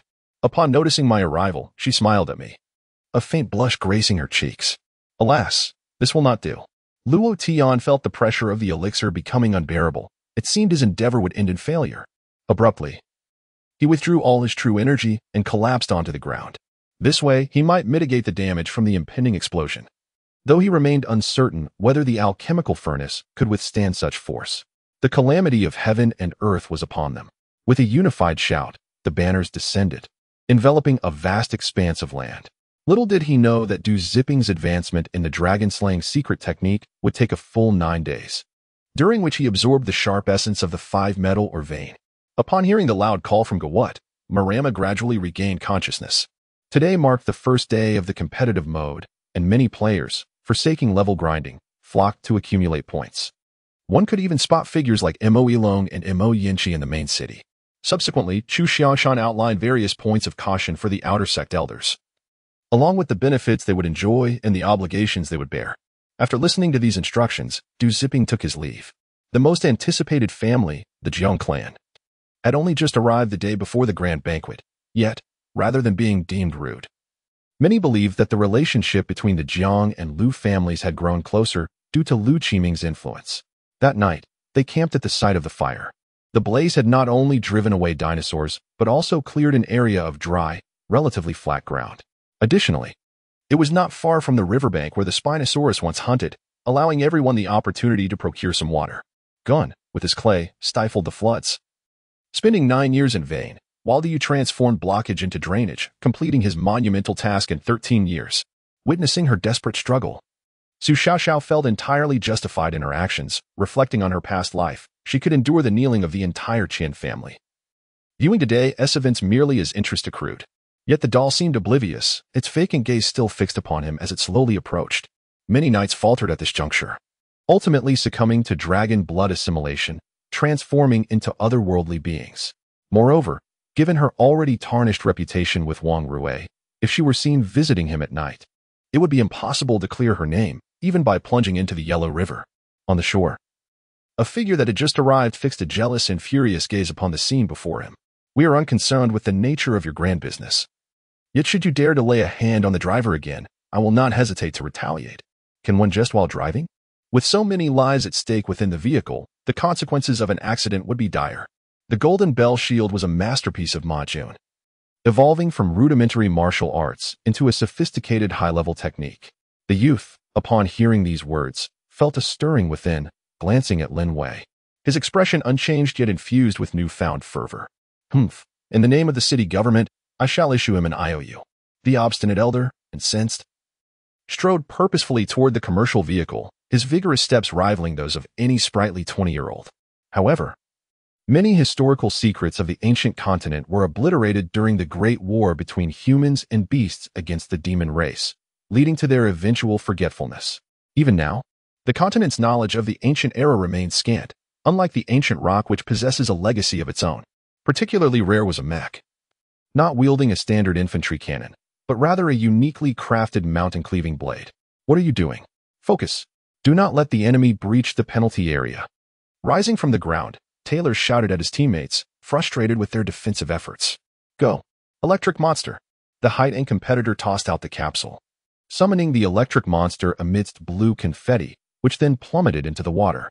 The only player-operated auction house of the evil tribe, the Wanbao Auction House, was run by a shadowy figure. Yet they remained confident that Mogaz's impending cataclysm instilled a deep-seated fear within humanity, ensuring they would not dare to act. Thus, a mixed army of 3 human brigades, totaling 150,000, faced off against 3 legions of the Holy Star people, exceeding 500,000, at the second defensive line. As he surveyed the familiar yet newly acquainted faces around him greeting him, An overwhelming warmth surged within Ajiji, compelling him to seize control of his match without hesitation. Plunging into the fray. To this day, I find myself unable to engage him in meaningful conversation. For every word he utters stirs a tempest within my heart. Volume 1. Chapter 79. Learning the Art of Business. My apologies, dear brother. It was my oversight that allowed our sister-in-law to tumble down the stairs. Pei Jingyan expressed with a hint of guilt as he cast a glance towards Pei Jingyuan. Upon hearing this, Pei Jingyuan felt a jolt of shock. How could such a calamity occur? What was Su Qingwei attempting to accomplish? He turned his gaze towards Su Qingwei, who was teary-eyed and appeared unable to articulate her distress. And an overwhelming sense of frustration washed over him. He knew she was trying to exploit this incident to entice Pei Jingye. Years prior, he had easily bested the mediocre He, but that one-sided dominance, relying on age and cultivation, dissipated as He matured. The Golden Guards, alongside their comrades, swiftly seized their weapons, encircling Yi Chon and the others, their vigilance heightened against the onslaught of water bandits. Noticing Pierce's grim expression, Yi Tian sensed that the American military was likely up to some mischief again. This predicament involved the stipulations of an agreement, in essence.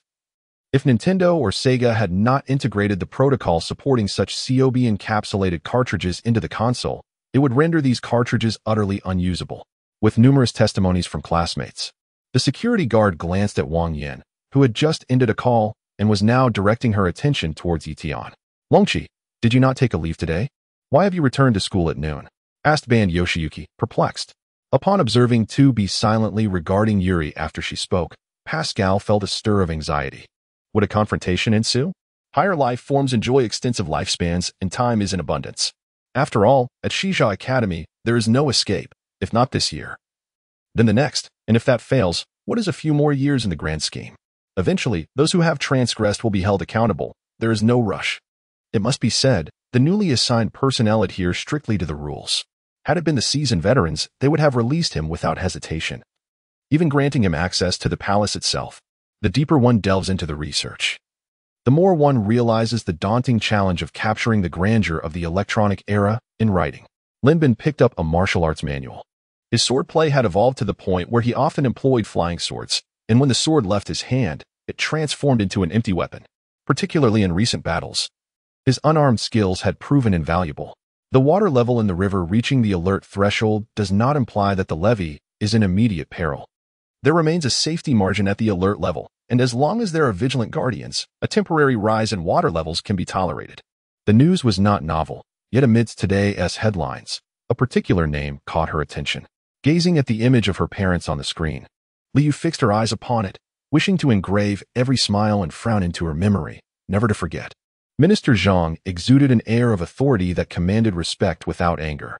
Zhang Zihua trembled slightly under his father's scrutinizing gaze, which grew increasingly cold as he noticed his son's disheveled appearance. Before Fang Ao could refuse, the master of Lingshu vanished from the room, leaving Fang Ao in a haze, though he vaguely understood the significance of his esteemed identity. The gesture of the Mount Shu leader offering such a precious item to win him over left him perplexed. The wind, charged with a foul stench, swept in as Chu Xiongfei gathered green energy in his hands. In no time, two colossal orbs of energy, each 10 meters in diameter, materialized. If you believe yourself strong, prove it by vanquishing the thugs of Nan Village, the village chief stated with a stoic expression. Within his consciousness, Jiang Zhen's spirit roared in anguish. After absorbing the divine blood of the fire god and breaking free from his icy prison, he found himself tormented as the opposing forces of water and fire clashed within him, subjecting him to both chilling and scorching sensations. Stepping out of the private room, he requested a pot of tea from the waiter, discreetly slipping a pill into the teapot. Lin Feng chuckled, shaking his head, and with a swift kick sent Yi Zimming crashing to the ground. The head bore a strange smile, its eyes fixated on the ancestral tablet of the Nan family. From the outset, when Tobarama instructed Orochimaru on how to become Hokage, their discussions evolved into strategies for achieving that very goal.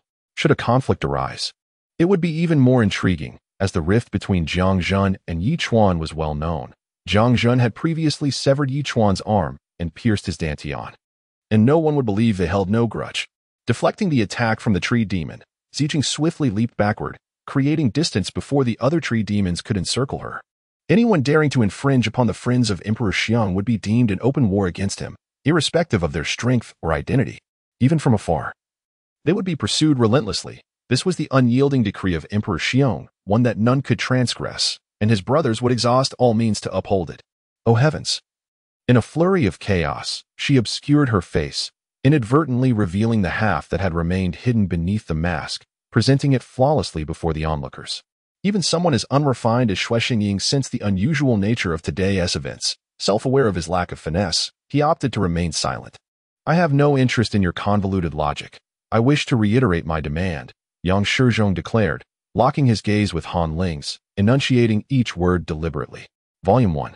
Chapter 80. The distinguished guest. Half a month later, the Su residence welcomed an esteemed visitor. Su's mother, shedding her previous despondency, adorned herself with grace and dignity. Seated in the main hall, smiling as she gazed at the mother and daughter beside her. Feng, you must be of age to partake in poetry and prose now. Selecting a suitor in this capital will undoubtedly offer better prospects than in Chuzhou. As your aunt, I shall gladly offer my assistance. It was not the cult of the corpse. Xiong Muquan, his body weakened, found it increasingly difficult to speak. In the face of a formidable foe, he had concealed his frailty. But now, having received the blessing of the palace, perhaps sensing that the danger had passed, he relaxed, and his body could no longer withstand the strain. Mu Feng's stamina began to wane. His reactions dulled significantly, and numerous wounds marred his body, blood seeping from his garments. Alongside the Stone Army, 2 secondary legions from the Barren Empire were engaged in combat here, resulting in 3 of the 6 floating space fortresses belonging to Barren, while the others were under the jurisdiction of the Ili Knight Alliance. Mu Feng, you have performed admirably, and you have safeguarded your friends, have you not? Remarked Si Feng with a smile. Most noteworthy was the exquisite wine, 100 flavors, heavenly fragrance, brewed from 100 different fruits and herbs, concealed within icy mountains, volcanic craters, beneath deserts, and in meadows for over a millennium. Its entrance was both fragrant and refreshing, yet simultaneously fiery and bitter, reminiscent of the myriad experiences of life. Earning widespread acclaim, a pair of elemental dragon horns, subtly emanating the power of storms, manifested upon the forehead of the human form of Belha Hank.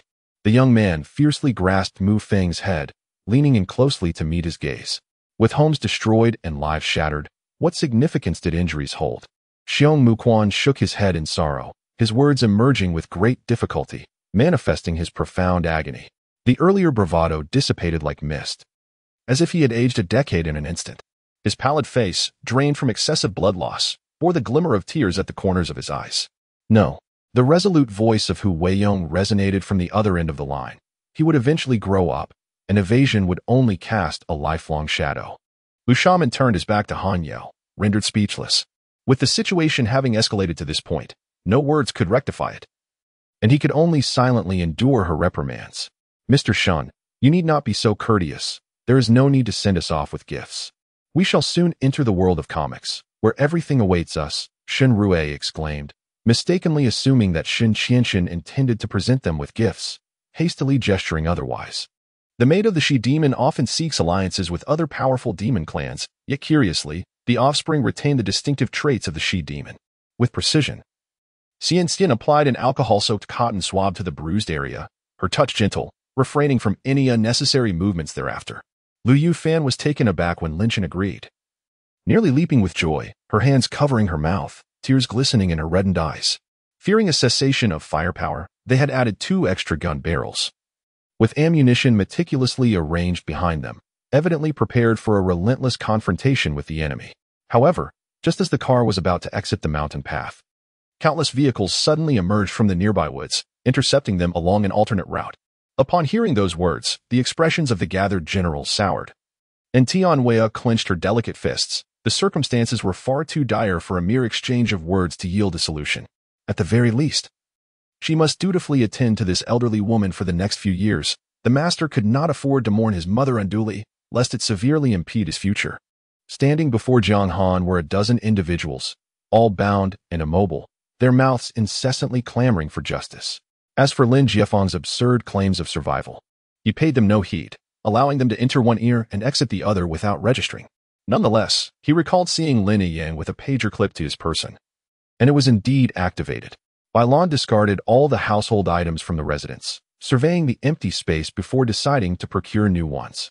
Noticing this, Her grandfather swiftly reached out to tug at her uncle's shirt, concealing the visible remnants of the black shell. Upon hearing her praise, Shurqin felt a fleeting joy. Yet this elation was quickly eclipsed by a shadow of apprehension. Chairman Shen Jishan of a Beiki Pharmaceutical, accompanied by key personnel, arrived in the capital. The new drug C01C2 was of paramount importance to the company. As his words fell, a wave of whispers rippled through the crowd. It was said that shamans employed wondrous sorcery to heal ailments, yet such tales were often mere hearsay, with none having witnessed the true potency of shamanic arts. He boldly breached the forbidden ground, and the various weapons of the dragon group struck him as if merely scratching an itch, yielding no effect whatsoever. No longer suppressing his aura, his formidable mental power surged forth like a tempest, crashing into the opponent's cerebral domain. Volume 1. Chapter 81. Sincerity is not deceptive. The rain-listening pavilion Shun Shun was slightly taken aback, although he and Wang Long had become quite familiar with each other's powers. It seemed improbable that Wang Long could have comprehended the essence of the divine clan's spirit energy to any significant degree in just a few days. The token fit perfectly into the groove, and upon alignment, the coffin immediately began to tremble violently. Meanwhile, Longchen felt a series of sharp sounds akin to weapons piercing his scales emanating from his tail, followed by the distinct sound of weapons shattering. This was the result of his employing a magical artifact to unleash a flame wheel of heaven, momentarily stalling the onslaught of the skeletal dragon. At this juncture, Xiao Xingyun could no longer discern any semblance of flattery from his master and mistress. He felt he had lived a fruitless existence thus far. He excitedly wagged his tail, enveloping Yi Guilan's head in a warm embrace, leaving her nearly breathless. Conversely, sensing a gaze upon him, the young man with long black hair averted his eyes, directing them elsewhere. Inside the carriage, the atmosphere remained unchanged, yet those standing outside, including Lu Sanfa and others, displayed expressions of astonishment, their faces contorted in discomfort. Many harbored doubts regarding Zhang Liang's impromptu sketching, but paid little heed, turning their attention to Shi Zhixian, eager to discover whether the evil emperor would truly intervene against his own disciple. The training track, unless designated for focus drills, typically lacked mobile obstacles. Each lap spanned approximately 2,000 meters, making 5 laps sufficient to complete a 10-kilometer run. Upon seeing the green liquid, the creature with a serpent's head and a human body instantly altered its expression. Gripping a dark blade, it suddenly unleashed a flurry of chaotic strikes, sending forth 7 or 8 crescent-shaped blades that converged into a colossal beam of light, hurtling toward the elder. Following this, she chanted incantations, and 6 black rods emitted beams of dark light, shooting directly toward the central black sword. The pickup truck brought them to a building adorned with numerous neon lights, filled with a variety of vehicles, including luxury sports cars, military-grade Hummers, and even a tank. However, Dan was merely a working individual, overly eager for success. And without any drafts, he hastily sought to achieve results, which led to a lackluster update frequency, ultimately resulting in mediocre outcomes. Inside the mobile command center, the clock struck 7:50 in the evening, and a team leader looked on with satisfaction at Han Yang, who was diligently overseeing the preparations, and praised him. As the battle intensified, the frail and ailing Lang Rong proved no match for the ferocious Bai Mian who swiftly rendered him unconscious. In a fit of rage, Bai Mian who seized a nylon rope and hung Lung Rong. Volume 1, Chapter 82. Punishment. She defiantly straightened her neck, even lifting her hunched body with great determination.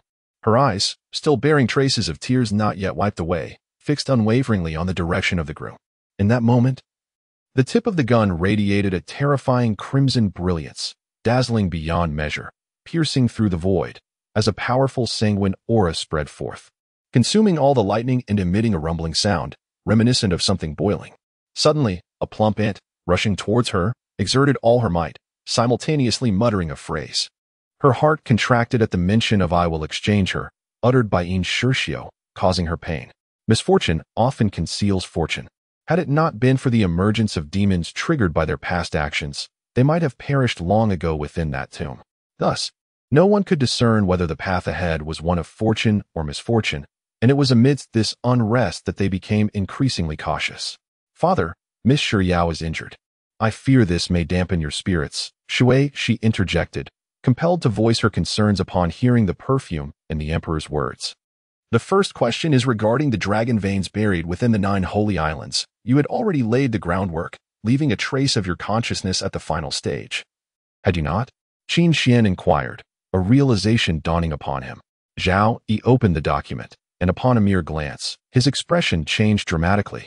Inwardly lamenting the court's treachery against him, employing such cunning schemes, it was absurd for him to lead a separate force to the western Liang to confront Beigong Boyu. The court certainly had a twisted imagination. Since they could not unravel the myriad of enigmas, they could not afford to linger indefinitely. Aware of this, the group ultimately shook their heads slightly, dismissing these distracting thoughts. Several princes urged Cash to reconsider. For the Kadu tribe had numerous beings surpassing the pinnacle of the Nine Souls, ensuring their superiority in strength, while in terms of combat power, the former was vastly inferior to the latter. At this moment, with the advantage lost, it would be folly to pit their weaknesses against the other's strengths.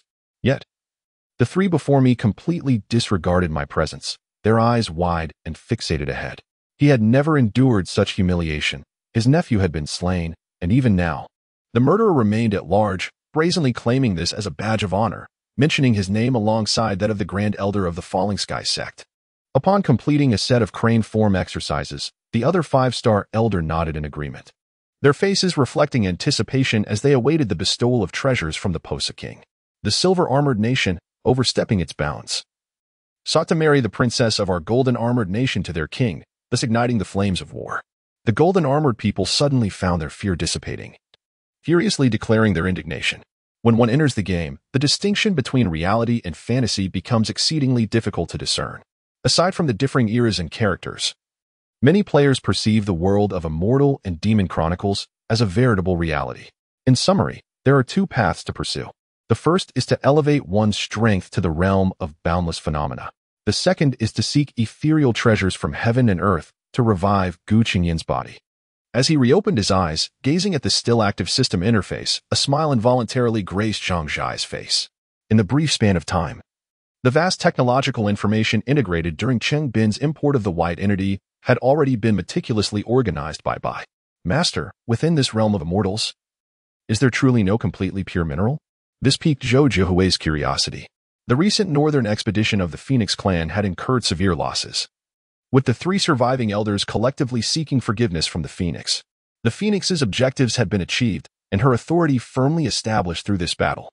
Suddenly, a roar erupted from deep within Yuluona's throat, as if the absolute spirits had been provoked, surging towards primordial-like frenzied beasts. To kill one or two seemed insignificant. Even as the vice-mayor of Jiandong City, who could guarantee that Miao Manjin would not succumb to madness, Ouyang Shan had already succumbed to unconsciousness. His breath short and labored, blood-tinged fluids oozing from the corners of his mouth. Acute pulmonary edema had caused substantial fluid accumulation in his lungs, obstructing his airways and stifling his breath. Gu Feiyu surmised that those who had exited first were likely waiting for their companions. Upon witnessing Gu Feiyu and others rushing out in haste, expressions of confusion etched across their faces as they watched them soar into the sky. He realized that the vitality of rats far surpassed that of humans. Where there are humans, there are rats. Where there are none, rats still abound. She was uncertain if she could persuade Mu Zhe, but it was worth a try to test whether his wariness towards her had dissipated. 10 years can transform many things. For instance, the hatred she once harbored had faded, and she no longer felt sorrow. To resolve this issue, Master Lu sought to invite a mage to exorcise demons.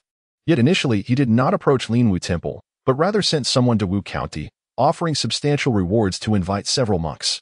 In this era, both the northern and southern dynasties revered Buddhism, with Taoism's status significantly lower than that of Buddhism, and Master Lu could not escape this trend.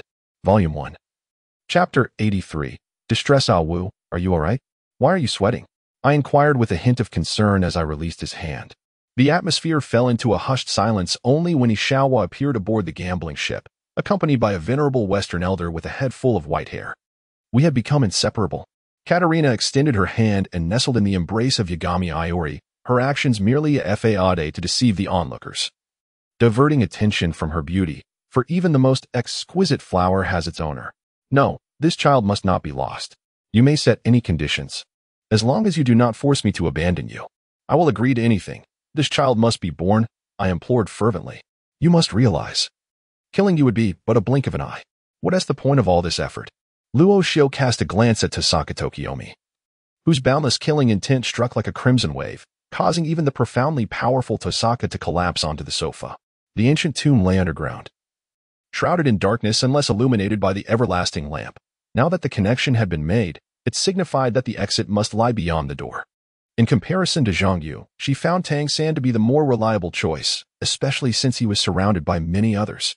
People often harbor a sense of false security, subconsciously believing that with so many present, misfortune may not befall them. It is worth noting that the cow demon is an awakened user of the animal system devil fruit, known for its thick skin and resilience in battle. Ever since Capone Beej entered the New World, he has sought to carve out his own legacy. The abyssal spider, a mid-tier sacred beast, is laden with venom, and the magic crystal it possesses is the core of its toxicity, far more valuable than that of ordinary sacred beasts, given its rarity. Upon Granny Jiang's pronouncement, the surrounding individuals were rendered speechless. Even Xia Jingyan stood in stunned silence. Mu Qingyan hesitated briefly, allowing Duan Mu Lingyu and Mu Anji to converse without interruption, acknowledging that it was best for Anji to receive guidance from male elders, as she did not wish for him to become overly timid. Zhang Xin had been in such a state for months, and we had not found the time to visit her elderly mother, a thought that filled us with guilt. With a swift motion, Tang Yi flung open her wardrobe, gazing at the myriad of garments within, furrowing her brow in contemplation of what to wear. Though the area had become prosperous, the streets retained their original charm, unchanged. Lu Zhao once again made his way toward Kelly's room, where she was likely still assisting the locals in fortifying their weapons. As we prepared to set off anew, Shiyu sat within the carriage, the elderly gentleman. Like any aged individual, succumbed to fatigue, his eyelids drooping heavily. The seal that had been dormant for 3 centuries dissipated like smoke as the door of the dilapidated thatched cottage swung open. However, he had indeed reached the age where he ought to take a legitimate consort. It was time to advocate for himself. Wang Yin'er wept for a considerable duration, her body and spirit utterly exhausted, and she leaned weakly against Gu Xingbao's shoulder, her sobs gradually transforming into soft whimpers. Zhou, dashing apprehensively, entered the courtyard, where the spacious and tidy surroundings bore no trace of the tempest that had ravaged them the previous night. Under the sun that broke through the clouds, flowers bloomed vibrantly, lush and inviting. Who dares to disturb my feathered tribe? As the edge of the Wudong forest came into view, a blinding red light suddenly flashed across the sky. A formidable aura seemed to manifest as an invisible hand, stirring a whirlwind that appeared and vanished inexplicably within the air. Innate. It was unclear who uttered the first cry, but all eyes fixated on the dual blades emanating a powerful presence, their astonishment evident. Upon seeing Shui Rui, Li Yusin dropped the rag in her hands, unable to contain her emotions as she rushed into Shui Rui's embrace, tightly clutching his waist and weeping silently. Before departing, he deliberately captured a photograph of the private jet that Mu Yeqing had boarded. Having spoken, he buried himself in his work, paying no heed to Lu Jiuxin's astonished reaction to his words. If at this moment Pei Xiao's speech were to unfold at the school, it would be akin to a lifeline for them. Just as everyone eagerly awaited Gu Firen's appearance, Muinen walked the streets, her demeanor one of despair. Honestly, how could you remain so calm at a time like this? Lin Shasha felt for the first time the meaning of the phrase, the emperor is not anxious. Yet the eunuch is. If anyone has gazed upon what they ought not to, they need not continue living. Gao Hao's cold voice resonated suddenly. As Ji Chen's assistant, he could not approach Ji Chen as an ordinary friend would. If it had been the former Su Mo, she would have exuberantly replied, Isn't it obvious? Can't your eyes see? Don't even think about it. Su Mei glanced back, descending to the first-floor balcony, lifting the curtain to reveal a sky full of stars in an instant. Hong 13 shouted loudly, then turned swiftly, extending his right hand towards the century-old tree with a forceful palm strike. After all, even the most elite marksmen earn about 20 cents per 1,000 words, while most earn less than 10. Moreover, nearly 90 of marksmen regard this as merely a part-time job. Volume 1, Chapter 84, The Design of Ugliness in a Fleeting Moment. 2 months had elapsed. During this time, she had been continuously consuming medicinal soups, and her wounds gradually healed. At this juncture, Song Ryu realized that the Situ family was undoubtedly aware of the talents among her dowry attendants, yet they generously provided them with Chang Momo, which was indeed a thoughtful gesture. However, the members of the Dragon God battle team were undeniably formidable, hence no one accused them of arrogance. Perhaps, when one possesses strength, boasting becomes a matter of course. He dared not label Yang Han as worthless, should such words reach the ears of his elders. The consequences could range from a mere reprimand to expulsion from the family. Lu Su's brother appeared well-equipped, and the level of his wings seemed exceptionally high. Zhang Lan scrutinized Su Yang closely. While she was unaware of the quality of his gear, its appearance and luster suggested it was a set of exquisite equipment, indicating that any player possessing such gear must be skilled. As Su spoke, a hint of anxiety crept into her voice, as if she feared being discovered by Wang Zhouji. Fortunately, Wang Zhouji was preoccupied with the decision of whether to investigate the matter and did not notice Su Yu's discomfort. Well, I cannot be of assistance. However, my senior brother is exceptionally capable. Perhaps he could aid you. Qingyan hesitated before lifting his chin to speak. It is best that you do not involve him. The consequences could be dire. Qingyan placed a hand on Liu Yu's shoulder and subtly shook his head. Lin Tian unified his hands, and a flash of icy light suddenly emanated from them. Cold air radiated from his palms, and a massive ice dragon ascended from the mist, swiftly soaring into the sky, coiling its tail and fixating its gaze on the approaching cold-eye tiger. Damn it. The wretched newspaper is entirely in traditional characters and printed vertically. It becomes a blur after just a few glances. Song Wan bellowed, struggling desperately. It was undoubtedly the most fervent struggle since his arrival. Yet, no matter how he fought, the ropes binding him would not yield, rendering his efforts utterly futile. Song Wan let out a low, anguished roar, but it was to no avail. The genuine issue of an extended battle line and strained logistics lay with the left flank. If one were to trace the left flank back to Shangfan, the convoluted front line had extended over 1,000 kilometers to the current forefront of the Ming army in Shaanxi. The final 200 kilometers lacked railroads, relying solely on vehicle transport. Nevertheless, these children appeared remarkably resilient. Even in the face of adversity and exhaustion, they persevered, resolutely clinging to this rare opportunity without a thought of surrender. Song Li had always been unyielding in the face of power. When his side held a slight advantage over the opponent, he would certainly not retreat. The celestial beings of the angel race proclaimed, "My lord, that place is the gathering ground for the cultivators of the 9 provinces." Absolutely not. You cannot deceive me. Ice Qing'er wrinkled her nose at the nearby Xiao Yao, turning away to pursue her senior sister ahead. Upon arriving at this location, Lei Yu found no one in sight, causing his heart to leap into his throat, prompting him to call out urgently. Lu Bang burst into hearty laughter, pointing and exclaiming that Jiang Ho was simple and earnest. Even the carriage driver, Xia Hoing, joined in the laughter. Instantly, the carriage erupted with mirth, as if there were no distinction between ruler and subject, only friends. In their flurry, they subconsciously overlooked the narrow passage blocked by Xiao Fei. How could it be? I merely wished to do something in my hometown, and my original intention was never to engage in commerce. Lu Mingyu said little more, savoring grilled fish paired with refreshing beer. The evening was indeed quite delightful. The dominion of a tyrant swept away all in its path, and wherever the tide of power surged, destruction would follow. When Xia Jinxian beheld Mei'er and Shang Li Yu's attire, a surge of blood rushed to his head. Mei'er's vibrant red wedding gown dazzled his eyes. He could hardly fathom that she would dare to betray her original vows by donning a red wedding dress for another man, a notion he found utterly intolerable. As a son, my duty is simply to ensure my mother's happiness. The Qi King continued to avoid her gaze to prevent any awkwardness. Wasn't this matter already resolved? Why are there still commoners causing disturbances? Have you not followed my instructions? Lu Ho approached the man, her eyes sternly fixed on him. Everyone promptly looked up to see a shadow hurtling towards them, which gradually grew larger. To their astonishment, it was the long-lost Purple Emperor. At that moment, the Purple Emperor was hanging upside down in the sky, charging towards the divine dragon. Onlookers along the street began to cheer, as these were individuals who relished the spectacle. Witnessing several large men assault a motionless figure on the ground paled in comparison to a beautiful maiden besting several large men, which made for far more engaging tales to share. Since you desire it so much, name your price. The elder spoke with a voice laden with age, resigned. Old Jiang was left speechless, quickly kneeling once more with his son and wife, exclaiming, "The celestial being has arrived. The celestial being has arrived." Chen Yuan and others hastily helped him up.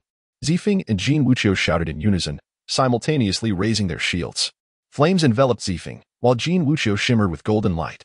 In contrast, the Purple Emperor looked on in astonishment, his eyes wide with wonder at the sight of the two. Volume 1. Chapter 85. The human skin mask Moz Qi could naturally sense the intense gazes of those around her. In the past, she would have sought to hide away. But upon catching sight of Bai Yusheng's calm demeanor, an indescribable feeling surged within her, prompting her to cease her evasions.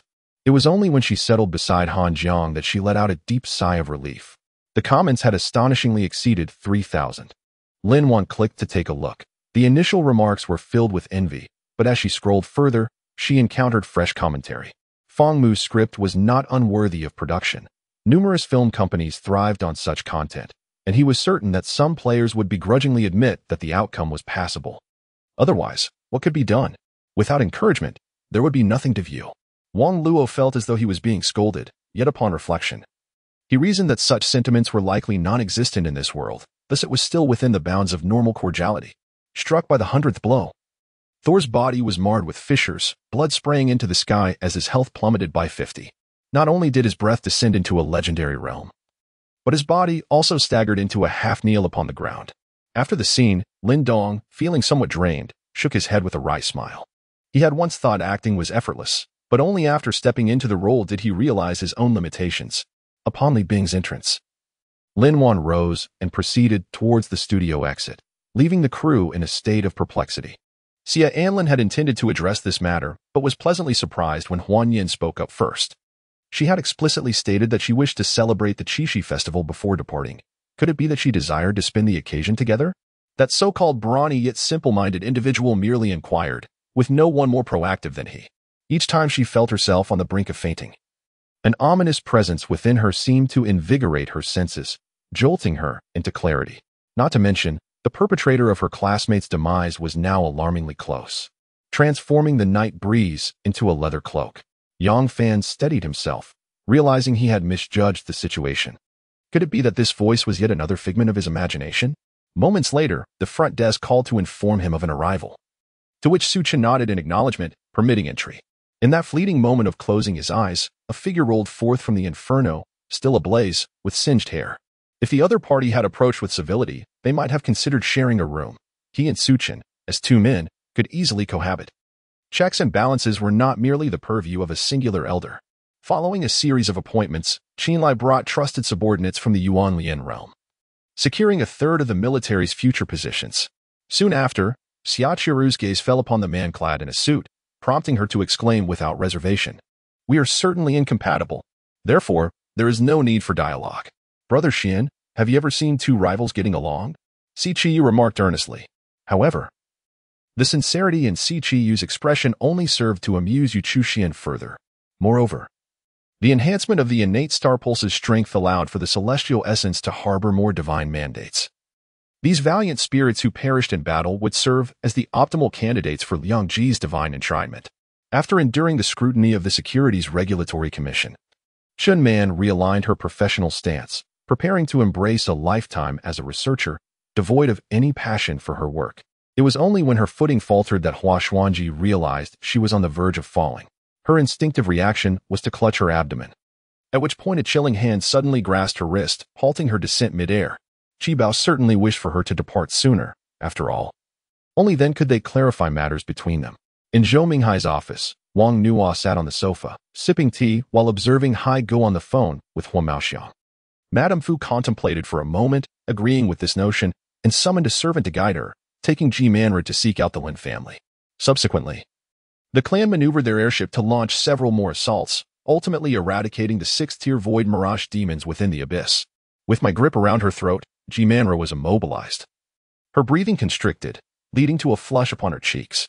She struggled desperately against my hand, occasionally clawing at me with her nails, her dark, glistening eyes glaring at me as though they sought to unleash venom upon me. Lu Qingyi rushed to the prisoner transport, gripping it tightly. She could scarcely fathom that her earlier fears had materialized. Even Liang Ji had nearly succumbed to the malevolent radiance unleashed by the fall of a high-ranking evil deity. His innate star nearly consumed, distorted, and obliterated. A commoner, upon entering the palace, managed to thrive. It was evident that either there was someone backing him or he possessed extraordinary prowess. As the bidding commenced, Xiang Qin's words resonated, and from the commoner section, a middle-aged man raised a bid for number 199. In this clash, due to Li Chaoran's diminished strength, Feng Yuan maintained his own, allowing the latter to gain the upper hand. Lin Shen once remarked that when Lin Yunna engaged in discussions with others, her gaze often radiated sincerity that was difficult to refuse. Yet, at that moment, Lin Yun had not divulged a particular detail to him. that the same phenomenon was present within Lin Shun. Yet, this ring was exceedingly precious. Bei Lily noted, recognizing its considerable value. A sharp pain gripped his neck in disbelief. He clutched it, retreating in shock as he gazed at the female before him. Zhao Su secretly berated herself for sleeping in so late. Certain that she had left an impression of arrogance and laziness on the old lady and the personnel of the general's residence. Though her words were directed at Tang Su, everyone could discern the deep affection laced within her tone. However, Mi Yuning would later realize that all of this was merely due to someone behind the scenes providing them with subtle cues. No one in the film crew could afford to ostracize her. The photographs had been taken some time ago and had become somewhat unclear. Yet he could still vaguely recognize that it was indeed himself. This annihilation cannon was equivalent to the full-force strike of a practitioner at the peak of the Star Extreme realm, yet it failed to breach the defensive barrier. The commander of the Mars Vanguard was left astounded. After the meal, Su Ning proactively washed the dishes, leaving Zhao Gu feeling immensely content. Volume 1. Chapter 86. Guessing flower names. It seems to be the same this time, if it were not for Xia Xiao's insistence on seeking employment. Her parents might never have envisioned a day when she would depart from their side.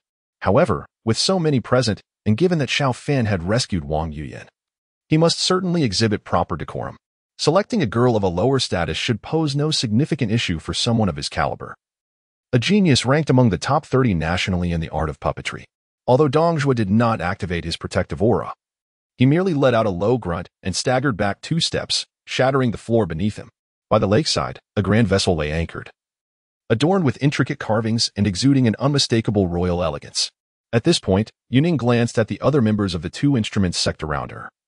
All had ascended to the 9th level of qi condensation, yet none had broken through into the lower profound realm.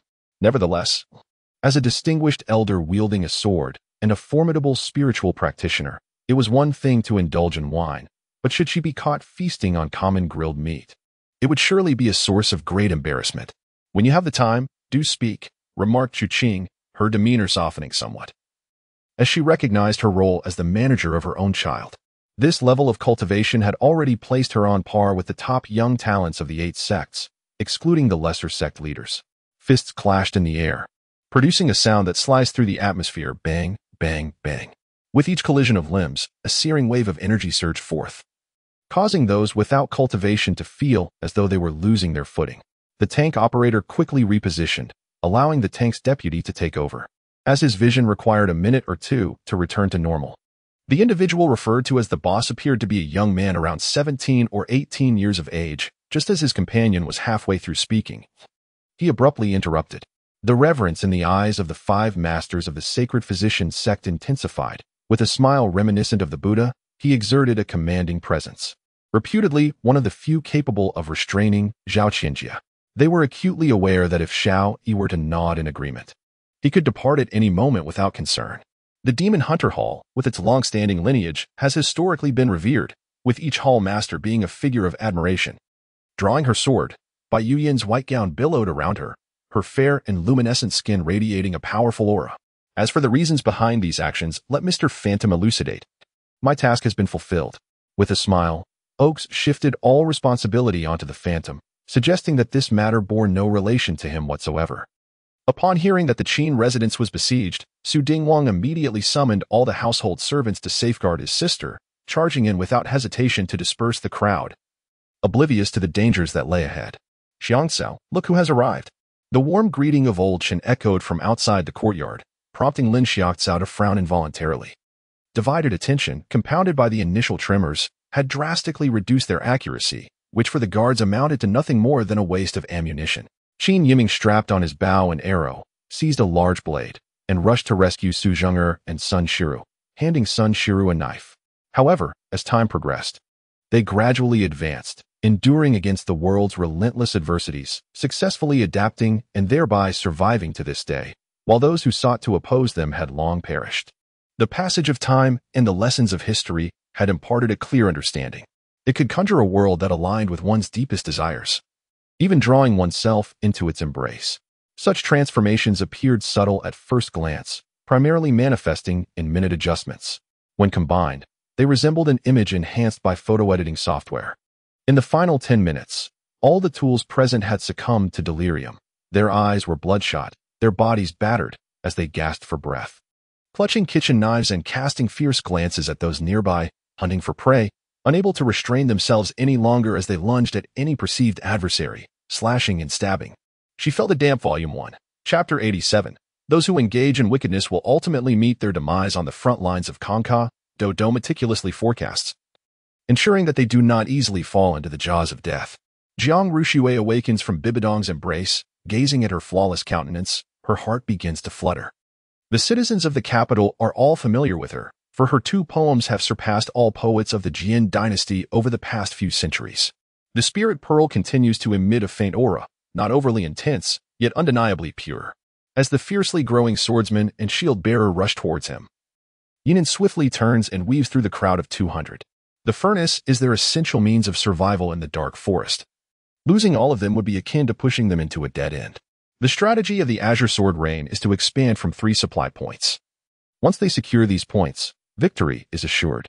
I thought you would sleep in again, Jiang Yuqing remarks with a smile, turning to Su Yuan, who rests on her shoulder.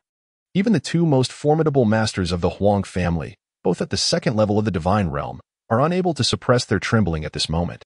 Just then, a powerful force strikes Jiang Qingqing's barrier, producing a resounding bang. It is unclear how much time has passed when the previously melodious chirping of birds in the woods abruptly ceases, as if sensing an ominous presence. A shadow silently materializes behind him, enveloping him. With the cannon fire subsiding, Wu Sangue gazes sorrowfully at the pallid Konggud, aware that this assault has been a complete failure.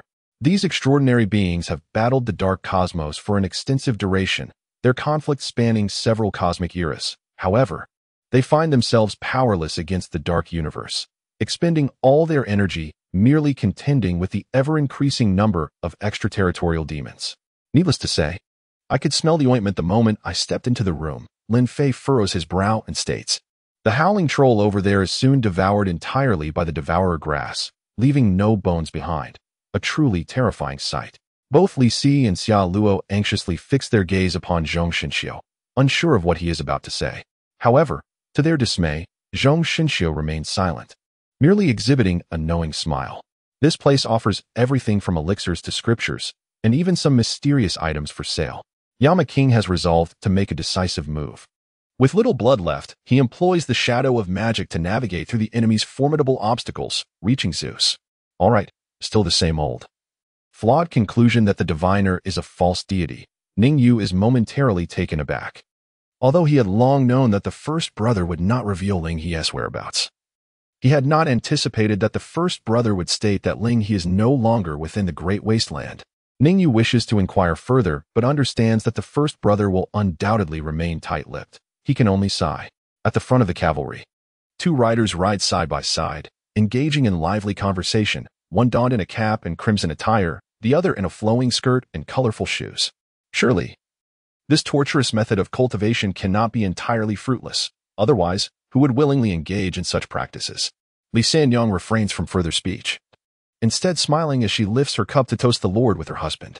Just as the young man is entirely enveloped by the dark energy, his long blade absorbs the black particles, and the nameless youth in black suddenly rises, his crimson eyes fixed upon the babbling brook before him.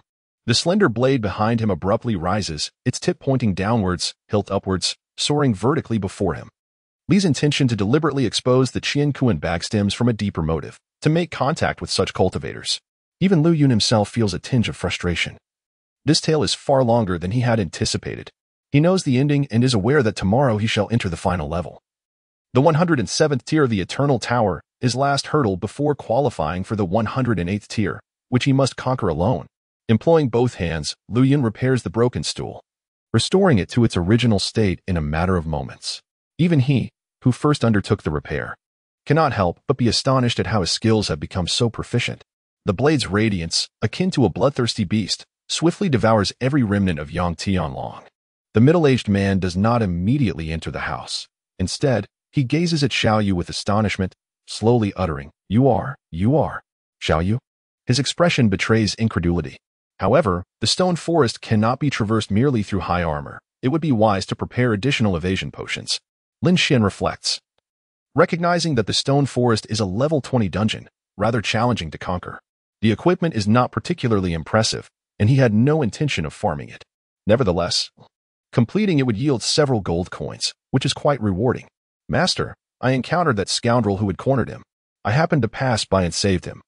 Wu Qiming gathers her composure, her teeth clenched at the mere mention of Mo Yang. With a push from Gu Shi, Xiu Ruoshui is unexpectedly sent sprawling to the ground, prompting an involuntary gasp. Muromin furrows her brow, saying, "These are the people of the Chu family." She glances at Fan Tianluo, expecting her to add to the conversation. But to her surprise, she merely sits down, leaving the three men puzzled. Volume 1, Chapter 88, Joy? Prince Albert's countenance was equally grim. The vanguard suffered devastating losses, with his central army in the Ghost Valley also decimated by over 1,000 men, and the rearguard fared no better.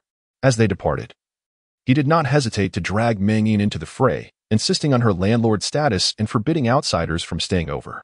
Li Jiayan, upon becoming busy, felt a warmth envelop her, rendering her unable to bear the fox fur cloak.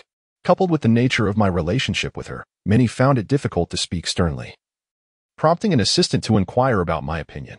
The necessary actions had been taken, and now he could not deny his accountability, should she demand reckoning later.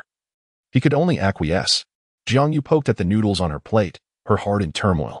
Words lingered on the tip of her tongue, yet she hesitated to voice them. Further back, there were photographs from his university days. He appeared considerably more composed, still maintaining a stoic expression but no longer wearing all his emotions on his sleeve. Do not let the seemingly tranquil demeanor of Lu Ziki deceive you. Every subtle move from Sun Xinyao could elicit significant reactions from him. The 8 Directions spiritual treasure pavilion of the 5 Elements sect was teeming with masters. Yet they were annihilated by this calamity with not a single soul escaping. Typically, in such circumstances, those with the capability would preemptively extinguish danger in its cradle. Those of lesser ability would loot and flee, while the least competent would simply abandon everything. Although this was an exceedingly troublesome affair, some matters are unavoidable and cannot be shirked. Observing the fierce struggle between them, it was evident that they would not relent without a resolution. Spending money to buy happiness. To put it bluntly, many could hardly comprehend why he would spend so extravagantly in an obscure bar. Wang Jie, heavily intoxicated, could not grasp Xiao Ju's words but obediently consumed the medication and drifted into slumber. Leaning back in his chair, a look of profound satisfaction spread across his face. At this moment, Lemay appeared much improved, his countenance radiant, with a gleam of vitality shining in his eyes. This remark elicited a light laugh from Guanin. Was it not a good thing? What was amiss? Did that person perhaps have a family? Lu Jianyang was not the type to commit such foolishness. However, he was astute. With a moment's thought, he understood why Li Shengyi had chosen to flee. Sharp-tongued and quick-witted, Shui Hanswang was acutely aware of the endless sarcasm in Li Xinzi's words. Yet she was powerless to retaliate. In both medical skills and martial arts, Li Xinzi had long surpassed her. Words still echoed, yet they had parted ways. The Azure Dragon, White Tiger, Vermilion Bird, and Black Tortoise, the legendary 4 divine beasts, each guarded their realms, immortal in essence. When the cloaked figure attempted to eradicate the other 3 brethren with flames and a barrage of crossbows, it was perhaps expected that the endeavor would not proceed smoothly. "Old man, is there anything else?" Yi Yu asked, puzzled as to why the elder had called him. In the front of the hall, the law elder observed the scene with growing ire. Such open combat in the assembly hall of the sect undermined the very rules of the Zodiac sect. Lin Yin glided through the icy mist like a specter, pleased to witness the embryonic form of the frost domain taking shape. One of its primary functions was to thwart enemy assaults, and within it, Lin Yin thrived like a fish in water. Suddenly, the air seemed to transform into a shade of purple, and Dongfang Zhao's figure vanished without a trace. 2 brilliant beams of light emerged within the violet haze, strikingly radiant. And at the terminus of those lights was the previously absent Dongfang Zhao. Under the furious glares of those nearby, a questioning classmate dared not speak too boldly. Upon closer inspection, it was the rather handsome member of the life department who had sold Zheng Hao's letter to Zhuang Boyi. Spirit-slaying Ghost Slash, harnessing the power of ghostly deities to enhance the attack strength of the Ghost Slash, unleashing a ghostly shockwave against foes. The effects of the shockwave vary with the summoned deity. However, the Xia, Shang, and Zhou dynasties were cunning old foxes. He and Gongsun Ao held a long-standing grudge, eagerly wishing to see the other perish, thereby eliminating a rival. "I tell you, you must not let me down, otherwise, I shall die for you." Lin Xuexin's words resonated in Yi Yu's ears, causing him to pause and turn to her, noting the hint of grievance in her eyes, which stirred a twinge of guilt within him. He reached out, drawing Lin Xuexian into his embrace once more. Yet he was merely a prince, not a king. So his gestures of apology were deemed sufficient. With a crack, a dull ache shot through my left arm, rendering it immobile. The sound of the palace gates opening accompanied the sunlight's descent, the man's tall figure appearing increasingly elegant as golden flecks of light danced amidst his dark hair, momentarily resembling golden armor. Volume 1, Chapter 89. Poisoning. Consider this. Could it be that someone in your family has offended someone in business or some other aspect, thus seeking revenge through you? Yilingan pondered this notion, and it appeared to be the only plausible explanation. 2 decades prior, the old man had barred Maya from entering, leaving her to kneel outside the door with her swollen belly throughout the night, while he remained at the threshold, stubbornly holding his ground. Eventually, Maya vanished, and the old man scoured the city thoroughly, yet he dared not approach the well, fearing the grim possibility of a double tragedy. However, Chao Yuchen had little time for such reflections. He raised his cane, unleashing a fierce gust as he swung it forward. Upon hearing Shi Jingtian's words, Zifan poked his head out from the shed, nodding vigorously. Indeed, he had lost considerable weight, and his eyes bore traces of fatigue. His heart raced even more than Yilingan's. He longed to establish the laboratory and factory within that shipyard. Immersing himself in relentless research, this was what he truly wished to pursue. Zhen Shifeng, sensing the precarious situation, quickly distanced himself from his opponent. Yet, enveloped in flames, the man in the jacket moved with a speed that seemed almost instantaneous, reducing the distance between them to mere inches and a heartbeat. Nevertheless, Cao Cao felt no joy. He summoned the military aristocrats, urging them to mobilize their familial resources to continue supplying food and troops to the front lines, recruiting soldiers to support Chao Ren's forces in the north, aiming to sweep through Yidong and eradicate the power in Qingyan in one fell swoop. Blood flowed across the ground, and corpses accumulated in front of the church square, forming an altar-like structure. The armored man extended his palm, crimson threads streaming from his fingertips. Boom.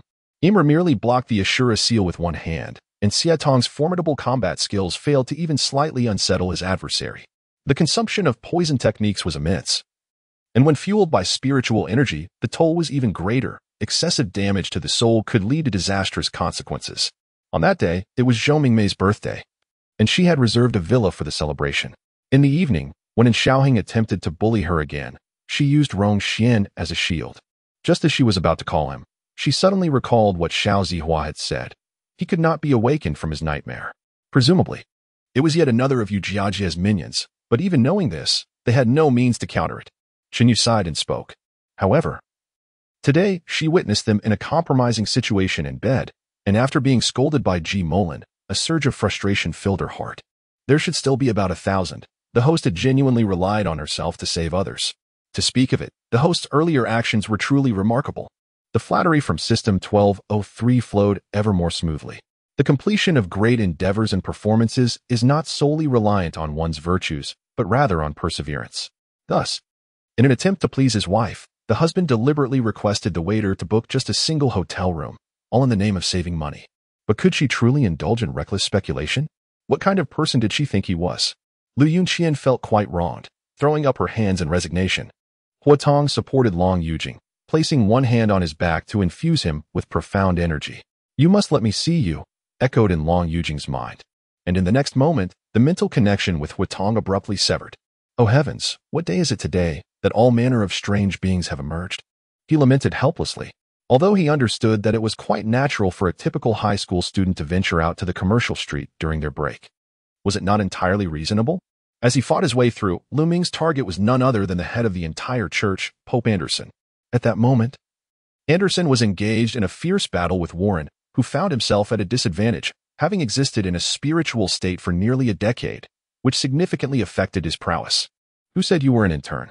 Your current treatment is on par with that of a full-time employee. All benefits are the same, they remarked.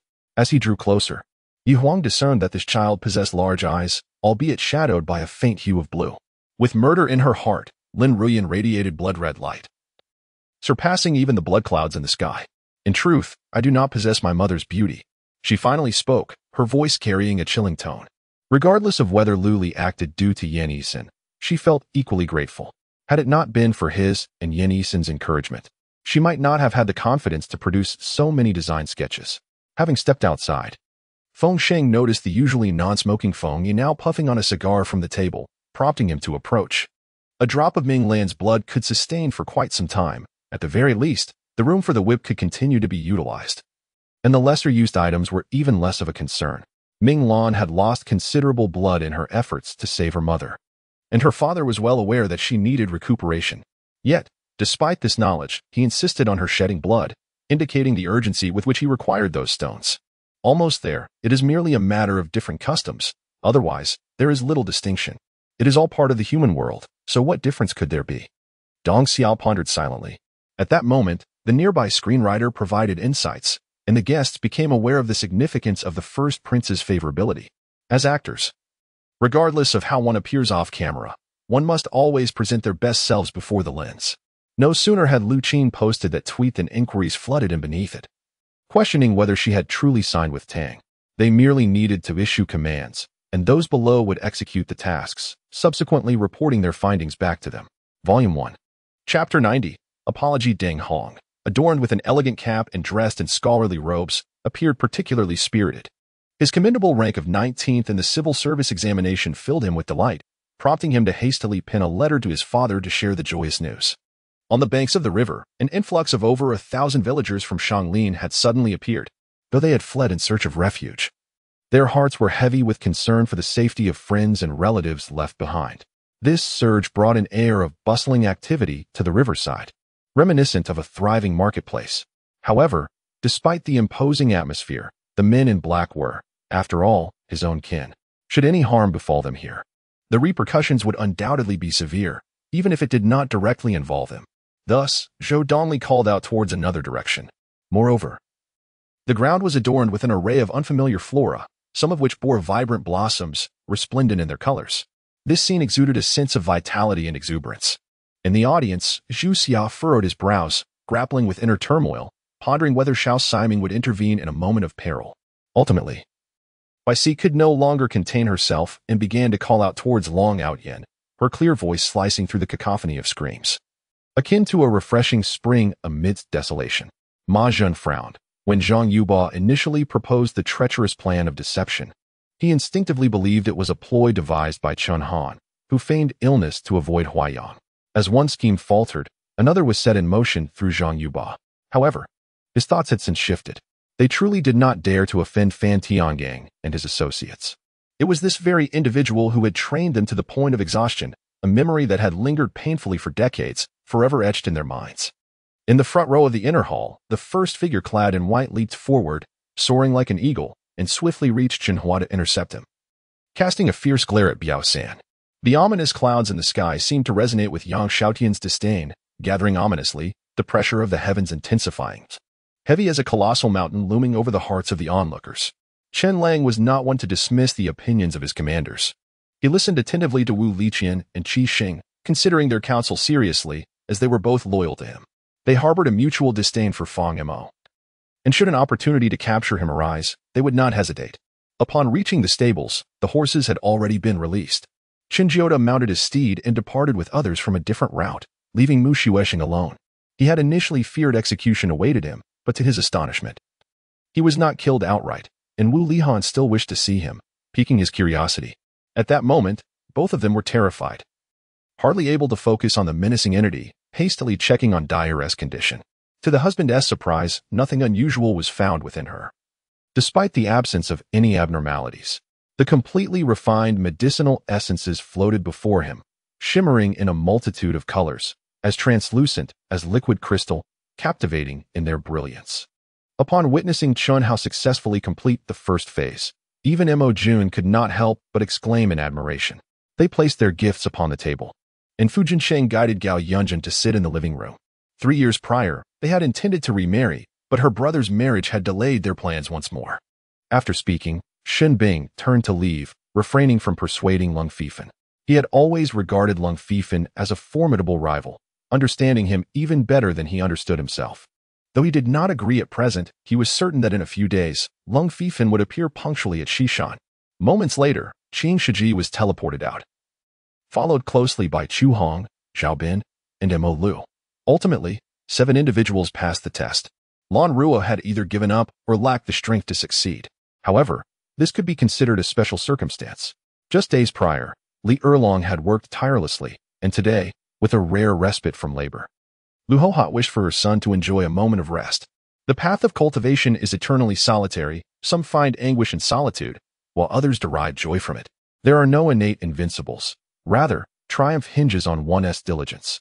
Just like Gu Jinyu, though clad in coarse homespun, he bore none of the appearance of a mere commoner. At most, he resembled a fallen noble, his rough attire unable to conceal his inherent nobility. In a brief moment, the monstrous heart demon found itself engulfed in profound agony, relentlessly battering against the Laojun furnace, emitting terror-stricken howls. The yellow turban warrior bowed in acknowledgement, and the original figure waved his hand dismissively, his form flickering and vanishing from sight, the yellow turban warrior following suit. For those without guilt, revealing one's true self when faced with scrutiny is sufficient. There is no need for indignation. Thus, Lu Yong engaged in all that he could manage, hoping to gather as much as possible, for it was better than watching the crops wither in the fields. This land, due to its proximity to the brick kiln, was frequently scorched, resulting in meager harvests after a year of toil. Chu Linner, filled with indignation, could hardly believe that Lin Hai would obstruct her from vanquishing the one who had humiliated her. Volume 1. Chapter 91. The Hongmen banquet. As the discussion of serious matters was about to commence, there was no entertainment in the form of song and dance. Instead, they proceeded directly to dining and drinking. However, having already accepted this task, it was evident that Chun Jin's eagerness for him to undertake this responsibility was merely a test. No sooner had the words left his mouth than he soared into the air. Upon witnessing this, Long Chaoxing gritted his teeth and engaged in a fierce struggle with him.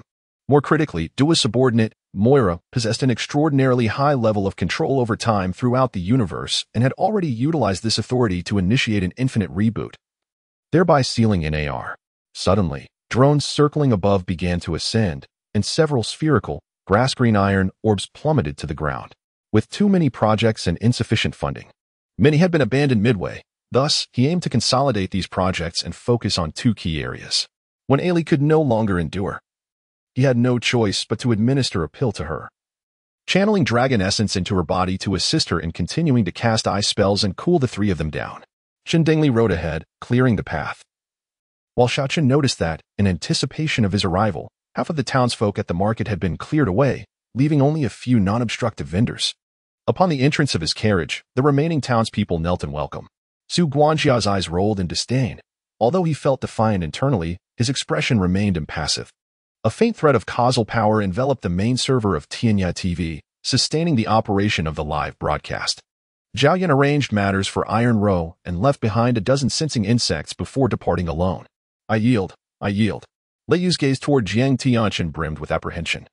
After millennia of scheming, Xiling Mo had failed to absorb the powerful energy sealed within her. She emerged as an ordinary child, devoid of any cultivation. Fortunately, she still possessed an exceptional spiritual vein and could undergo postnatal training, guided by the ancestral emperor, one of the three immortals of the Qin clan. At worst, she could still cultivate to the imperial realm. Though Zhao Yan stated this, whether he would return depended on whether he truly had the leisure to do so. While Zhao Yan was engaged in research, the Golden Horned Demon King had already transported the prepared materials using his aerial vessel. Upon hearing this name, Lu Ling felt a flicker of surprise and discreetly observed Qin Jingyuan. She had been pondering the identity of such a young individual with remarkable prowess, only to discover that he was the very person basking in glory. That amounted to 600 points. If the abundant leather were to be crafted into ordinary products, it could yield over 20,000 items. How much fragmented leather do we currently possess? Wang Luo inquired of Hua Kai. Yin Ling retrieved a crimson sphere from her storage ring and crushed it. Instantly, flames erupted. With a dull thud, the absorber, having grown nearly a meter taller, opened his eyes, and his metallic bald head collided with the ceiling of the room. Fortunately, the treatment room boasted a sufficiently high ceiling, or else the absorber's upward movement might have sent him crashing through to the floor above. After all, the hidden clan had never committed any unforgivable crimes against the Dayu. The so-called evil clan was merely a label propagated by the court. Ordinary citizens had little agreement with this narrative. Maria Hill, overseeing this monumental crisis at the headquarters of the Hammer Bureau, turned pale, her expression mirroring that of Tony Stark and Reed Richards. She reached out to touch Yifun, only to be repelled by the shimmering golden ripples emanating from his body. Death narrowed her eyes. though she had her suspicions. It was prudent to let the other party clarify, as this was a transaction. If Sean's request seemed reasonable, she would naturally agree. However, if they exceeded bounds, she would have grounds to refute. Of course, this commander, who was not known for his expansive heart, sought to vent his pent-up grievances through this encounter. The heartroot was the primary ingredient for refining cultivation pills. A single ordinary heartroot from the spirit realm was worth 50 spirit stones. And the exceptional variety I cultivated would undoubtedly command a higher price. Let's calculate it at 60 spirit stones, yielding a profit of over 40 million spirit stones. Fengchen calculated and could not help but display a profound delight on his face. The elders beside him hurried over to offer consolation. It was a rare occasion for this master and disciple to meet without exchanging harsh words, one harboring great expectations and the other reveling in carefree freedom. Miyu was unaware of Mixian's existence, while others in the Baibo sect were cognizant of Mixian's true identity, though only Yin Yuehua and Shurgan occasionally mentioned her. Volume 1, Chapter 92, Lantern. After uttering this statement, Wu did not afford the exuberant reporters any opportunity to pose their inquiries. He decisively turned and departed. The term item 084 did not refer to a singular object, but rather to a category, an encompassing designation for all extraterrestrial artifacts and superpowered entities acquired by S.H.I.E.L.D. The image of a grand procession materialized in his mind, with rows of guards flanking the vehicle, each holding a colorful, ornate umbrella adorned with vibrant silk ribbons, prompting an involuntary chuckle that drew a curious glance from the princess seated beside him. Due Qi, after posting on his Weibo, ventured to promote the ongoing lottery beneath Li Jiayu's microblog. He subsequently traversed to Lian Su's Weibo, then to Lan Yaoyang's, and several other prominent accounts that had shared Li Jiayu's posts, even advertising beneath Li Tai's microblog. Yet, as days turned into a week, the absence of any form of critique from the headquarters regarding Wu Yu was strikingly peculiar, leaving onlookers astounded. From a different perspective, injured and confronting foes of superior strength, one's only recourse for survival lay in a final, desperate gamble. In slumber, he no longer feared her proximity. Satiated, his brow remained unwrinkled, lips slightly parted, breath gentle like a drowsy cat, exuding an irresistible allure for closeness. The birthday cake purchased by Grandma Yu comprised a lower layer of cake, topped with cream, adorned with floral shapes crafted from red, white, and green frosting. Other onlookers, initially eager to glimpse the affluent elite, were met with a gruesome spectacle, prompting a panic-stricken retreat. As uncertainty enveloped him, Paul rose and approached. Clad in a wedding gown, Jiang Yu radiated a purity and sanctity unlike her usual captivating beauty. Shen Shurlang diligently instructed the fifth prince, intermittently posing questions to gauge his understanding. Soon after, Shen Shurlang was appointed as an imperial censor, receiving orders to accompany the military to aid Wei Xiaostian. For a dojo to cultivate a professional chess player is indeed a monumental honor. A child like Lu Xia, as long as he abides by the law, no dojo would be foolish enough to expel him. Completing the task assigned by the main deity proved to be rather simple, as Zhang Lan and Xiao Honglu retained their mental acuity. Zhang Lei mentioned that he would commence his internship post-New Year, aspiring to join the Provincial Go Association. As he was destined for a career in the Go industry, becoming a professional player was no longer feasible, leaving him with no choice but to pursue a role as a Go worker. Like Chen Tian, he too had secluded himself for 7 years, having not made an appearance since the martial arts realm was dominated by the Jiang family, even neglecting to attend Jiang Beishan's wedding. I have acquired a treasure from my father, a universal key that unlocks space, smiled the fifth prince of Tianqi Kingdom. Did you not hear me? Turn left, turn left. Yu Yuan urged, as she clung to his neck, enduring the pain in her feet while striving to remain alert to the path ahead. Sheng Jianan grasped Li Weiwei's phone, his fingers trembling, the chill dissipating, replaced by an overwhelming sense of desolation. Sumu indeed felt that his use of the magic crystal no longer augmented his strength. The intangible barrier he sensed was merely the threshold to a new realm, awaiting his breakthrough. Mother, I am unwilling. I refuse to surrender so easily. I demand an explanation. I do not believe he lacks feelings for me. I must fight for myself. Mother, please assist me. You always told me to strive for what I desire. Zhuang Yi implored her mother. Fu Yun, nicknamed the Sun God, practiced the great Sun Divine Art, a contemporary prodigy nurtured by the prestigious Jin Martial Arts Academy. Behind him unfurled 2 crimson bat wings, while a triangular-tailed appendage swayed behind him, an infernal demon, a high-ranking fiend adept in fire-based skills. Here, Everyone was constrained, perpetually on guard against the threat of heavenly lightning. The unfortunate dog, upon seeing that scoundrel approach, likely recalled past torment, preferring to cower rather than provoke. Such was the nature of Chowzi. He cared not for whether one was human or canine. Anyone daring to obstruct his path was treated with the same disdain, as he would not hesitate to assert his dominance. Volume 1, Chapter 93, The Fight Machin Feng, fearing the matter would be divulged, hastily burned the note, pondering the implications. What could this mean? Had he taken on too formidable a task? Had he known, he would have refrained from confronting Wu Shuang. After all, the nine-demon immortal mansion was no realm for mere mortals. He suspected he was once again facing a perilous situation. In Diguangming Temple, within a secluded meditation chamber, the leader of the Persian Ming sect, Delphi, sat opposite Xie Wuji, while Dana, seated beside Xie, appeared somewhat anxious. The sound of swallowed breaths filled the air, and all eyes were fixated upon the gourd in Mo Fan's hands. At that moment, Toyota Chanchu boldly entered Baibao Mountain, followed closely by his companions, leaving behind 100 horses outside, unaware of the circumstances within. Those who dared to ride in were fools. It should be understood that his agreement to the Eastern Flow States' request for a unified front against the Linglong Empire was largely motivated by his concern for Princess Lianqing. Knowing that Reinfeld's every action was for her sake, what hesitation could she afford? The elder's expression shifted in surprise. As his vision cleared, he was met with the cold, distorted visage of Lu Kang.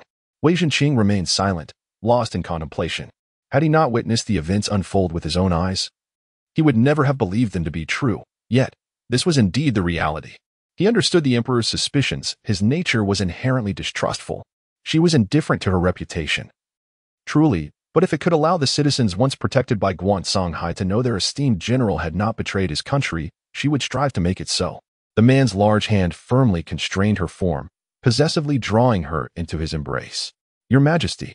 Overcome with emotion, Zhao Su knelt and bowed deeply, tears streaming down his face.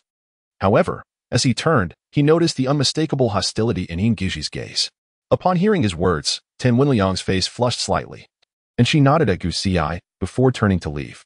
This was the first time she felt such anger as he pulled her away. The first time she perceived his concern reflected in his eyes during their confrontation, and the first time she watched him grasp her hands. His solid and captivating silhouette etched in her memory. I can stand, she declared. It feels improper to remain seated like this in the office, she said, looking at the man with a proud smile. However, Bai wielded the rough adhesive like a mighty hammer, striking the steel operating table with a resounding thud. Surprisingly, the adhesive remained unscathed, while the steel panel before him was left with a significant dent. Lower the price? Who suggested a price reduction? Ustinov, refilling his coffee, looked at Grechiko with surprise. She too found herself puzzled, seemingly inclined to trust anything Yang Tian said, as if he inherently possessed a quality that inspired confidence.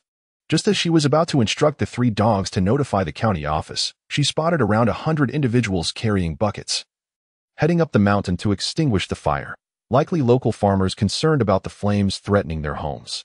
Under Bok's rebuke, the foolish subordinates finally seemed to react, each harnessing their formidable true energy and celestial power, charging towards Tang Feng with reckless abandon. This was not merely an attack, they were racing forward, lifting their feet in a fierce downward strike, leaving a trail of leg shadows. Yang Tian witnessed such a creature for the first time, a tangible being with red eyes, a green face adorned with fangs, and a gaping maw, resembling an upgraded version of a demon spirit. Darling, is your leg all right? I suggest we head to the hospital immediately. We mustn't take any chances, Xia Qingchan's father expressed his concern. The beast's primal instincts ignited a sense of unease, and with its low intelligence, its agitation morphed into brutality. He was correct. He could assist Yu Feng in swiftly securing a plot of land, demonstrating that the Gu family was not solely reliant on wealth. Since the establishment of the Republic, those who feigned high status began donning tailored suits and experimenting with ties, a trend that had persisted for over a century. After delivering a series of blows, his frustration unabated, he landed a kick to the groin, relentlessly battering his opponent until he curled up like a boiled shrimp. The two exchanged blows fluidly, each move infused with power and skill. A resounding thud echoed as Su Minfu neither dodged nor flinched, allowing Zhang Chui's club to drive into his chest. Only his close friend could evoke such concern in Ran Ning. Yet, Lin Mu Yuan's character seemed to carry an inherent hesitation, particularly when things went smoothly. reminiscent of a resilient pine standing firm against the battering of wind and rain. Yet many top-tier prodigies appeared to harbor high hopes. 1050-level elites collaborating with unwavering determination would undoubtedly succeed in their endeavor. Thus, these munitions were not essential. She sought them merely to hasten her ascent. Unperturbed by their absence, having just concluded their patrol, they were preparing to clock out when their police dog, Katie, darted outside as if fueled by exhilaration. Lin Yixin awoke from her daze, noticing Qin Fong reaching out to assist her, her face flushed with embarrassment, and she could not hold back her tears. Second Master. This is simple. A hammer can easily shape it without leaving any creases. Zhang Lujin exclaimed as he took the copper sheet and began to pound it. Volume 1. Chapter 94. Abetsu Qingyan was summoned by a maid and followed the anxious Duchess into the carriage. However, Yichen was acutely aware that his strike had been impeccably precise. Just as the enormous face was about to crash down upon the creature, he deftly wielded the blade at the forefront of his body, cleaving the vase in twain midair, creating the illusion of it passing through the being. Indeed, the spirit was ineffective. To confront the biochemical specter, one must rely on cold weapons, unless I were equipped with a rocket launcher. Sun Yin furrowed his brow slightly, feeling a twinge of headache. Must he truly engage in close combat with the adversary? Despite discovering 3 sentient beings, which heightened Wu Tu's vigilance, who was he to be cowed by merely these 3 entities? Raymond raised his hand and pressed it downward, prompting the gathering to immediately cease their discussions. The individuals present were all of comparable stature to Duke Joseph, or not far removed from it. Yet they were all intently awaiting Raymond's pronouncement. The inheritance within the ring had long been recorded in the Temple of Inheritance. He immersed himself in the temple, examining the legacy contained within the ring, and in no time, he gained a general understanding. Gu Feng was unaware of what Shimizu Chico intended to discuss with Du Lixing, and not being one to indulge in gossip, he paid it no mind. As the shadow of the Beast King drew ever closer to the void bright 12 nights, a sudden, thunderous roar erupted from the Beast King. Naturally, this notion was quite implausible. For one, the ancient beings concealed within the Earth Bear tribe had yet to appear, rendering such a possibility moot. The concept of soul division, does it truly exist? No one in this world could ascertain with certainty. Even the most powerful old demons of any sect, who had reached the god transformation realm, remained reclusive. You certainly articulated that beautifully. Willa sequentially counted off 4 fingers, then snatched a chocolate bar from the Daisley Injune, bouncing away with glee. In an instant, as the shells whizzed past Li Yunxiao, he moved his foot, his leg slicing through the air to strike 2 speeding shells. Erlu, accompanied by his siblings, returned to find Li Yungjun in a state of utter disarray. Before long, the vehicle began to move slowly, yet at that moment, an urgent voice rang out from outside. Chen Chen's spirit had plummeted, her eyes bloodshot, and a palpable aura of despair emanated from her. Navy, allow me to showcase my current strength, for we are once again adversaries. Tyke, emerging from the darkness, pointed forward, laughing maniacally. Confronted with the complex and incredulous expressions of the elves, the desecrator found his emotions far more intricate than theirs. The figure in white moved with an unremarkable gait, yet there was an ethereal beauty about her that transcended description. Indeed, nothing seemed amiss, however. After closing her eyes and sensing the passage of time, Ross suddenly rose onto her tiptoes, attempting to reach the top of the doorframe, which was no simple task. Yet, given Ross's current cultivation, it was not overly arduous. I surmised that the flow of time within that cave did not correspond with the outside world. Although it seemed we had only spent 3 hours, in reality, 3 days had passed outside. Thus, the hunger that gripped him upon his exit was understandable. The leopard is formidable, though not quite as fearsome as the tiger. Yet, having a leopard in the mountains poses considerable danger. No, it is not merely one leopard. Volume 1, Chapter 95, The Layout in the Duke's Residence, page 1. Astonished by the disheveled appearance of Page Inu, marked by red scratches on her face, inquired, "What has happened to you? Who has wronged you?" Upon recognizing her elder brother, Page Inu exuberantly rushed to him, exclaiming, "Brother, you must find a way to rescue the 8th prince. He must be wrongfully accused." Furrowing his brow, Pei Jingchuan surmised that her distress was likely linked to the matter of the 8th prince. The heritage of the Yaosu Peak is profoundly rooted. The technique of Changchun is intrinsically linked to longevity and encompasses various forms of illusion and sealing arts. Gu Sai, having received the true teachings from Gu Qing, possesses an exceptional understanding of sealing techniques. While the coffee is indeed delightful, there is no need to gaze at it with such rapturous longing. Could it be that her cup differs from mine?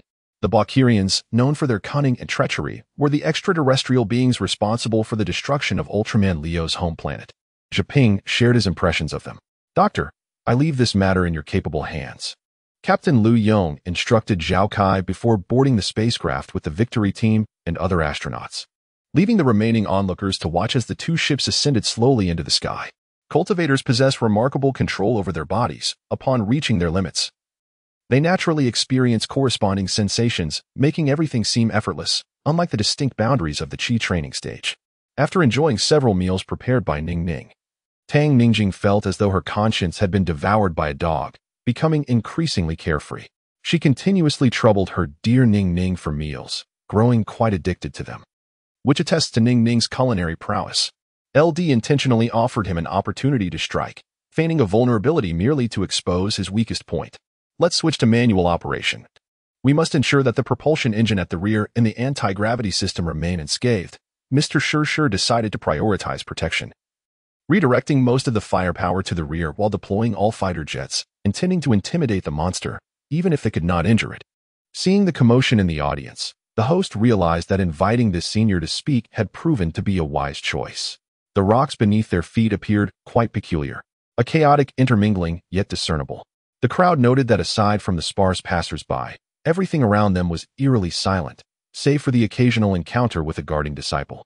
He gently settled her into a chair, removed her shoes, and attentively massaged her feet with tender care. Before them walked two imperishable figures, one clad in black armor and the other in a white robe, exuding an overwhelming aura of power. Wan Xinru, being a refined young lady from a prestigious family, had never been touched in a brawl, let alone in her most private areas. It dawned on her how absurd it was to have cried so pitifully in her senior's embrace just moments ago. Yet, with no other choice at present, she could only acquiesce to Ding Mu. Shui Jiqing scoffed, reaching into his pocket to retrieve a necklace, the very one given to her by Xiaoran. He had even seen her wearing it with Shuang'er the previous night. The crowd had never witnessed anyone daring enough to openly challenge Li Yan. And when Yuran blinked her bright, innocent eyes in a charmingly naive manner, a few spectators erupted in laughter. However, under Li Yan's piercing gaze, their amusement was swiftly extinguished, leaving them pale as they turned to the wall in contemplation.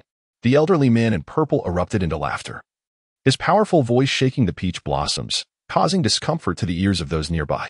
Xiao Su, filled with joy, splashed about in the pool, flailing his limbs and sending countless waves into the air. Perhaps heaven was aware of the misfortunes that once befell Xiao Xuan, thus arranging for the angelic Cheng Guangdong to be by her side. With losses come countermeasures. Now, every corpse field is equipped with mechanisms that activate upon danger, causing the porcelain coffins to descend and protect the decaying bodies within. Previously, she had not officially debuted, spending her days practicing at the company. Now that she had debuted, the practice time had diminished, and life had become relatively more relaxed. However, opportunities for indulgent revelry like today were scarce.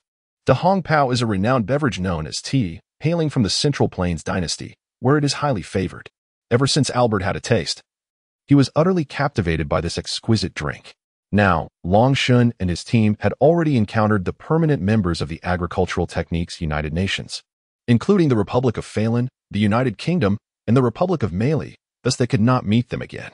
On the following day, when Li Yuan sought him out, he opened the door to a horrifying scene. The blood ritual array still lingered on the floor, and Di Rinjia lay on the bed, while Li Yuanfang was sprawled on the ground.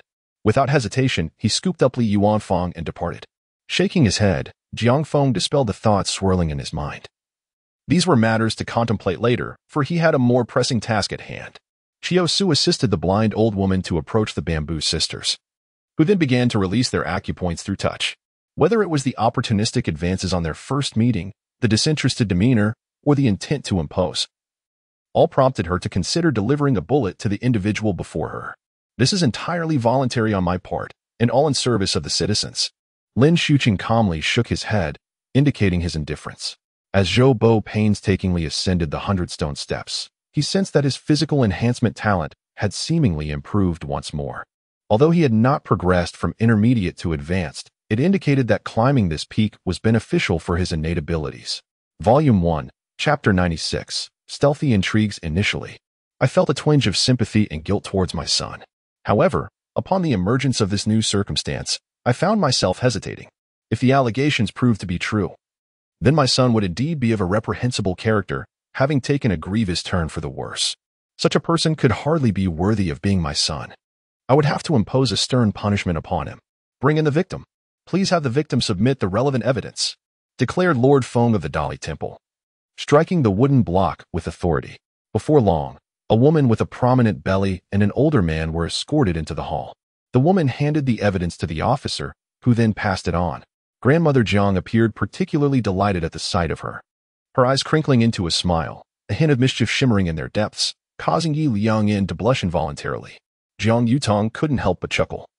It was rare to see her so playful, which struck him as quite novel.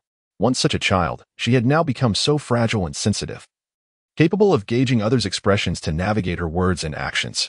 Lian Xinran noticed Shenwei's unusual demeanor and sensed something was amiss. He pondered deeply, wondering if he had inadvertently offended her today. Damn it, what is the point of calling me here just to ramble on? Yang Yi felt a surge of irritation, questioning whether this was merely an attempt to intimidate him, to dissuade him from harboring any illusions. The remaining few men looked on in astonishment, having witnessed a young man suddenly appear, after which one of their companions was sent flying. It was evident that the territory of the Folii family lay at the intersection of the north and south, with a climate milder than the harshness of the north, resulting in soldiers who were not as formidable. However, the frequency of conflict was also less than that of the south, rendering their combat experience inferior to that of the Lannisters. Despite his tattered robe, the man's robust physique bore no scars. Your words suffice. Once I organize the script, I will allow you a preliminary glimpse, Bao Bao said with a smile. Thus, in the dead of night, Qin Mangyao and Zhang the Fatty gathered in Qinyuan's room. With nothing else to do, is the mythical battle team preparing to engage in a first-tier tournament? Mi Li suddenly exclaimed, observing the movements of Yi Di and his companions. In the Bo 5 match, the initial round was paramount, for securing victory in this confrontation would calm the psyche of the winning side, enabling them to perform at their usual level. However, when it came to speed, the mutated bear was not particularly adept. Both the mutated tiger and the great Ha surpassed it in swiftness. A white shadow darted past, and Great Ha swiftly blocked its escape route. Meanwhile, a middle-aged man in the private chamber, noticing someone attempting to leave, called for his subordinate to invite the individual back. They are simply too strong, and we were ill-prepared at the outset. Let us be vigilant in the next round. We still have a chance, Chu Bai consoled. Gong Shiziya grasped Qinglu's hand that rested upon her heart, gently caressing her face. Qinglu's fingers trembled as his gaze followed his hand. All native beings within the restricted zones went into a frenzy, ceasing their battles as they rushed toward that direction. You are not heartless. The dissolution of your marriage largely stems from my sister's issues. Tang Xianxian spoke cautiously, glancing around to ensure her sister was not within earshot. With a gentle press of her cool lips upon his, she clumsily kissed him, the awkwardness of her technique only serving to elevate Luo Zi's spirits. As the glutinous rice was poured out, the aroma of the wine intensified, pleasantly intoxicating. Although I seldom imbibe, the fragrance was undeniably captivating. As for Lord he felt a sense of guilt regarding the matter, acknowledging his wrongdoing towards his wife, yet unable to muster the resolve to prevent the sacrifice of that emotionless child. Lenny glanced at the required contribution points, surprised to find it was merely 2,000, an unexpected revelation. Gong Jiujio pressed the pause button on the recording. It was something Bai Ruru had casually taken when seated beside her. The robust Lei Quoto led the way, traversing the thick poison mist into the stifling, lifeless forest. Her countenance was blank, devoid of expression. Her eyes were hollow, lacking any emotion, resembling a soulless body, as if her spirit had been entirely extracted. Even now, she could scarcely believe she had passed the interview at Yufeng and become part of this establishment. I must be aggressive, fierce, and even resort to assassination to monitor others. Do you think I desire such a life? I am compelled by circumstance. I issued my commands coldly, my body rigid, with my hand hovering in the air, trembling incessantly, droplets of blood congealing at my fingertips, on the verge of falling. His voice rang out, powerful and resolute, allowing anyone to feel the weight of his words. Shi Minyuni was not unappealing, but when contrasted with Wu Bai and Qing Wan, he appeared quite lackluster. With a venomous glare, he demanded, "Do you dare to raise your voice at me? You old fool, why do you not reflect upon your own shortcomings? Moreover, it is of utmost importance that your actions do not displease the emperor. That is the highest priority. Is this the African Appeals Council? Carabas inquired pointedly of several citizens nearby, though he seemed unable to locate the chief representative, Galba. Furthermore, it is no wonder the previous fellow resigned from his position to engage in tax evasion, after 3 to 5 years of such antics. One could amass a fortune of 100,000 drachmas. Only a fool would remain here. Volume 1, Chapter 97, The Enfeoffment of Kings bring him in for examination. The emperor bellowed furiously upon hearing the news. Shortly thereafter, the guards of the third prince were escorted out. Your Majesty, this man indeed bears a black mole. Situated on the left side, announced the officer in charge of the inspection loudly. Instantly, gasps filled the air, and countless gazes were directed towards the third prince, each person pondering the implications of this revelation.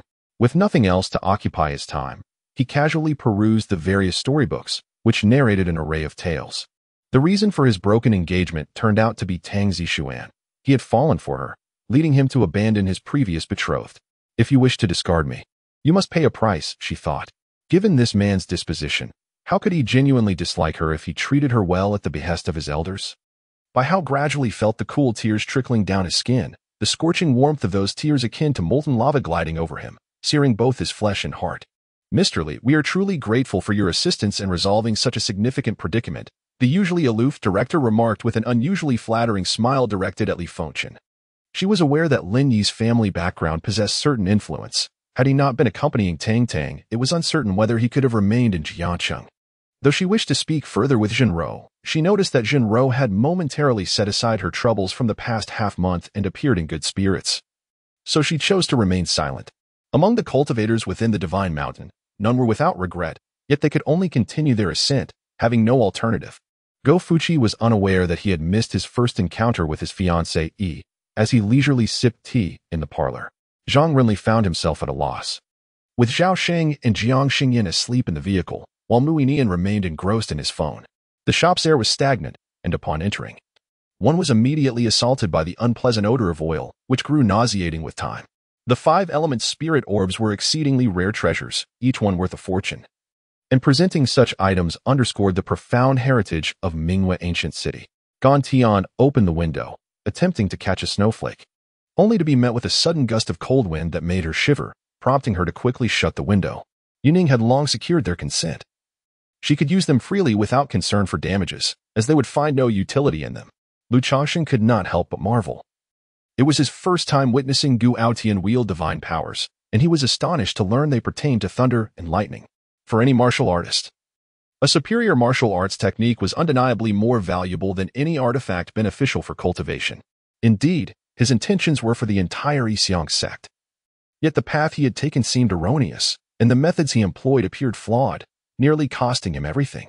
Gazing at Qin Lai before him, Lin Chongxiao greeted him with a smile, his cheerful tone dissipating the surrounding tension. A Kunwu sword danced erratically in Chen Guhong's hands, instantly transforming into a myriad of sword shadows, each enveloped in a halo of white light. Countless sword energies surged towards the white fox. A seemingly ordinary human morphed into a ferocious beast before the eyes of onlookers who had witnessed the transformation, their expressions betraying their astonishment. Is there no way to staunch his bleeding?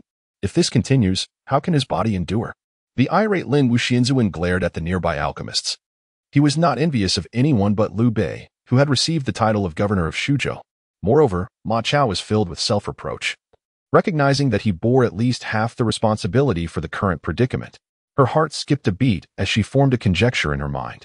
Meanwhile, Jun Wujie wore a faint smile, his eyes holding a chilling depth that was both terrifying and inscrutable, enveloped in an ominous, opaque mist that was impossible to penetrate. Ignorant junior, how arrogant you are. Today, I shall teach you a lesson, the master of the Hehuan sect coldly declared, launching an attack with her spells.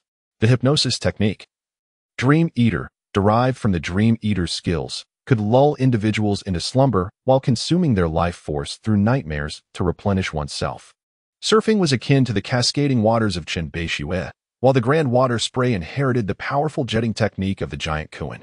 For instance, Milan's performance had steadily declined, showing no signs of striving for improvement. However, it seemed she was preoccupied with thoughts beyond her studies, exhibiting signs of unusual socialization. Pingyan and Chun Bao exchanged glances. Chun Bao had not anticipated such a turn of events, thinking that had he not interfered, the scam nest at Xiao Qiao Bridge would have been as good as a grasshopper in autumn. Volume 1. Chapter 98. Playing tricks. A glimmer of cunning flashed in Hoyu's eyes. Though he might seem dim-witted at times when faced with a skilled opponent, he transformed into a crafty adversary. Upon witnessing the look in his eyes, Zhang Yiming immediately discerned that the victor of this battle would undoubtedly be Hoyu. Seeking death, Han Bihong scoffed with disdain, and with that, they charged forward like a whirlwind. Upon the stone tablet, radiant light flowed as if it possessed life of its own, with beams of brilliance coiling like dragons atop it, exuding an indescribable might of the sword. In a state of alarm, he forcibly suppressed the overwhelming power surging within him, enduring the sharp pangs radiating from his internal organs. Gritting his teeth, he summoned all the purple energy within and around him, unleashing it in an instant. The fiery pain in his right hand was a stark reminder that the fearless sword was no longer in his grasp. Suddenly, Immortal Smoke spoke up. The prowess of the two vice leaders surely rivals that of Gong Ao. Why then do they settle for the second seat? The tone was calm and almost introspective. Around them, the officers were busy securing the scene, transporting the injured to the hospital while confirming the identity of the criminal's corpse. Observing Xiao Yi devouring his food with a ravenous appetite, Xiao Sunner's south eyes turned into crescent moons of delight. Although I claimed I needed to deliberate, in truth, I saw no need for such contemplation. Rather, I wished to observe whether my actions would prompt him to lower his demands. The villagers, witnessing the Zhang family's fury, began to realize that their earlier remarks were not mere words of disdain but rather an indication of genuine concern. Zhang Jian was the reincarnation of the Supreme Divine Emperor. In his previous life, he had beheld the true Kunpeng, possessing a deeper understanding of it than the Ninth Prince, and he bore the legacy of the Dragon Emperor, with a golden dragon Yuan Ying residing in his dantian. After traversing several hundred zhang, he faintly perceived a glimmer of light above, allowing him to breathe a sigh of relief. Yuchen nodded lightly. Having fused with the blood of original sin, his fate had been altered, enabling him to immediately sense the barrier of the Divine Emperor realm. However, among the remaining 14 dual-flower red sticks, 12 votes were expected to support him, while 2 would abstain. The soldiers escorting Lu Zhao and Chunan tore down the barriers. After ensuring the guards at the entrance were dismissed, Chao Tianke casually opened the prison door and sat beside Lu Zhao and the others. Today, Renlei's visit to the Feiyang bar was influenced by his subconscious. Ensnared by the charm technique, he remained oblivious to being manipulated, believing instead that he merely sought a reprieve from his confinement at home.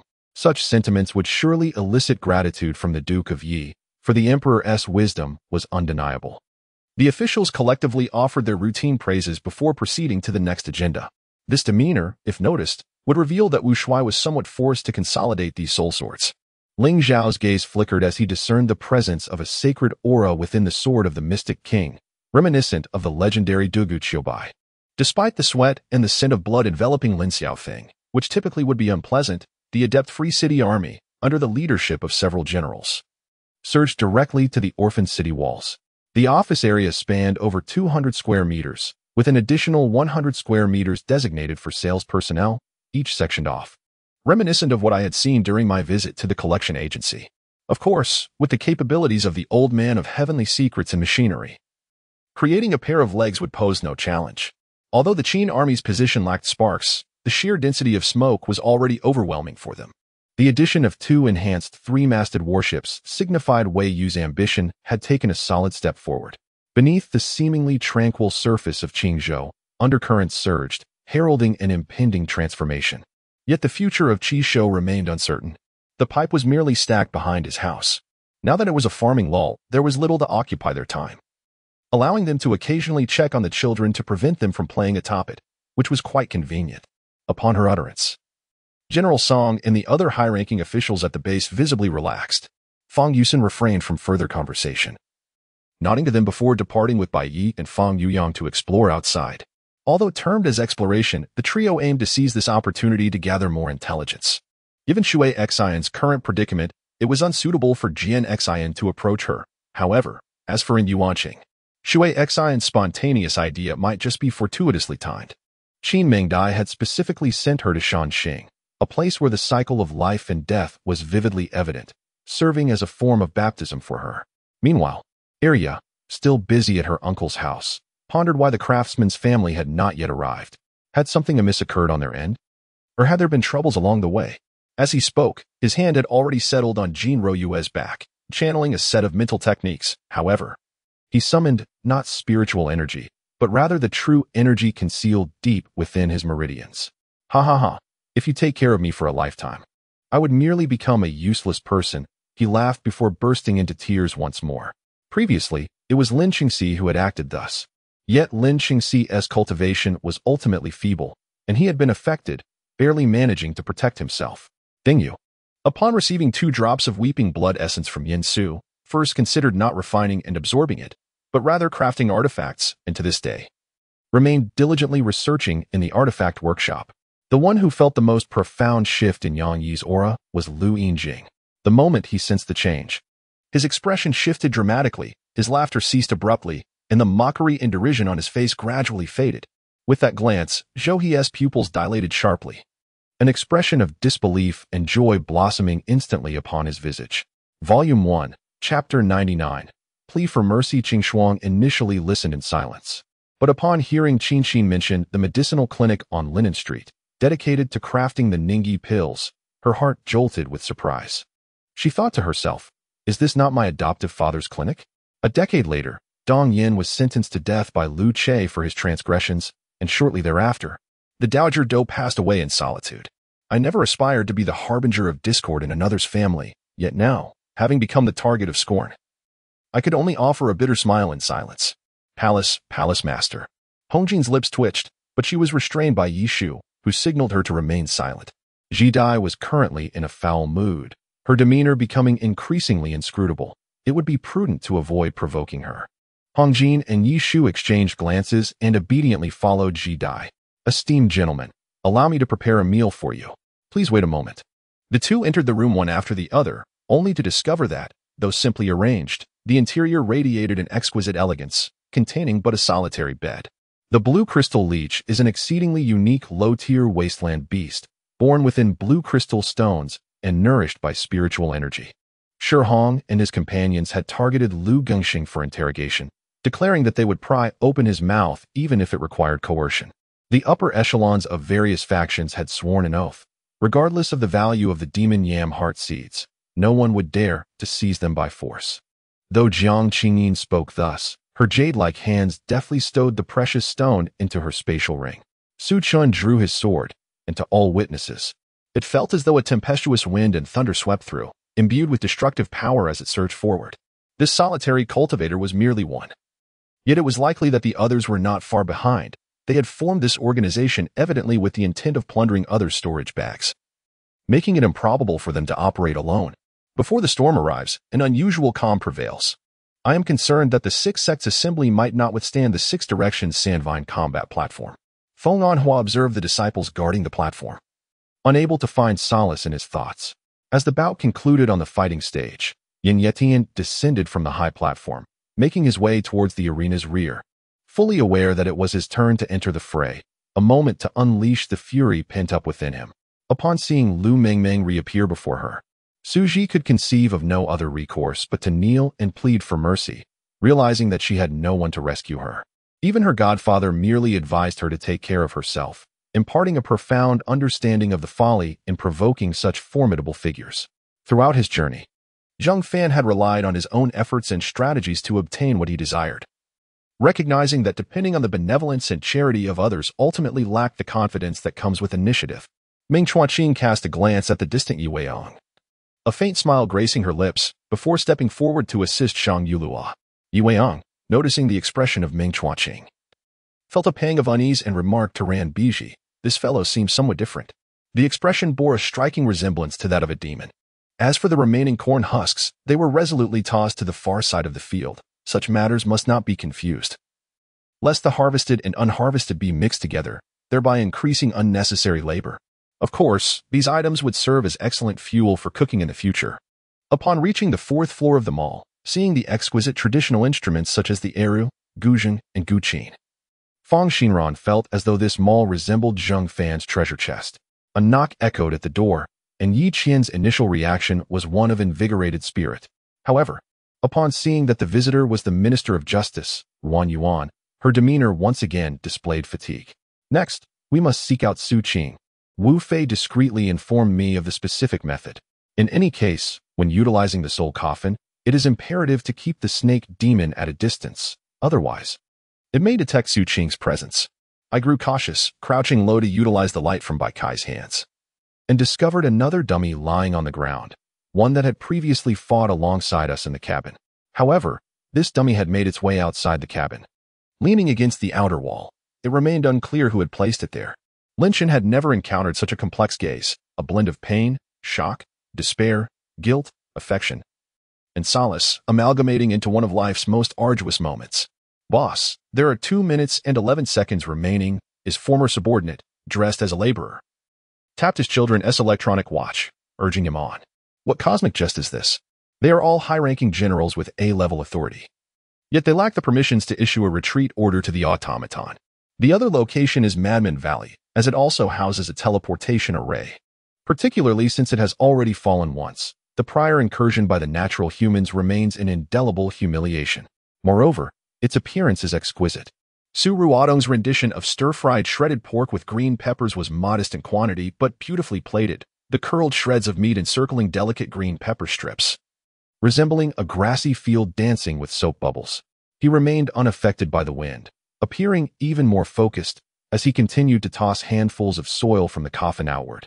Mu Nuo was acutely aware that if she wished to stand justifiably beside Wei Qi Jing, she must achieve accomplishments that would compel the world to acknowledge her credibility. Surrounding her were the Hell Snow Wolves, Hell Snow Bears, and Hell Snowbirds, numerous ice attribute monsters, which posed a significant challenge for fire attribute players. While the icy attribute was decidedly unfavorable, a man appeared at the door, a middle-aged individual with a ruddy complexion, sharp brows, and a commanding presence, his square face exuding a blend of authority and delight. Volume 1, Chapter 100. Gratitude. The red wolf spider thrashed its head wildly, making it difficult for Talanam to aim.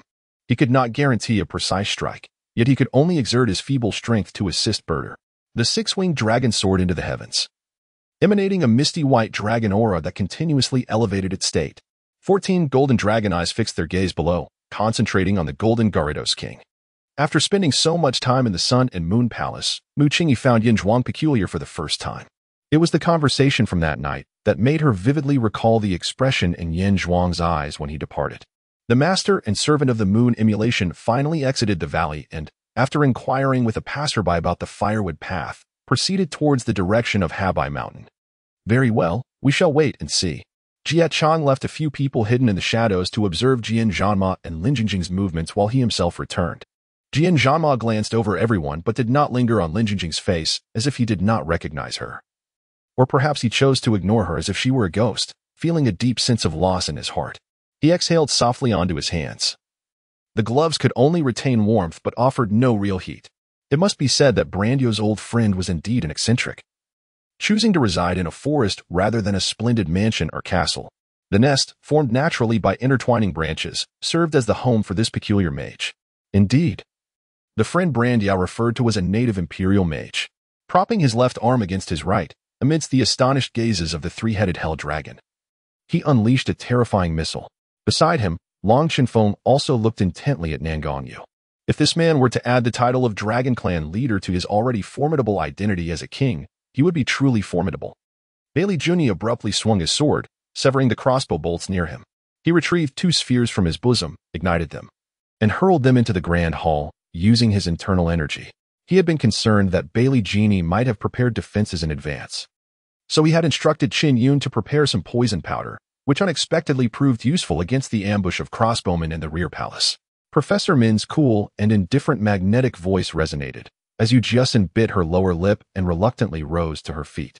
The first time my father met Chenime, he hardly spoke, yet this time, he was exceedingly cordial. Chenime, adopting an air of superiority at the table, changed her expression upon seeing the dishes laid out, revealing a fleeting softness before swiftly reverting to her usual demeanor. For I have always believed that effort begets love, and that struggle leads to marriage, while happiness is born from shared creation.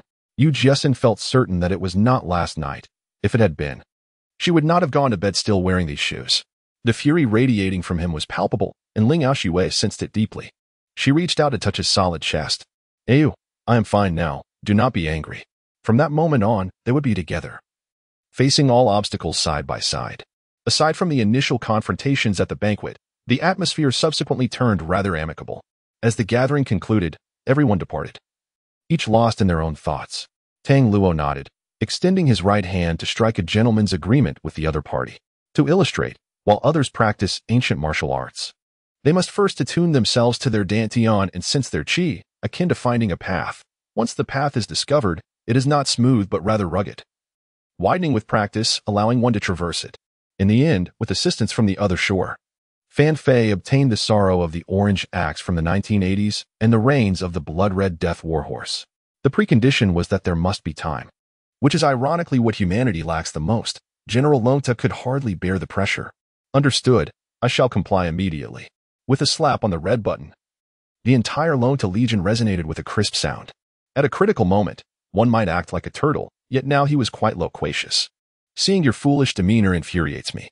After painstakingly crafting a golden opportunity, only for it to be squandered by the mountain cat. The white wolf was ever ready to unleash a beating upon him. Though there were still some defensive troops domestically, they barely numbered over 100,000. A stark contrast to the 20,000 during their heyday. Hence, the Xixiao army retreated while seeking aid from Liao, hoping for a timely intervention. Seizing the moment, I charged forward with a swift step, employing a tiger pounce, leaping fiercely onto the warrior figurine, which was already staggering and about to fall. My forceful tackle sent it crashing to the ground. It was a tiger charm, imbued with an ancient and fierce aura, and at that moment, the dense darkness around was violently disrupted, causing a slight tremor in the dark canopy above. I thought to myself, yet cooking is not something one can master simply by observing a few times 5 years ago. She had presumed that witnessing Mrs. Wu cook 5 years prior made it seem easy, and with her perceived brilliance, she believed it impossible for her to fail. Our names are destined by heaven, the proud peony divine flower proclaimed, though it had no mouth. Its meaning was conveyed through divine thought to Wu Chu. Tan Yang's eyes revealed a fleeting disappointment upon seeing the 2 jade bracelets, but it vanished quickly, leaving him composed. He had once doubted whether the pocket watch was a replica, yet the old photograph embedded within dispelled his concerns. The Lin family did not have only one son. There was an older brother as well. Though he had already started a family, his parents could not possibly buy him a house, and even if his 2 brothers consented, their wives would not agree. Volume 1, Chapter 101. The gift. Suddenly, a flash of lightning streaked across the night sky, followed by the deafening roar of thunder. The malevolent force, caught off guard, felt as though its fist had sunk into a quagmire, hindering its movement. Its expression shifted dramatically. Furthermore, it appeared that its father regarded this as a test, offering no assistance whatsoever, no translator, nothing but a single ticket. Yet, Xia Dongmei had indulged her for so long. Instead of showing restraint, the latter only intensified her defiance. The elevator was permeated with a peculiar odor. Upon reaching the doorstep, Xiaoming was met with a more pungent scent. His mother was diligently mopping the corridor, while his father wielded 2 bottles of air freshener, spraying them vigorously. Confused, Kits began to walk in a particular direction, seeking to escape the woods and find a place inhabited by people to establish contact with the S.H.I.E.L.D. Some individuals present were familiar with Tanya, and upon hearing the security guard's remarks, an uproar ensued. He candidly stated, "Let me see what wonders Tianci has wrought here," and the 2 began to admire their surroundings. "Impressive," Lin Feng exclaimed, unable to contain himself, as the ferocity of the flames evoked a sense of life-threatening danger. Xiao Wuxia was equally perplexed when a sudden flash illuminated the night sky, momentarily banishing the darkness. A star shone brightly, rivaling the radiance of the full moon. "Yai Xian, what a splendid name. This is the place," Ling Xiao remarked as he gazed upon the elegant residence. Xiang Huaiji charged recklessly towards Xiang Jian, only to be sent sprawling by a single slap, leaving his face swollen and bloodied, a few teeth scattered. Struggling to rise, he was restrained by a companion, his cries of anguish echoing in the air. Lu Hun's gaze pierced like a blade, locking onto Xiao Nu, as if he could see through her very soul. In his past life, he had weathered many storms, and among those who pursued him were members of prestigious clans. Having witnessed countless deaths, he had encountered the ultimate techniques of Earth's ancient sects to varying degrees. However, this encounter ultimately solidified his cultivation, bringing him to the brink of breaking through his bottleneck. Xiao Wuxia was deeply moved. As Ling Yunqi had forsaken the chance to ascend the path of greatness, choosing instead to remain by his side. How could he not be touched? On one hand, there was concern for the safety of the lost Shangguan Tritai and others. On the other, The clues regarding Qingyan City and Shaohong loomed large. Impudent girl. Let us see how many times you can protect her. Shui Qin, the demon fox, scoffed, unleashing another bolt of fiery lightning that surged across the distance, casting a shadow of death. The audience below reacted, erupting into applause and cheers, whistles punctuating the air. Yet she could not muster the heart for celebration. Her spirit plummeted into an abyss, chilled to the core, forever beyond redemption. Han Hu rose, his words not a negotiation with Lu Tian, but rather a declaration. For he departed towards the horizon immediately after speaking. Is there no other way? Asked the old alchemist, expressing his certainty that the Wang family would categorically reject this proposal. Countless souls may have believed themselves ensnared in a dream, unsure of whether they had awakened even now. Old Master Long, his expression grim, gripped the reins tightly. Panting as he commanded, search thoroughly. Even in such a serious moment, those behind him could not suppress their snickers. Search? Can that word even be used in such a context? Clearly, Old Master Long's choice of words was far from professional. Du Qiu encountered numerous wanderers of various races, all seeking refuge from the clash of these two factions. If indeed an ark existed in another dimension, it would be there, unable to escape. No need for haste. With this thought, Chui Feng felt an increasing sense of dread, his body inching closer to the fire, desperately seeking warmth. Currently, the Far East Sea 2-type submarine was merely an attack submarine. Following its notoriety, countries were fervently developing anti-submarine weaponry and new submarine production. Although Li Ningyu had halted the Z-2 production, efforts to create a new generation of submarines persisted. The divine dragons of the Qingyan continent had long since perished. Yet the sound that reverberated was imbued with unparalleled dragon might. Was it possible that the divine beast, the dragon horse, had descended? Everyone present was engulfed in astonishment at this proclamation. The dragon horse, with its bloodline from the divine dragon, was akin to a half-dragon. Truly a superlative divine beast worthy of worship. Yu Xiong emerged to greet them, having meticulously cleaned the camp inside and out with Zhu Hozhao's main army. I am not a thief, the elder, dubbed the bandit grandpa, gritted his teeth, suppressing the fury within. Volume 1, Chapter 102, Cannon Fodder and Truth. You are my true love. If the object of infidelity were you, would there be any need for me to endure this? Bo Jin posted a photo with Su Lu, playfully teasing the remarks Su Lu made during a media interview. Her position was indeed too obscure, easily overlooked, and with others blocking her. It was no wonder Ji Ling failed to notice her. Had she not spoken up now, Ji Ling would likely have remained oblivious until class ended. After all, that Wuji cave is a malevolent abyss. Anyone who enters is bound to be tainted by its dark energy. If that destined individual truly resides within the Wuji cave, does it not signify their intent to reopen its seal and seek out that person? If so, would not the emergence of inner demons occur prematurely? Of course. As a director, Yanjun has made notable progress over the years, and the performances of the lead actors Bo Jin and Hai Song have been particularly remarkable, showcasing increasingly mature acting skills. It has long been asserted that the Earth spirit had been tampered with. It was your disbelief that led to this predicament. Upon having the matter brought to light, Butler Lin chose to admit it outright. Jia Lian hurriedly supported Lin Ru Hai, gently placing him on the couch. Dai Yu had already dashed out of the room to summon the imperial physician waiting at the estate, regardless of whether she would marry in the future. The household could not rely solely on her to manage the Wu family business. Otherwise, even if the Wu family rose to prominence, it would be but an empty shell. Seeing that Long Ting and Lu Wuyo were deep in thought, Bai Shi refrained from interrupting their contemplation, silently sitting beside them. After a while, Lu Wuyo finally broke the silence with a question. Meanwhile, the guide, Sith, though physically present, found her mind lingering in the throne hall. Plagued by an inexplicable sense of foreboding, she felt that after Thor's encounter with Odin, something profoundly unsettling awaited her. Lacking the method of absorbing demonic energy, Li Ruaxian's fluctuations were distinctly different from others. At this moment, should a discerning individual happen to pass by, they would easily discern the anomaly. Just as Li Ruaxian finished speaking, the home phone rang again, undoubtedly Sunny calling. Such an occurrence was unprecedented, although the master had previously quarreled with the emperor.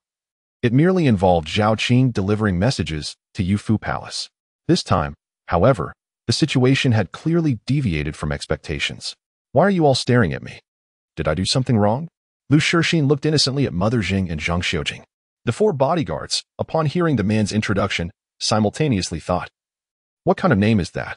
Yet, as their elder brother was in discussions, They adhered to the code of the streets and refrained from interjecting. Everyone's gaze turned towards the direction indicated by Dong Ri, and indeed, a creature towering over 3 meters, with a bear's head and a human body, was approaching us. Tang Feng pressed his lips together, holding back his voice, and after a few seconds, a peculiar smile emerged on his face. I understand. I shall begin my convalescence tomorrow. The Crown Prince grasped the underlying meaning behind these words. Though he verbally acquiesced, his heart brimmed with reluctance. High officials and nobles? He was a prince. More esteemed than any official, what was so remarkable about them? If he were to realize that she referred to pain on the inner thigh, he would be at a loss for words. However, it seemed that this endeavor would need to be expedited. It was known that while simultaneously cultivating the techniques of both the immortal and demonic clans might not pose immediate issues, prolonged practice would lead to a clash of these incompatible energies within one's body, potentially resulting in calamity. After exhausting all manner of inhumane methods without success, we ultimately decided to abandon our efforts. Since we could not harm him, we could only conceal him, hiding him in the safest possible location. Some proposed hiding him in a lifeless otherworld, yet after much deliberation, I felt it wiser to place him somewhere we could personally monitor. The moment I kicked open the door, regret washed over me. The room was filled with people. They paused in surprise at my entrance, and seizing the opportunity, I made my move. Thus, many years later, Jishu Han would lament his decision regarding the pursuit of fatherhood for the better part of his life. Having never seen a pig run, I had certainly witnessed such scenes on television, yet I never anticipated becoming part of such a situation myself. Huang, however, was quite intrigued, using his divine sense to observe the initial clash between the two parties. He had scrutinized such battles multiple times, attempting to deduce the source of the divine energy wielded by the divine human race, concluding only that it resembled an ethereal energy enhancing their physical forms rather than any elemental force. Ajin believed that seeking information was not shameful, thus graciously accepting Lord Run's goodwill. After all, he harbored intentions of relying on the Cultivator's alliance in the future, subtly acknowledging Lord Run's overtures, thinking, let us first get through this hurdle. Volume 1, Chapter 103. Are you so easy to bully? He attempted to influence the situation with his thoughts. Yet the results were less than satisfactory. Though he felt his mental state had calmed, his spiritual energy remained turbulent. This dilemma had occupied her mind for an extended period, but she had never found the opportunity to voice her concerns. This time, she was determined to seek clarity, otherwise, she feared she would remain in a state of perpetual gloom. Come, let us acquire some provisions once more. Lu Tian called out to Yun Wan and the others, trailing behind the rotund shopkeeper as they ascended to the 9th floor. Follow me. Shui Hao, drawing upon his experience from the Beast Mountain range, led the group in a particular direction. However, upon emerging, he spotted the straw hat captain devouring a large piece of fresh fish skin, which caused him to panic and slip, tumbling to the ground. Behind him, a torrent of blood surged forth, forming a river of crimson. Countless vengeful spirits floated amidst the sanguine waters. Zhao Xian, upon making his entrance, struck a pose reminiscent of a proud rooster, embodying his typical flamboyant demeanor. At that moment, Duolabo found himself lost in contemplation. Those who had never experienced war yearned for its grandeur and spectacle, yet once they confronted its brutality and bloodshed firsthand, they would yearn to forget it with every fiber of their being.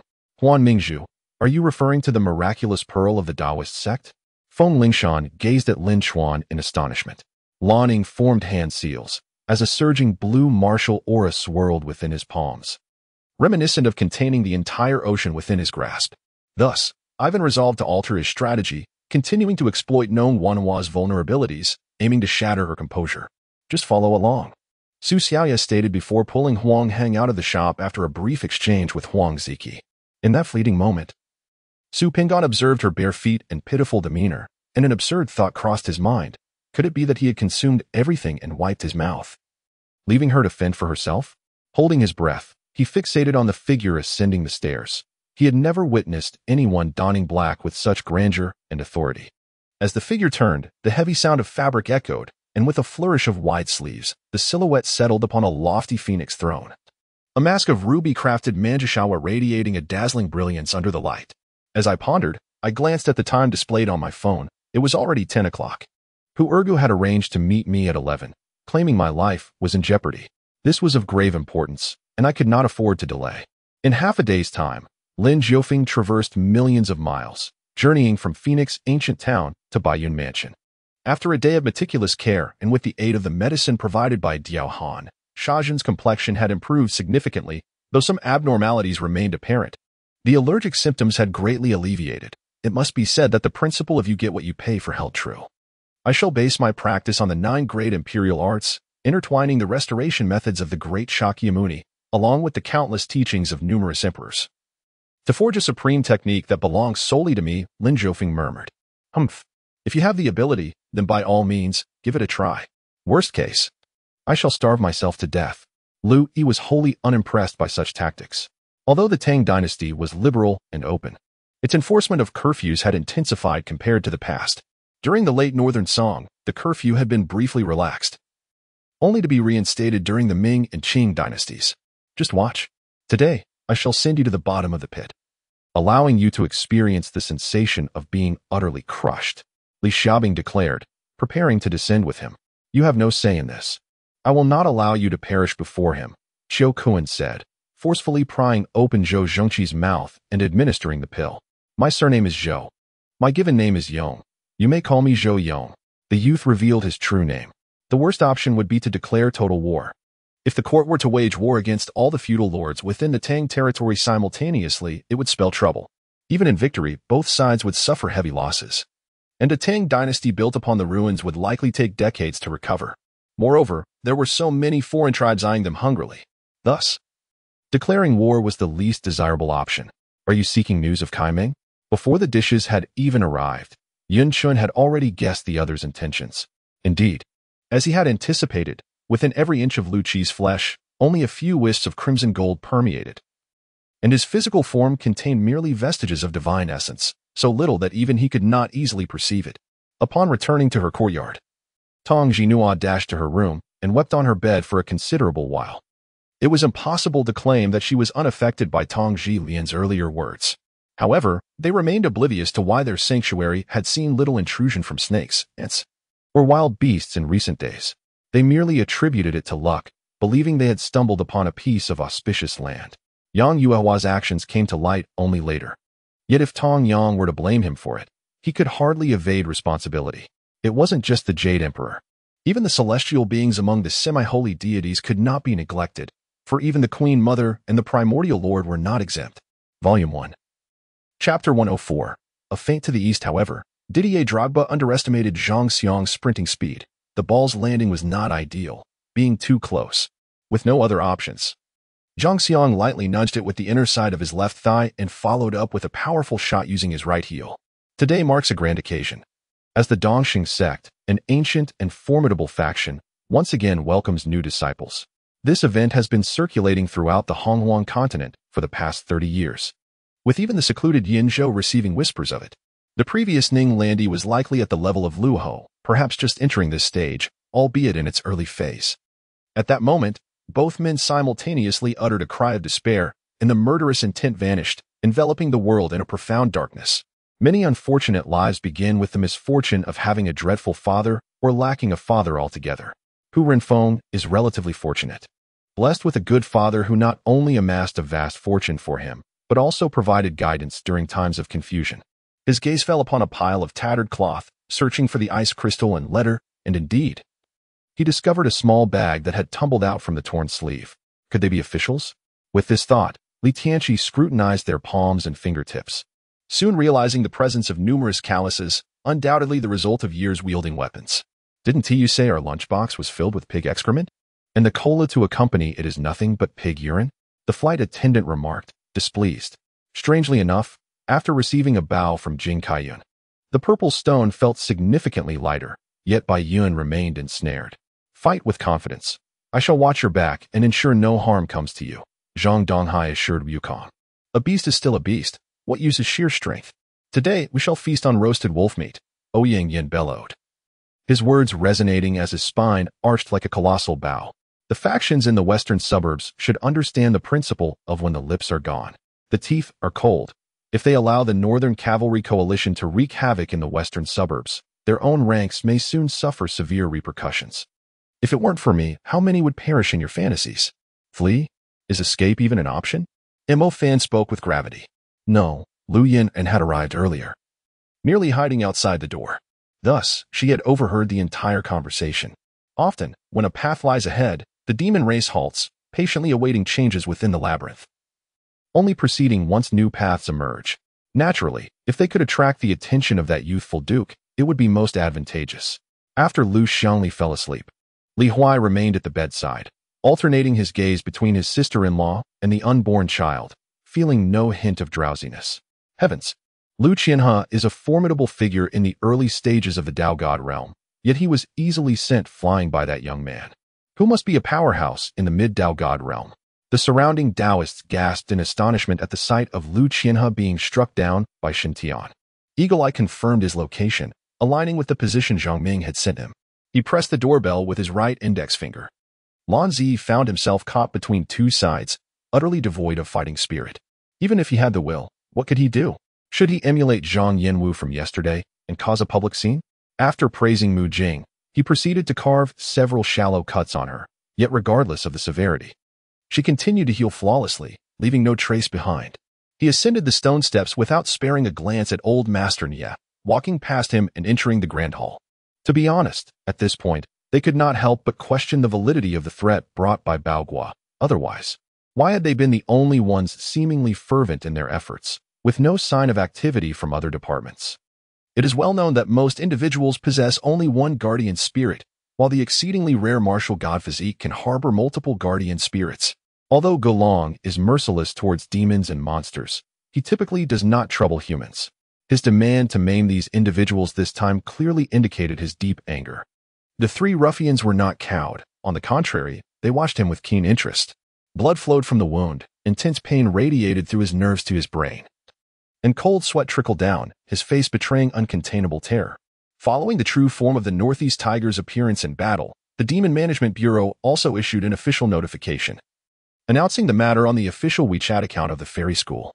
Di Ziming retained his arrogant demeanor, disregarding everyone present from the outset. However, he failed to notice that behind him, a group of soldiers on the plain appeared as if they were facing a formidable enemy. Regarding this sentiment, Xin Jianghu wholeheartedly agreed. Upon reflecting on it, he felt a faint pain in his chest. Yi Yingfan was concocting elixirs in his hotel room. He had just consumed an 8th-grade energy-enhancing pill, hoping to elevate his martial prowess. The posture of the lettered man clearly indicated he did not fall on his own. Hao Jun turned to look behind him, only to see Wang Baiho clutching his phone and wallet, grinning at him. The day after tomorrow marks the Dream Three Kingdoms University League in the HN region, with LY Business University advancing to the finals. As the president of the university's esports club, I naturally accompanied them, Xia Jia remarked. But Yu Akira fears not death, nor the clash with vampires. However, it was his insistence on enlisting his dear friend that led them both into this dire predicament. Zhongling accepted the feather fan. Instinctively aware it was a transcendent artifact, upon channeling his power, it indeed expanded and hovered in the void. Volume 1. Chapter 105. The rescue. He gently laid her on the bed, positioning himself atop her with care, mindful not to press upon the child she carried. Supporting his weight with one arm, he ensured her comfort. Prior to this incident, Su Rong had already begun to reassess her feelings towards Yin Yi. Yet the recent events intensified her trepidation. Though his words were laced with humor, they bore an unsettling undertone. Was he mocking the county magistrate's daughter, Shindan, for her perceived airs?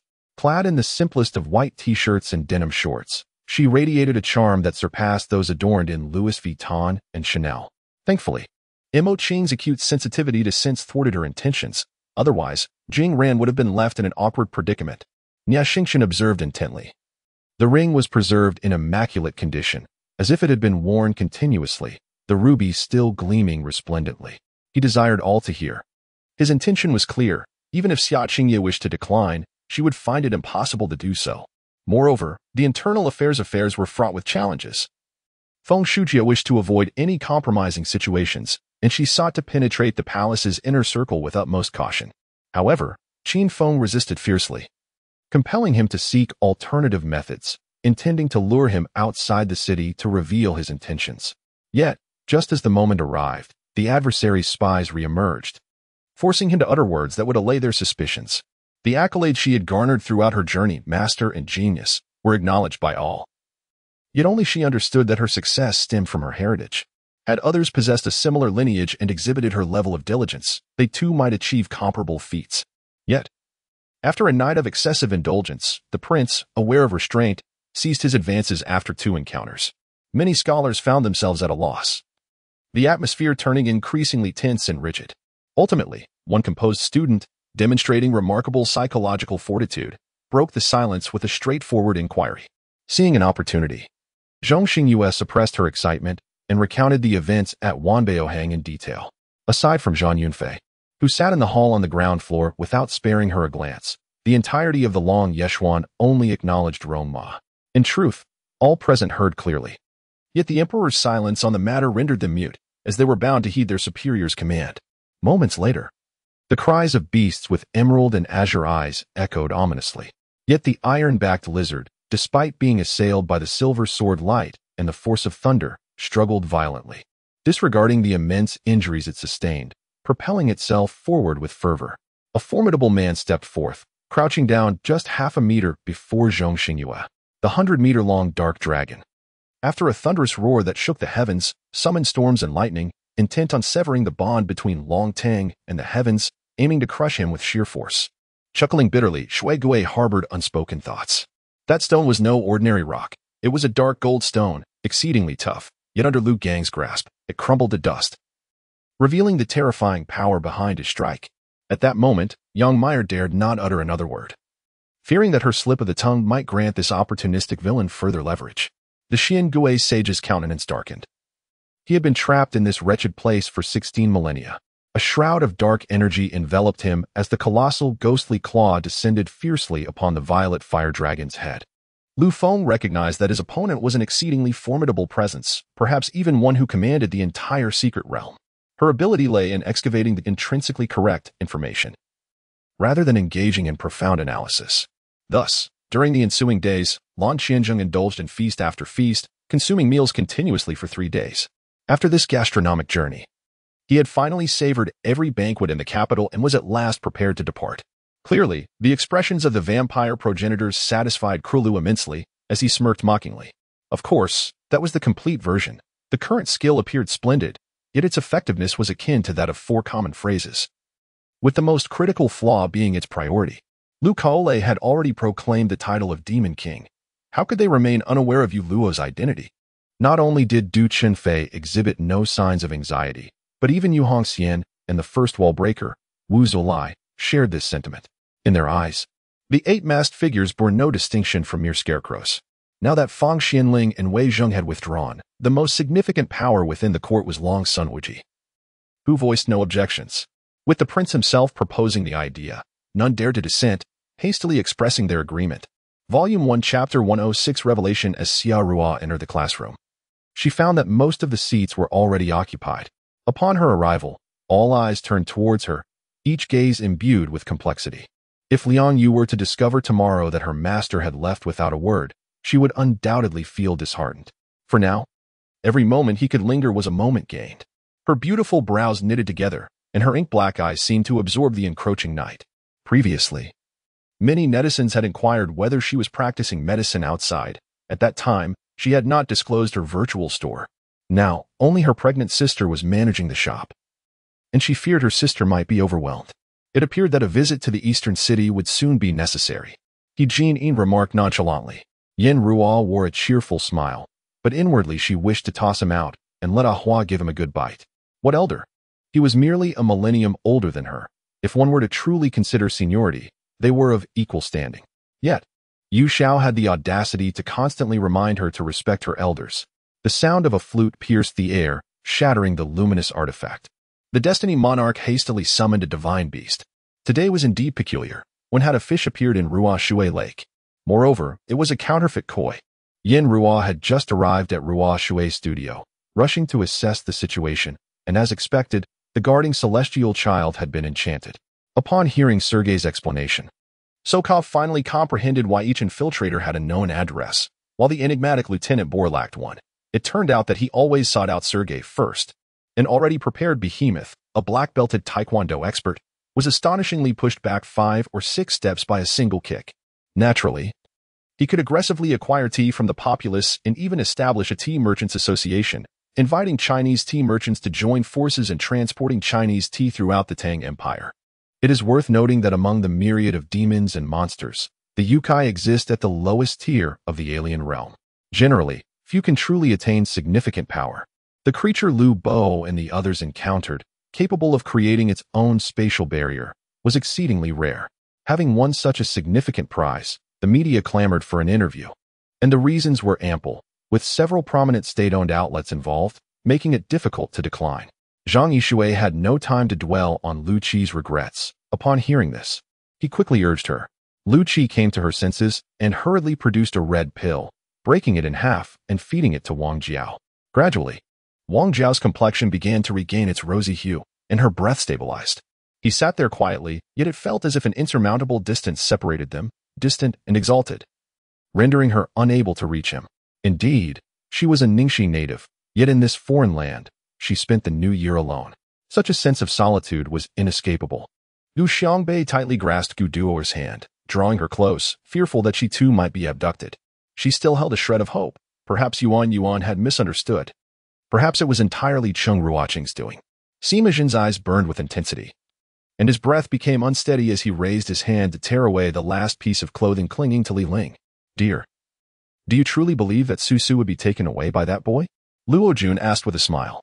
The purpose was to convey to those who sought to manipulate her, those who wished to harm her in order to curry favor with the old emperor, that Yun Xiyan was not a soft persimmon. Even in Jinglan's absence, she was not someone to be bullied at will. Closing her eyes, palms facing heavenward, Li Ling began to circulate her mantra, regulating her breath as she commenced her internal cultivation. Emerging from the spatial realm, Zui Wangyu was not only more powerful but also possessed clearer and more profound thoughts. His words left Leng Qiqi, who had lived 2 lifetimes, in astonished silence. A tremendous noise reverberated throughout the Tongren Inn, yet the establishment stood firm. The shockwaves that struck its walls seemed to have diminished significantly in power, leaving it almost unscathed. Meanwhile, the Ming army led by Wang Yingshan emerged from Tongzhou, charging towards the Qing army's camp, their morale visibly high. After all, the garrison in Linfen controlled the city's defenses. Should Zhu Yong apprehend the Wang and Zhao clans, if the Linfen garrison intervened, unforeseen complications could arise. Hello.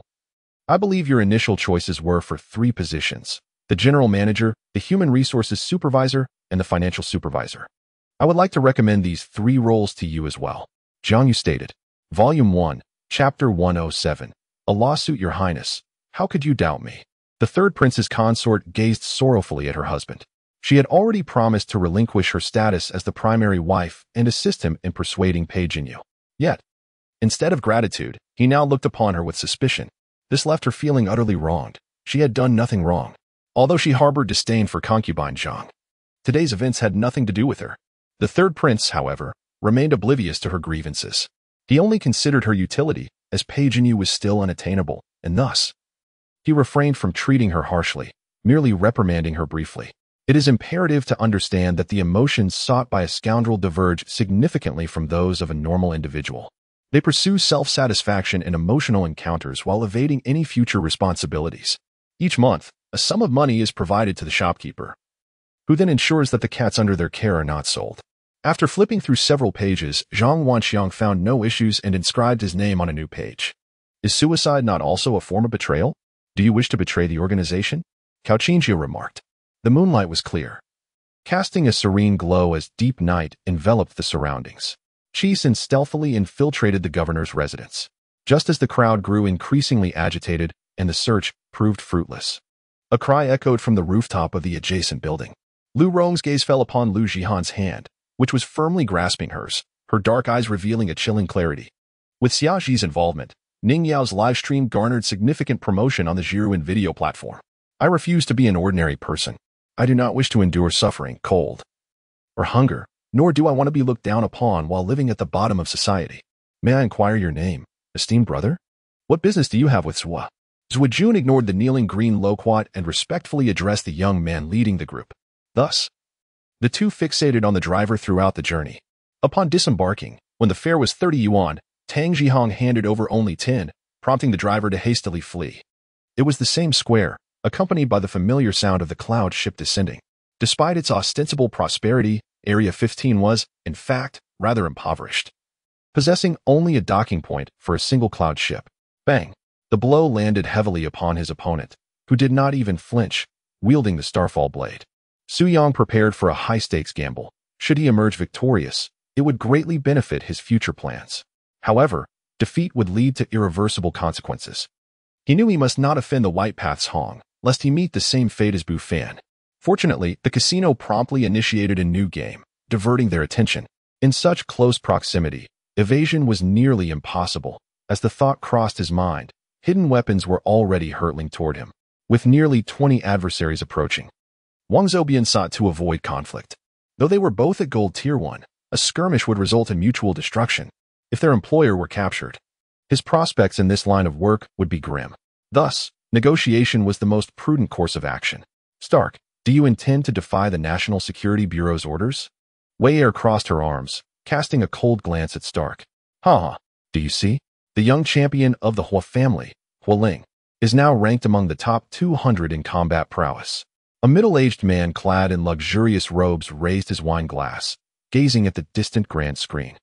Dazed from the blow, Ai Rui had yet to discern Lu Qingfeng's appearance when he was abruptly pulled onto the ladder's back. Dark energy gradually erupted from Yi Yan's body. Turning to face the horde of beasts, he concentrated the dark energy at his fingertips, exuding a sharp aura. Shen Chujian's direct confrontation was undoubtedly humiliating. His wife had been exiled, which not only tarnished the Su family's reputation, but also his own. Protect the prince. The group seized the opportunity to prepare for a hasty retreat, unwilling to remain behind. It turned out that Richard had long harbored resentment over his defeat in the Jiangzhou battle, viewing it as a disgrace and constantly reminding himself to avoid carelessness in the future, uncertain if it was merely his imagination. He sensed a newfound ease in tackling problems upon advancing from level 1 to level 2. Nevertheless, the wine possessed a refreshing quality. Yet as soon as it entered his system, it brought a wave of dizziness. The scent of alcohol gradually enveloped him as he exhaled a breath of wine vapor. For the dumpling shop owner, pleasing Li Sisi was far more crucial than greeting the customers. The records detailed comprehensive information on all ancient mythical beasts, including their ancestral Qinglong. Before the opposing computer could thoroughly compute and analyze Jiang Yuan's chess patterns and strategies, it was evident that revealing too much to Li Yang, an outsider, would be inadvisable. This is one of the world's finest natural harbors. Though the bay may be small, it is divided by the central left island of Nanhua Bay into two sections. The relatively spacious left bay serves as a civilian port for merchant vessels, while the right bay is designated as a military port for the Coast Guard. If the legends hold true, being bitten and transformed into a zombie would indeed be disastrous. As he spoke, he cast a glance at the principal, who promptly bowed and exited, ensuring the door was closed behind him. At present, the situation has reached a critical juncture, with just a bit more effort. If the uncle intervenes, there will be no escape for it. Jiang Yin silently lamented his miscalculation, with his silver hair flowing and long beard trailing. His appearance was quite striking. Qi Runing expressed her displeasure, her gaze drifting into the distance, as if searching for something. Jiang Qingwan struggled to control her emotions. She wished to unleash her fury upon the individual before her, as much as she loathed Yi Yuxing. The weight of this burden was more acutely understood by Jiang Yuan, the world's chess king, than anyone else, especially regarding the pressures Rain Palace's Tongya must bear. As long as Chu Xian's physical integrity remained intact, the five elements' power should safeguard him from decay. The balance among races would remain unbroken, an outcome they eagerly anticipated. Blood seal. Without hesitation, he let a drop of blood escape, intending to recognize the Fireland jade as his own, stowing the heavenly vessel within his spatial ring. Yuhan and 5 enforcers finally stepped out from the edge of the jungle.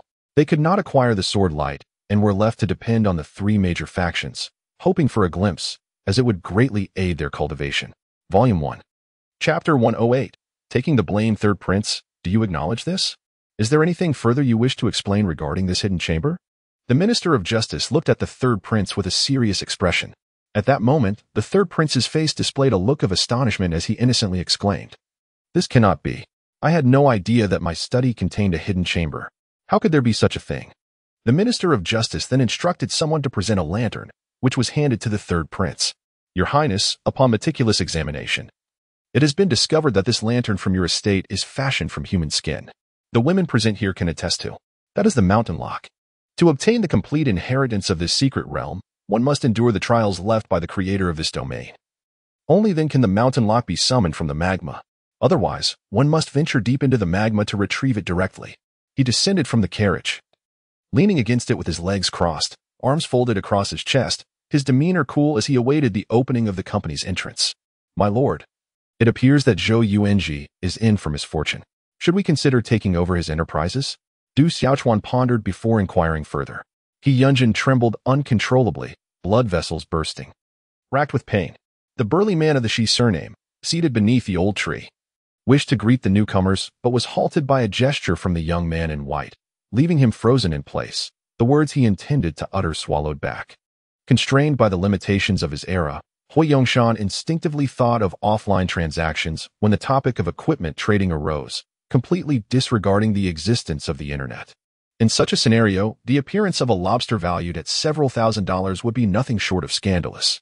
As long as Cao Cao does not wish to perish by assassination, the supernatural power of a level 5 immortality practitioner is the strongest weapon of the sacred abandonment sect.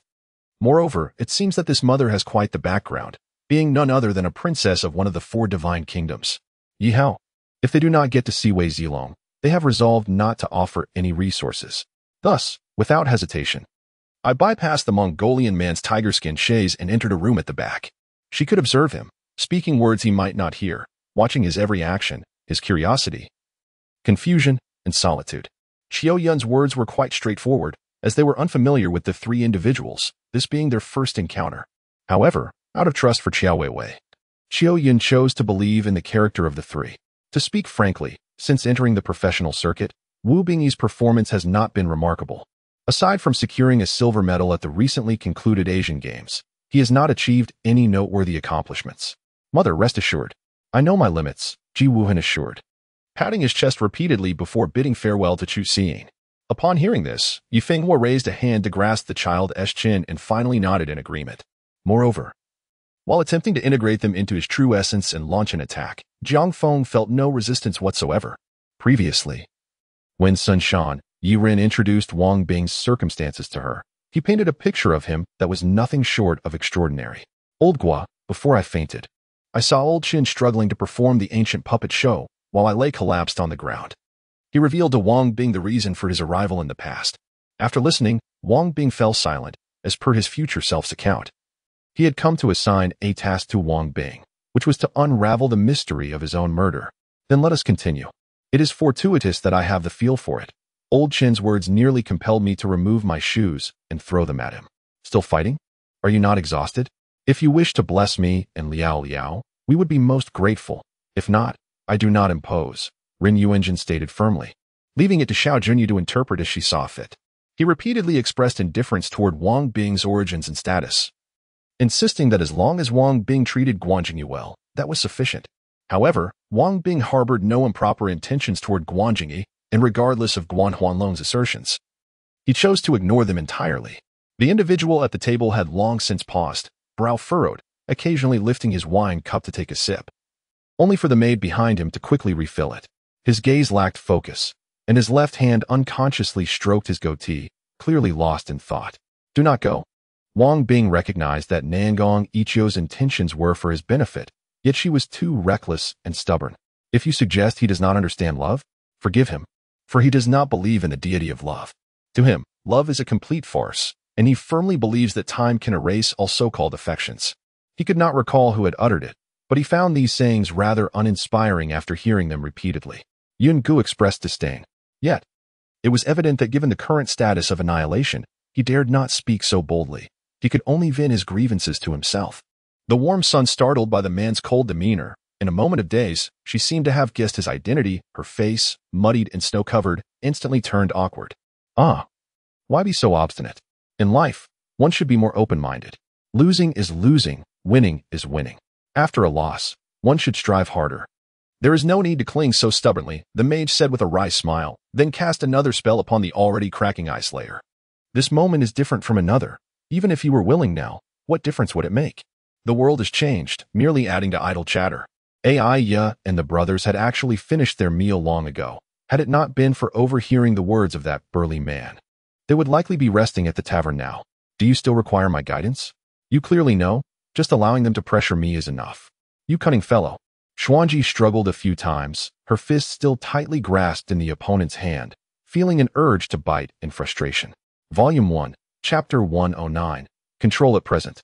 The third prince's consort finds herself in a stalemate with his highness, resolutely refusing to confess, which has rendered the entire situation stagnant. Might her highness Chun have any leverage to manipulate the third prince's consort? Mr. Qi inquired, casting a glance toward Chun. Upon hearing this, Chun could not help but ponder, what could be used to gain control over the third prince's consort? Surely it must pertain to children and familial ties. Having been married to the third prince for over 2 years, she has borne only a daughter who has yet to reach her first birthday. And Chun remains uncertain whether this daughter could indeed serve as a means of leverage. However, the consort's biological mother is still alive, and she has a younger brother. Chun recalls that the third prince's consort had once lamented about being favored by her father. Qin Shiyuan's journey to Shaolin was initially intended solely to fulfill the last wishes of Shi Chan, yet unexpectedly, he encountered an exhilarating turn of events.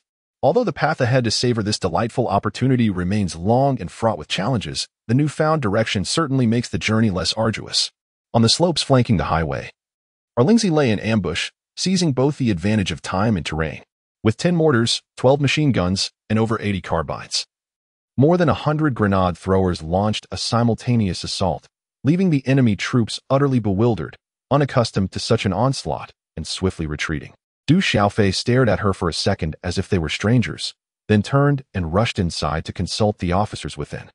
It had been said long before that Qingqing possessed the allure of a rare beauty. Now, adorned as she was, she eclipsed even the stars of the stage. And gracefully raised her paw to her chest, inexplicably moved. Rest assured, Madame Gu, Lu Xiaoyu said with a faint smile toward He Yueong before departing. The air in the bedroom still lingered with her scent, a familiar essence that had repeatedly convinced him that she was indeed the one. Naturally, Lu Xiaoyu had seen the news. Was Gu Jinhui hastily marrying Yi Haonan to extricate herself from him? The gloom of recent days had stoked a fire within Zhang Zheng's heart. His original intention was to delay for as long as possible, believing that when the war intensified, his utility would inevitably be recognized.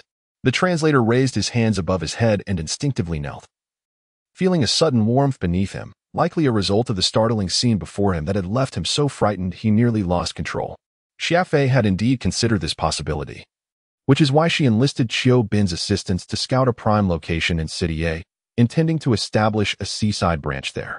For now, she would remain on the island to arrange matters following her departure. In the private room, Hao Yongren was entertaining other guests, primarily clients and friends, resulting in a crowded space that left little room for Sumi, who could not shake off Ainan's clinginess. And Hong Kong's words were evidently laced with malice, and his piercing gaze, sharp as that of an eagle, instilled fear in those who met it. This was her first close encounter with the treachery of rebellion, a far cry from mere theoretical discussions of old. Now, with a deeper understanding, she comprehended the royal family's fierce vigilance against such threats. As her emotions surged, she quickly regained her composure, rising from the embrace of the Grand Empress Dowager, wiping her tears, and humbly bowing as she prepared to offer her apologies. Suddenly, a robust man in the late stages of body refinement was sent flying by a second-tier demon beast, landing directly in front of Lu Tianming. Yin Fangzhou paused, realizing his implication, and could not help but let out a soft laugh, her heart tinged with sweetness. Yet, their awareness of her family's movements only served to infuriate Yunxiang further. What could be more distressing than the knowledge that every action of hers was being observed? The true form of the dark demon was a formidable being of the creation realm. Should you engage him again, do not push yourself too hard. Meng Tian warned Lu Tianming. Something felt amiss. This auction was too strange. Could the rumors truly be accurate? Qingyan mused, stroking his chin. When her turn arrived, Lian Fangzhou straightened her posture, sitting up straight and offering a charming smile to her teacher, eager to please. Just as the golden hammer was about to descend upon Lin Haoyu's head, a radiant, crystalline golden aura erupted from within him. Consequently, Yi Haoran took no notice of the middle-aged man's condition, instead dashing towards his own courtyard with fervor. Had Lu Hai been present, he would have recognized that this individual was none other than Chun Yujiao, the person he sought in the Four Great Realms. The room was in disarray, with signs of disturbance evident in the arrangement of the furniture, as if someone had previously ransacked the place. These malevolent sects were known for their extreme and sinister actions, often resorting to murder and silencing witnesses, leaving a trail of devastation in their wake. The leader of these ruffians, He Yi, had unexpectedly taken on the mantle of justice today. Lu Hai ruthlessly slaughtered the 7th-level loose cultivator of the Xianlei realm, Mei Dinglin, before relying on Rue Wen to decisively eliminate thousands of warriors. While Li Yao contemplated, Wang Hao and his master, Yao, had already prepared themselves, charging toward each other without hesitation. "You all sleep in this room. I shall take the other one," Fang Qiushui hastily declared, turning to walk into another chamber. In other words, the previous action did not meet the criteria for completing the task. Yu Ting pondered for a moment. The position of P was undoubtedly correct. So the issue lay in the execution of the action. Strictly speaking, the previous motion could hardly be classified as a strike. One might even say it resembled a mere touch. "All right, no problem." Lin Feng nodded, first exchanging pleasantries with Qin Roshan before departing with Du Feifei. "Well then, we shall take our leave." The man smiled slightly, grasping Binbin's hand and bidding farewell to the teacher, tearing a corner of the black tights. The young Caucasian man's eyes turned crimson as his large hand reached toward the soft white fabric. At this moment, Su Chan was wholly absorbed in the task at hand, focusing intently on the alchemical furnace, as each furnace was now at the critical point, poised to produce pills at any moment. Just as the Lich King found himself at a loss, Xie Chongqing, immersed in sorrow and indignation, seemed to undergo an unpredictable transformation. His eyes brightened, his demeanor became steadier. His tears evaporated in an instant, and his aura surged with renewed vigor, stronger than ever. The multitude of gazes made Oldly inexplicably anxious, momentarily rendering him speechless. As he completely forgot the prefix that Infuni had given him, yet he could not allow time to slip away unheeded. The leaderboard was not only visible to Qinwei, Su Shou Yuan, waiting in the inn, could also see it. "If you require any medicinal herbs, you may have them cultivated by them," Qinwei further advised Qin Yuqiu. With another resounding crash, the 8 desolate blade collided with the incoming sound of the chain, causing Puji Yilang to spit out another mouthful of blood, while the blade formed from the sound shattered. Similarly, Bai Yunfei, who had been playing the chain, also coughed up blood, astonished that Ji Yulang still possessed the strength to retaliate at that moment.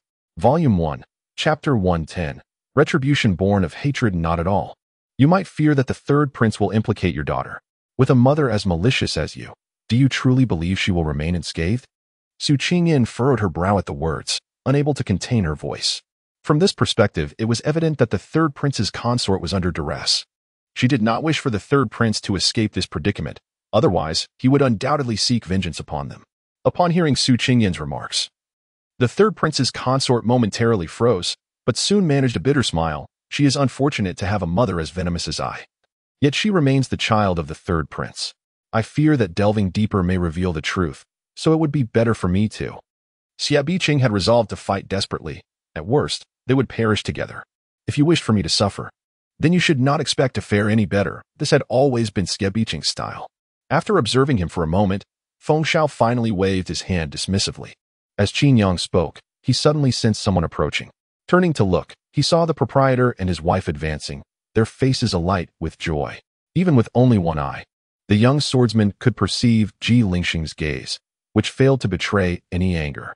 He merely spat on the ground in a gesture of defiance, prompting Ji Lingxing to chuckle nonchalantly, which only further incited pain on his face, as half of his punches were directed at it while the other half were wasted.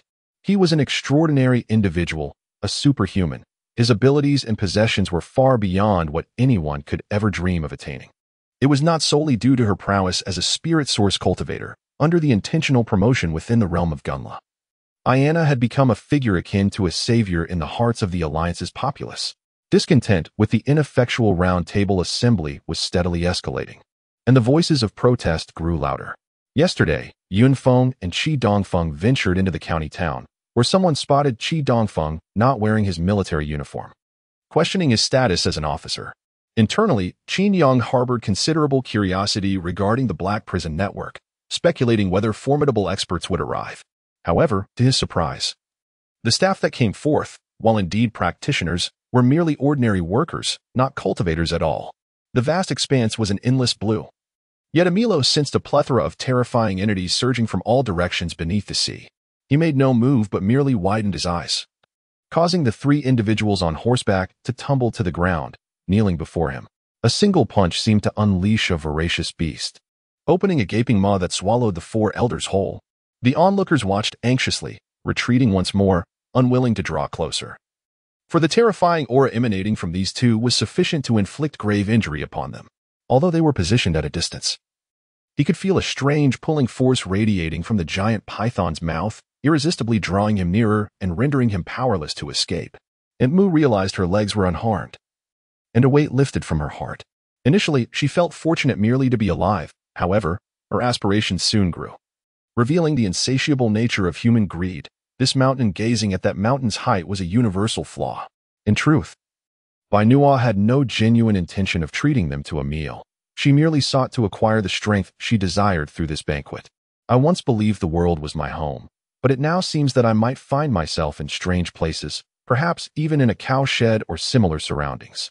Some may deem such an environment intolerable, yet it can serve as a means of tempering one's mind. Now that Lin Tian has revealed some of his capabilities, the opinions of those around him have swiftly shifted. At this moment, gazing at the tattoo affixed to his face, Mu Shuifu boldly kissed his inked skin. Indeed, Jing Rong remained as he had always been, unwilling to allow others to touch this domain upon him. A fleeting coldness crossed his features. Yet he did not push her away. The tremor that coursed through him was keenly sensed by Mu Shuifu. Then, the zombie king took flight, retreating as far as possible, already having fled Hangzhou. At the very least, given his identity as a member of the demonic faction, he should be able to evade capture for a lifetime unless apprehended by the Demon Capture Bureau. This time, Shopkeeper Xiao did not seek the appraiser's expertise. Instead, he opened the boxes himself. Upon inspecting the contents, Shopkeeper Xiao's beautiful eyes widened in astonishment. The materials were indeed superior to those from the previous year, still primary ingredients. And their age was impressive. It was anticipated that during the auction, they would be fiercely contended by Foundation and Golden Core cultivators. Although Wu Yin could also retrieve items from a distance, even Golden Core practitioners required a relatively close proximity. And the weight could not be excessive. Items in the storage pouch at his waist could only be retrieved manually. Just as everything remained eerily quiet, the defenders of Dumai City assumed that today would pass peacefully. The artillery had long stood silently on the city walls, and the guards believed the Free City's army had grown apathetic, realizing their efforts were futile. Suddenly, all the cannons erupted. Ying, do not be disheartened. He will be fine, trust me. And trust him. Yuruhan comforted, placing her hand on her shoulder. Hurry and block the rebels. At that moment, within Wangyu Palace, there were still dozens of guards present, and Hu Hai immediately commanded them to rush out and obstruct the intruders. Volume 1, Chapter 111. Dignity, do not deny it. You harbor a profound hatred towards me for the misfortune I have brought upon you. Otherwise, what reason would the third prince have to harm you? The third prince's consort. Her eyes reddened, addressed the daughter of the magistrate of Shichen County. She was compelled to shoulder all responsibility for the third prince, having suffered disfigurement and the loss of her arm, leaving her with no hope for the future. Her only recourse now was to forge a path for her parents, brother, and daughter. The young woman retorted in anger, the third prince is a pervert. Because I refused to be his concubine, he had me captured, declaring it to be my just deserts for my lack of discernment. Ha ha ha. A mere magistrate's daughter could attract the attention of the third prince. Her gaze, sharp as a blade, pierced towards Xiao Lai, who hung his head low, lost in thought. Lu Weishi gasped in shock as he saw Su Mo open his phone, intending to let Bai Yinshi play that game, his expression darker than ever before. Miao Chuiying had endured years of physical violation at the hands of a man, resulting in the birth of 3 children. Su Run felt somewhat wronged. If he did not leap down, would he simply crawl down slowly? Yet, the other party was just adept in lightness techniques, performing elegantly, and still faced disdain. If young Master Su knew the unfounded labels affixed to him, he would likely faint again from indignation. A young barbarian, his eyes reddened, thrusting a long knife towards Aju's chest, missing by mere inches. Suddenly, 2 brothers dashed out, responding to their mother's call, much to Su's astonishment, dressed in very ordinary attire. Due to the brother-in-law of Xiao Jieqi's husband working at an airline, she had managed to secure discounted tickets, thus offering her assistance willingly. What kind of place is Luoxia Palace? It is a cold palace, rumored to be haunted. Upon hearing this, Zhou Jingshu expressed his gratitude and turned to leave. Seeing this, the previously determined crowd could only halt in frustration, while the others from Haifeng Stronghold gathered around the soaring leopard. You claim to have found a way to resurrect her. What method is this? Lukawe remained curious, suspecting the cunning old man before her was not to be trusted. She feared he would stab her in the back if she did not clarify matters directly. Lu Ding Tian's face turned pale, When Hu Lixing spoke of the last matter, he distinctly perceived a sense of resolve and farewell. He leaned forward, gripping Hu Lixing's arm tightly, worry etched across his features. Reluctantly, only Mu Ziyun, Huzi, Fang Tianmu, and Zhuang Wangdong ventured inside. After taking a few steps, Zhuang Wangdong, drenched in cold sweat, bitterly smiled. "Everyone, I must withdraw.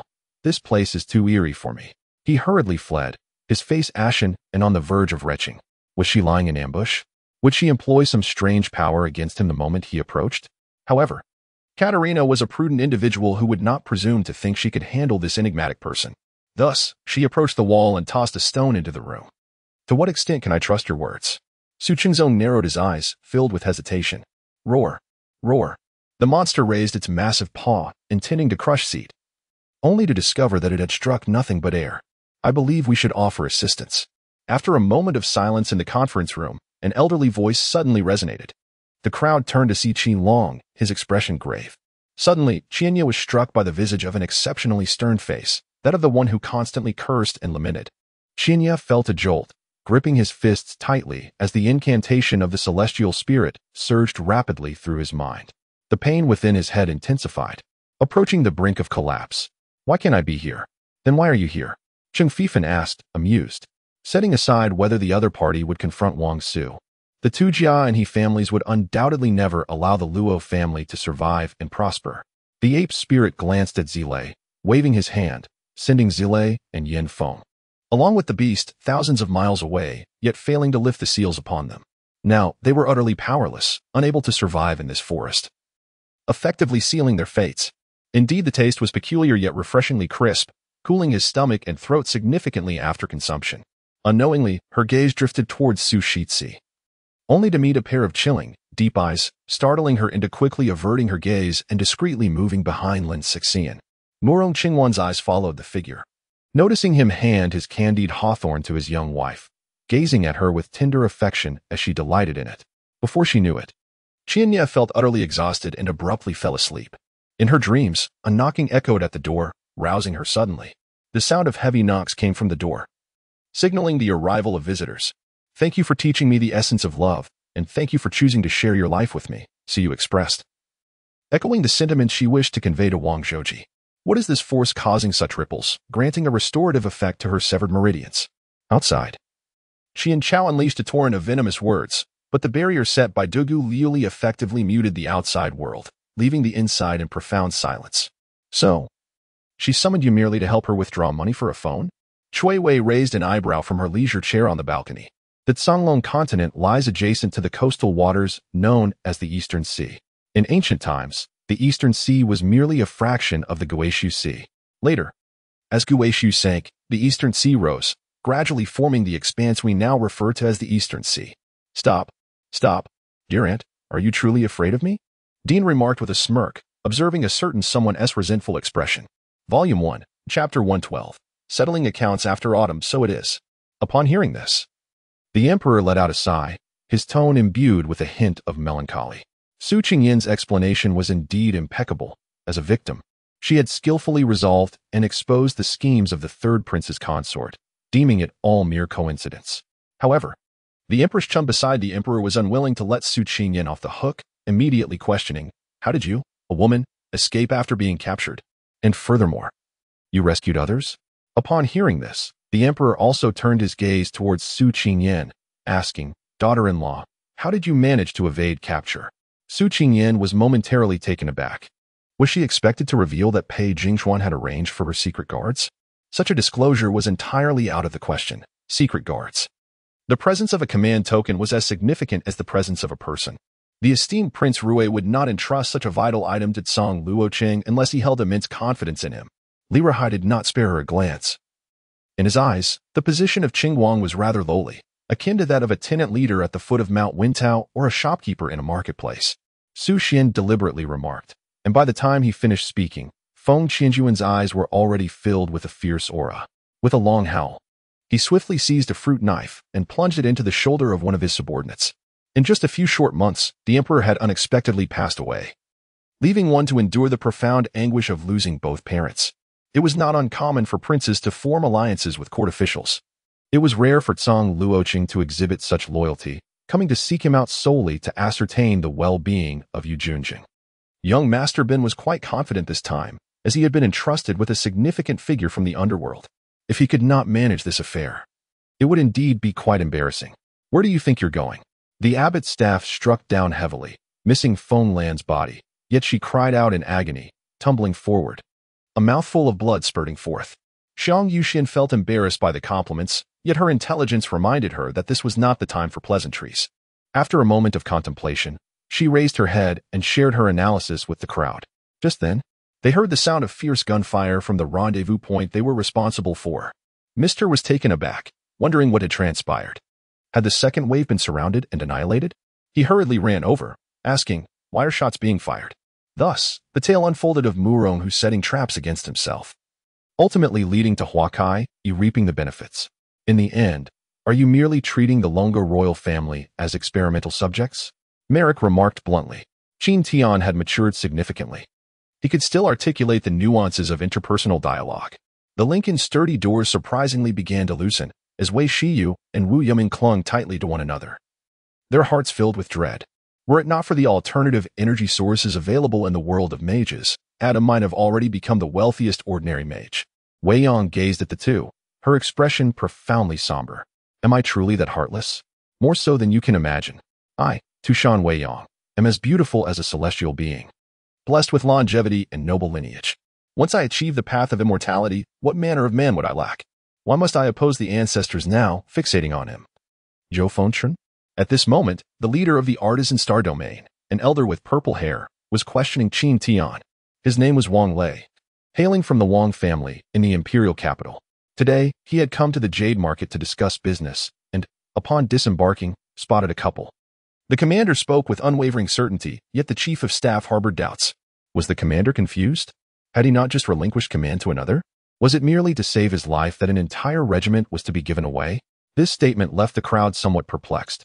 As the burly man assumed the other thought of him as merely brawny, a smirk forming at the corners of his mouth. I will take him away first. You wait for someone to rescue you, Muchio stated before vanishing with Lung Yan, leaving Muchio no time for further contemplation. They arrived at a nearby dilapidated temple, devoid of human presence, and made do with what they had. Despite the unbelievable imagery conjured in his mind, Yui nodded slightly at the indifferent expression on his face, feeling that this moment encapsulated the entirety of the unfolding narrative. If this were to be transported to the modern era, she would never have to worry about sustenance for the rest of her life. She could indulge freely, reveling as she pleased. The crowd at the stadium noticed that Li Yinong and his companion had halted, realizing they intended to intercept and eliminate KSK's remaining member, the one who had taken down two of their brothers. The Qiang forest had recently been unsettled. Perhaps something undisclosed was occurring deep within. The Lord of the Five Elements contemplated, issuing orders to withdraw the stationed troops to prevent unnecessary losses. With only 3 days remaining until his duel with Yi Xiong, he understood the need to take the wager seriously. It was time to practice the agile fist or gain practical combat experience. Otherwise, facing Yi Xiong, a loss would be untenable. In self-evaluations, one could emphasize relevant qualifications or company specifics in preparation for job applications, tailoring the focus accordingly. Could it be that this truly aligns with my imagination? Jade increasingly questioned Hihua, for she had previously harbored suspicions about her, and now, Hihua was inexplicably absent from home. Thus, Jade's doubts deepened. Chang Hung was eager to test the efficacy of the Justice Gourd and the ability glasses, curious about the powers these tools wielded to connect with the primordial darkness. Go, he urged, sensing the sincerity conveyed by the two. Long Ci seemed to glimpse the bright future of the Dragon Group, though his research on this method exceeded that of ordinary individuals. He could not possibly cultivate a formidable sword spirit in merely a few months. My dear, tonight's events are entirely Wanner's fault. Had it not been for me, you and Miss Lin would not have quarreled like this. Dantai Wanna spoke softly, her tone laced with genuine remorse. The belt that Chiora retrieved from the Cold Jade Manor was, in fact, a soft sword devoid of a hilt, crafted with remarkable ingenuity. The scabbard had been fashioned into a slender belt, the flexible blade concealed within, its hilt protruding at her left waist. Meanwhile, others gazed at the ghost-faced figure on the stone platform and the masked giant who had just crushed Luo Gang, their expressions wrought with anger and sorrow. As the speed of the sea eel slowed, the other sharks swiftly closed in, pouncing upon it, and beginning to savagely tear at its flesh. Volume 1. Chapter 113. Sincerity in the Prince's Residence. Previously, Pei Jingyuan sought to join my ranks. Initially, I dismissed him due to his low official rank and status as a commoner. Thus, I casually requested his assistance with my financial troubles. To my astonishment, he indeed procured several tens of thousands of taels of silver. However, at that time, my intentions towards him were rather utilitarian, lacking genuine appreciation. Chen Che inadvertently discovered that engaging in substantial trade with the villagers, even to the point of depleting their supplies, would result in exorbitant prices during their next replenishment, leading one to question their very existence. Yukawa Yumi felt her mind swirling in confusion, as if numerous elements were intertwining, causing the scenery before her to waver, blurring the lines between reality and illusion. As for how Zuchuan came to know of this matter, it was because the first time Tang Sheng visited, he was brought here by Lu Cheng. Sun Shirwei was once again horrified, trembling as she cautiously retreated. Unable to approach the menacing Su Heng, who radiated an aura of lethal intent, they merely induced the candidates to err, justifying deductions of points through cleverly exploiting loopholes in the regulations, rendering the upper echelons unable to voice any reproach. In truth, the universe's celestial expanse holds no distinction. Zuchuan himself is uncertain of his whereabouts, yet according to the indications from the Zihuang realm's source, he is currently positioned in the due west. Qin Shuema felt a pang of sympathy for Wan Qing Kong, who had to tend to state affairs, but feared that mere titular involvement would yield unsatisfactory results, thus causing her additional hardship. Parents place immense importance on lineage continuation, and the original self had never considered these sentiments. Years without romantic experience, and their heartfelt admonitions bore little fruit. It was likely that the elders were anxious in their hearts. Little did he know, such a slight encounter with the fleshly remnants, which were manifestations of vengeful spirits, would adhere to the living like a malignant growth, seemingly penetrating the very soul. The overwhelming aura of resentment, with its foul stench, compelled Jiang He to retch. Luan, about to inquire how the system discerned his thoughts, suddenly recalled that his communication with the system was also through mental connection, rendering the system's knowledge quite natural. Upon hearing that there would be an abundance of marine fish, Lu Yang leapt from his military cot, eagerly grasping his fishing rod and bait box, and ventured out of the cabin to commence sea fishing, armed with the most extensive base of spellcasters. Coupled with the practical combat system advocated by Lu Shi, in the eyes of the current federal commanders, mages are merely a component of battle, devoid of any special privileges, thus allowing them to unleash greater value. In an instant, the body of the spirit ancestor cracked under the force of the water dragon, resembling a piece of ceramic marred by fissures. Upon returning to the villa, Qin Luo recalled Mei Yulin's expression of disappointment and self-reproach, prompting a sigh to escape his lips. Li Tianyang felt a wave of relief wash over him, though his face was etched with a pained expression. With a left-hand seal, he activated the primordial technique, commencing the mobilization of the original true energy within his heart meridian. This was the most fundamental chaotic spiritual essence, formless and colorless, surrounded only by a misty aura. Within this conflict, the 13 legions of the Justice Divine system suffered significant losses, including the fall of 22 demigods, with only a handful possessing the opportunity for resurrection. Where can one summon assistance? Naturally, it would be to the Trial Island, renowned for its picturesque scenery and temperate climate year-round. Such a town, within the context of a medieval world, cannot be deemed underdeveloped. A conviction took root within me, to overturn this unjust order, at the very least, to advocate for some degree of freedom for the impoverished. Simultaneously, Lin Feng propped himself on one hand, twisting his waist, and executed a powerful kick midair. Humph! With a cold snort, Yin Yu understood this as Lin Feng's signal to turn around. However, he chose not to comply, instead uttering nonchalantly, to the living room, after which he cast a carefree silhouette as he departed. The spiritual ginseng, having transformed from the spirit fire island over countless years, despite frequent missteps, still possesses only the cultivation of a golden immortal. Yet, it is considered a clever overseer. With Kong Xian and Yuan Shao present on the island, no misfortune would befall it. This precaution was merely a safeguard proposed by Horong. Companions on the path with me, my senior brother Tian Xuanzi. Do you know his whereabouts? Mi Zhu inquired anxiously. For instance, the former Buddha Lei was a lecherous and greedy old wretch, insidious and treacherous. Thus, his soldiers mirrored his vile nature, conspiring together to orchestrate a bloodletting. Otherwise, had it been soldiers from other families, many imbued with knightly spirit would have never consented to such a malicious plan. Furthermore, the demon core of the ice spirit toad is an exceptional catalyst for alchemical concoctions, a rare treasure indeed. Coupled with the toad's skeletal remains and skin, these are prime materials for crafting magical artifacts, and one must ponder, who among the cultivators does not yearn for a fragment of the ice spirit toad's body? Heh. I've long admired you. I fear you may not have known who I am before I arrived in Qingyan, Li Heng remarked with a hint of sarcasm. At this moment, within a lavish palace in the state of Chu, a solitary figure lounged upon the throne, leisurely sipping tea while surrounded by numerous mechanized soldiers standing guard. This is perhaps the very essence of societal structure, persisting even in the antiquated systems of the past. So when did you come to this conclusion? The man asked, casting a quick glance at the time, smiling as he urged her. Ruo Shui's opinion of Yang Ming elevated significantly. She recognized that he genuinely cared for her well-being. Though she remained silent, she etched in her heart the gratitude for Yang Ming's assistance today. Master Tianqing, too, waved his sleeve to redirect the water splashed by the phantom wind, revealing that he possessed martial prowess, with agility rivaling that of Master Wu Wei. The voice of the Taishui true man resonated throughout the blood-soaked Western Extreme sect, as the howling winds carried his desolate tone, dispersing across the entire realm of the sect. An eerie wail echoed through the halls, so sorrowful that it stilled the heart of Qin Haoshuan, whose expression was already marred by cold, murderous intent.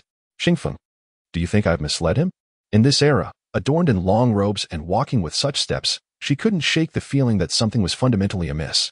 He was evidently furious, yet powerless. Anger coursed through him while his mind remained unervingly calm. He understood the weight of many lies rested upon his shoulders, despite their provocation. He could not bear to witness their demise before him. Volume 1. Chapter 114. The Divine Healer. It is worth noting that even the concubines of the Emperor's harem may not possess jewels from Persia, yet Su Qingyan, merely a young lady of noble birth, has somehow garnered such treasures from Pei Jinghuan. Su Qingwei pondered, is Pei Jinghuan truly that remarkable? How could he procure such Persian artifacts? Furthermore, she had heard tales of the Persian cat, once favored by the current emperor's beloved concubine, Yingui, years ago, though it had not survived under her care. Countless admirers had once dreamt of catching a glimpse of that feline. Now, Su Qingyan has obtained the Persian cat that Pei Jinghuan sought for her. Standing hesitantly outside the courtyard, Su Qingyue's countenance was shrouded in clouds of discontent, her steps faltering. The maid beside her observed, "Foolish girl, do you not realize that one must eat to have the strength to escape?" Sichuan gazed at Xian Yuanyu with a heart full of concern. In one fleeting moment, silence enveloped the air, only to be succeeded by a sudden gust that rustled the branches and leaves, sweeping away the heat of the day and ushering in refreshing coolness. The first layer of the box contained exquisite jewelry crafted from fine jade, hairpins shaped like magnolia blossoms, bangles of emerald, warm jade earrings, and onyx rings, each meticulously wrapped in crimson velvet. In those days, the master in her eyes was merely a mysterious figure who took great care of Cheng Siyuan and held significant power. The Thousand Li sect was considered a sacred place in their hearts, an ultimate dream for all martial artists to join. At that moment, Tang Ning realized that the movement of those items had already been predetermined by someone else, posing no threat to her whatsoever. It was akin to this situation. He believed he could manage everything, yet such a significant event occurred without anyone informing him. Anger brewed within him, though he, as an emperor, did not outwardly express it. However, the broken blade in Tang Ning's hand unexpectedly served a peculiar purpose, piercing through the heart of the emerald. Lu Anning, clutching Lan Xiangting, attempted to drag him away from the waterless shore, yet found herself devoid of strength. Behind Lan Ruo Temple lies a graveyard. Who would reside there but the dead? Yin Qixia scoffed. Whether for Ning Qian or as an observer, Gao Zhan genuinely felt that Su Lin's current predicament was bordering on madness.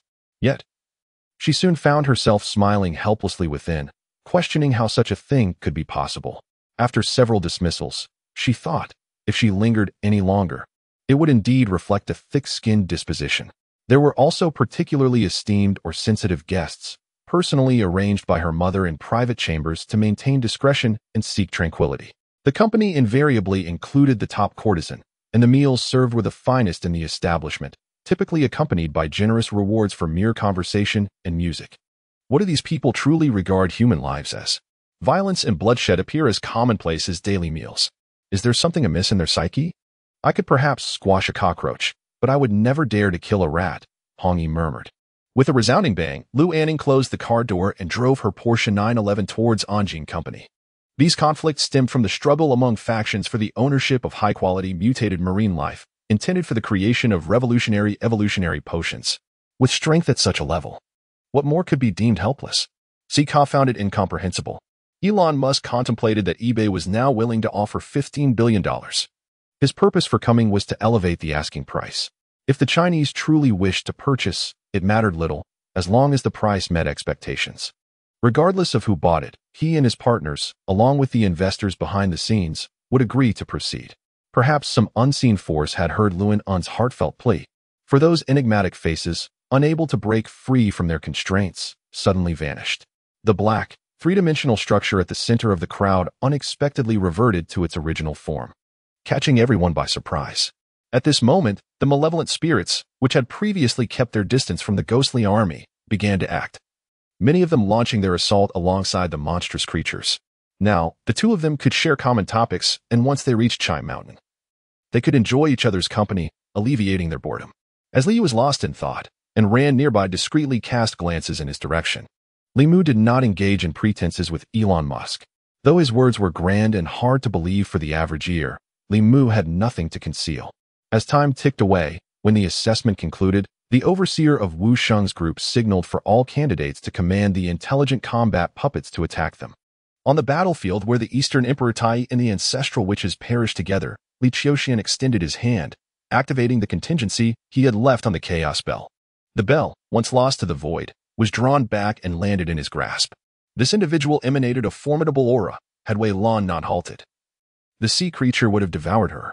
Undoubtedly, this action would earn him the enmity of the Golden Family, yet in light of the current crisis, he felt a certain confidence in managing the scrutiny within the royal family. Volume 1. Chapter 115. A meeting of eyes. Pei Jingyuan was unaware of the circumstances surrounding Zhao Shiwen and her daughter, believing that she was indeed afflicted by some obscure ailment. He recognized that Dr. Fu was merely an ordinary physician, and if her condition were truly intricate, he doubted whether it could be effectively treated. Thus, he contemplated a refusal. However, just as he was about to voice his rejection, Su Qingyan interjected, "Second brother, you cannot possibly intend to refuse, can you? Regardless of what Annie says. She is still our elder. How could we deny her medical attention? Besides, Auntie merely suffers from a minor ailment. If Dr. Fu cannot remedy such a trivial issue, it would only serve to highlight his incompetence. Is it truly a minor ailment? Then why have you summoned?" Shui Qiqi perceptively noted the complex emotions reflected in Mu Xiuhan's eyes, and given Su Ning's ethereal beauty, she could not afford to overlook the matter. Consequently, she stepped forward. Clutching Mu Xiuhan's arm, her expression laden with caution as she inquired about Su Ning. Pouting, Xiao Fei dramatically flopped onto the bed, staring at the ceiling in a huff, while Xie Fifan ostentatiously ignored her and departed with Ning Ku, before returning to her clan.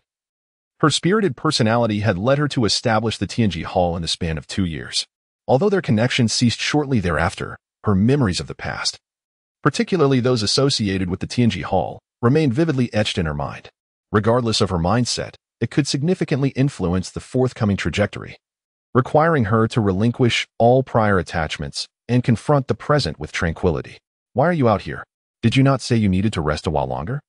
Yunqin remarked, arching an eyebrow at him, who was leisurely leaning against the doorframe. Fortunately, Pan Yongong was quick to react. She delivered a swift kick that landed directly on its wound, causing the wild boar to tumble to the ground. This brought joy to Baiyu, who had never envisioned herself marrying the young master, a dream she deemed utterly unattainable. Yunqin scoffed, observing how these formidable individuals concealed themselves so meticulously, as if they were unfit to be seen. In a moment of surprise, the gray-haired youth caught sight of the white-haired elder being assisted by Lin Ning, and instinctively blurted out a response. How absurd. In Washington, Senator Tom's office, he kicked over the coffee table in front of him, sending a freshly brewed cup of coffee crashing to the floor, staining the expensive carpet with a significant blotch. Receiving this usable intelligence, Fu Yan once again surveyed the heavily armed military units. Indeed, they were not solely of Chinese descent. Their heights and builds varied, comprising individuals of African, Caucasian, and Asian descent. Furrowing his brow, Fu Yan acknowledged his fears, the attacks during the concert at his new home, and at the Weihai City police station posed dangers that were not merely the result of a singular terrorist organization, but rather three colossal terrorist factions.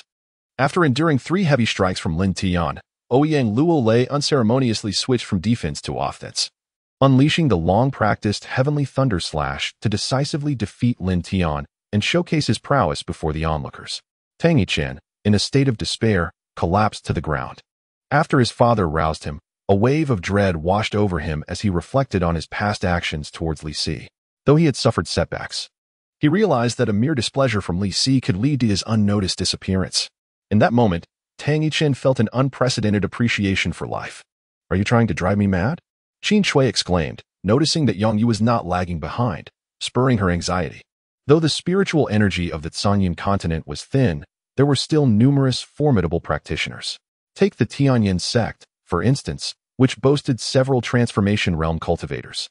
Not to mention the spirit-severing practitioners like the esteemed Hongfeng ancestor. It was rumored that even a great ascension ancestor existed, albeit reclusive, in a relationship devoid of hope. One could only wish that the celestial-like fifth senior brother would not be excessively obsessed. Shui Zhiqiao produced 2 vials of hemostatic elixir. As the supply dwindled, having just arrived on the desert planet, she needed to conserve their use.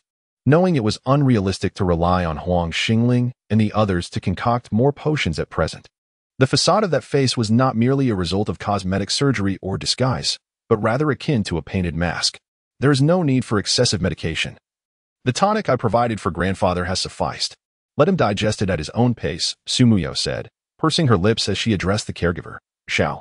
Li Yin and his companions were indeed skilled, yet after 3 rounds of gameplay, they had yet to reach even a 4-star rank. Once players attained level 10, their inherent abilities would naturally elevate, diminishing the efficacy of technological equipment.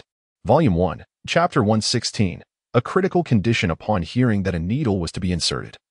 Su Fengping immediately shuddered and exclaimed, "No. Please, I do not wish to undergo the needle. The sting of the needle is so excruciating that, even in the absence of illness, one might as well induce an ailment through such torment." Su Qingyan couldn't help but cover her mouth and stifle a laugh as she remarked, "Oh, Aunt, what has prompted you to speak so robustly all of a sudden? Could it be that the effects of this acupuncture are so remarkable that they manifest even before the treatment begins?" Su Qingyan gazed at Su Fengping's expression, feeling a surge of joy as she thought to herself, "Haha, go ahead, poke away. After enjoying the lavish hospitality of the government residence for such an extended period, it is now time for you to endure some hardships. As your nominal aunt, I must say that for an outsider unwilling to involve herself in Li Yue's internal affairs, this place holds no necessity for visitation. At this moment, the palace is besieged by an army of 30,000, rendering escape impossible for the enemy, even if they were to sprout wings." Lady Wang, tears streaming down her face, frantically grasped Wang Shichong by the collar, shaking him violently, her actions driven by desperation. Alongside the destruction of those warships, the detection systems responsible for gauging the enemy's scale succumbed to an unforeseen surge in detection limits, rendering the entire system inoperable. However, there is no reset button for defense.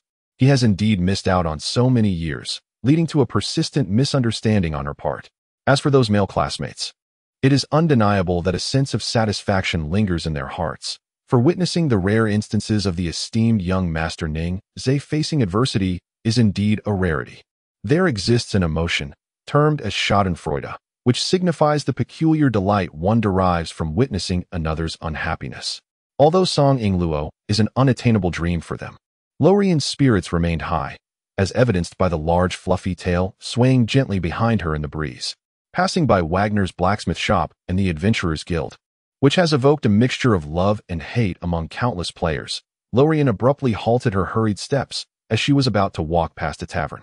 Traditionally, bestowing such weapons upon others requires the dual approval of the Knight Order and the Church. However, this time, the leader of the Harp bypassed the Church entirely to grant the traveler the windswept blade.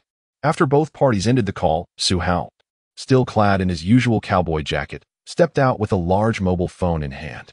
The infinite Taoist remarked that the claim of shooting down the sun is somewhat exaggerated, yet its formidable power is beyond dispute. According to the ancient texts, there were those who once wielded this but pierced the cosmic crystal barrier. At this moment, the Hegi's army had already encircled them. Several armored vehicles, carrying dozens of elite Hegi soldiers, advanced in a four-pronged formation towards the assault vehicle. Yang Zhe and Zhao Feng were both taciturn individuals, while Qin Hai and Qin Gu exerted themselves to lighten the atmosphere at the table. Jingye frequently visited the CAF, becoming quite familiar with risks. Moreover, her distinctive, delicate twin ponytails were unique to her alone. As the flames enveloped him, Musaroga's bone claws grew uncontrollably, surrounding him with crimson fire until he achieved seamless protection for himself and the child behind him. The prince's red eyes brimmed with murderous intent and hatred.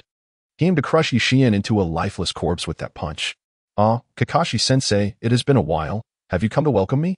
Naruto exclaimed with great enthusiasm.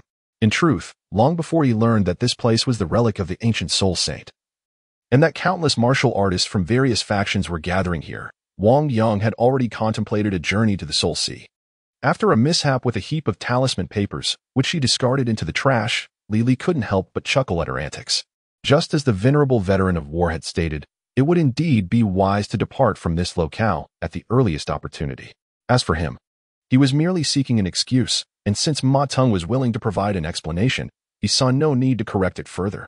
During the day, Li Jingdong caused quite a stir, and everyone was aware that due to their recent visit to the Yin residence, the Li family's 8th branch had become entangled with them. Hua Xiaoyan's lips brushed lightly against Qingdai's, tender and delicate, reminiscent of soft petals. The so-called dragon vein did not possess a true dragon's lair. It was conjured by Wang Yang, and it undoubtedly existed here. Once in, she concluded her words, Zhou Jing struck the dining table with his fist, causing all the dishes to jolt in unison.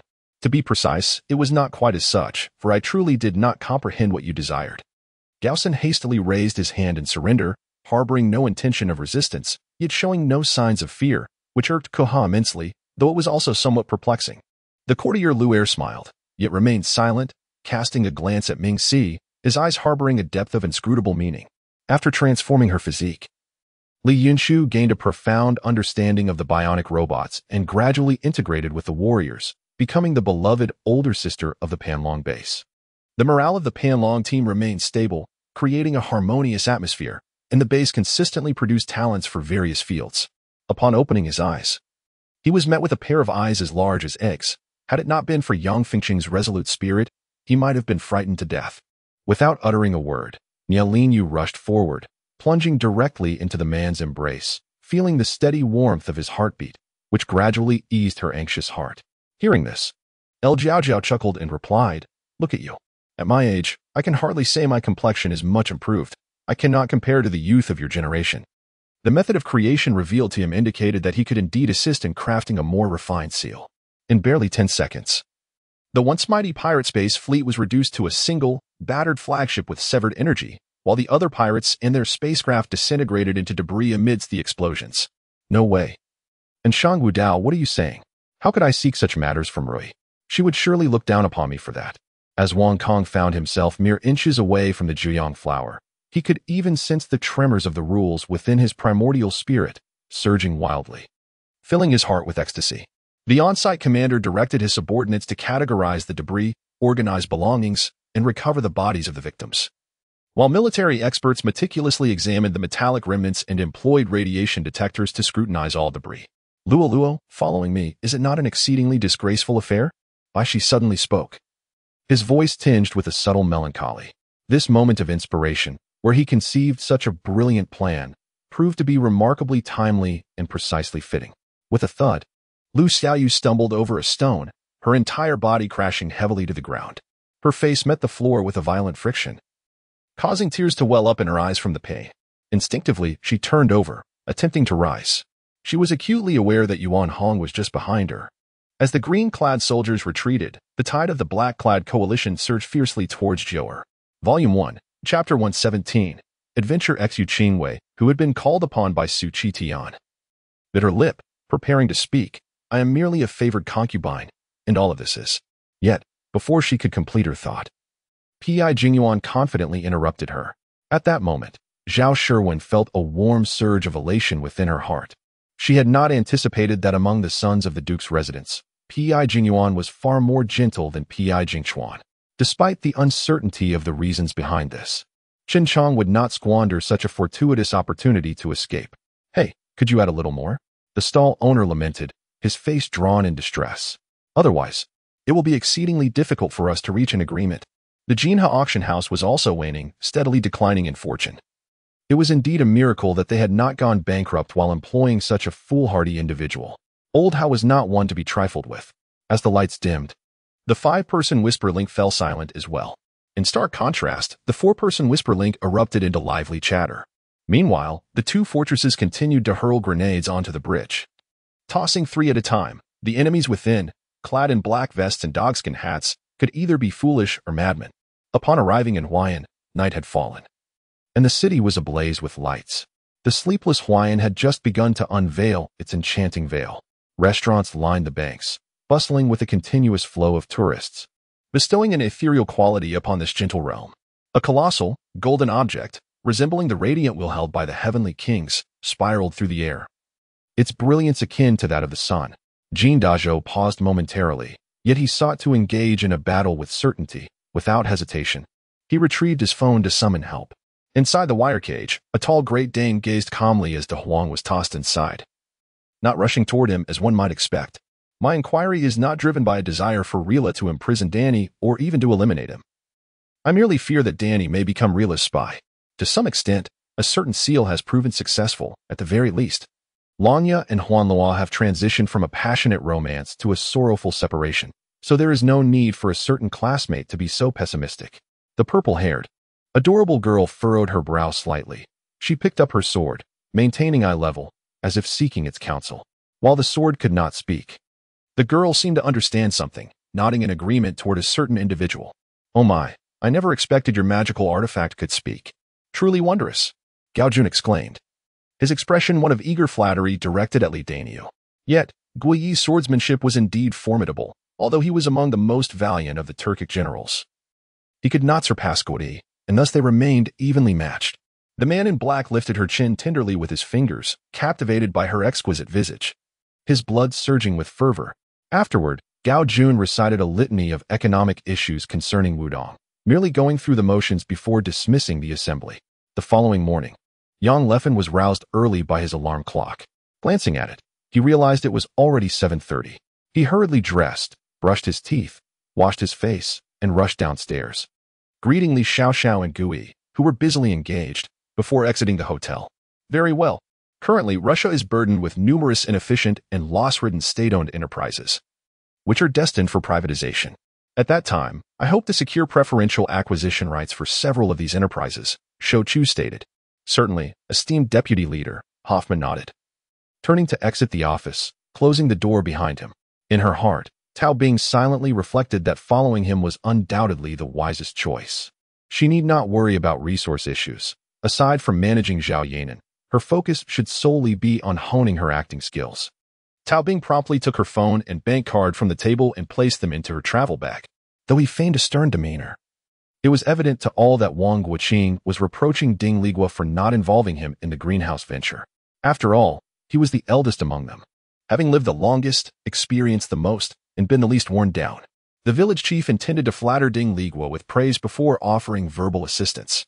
To provide Sui Rong with a tangible sense of his abilities, Zhuang Yunfei casually picked up a nearby stainless steel basin, producing a piercing sound of metal scraping before a steel ball appeared in his hand. At that moment, Su Yuding's fair face flushed crimson as she pouted adorably. Wrinkling her nose, Tao Bing winced from his grip. Having been tense all day, she felt tears welling up in her eyes from the sudden treatment. Yin Lian felt that her adversary sought to create trouble without leaving traces, and that she would likely have to adapt her actions accordingly. If she could anticipate how they might cause trouble, she could keep matters within her control. In truth, she relied on her solid foundation from her previous life.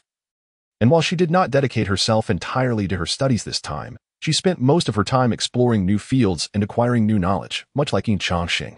Due to being intercepted midway, Yin Longa had missed the call, ultimately only receiving a text from him. However, upon arriving at the room mentioned in the message, he found no trace of Wenyang. Volume 1, Chapter 118.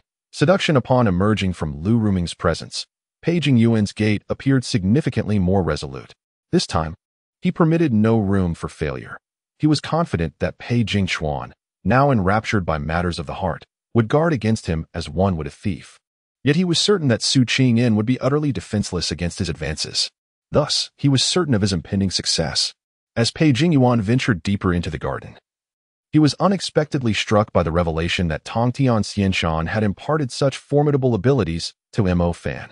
It seemed that even though Mo Fan had departed from Tongtian Xianshan, he could not be dismissed as merely a solitary practitioner. "Brother-in-law, what did you just say?"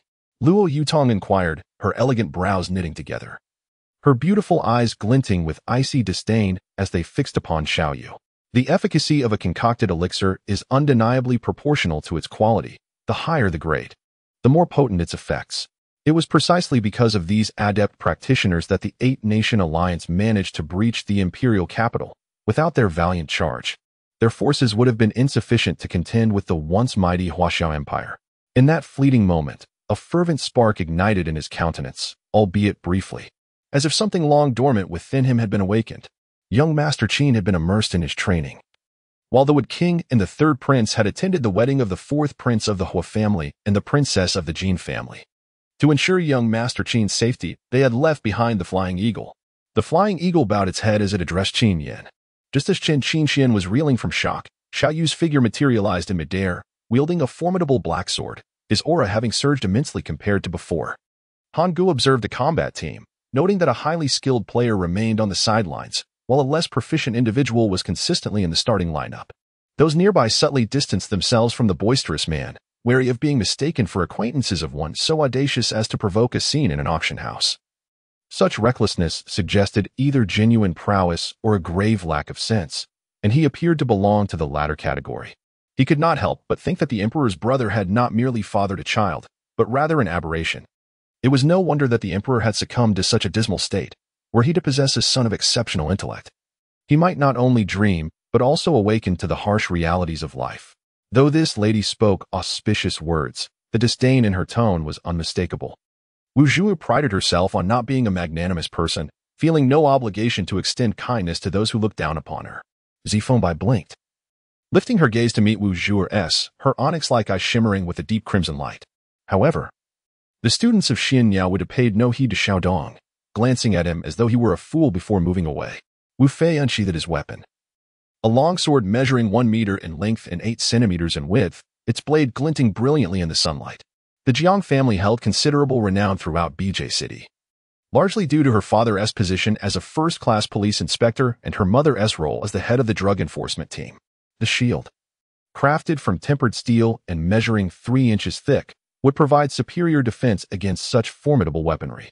Adhering to the principle of trust in one's subordinates, Roland Dorr granted Jiang Feng considerable autonomy, confident that he would utilize the medicinal materials appropriately. He recognized that the individual charging towards him was the strongest. Thus he entrusted the confrontation to Jun Malu and Bai, while he could easily handle the remaining lesser opponents. Though Lanning felt sympathy for Qin Fan, he understood that his compassion held little value. Perched upon the back of the phoenix, the golden creature soared into the distance, leaving behind a vast lava lake that erupted in waves of molten rock and a distant volcano that belched forth columns of smoke, showering the area with volcanic ash. To the Black Prison, the sight of those avian male demons soaring with their partners in a variety of forms was both envious and alluring. The neutral faction's choice of Gu Manwei was predicated not only on village loyalty but also on his demonstrated capabilities. Subsequently, he expended 4,000 points to acquire 3 pieces of inferior blue equipment, intending to dismantle them for magical essence to use in enchantments. She closed her eyes, envisioning a pair of golden eyes with slender black vertical pupils, possessing an almost enchanting power, gazing fixedly at her as if creating a vortex that drew everything around it into its depths. To gain admission to the medical school, one must first possess a relevant bachelor's degree, maintain excellent academic performance, and subsequently pass the entrance examination, followed by an interview to be considered a medical student. In the sky, countless birds circled above the beach and cliffs, likely feasting on delicacies brought in by the waves. Evidently, this individual was the fabled Master Zixian, as evidenced by the recent appellation of twin spirits. "Come forth, cease your hiding," He Zheng commanded, halting and directing his voice towards a particular direction. "Are you willing to join the Revolutionary Army and assist us in our assassination efforts within the imperial capital?" Najida inquired straightforwardly. After a night of relentless travel, the group finally arrived at Xianggu Mountain Stronghold at noon the following day. Along the way, Wu Lingxiang had learned of Axiu and others' experiences from the previous night. The helicopter descended slowly, for vehicles encircling Lin Hao, settling upon the yellow earth. At this moment, the two armies stood off against one another amidst a dense thicket of trees, which, in addition to countless trucks, was also filled with grass reaching heights of a man's stature. However, he was merely a practitioner of the innate realm. Zhou could eliminate him with ease. Zhou's current contemplation was not about the stealth of eliminating Sundayo, but rather how to manage the aftermath. In this place, he felt akin to a withered plant, nourished by the rain and caressed by the gentle sun, on the verge of revival and poised to flourish. Qingyan clapped his hands in satisfaction, reverting to his previous demeanor as he gazed dreamily at Lu Jia. After all, he had not truly given up, but was continuously seeking his own path, which was inherently a simple journey. Patting Lin Shihan's shoulder, the class leader reassured her, "It's all right. The training for special forces is unimaginably rigorous. Yet they are always supported and protected, so you need not worry excessively." With that, the class leader departed. Of course, the assassin star also bore weaknesses, particularly in close combat, where it could be easily dispatched by the steel beast. However, Shufeng commanded a multitude of summoned beasts, including many sturdy shields. Volume 1 Chapter 119. Tracking, however, Su Qingwei was in no mood to listen to her explanations, especially with Zhao Sherwin's overly guilty expression. It only solidified her conviction that they were indeed up to something nefarious. Enraged, Su Qingwei stormed in through the doorway, approached Zhao Sherwin, and with a swift motion, slapped her across the face. "Wretched woman, who gave you the audacity to entice my husband?" Su Qingwei seethed, completely abandoning her usual demeanor of grace and poise. Meanwhile, Ami Luo stepped on the monk's chest, suppressing his magical powers, and reached into his bosom to retrieve a box. Simultaneously, she shifted her breathing from the lungs to the abdomen, compressing her core to consolidate the yin and yang energies within her dantian. In mere moments, a colossal creature adorned with a crown emerged from the bull's horn. Even larger than the previous boss, it had been quite some time since I had witnessed the clash between Bing Xia and Yin Jiao, leaving me uncertain whether they had fought earnestly. Qingyan instinctively let out a roar imbued with his mental energy, akin to thunderous applause.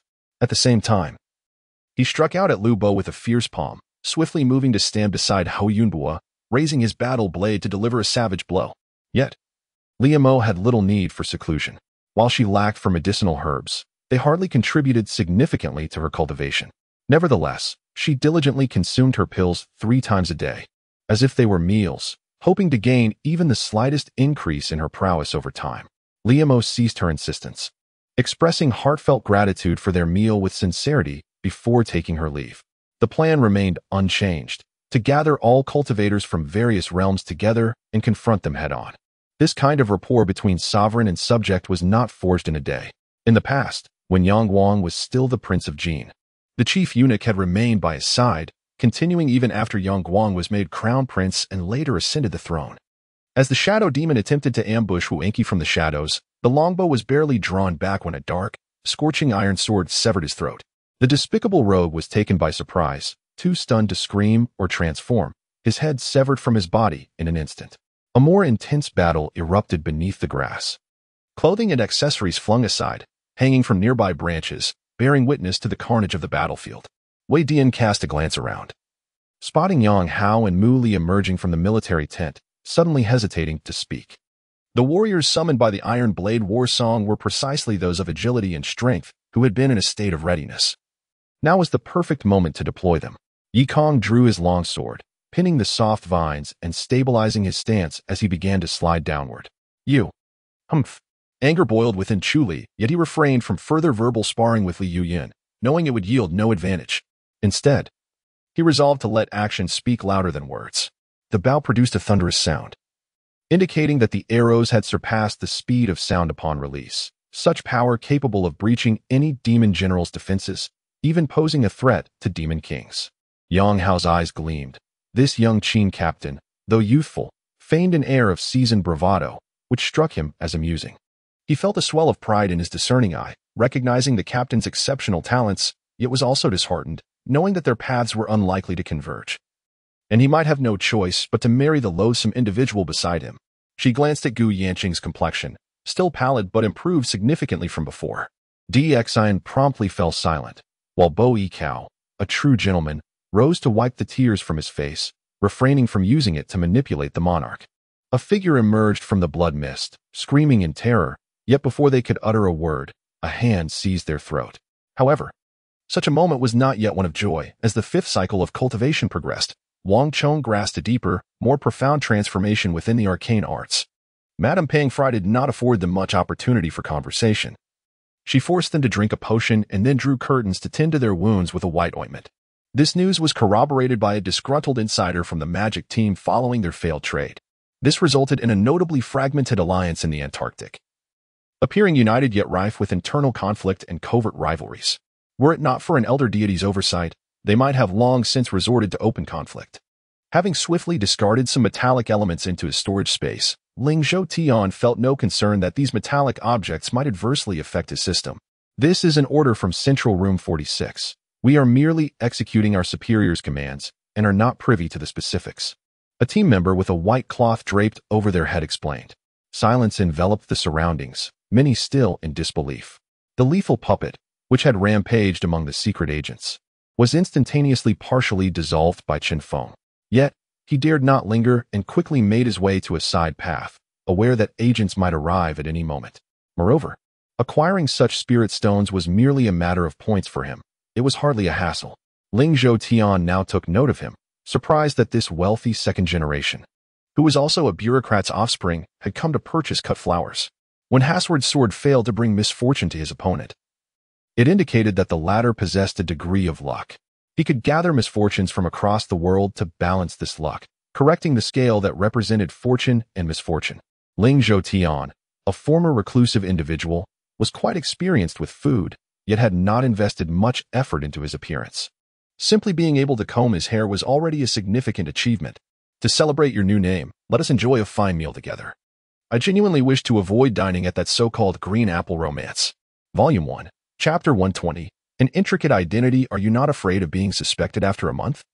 You all have grown quite bold, so why not simply use the Heron S-Crest poison to eliminate young Master Pei? Suddenly, the man cast an irate glance at Lu Roming. The reason they initially administered a poison to Pei Jingguan that would take 2 years to manifest was to avoid raising suspicion regarding his death. Instead, they aimed to create an illusion that he was gravely ill and suffering from a long-term ailment. They believed the Duke's residence still held some utility for them. And if Pei Jingquan were to die too directly, the Earl and his wife would undoubtedly grow suspicious. Yet now, Lu Ruming actually wished for Pei Jingquan to perish within a month, which was utterly contrary to their initial plan. The losses suffered by the Mountain Eagle mercenary group were grievous. The moment anyone dared to show themselves, they would be sniped from afar, particularly those armed with heavy weaponry. The snipers prioritized targeting them. Amidst the astonishment of all present at the extraordinary talents of these two individuals, many commonalities between them began to emerge. In the oppressive silence, a single roar resonated throughout the vast stadium, prompting everyone to turn and seek the source of such a formidable cry. The flower-s body, originally pure and white, was now tainted by a barely perceptible dark aura. The deceased, originally named Guanhai, was known by the stage name Mona. At 29 years old, he performed at a bar, captivating audiences as the most beautiful transgender performer, thereby attracting business for the establishment. His gender was recorded as male on both his household registration and identification card. Upon verifying the deceased's information, I promptly reported the situation to my captain. Suwon was also unaware that Imo Chang had sealed the golden armor due to his capriciousness. It was now his turn. Unlike Lubo, whose insight could pierce through the facade of others, and without the extraordinary charm exuded by Lin Jingsheng, there was a subtle and righteous beauty in his demeanor, as if the world reflected in his eyes was one of peace, beauty, and idealism. Each step he took seemed to resonate within the hearts of the crowd, causing a profound discomfort and shock. During dinner, the atmosphere at the base remained steeped in the despondency of having lost the match. Wang Yu and Xiao Mo abandoned their bowls and chopsticks, retreating to the training room to train in silence, while Mutu received a phone call at that moment. Yin Manqing's frail form was a source of distress for Shun Yi. Ever since he met her, her delicate appearance evoked compassion. Yet she occasionally exclaimed her desire to lose weight. Approaching from behind, he noticed his earlier footprints still visible ahead, prompting contemplation of their significance. In truth, Shenfu's Weibo presence was an anomaly. Her accomplishments had risen to the level of national pride. The admiration and affection from her fans, as well as the acceptance and tolerance from the general populace, far exceeded that afforded to the average celebrity. Bear it for a moment. Let the doctor take a look. In confronting Yin Manqing, he maintained the same patience and kindness as before, but no matter what Qin Yefeng did, he could not move her heart, which was as unyielding as stone. General Ryan was struck by a disturbing thought. This incident was not an accident but a deliberate act. A nefarious scheme that could plunge the entire city into madness. Moreover, his hands were locked in a fierce struggle against a monstrous beast. Should he let go to evade its assault, the beast would crush him before he could escape the artillery fire. Rogan had no doubt about the terrifying power of the creature before him. Thus, it was evident that neither his comrades nor his superiors were aware of his true identity. The dragon spread its wings and took flight without hesitation. In its eyes, the most precious thing was not treasure, but its own life. It understood that without life, enjoying riches was an impossibility. Tang Luo was speechless, thinking, "You truly underestimate your husband. That fat man Shen Biao? He could be sold?" The young monk remained impassive, merely transforming his previously clasped hands into a single finger that gently pointed, intercepting that mysterious gesture. The third elder cast a curious glance behind Qiu'er, and in that fleeting moment, Qiu'er felt a sudden blur before her eyes, and the chicken leg in her hand vanished without a trace. Clearly, she too recognized that with her identification card and passport now issued, her departure was imminent. Feeling somewhat ashamed compared to the explosive successes of others, I requested a day off from work to focus on updates. Not impressive at all. Had I known she was so capable, I would have taken better care of her and prepared for the dragoness sting. In such circumstances, revealing one's true thoughts would be the height of foolishness for the lynx. Nevertheless, since Tang Luo had made his statement, he would not be polite and began shaking the dice with a special technique. "It seems we are truly in trouble," AIMO silently lamented. The current situation was beyond his capacity to handle. It was likely that this was the final moment of tranquility. Even if he was the strongest beneath the holy domain, he could not face such a simultaneous assault from numerous demons. Though the two brothers harbored enmity as the founders of the Song dynasty, their greater concern was for the future of the empire. However, he generously chose not to pursue the matter of Fred and George intruding into his office, considering they had little to do with the secret chamber. Volume 1, Chapter 121. Coercion. The regent of the Great Zhou has sent his concubine as an undercover agent, even placing her within the British Duke's residence. This grand scheme suggests a desire to subvert the Great Xia. Thus, the matter concerning Lu Ruming transcends the affairs of the Duke's household, evolving into a matter of national significance. After all, the British Duke is a formidable warrior for the Great Xia, one whom no other nation has managed to defeat. As long as the Duke is present, other countries dare not invade. Originally, I had inherited my father's bravery and wisdom, showcasing remarkable prowess on the battlefield at the tender age of 15. Had it not been for my sudden decline in health, I would not have transitioned to the Ministry of Personnel but would have continued my military endeavors. At this moment, a figure appeared before Chen Jiuyo and Murong Hontian, intercepting a lethal punch aimed at Murong. As they conversed, Li Jia restlessly roamed around Mu Ji, who could no longer endure her antics. "You need not feign concern. There is no one here to impress," Xia Yuqi remarked, mocking her expression. After being informed by Bai Guijing that she might be under surveillance, Wang Tung had been contemplating various potential emergencies and strategies, with Nidoran being one of his contingency plans. To be equated with Qingyan in the summoning of paradise was a humbling experience for her. The middle-aged man, clad in coarse garments and donning a large conical hat, were a pair of robust fists clasped behind his back, exuding an aura reminiscent of a master. "When I once again become the governing authority of Nanqing, should I annihilate the three families entirely?" Wang Annie's expression grew stern. Despite her frequent studies outside, she retained some knowledge of familial matters. After observing the peculiar sights outside for a while, Lin Muqiu noticed her tea had grown cold, just as she intended to refill it with something warm. A cacophony erupted from outside the door. Zhou Tianxin did not specifically seek Su Buzhen at Baichao Mountain, per the Academy's regulations. They were to reside with families in their second year. Sunlight filtered through the layers of leaves, casting mottled shadows upon the ground, while a nearby black pond bubbled ominously. The air thick with a foul odor that evoked an eerie ambience. His divine prowess had reached its zenith, capable of transforming ethereal force into a tangible, indestructible Vajra pestle. The phrase "I will protect you" became a popular saying in Manla City. Of course, that is a tale for another time, and we shall not dwell further on it. I shall not concern myself with him. Zhang Baina huffed, glancing sideways to confirm his movements had indeed slowed before coming to a halt. Gong Lingrue surveyed the crowd with nonchalance. Yet the onlookers felt anything but calm, their expressions betraying their unease. The densely woven shield of branches was impenetrable, but the toxic sap from the lotus fungus dripped upon it, causing the formerly white branches to darken. Dusong seemed to have no words for defense. Su Lu's assertions were undeniably accurate. All evidence pointed towards the demon lord, and their focus should align with that. Gongling Rui cast a sidelong glance at him. Understanding the strategy he was alluding to, in woodland combat, concealing oneself within the trees is perilous. A mere fire could decimate the enemy, without a single soldier lost. Lin Jiraw smiled gently, then sighed, recounting the entanglement between the Dou family and Lin Jiaji, though they had not yet entered the city. The bustling traffic along the official road indicated that EU City was thriving, rivaling even some towns in the Central Plains. The football superstar G. Luo was set to compete here, albeit in a game-like setting, yet with stakes involved. It piqued everyone's curiosity. Could it be that the Jinhua Daoist was spotted by them? Ji Kurson questioned, unafraid yet puzzled. What is the situation? Siasiki inquired anxiously. As Han Dong prevented her from entering the courtroom, she craned her neck, waiting outside. Wukong furrowed his brow, about to unleash his strength when suddenly, his gaze sharpened, and he retrieved an object from within his robes. I dare not, he murmured. However, the monarch's thoughts appear to carry deeper significance, Fei Yi commented with a smile. Wukong was at a loss for words. Capturing the six-eared figure was challenging, let alone slaying him. Consequently, those individuals nodded in agreement and sincerely pledged their allegiance to the celestial domain.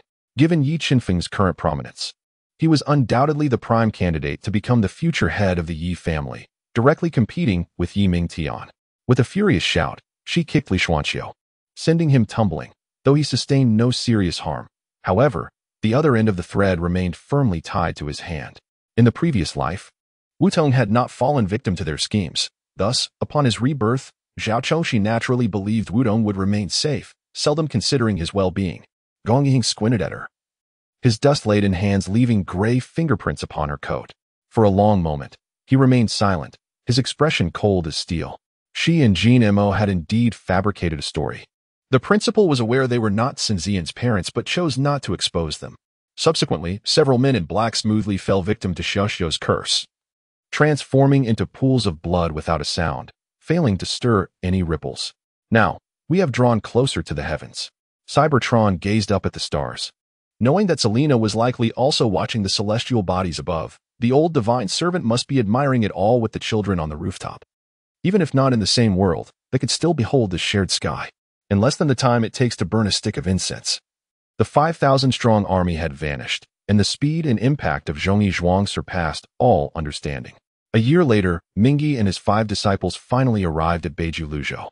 However, the 6 of them halted, their location being just outside the city of the demon clan. Aside from some idle chatter, there were occasional mentions of the imprisoned men.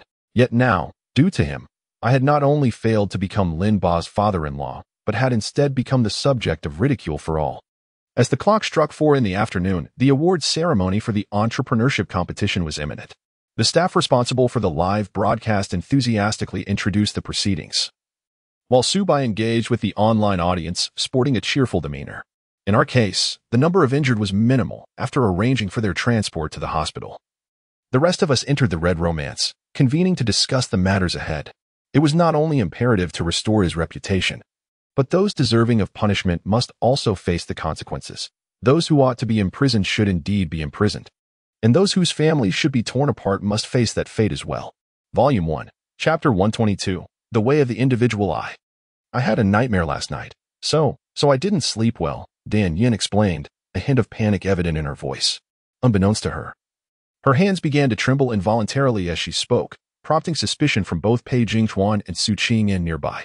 Pei Jinghuan, particularly, cast a discreet glance at Dan Yin, his gaze landing upon the cup of tea in her hand. With a cold demeanor, he inquired, "Is this cup of tea prepared for me?" "Yes. This tea is for the young lord, the young ladies." "I shall pour another immediately," Dan Yin stammered, her anxiety palpable. Once all adversaries were vanquished, Guan Qi gradually withdrew his energy, beads of sweat forming on his forehead as he exhaled a deep sigh. His elder brother, Ming, who was responsible for relaying messages, struggled to contain his laughter at the sight of Guan Qi's handsome face turning a shade of displeasure. A series of events indicated that the once formidable new art city which had compelled Jia He and the Xiao family to unite against it, had faded into the past, coupled with the recent rise of Yoxing. The landscape of the film industry was undergoing a subtle yet profound transformation. Blood dripped and was absorbed by the scroll, gradually coalescing into a crimson dot in the northeastern quadrant. Roger, adorned in lavish attire, sat dejectedly upon a grand throne, occasionally tugging at his heavy garments, which clearly caused him discomfort. Jiang Qin contemplated whether to seize the opportunity to eliminate the remaining talents within the Yun City secret realm, thereby claiming their essence, when suddenly the vibrant world around him began to dissipate, akin to an unstable signal experiencing fluctuations. At that moment, ordinary bishops could no longer dare to criticize Roger and the Kingdom of Wu. Zhu Hojiao also spoke up, affirming, "Lu Banban is someone I have always trusted." Lu Jin's face lit up with excitement as he exclaimed, "It brings me joy to serve you, my lord." However, Zhu Hojiao felt a slight discomfort within his heart at the harmonious relationship between lord and subject. "The poison of the blood willow tree suppresses our cultivation. You possess a treasure that can mitigate its effects," Wu Lingyu stated. I strained to see, and my scalp tingled as I noticed a slender boy clad in a high school uniform, pale and bespectacled. As if sensing my gaze, he glanced up at me and broke into a smile, his lips a vivid crimson. Wen Feng, witnessing his calm demeanor, felt a mix of surprise and disbelief. That a strikingly handsome and wealthy individual could lower himself to such a degree astonished him. Without hesitation, he retrieved clothing from his bag, a t-shirt and a pair of pants. The fabric felt smooth and soft, clearly of excellent quality, as he effortlessly unfolded it. "It is said that the king of the Holy Roman Empire wishes to assist us in resisting Burgundy, hence he has sent his aid.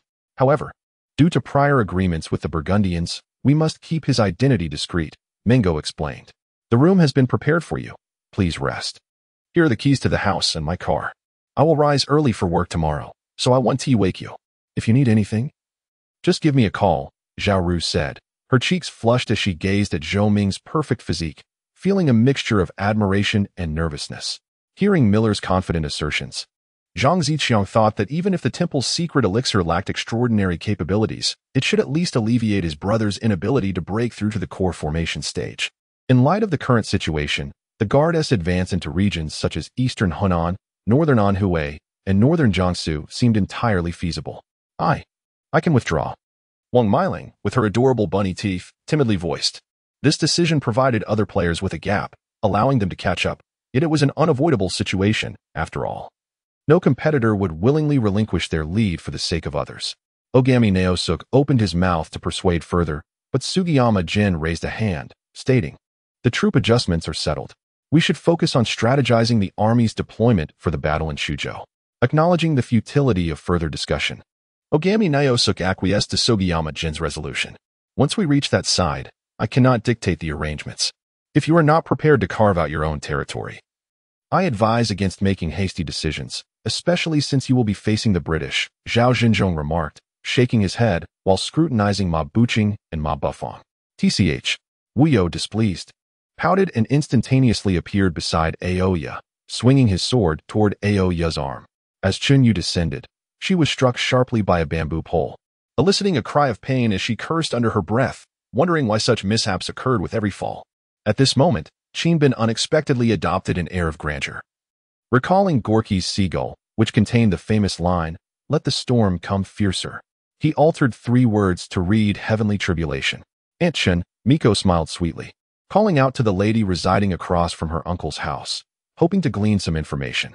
Qin Bin and Zhang Jiulong focused on whether the market stalls had the materials they sought, yet after 3 days of fruitless searching, it became apparent that their desired items were exceedingly obscure. Unless they encountered a cultivator's trading fair, gathering such materials among ordinary folk proved challenging. Xiaoyun, in a fit of anger, raised her cane and shouted, "You must marry her." Miko looked up in surprise, noticing Steward Luo signaling her to remain silent, and chose not to speak further. Finally, they arrived at the location wherein Luo Chu awaited. Just as Luo Chu was about to speak, he halted the car, prompting a grateful glance from Luo Chu. Volume 1, Chapter 123, Self-Inflicted Misery. Lady Lu, you claim that I poisoned my second brother. Do you have any evidence to substantiate this accusation? If not, then you are merely slandering me. Are you truly willing to slander a high-ranking official of the court? Pei Jing, upon hearing this, furrowed his brow and spoke in a low voice from the doorway. Moments ago, He had been preoccupied with discussing how to save Pei Jingyuan with the physician, neglecting the situation with Lu Ruming. Ling Fei had initially thought that the commotion below had drawn attention, prompting her to ascend with a languid gait, completely oblivious to the fact that it was already the early hours of the morning. Prior to this, Lin Chuxia had already informed Shinming Xin of the situation and prepared 2 flasks of wine for them. Ji Weiwei turned in a flustered manner towards Mu Qingsu, who simply shook his head in resignation, indicating that Ji Weiwei need not concern herself. As he pondered this, the door to the sick room was abruptly pushed open, followed by the breathless voice of Liao Mujing. The guards understood that Shinming Xin was not one to shy away from discussing such matters in Lin Chuxia's presence.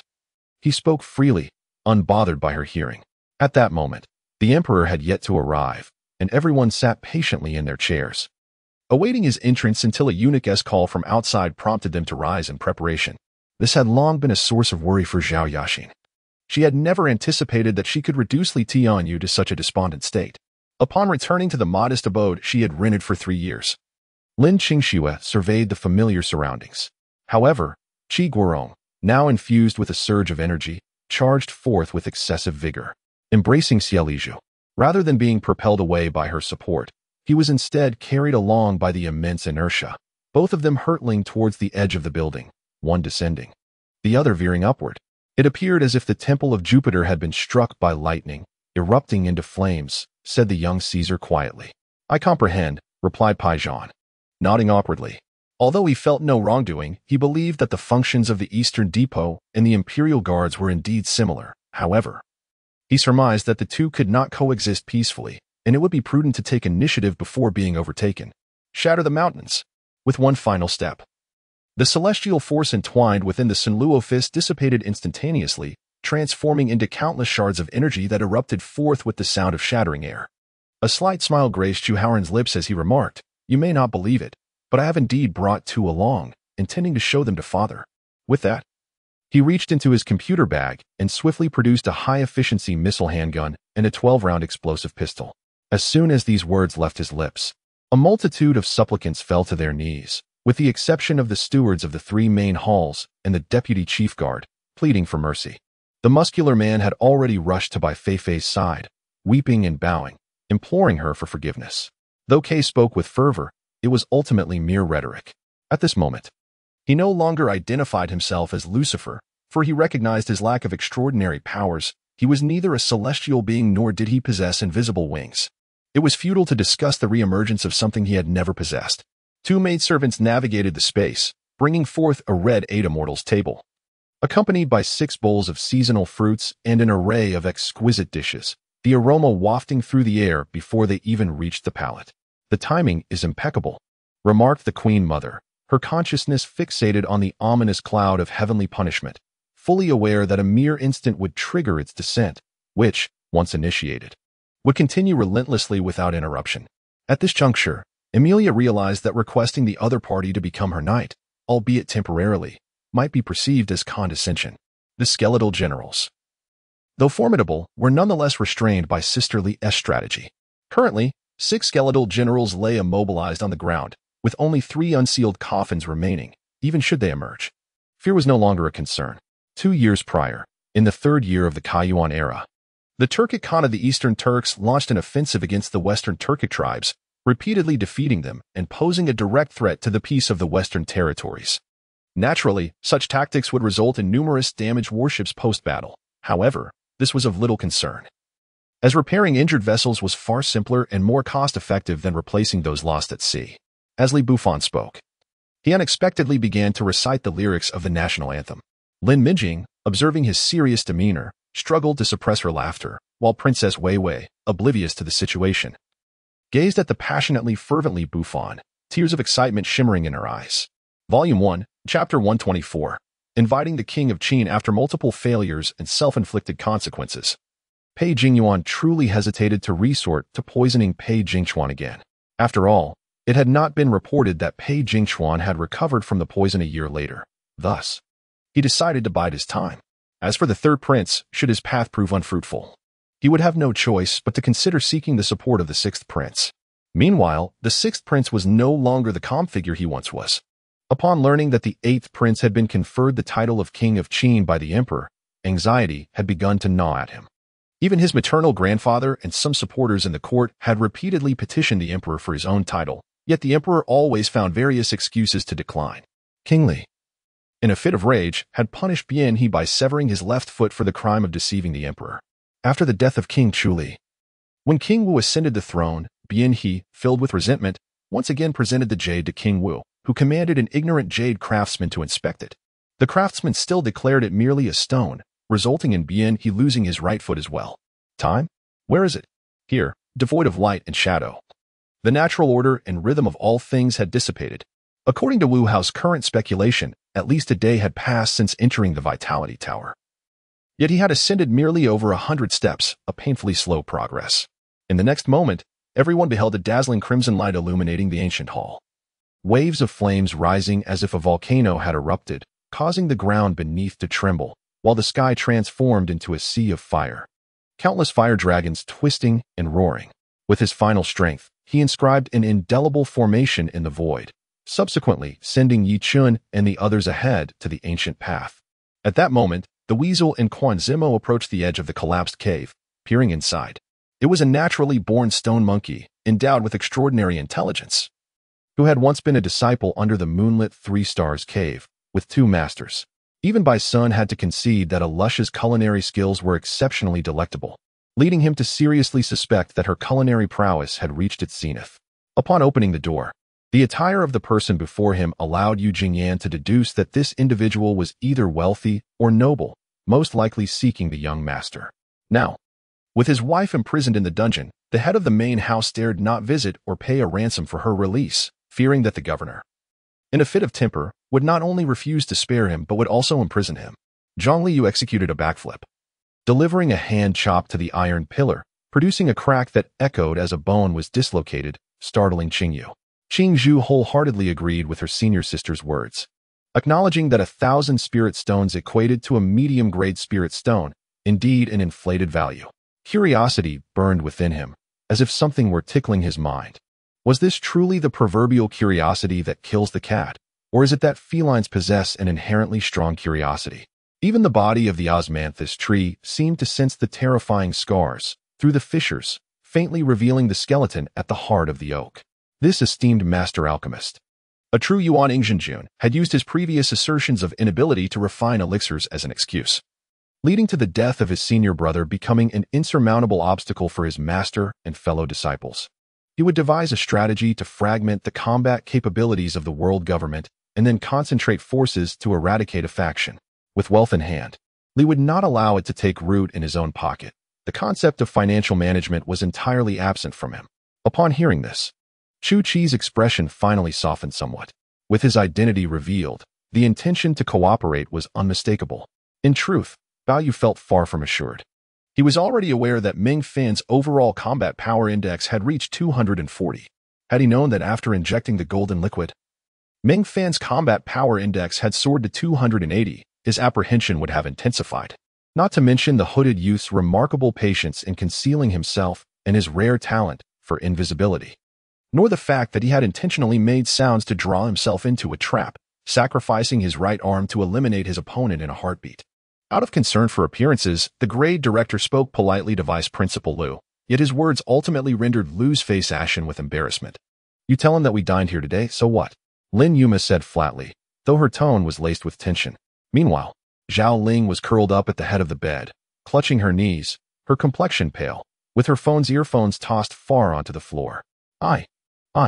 Wu Yaoguang stammered, terrified, as he had not anticipated that he would reveal his own slip while trying to inquire about Ainan's whereabouts in the girl's situation. Finally, as the magma slowed to near stillness, Xing Shachen comprehended the information he sought. Adam's center of gravity suddenly faltered, and a wave of panic surged within him, causing him to involuntarily shout in distress. After all, no one could remain composed when faced with the sudden experience of weightlessness. Even a warrior like Mario would exhibit a hint of unease, let alone Adam, a mere human devoid of any combat aura. Ariel breathed a sigh of relief, collapsing onto the ground, struggling to untie the bindings on his body, gently placing Adam down on the ground. Lin Yuma could not be bothered to explain to this foolish individual. If he were so oblivious, he might as well have wasted his time with the judicator. The first thought that crossed my mind was to summon my master for advice, But when I set out to do just that, I ultimately abandoned the idea. Not bad.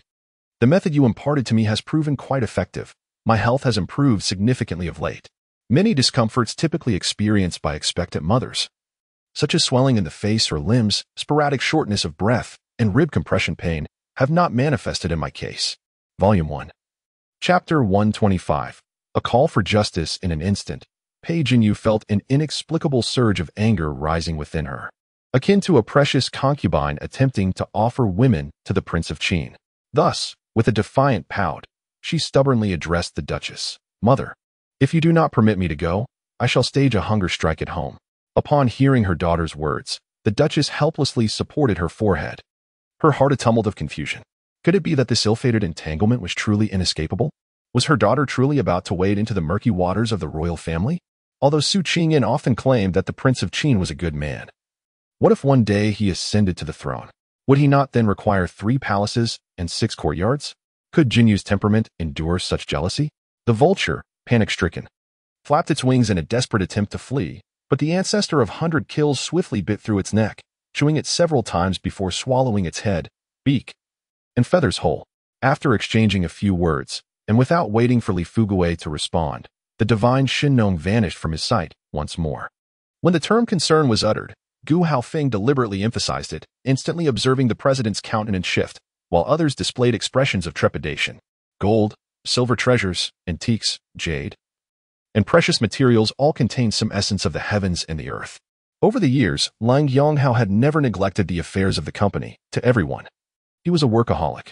Fearing that Wei Xiaolan might refuse, and that Wei Jinshan and Gu Qiaoyan might become suspicious and displeased, Li Fuguei abruptly thrust his right index finger into his right nostril.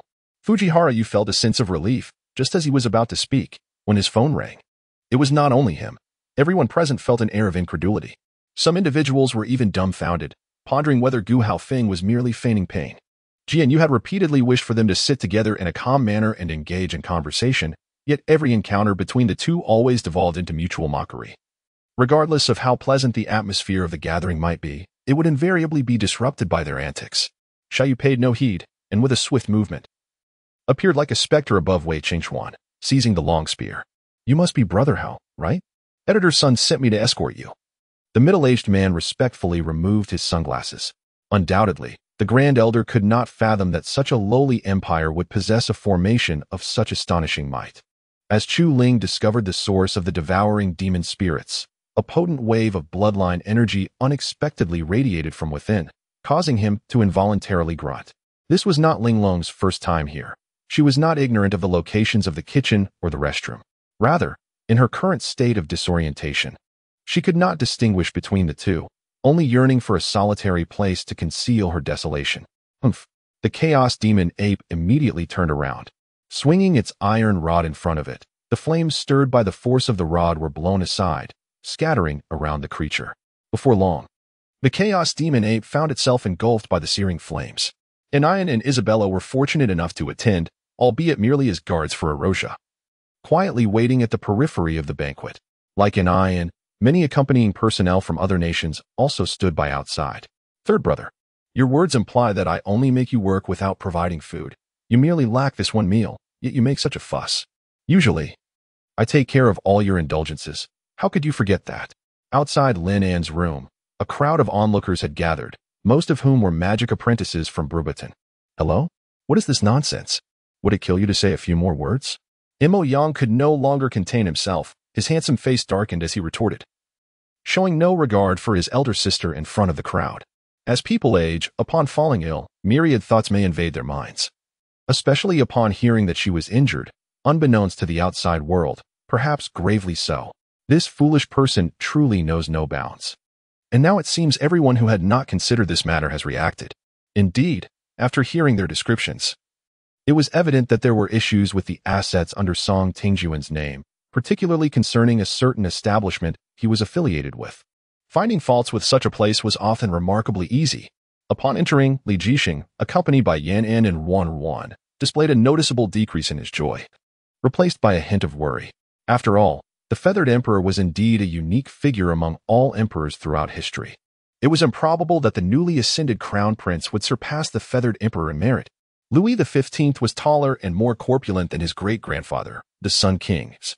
Yet his countenance betrayed fatigue. The Sun King's illustrious achievements felt like a heavy stone pressing upon the shoulders of the new king, leaving Louis XV gasping for breath. He exerted every effort to imitate the Sun King's attire and demeanor, even as the memory of his ancestor faded into obscurity. To the north lay the Qing Mountain, south of which were jade mines, and to the north of the mountain, gold mines. The Qingyan family reaped the benefits of these gold mines. Despite the court's claim overall, the special effect of its skill, demon judgment, was designed to depict a bat spiraling through the air, trailing a blood-colored meteor tail as it struck enemy units. Furthermore, upon successfully pinning an opponent against a wall and stunning them, the bat would not dissipate.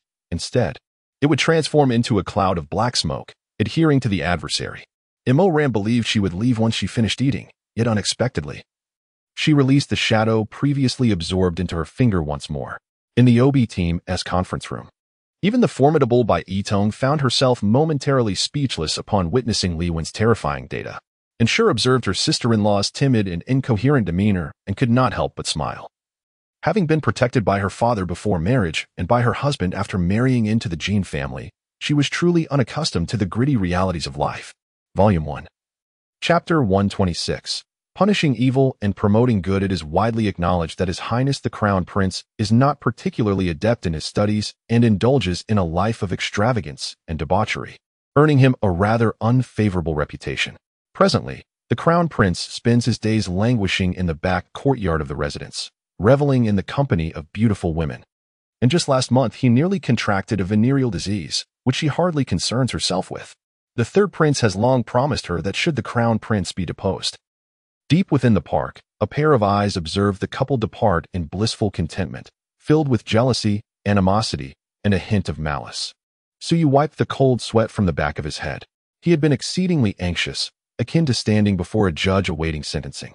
Why had Yang Kuei chosen to come to this location in such a precarious situation? Fang Chen's mind was beset by doubts, causing his thoughts to scatter. This distraction rendered the scene before him rather hazy. He swiftly gathered his focus, channeling his dispersed energy to penetrate the ethereal cavity. Gradually, the image became clearer once more. At that moment, an external voice reached his ears, saying, "All right, Chi-Chi, no need to sulk with that displeased expression. I permit you to remain as carefree as before." With a smile adorning my face, I entered the Qinyu Hall, seemingly aware of Su Yiming's anxious demeanor. The driver, Zheng Peisheng, remained silent, enveloping the car in a heavy stillness. Another wayward soul turned to righteousness, Li Ming remarked with delight, pleased to have gained a formidable ally for his faction. In the distance, while he found this spectacle utterly unbelievable, even he would require considerable effort to dispel such a void seal. Yet, the seemingly feeble Taiji diagram had effectively eroded his void seal, an occurrence he perceived as surreal and almost illusory.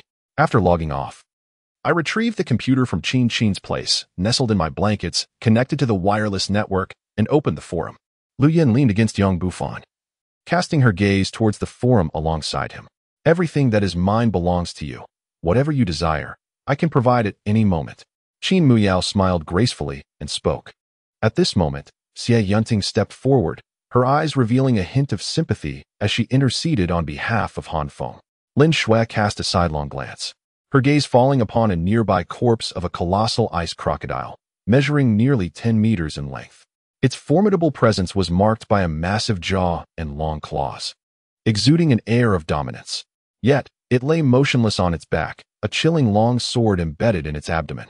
Before Li Youqi could finish his words, Chao Yuanhua, consumed by rage, flicked his right hand, sending forth a blinding beam of light that pierced through the neck of the heavy cavalry general, causing the lifeless body to collapse and blood to pool upon the ground. However, Mayget remained resolute, believing that none of this mattered. They intended to make Chelsea experience the bitter taste of defeat on their home turf. Yet, with Cao Cao's previous expedition yielding no success, the morale of the Hebei army had yet to be restored, especially after losing half of the elite tiger and leopard cavalry beneath the walls of Qinlu, a loss that had not yet been compensated. Furthermore, the allure of the Pangshan populace had enticed them. In recent months, Hebei had continually crafted weaponry, and as the specter of war loomed once more, even securing military funds proved to be a daunting challenge. Perhaps one day, when the tides of time have irrevocably transformed, there might still linger a glimmer of possibility. None of this, however, was sufficient to astonish me. What truly left me in shock was the disappearance of that creature from our realm, vanishing in mid-flight, leaving me bewildered. Within this cavern, one could find jade and emerald artifacts, along with large luminous pearls, illuminating the surroundings with their brilliance, inducing a sense of intoxicating wonder. A piercing cry echoed skyward as a massive black-winged specter bat emerged from the spirit tower, its wings unfurling to grow to an astonishing size. With blood-red eyes and sharp fangs, it lunged toward Qingyan, unless one were to completely abandon their learned skills and begin anew. Only then could they relearn a new cultivation method. As the saying goes, it is better to steal than to rob, and better to deceive than to steal. Thus, Tan Luo resolved to employ the most time-honored method, that of the gentleman thief, to rob the rich and aid the poor. The once boisterous hall fell into an eerie silence as a man clad in a flowing silver-purple robe approached, his fox mask concealing his features. Yet his cherry-colored lips curled into a subtle smile, seemingly amused as he gazed ahead. This cavern resembled the gaping maw of a fierce beast, shrouded in endless darkness. Towering to a height of 3 stories. A tree demon. It is indeed a tree demon. Sang Yizhuang had once heard whispers of the tree demon, and at this moment, he recalled it and hastily offered a warning. He opened the door, and upon receiving 100 yuan, he pondered how, after a day of laborious work as a policeman, he was met with the same fare simply for a gentle tug on a car door. Wang felt a quiet sigh escape him. It seemed that comparisons between individuals were futile. Yet, he consoled himself with the thought that he still had a wealthy wife. Your Highness, Huairo declared, her heart unwavering in its devotion. The heavens bear witness to my sincerity. I have never sought any title, not even that of a concubine. As long as I can remain by your side and gaze upon you, I would find contentment. Changsun Huairo delicately grasped her embroidered handkerchief. Gently wiping away a few crystalline tears that had spilled from her beautiful eyes, her voice rich with emotion, evoking a sense of pity and admiration. Meanwhile, Feng Yi was shrouded entirely in black armor, leaving Feng Feiyong unaware that this figure was none other than the general of his lord's mansion, Feng Yi. Volume 1. Chapter 127. A thief at home upon meeting with King Qin. I, Lin Siyu, the 15-year-old daughter of an esteemed cabinet scholar, have cultivated a lifelong passion for literature and chess. The banquet table has transformed into a classroom, illustrating that wisdom is gleaned from all walks of life. With sincerity and diligence, one can turn misfortune into fortune, bringing spring wherever they go. Upon closer inspection, I discovered that the young official held in his hand a decree that we had long desired. In essence, Yifeng's message was clear. He had not lost the most vital part of a man. To those unfamiliar with the mystical essence of his soul, Yifeng's words might seem like an extravagant boast. Yang Lang felt a twinge of surprise, yet he found no distaste in Yifeng's declaration. Rather, it warmed his heart. Tang Yin paused, her gaze unwavering as she regarded Feng Wuji. Do not tell me that your sudden affection for me is genuine? LG whispered fervently in his ear, causing Yi Tianyu to beam with delight as he scampered away. If one wished to uncover the whereabouts of old Master Mu, a visit to Las Vegas would surely yield clues. The restructuring of lectures had incited widespread discontent within the academy, which did not escape the notice of Niu Ru, who took great pleasure in the situation. The court and the public spoke of the cunning and formidable Prince Consort, asserting that no one could contend with him. However, it seemed that his grand facade was but a paper tiger. Could a single outing truly alter one's character? Qiu Hao pondered, scratching his nose in confusion. As Feng Mu witnessed the group halting their actions, some even spitting out pieces of meat from the Wang family, he could not concern himself with their past sufferings and chastised them firmly. The intense gravitational force caught Sha Du Tian off guard. He intended to grip his military knife tightly, but the overwhelming pull compelled him to release it. The knife plunged into the base of a colossal tree with a resounding thud. If Qingyan were the guardian of the black box, who else could orchestrate such a grand scheme? Do not obstruct the path of the shrimp, An Rue commanded, unleashing a torrent of golden lightning from the thunder sword, striking down upon the golden-armored shrimpmen. A pungent sourness permeated the air, tinged with the remnants of several stone crabs that had shed their corporeal forms. In response, Han Li remained silent, meticulously observing the vast cavern's entrance before casting a second instant destruction orb, albeit at a slower pace than the first. This youth must be the 4th young master of the Mei family from the royal city. While the imposing figure beside him is the elephant guard from the dragon and elephant duo, both renowned for their physical prowess and formidable strength. Having roamed the northern domain for years with few rivals, shaking his neck, Man Tao's demeanor turned serious. From that moment on, as Ao Shuang divulged the plan, he understood that a fierce battle loomed on the horizon. For Ao Shuang's sake, he vowed to remain in peak condition regardless of when it came. "What vessel are you from? And do you bear any insignia?" And Rui inquired, taking a deep breath. Xi Jinping observed the unfolding events with a cynical smile, maintaining a facade of indifference. "Wait, 50 miles to the southeast?" Chao Ming suddenly exclaimed, hastily retrieving a map to spread before everyone, promptly indicating the enemy's ambush direction. Jiao Sun knelt, weeping profusely as he repeatedly bowed, pleading for Han Feng to spare his life. Han Feng allowed him to bow a total of 88 times before methodically severing the bloodied head, impaling it on his spear to tally the spoils of war. With a crack, although the ghoul's face merely tilted backward, this minor movement was sufficient to disrupt its attack, thwarted by the combined efforts of myself and Bambi. It must be said that this weapon is extraordinarily valuable, having cost Hishi a staggering 40,000 zeni to procure from a swindler. He eagerly anticipated testing its might during the dungeon raid. One punch unleashed, and the next moment, Xia Hangzhou was leaping about, howling in despair. Do vengeful spirits bleed? I was uncertain, yet I mused that for such anthropomorphized entities, bleeding likely posed no issue, and a nonchalant smile crept across my face. Yichu, we noticed the glowing figure of the evolutionist, realizing that something was amiss. Perhaps he embodied desire itself. Without hesitation, he pursued.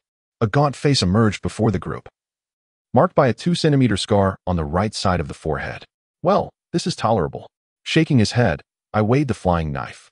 Aside from Qin Tianba and Huasun, everyone else fixed their eyes upon Li Xiaoao and Yu Haishan, and the atmosphere grew immensely tense. Meanwhile, a number of bizarre beasts surrounded Zero Ultraman, who remained calm as he swiftly wielded his ice axes, cleaving the encroaching monsters in two, causing them to explode. According to the property registration records, the owner's information was logged 3 years ago, when Wu Yu's eldest son was merely 4 or 5 years old, making it implausible for Wu Dong to have purchased the property himself. The forensic experts and evidence team had yet to examine the scene, thus, Gao Feng endeavored to preserve the integrity of the site, merely standing there to recount events without any mimed actions. Volume 1. Chapter 128. The Elder's bestowal cannot be declined, Pinger. You are the sister of the 6th Prince's consort and often visit the Prince's residence. Since this is the first time the Qin Wang has come to the 6th Prince's estate, why not take him to the back garden for some fresh air? The noble concubine, with a gentle smile, advised Chen Pinger as if the recent rejection by the Qin Wang had never happened, creating an opportunity for the two to interact. Naturally, Chen Pinger could not refuse the noble concubine's arrangement and gracefully knelt, replying, "Yes, I understand." The noble concubine was quite pleased with Chen Pinger. Her beauty, gentle demeanor, and understanding of propriety were commendable. She wondered why the Qin Wang had just rejected Chen Pinger. After a moment of contemplation, Yichong found himself unexpectedly flustered, for he instinctively sensed that Princess Yuzhen's visit to the governor's residence was undoubtedly related to the rumors circulating about him and Li Guo. Upon closer inspection, he discovered that what he had seen was merely a blood-stained long garment billowing in the air. The body was gone, yet beneath the garment, a piece of floating wood was faintly visible, with a dark object ominously protruding from its crevices. As the sword light from Shen Shirling descended upon her, Bai Qiuyan's expression changed suddenly, and she attempted to flee. However, her body felt paralyzed. Scanning her surroundings, she found herself in a vast space littered with remains, an eerie chill permeating the air, causing her skin to prickle. The surrounding universe was eerily silent, and the spacecraft sped through the endless void, giving an illusion of slow movement, as if standing still. Only the increasingly massive, blazing sun ahead confirmed that the vessel's speed was indeed considerable. Before long, Zhao Lihui had donned a large red-embroidered tube top adorned with mandarin ducks, paired only with a pair of undergarments. She sat quietly on the embroidered couch in her chamber, filled with contemplation, questions, and confusion. Nevertheless, this final outburst abruptly ended the interview. The two plunged into the light, distinctly feeling as if they had broken through a thin membrane, revealing the vibrant underwater world before them. Unbeknownst to them, what Yi Tian truly required was the ferocious energy of the fire attribute. The faint spiritual energy from the earth firestone was of no consequence to him. Meng Kai readily agreed, yet before he could settle his startled heart, Bai Yi, seated beside him, interjected. After a day of rest aboard the warship, I was greeted by an unexpected visitor. Kajol bit her lip, falling silent once more. Here it comes again. It is wrong to harbor hatred. So do not resent. What should one say to those who mourn? Who could voice such words? It was already dusk, and the outside sky was beautiful and perfect for a leisurely stroll, yet no one had the heart for it. The atmosphere in Leala Tower was increasingly tense. Forget it. If it is incomprehensible, let it be. Zhui Yifan was an optimistic person. If he could not understand, what was the use of pondering further? I had drawn my gun in front of so many people. You too had brandished your weapon before the crowd. Can we truly start anew? Shocked, Yi Yihong's blood-red eyes flickered uncertainly. No, I had already known about young Master Zhou's plans last night. Since I could not reach you by phone, I thought it better to come directly for a face-to-face discussion, Qinku explained. The situation in the freshman class was somewhat unexpected, as Qin Feng's foreign language department was tied for first place with the freshman sports department. Qin Feng did not interrupt Han Ningxue, but gently caressed her skin, feeling its softness and pondering within himself what merit he possessed. Had he known he would feel such heartache for this girl, would he still have dared to interrupt her purity? Amidst the incessant chatter of the hammer, Luo Yi arrived at a 3-story stone tower. The city's architecture was predominantly stone, as a river of lava coursed through, making wooden structures highly flammable. He turned his cold, ruthless gaze slightly, then reached for a copper coin from his waist, bending his middle finger slightly to launch the coin forcefully into the left passageway. At this moment, Su Zimo, wearing a cap, appeared quite inconspicuous. The passers-by did not notice him, perhaps finding his silhouette somewhat familiar, yet they did not dwell on it. The ice-covered planet was immense, according to the data. Ice attribute crystals or minerals were primarily located at the poles, thus making these 2 points the primary targets for exploration. At this hour, who would be watching such a program on television? Fortunately, the taxi radio could receive this channel, providing some consolation. The examinees were sweating profusely, scratching their heads, tormented by the new question types. Everyone nodded. Aside from Luo Yi encountering a dark divine sun, the task had proceeded smoothly, and Lily had already rescued all those in need. Please, dear angel, tell us. Upon hearing of Nolan's situation, Lily's face instantly filled with anxiety as she earnestly implored. Snow White? Bayu's voice trembled with an uncertainty she herself did not recognize. She had regarded Snow White as a sister, never anticipating that her actions would lead to such severe harm. As the car drove away, Su Zimo surveyed the grand airport before him, the piercing sound of departing aircraft ringing in his ears. 10 meters away, Shibadian and Nanqinghu stood on either side beneath the eaves. The two remained silent for a moment, when suddenly, a flash of blades sliced through the sky, cutting the rain curtain into a sharp line. Ling Shou gritted his teeth in frustration, feeling utterly constrained and humiliated. He had never imagined himself in such a predicament before setting foot on Shang Bodhi Island. At that moment, Ha Hong awakened, and upon seeing the fierce countenances of several men, she began to cry in terror, with faint golden light enveloping him. Shin Chang's ghostly figure had instantaneously appeared on the opposite side of the arena. Volume 1, Chapter 129. Loyalty, my lady, the Duchess, and the Crown Princess. I have no need for these two beauties. To express my gratitude for your assistance and care, I intend to gift them to the Duke's residence. You may arrange their service as you see fit. Their contracts are right here. Whether you choose to employ them in menial tasks at the Duke's estate or sell them, it is entirely your decision. The Prince of Qin stood solemnly in the Duke's hall, addressing the Duchess and the others. At that moment, several servants trailed behind him, while the two lovely women stood unwillingly at his back, their necks marked by visible whip scars. Your Highness, these are gifts from the imperial concubine. Are you truly sending them to us? Rong Xia found herself taken aback by such an unexpected decree, momentarily stunned before she composed herself to express her gratitude. The Crown Prince favored the employment of noble families, while also seeking out hidden talents from the countryside. This was unavoidable, as he lacked the time to cultivate talents from scratch. He preferred those who were immediately usable, often selecting individuals from highborn families who had received a good education. Benhua opened her mouth, yet words failed her. The thought of those toiling under the sun, living such harsh lives, was beyond her comprehension. Chuqin, dare you harm her? Shiyu's eyes gleamed with a ferocity reminiscent of an enraged lion. Upon closer inspection, one could discern that the clothing of these individuals bore a striking resemblance to that of the 5 factions lying in ambush outside the Chengqiao Hotel. How did you sleep? Qingyan's demeanor lacked the brutal coldness he had displayed in the office. His voice was flat and devoid of emotion, stripped of its usual warmth.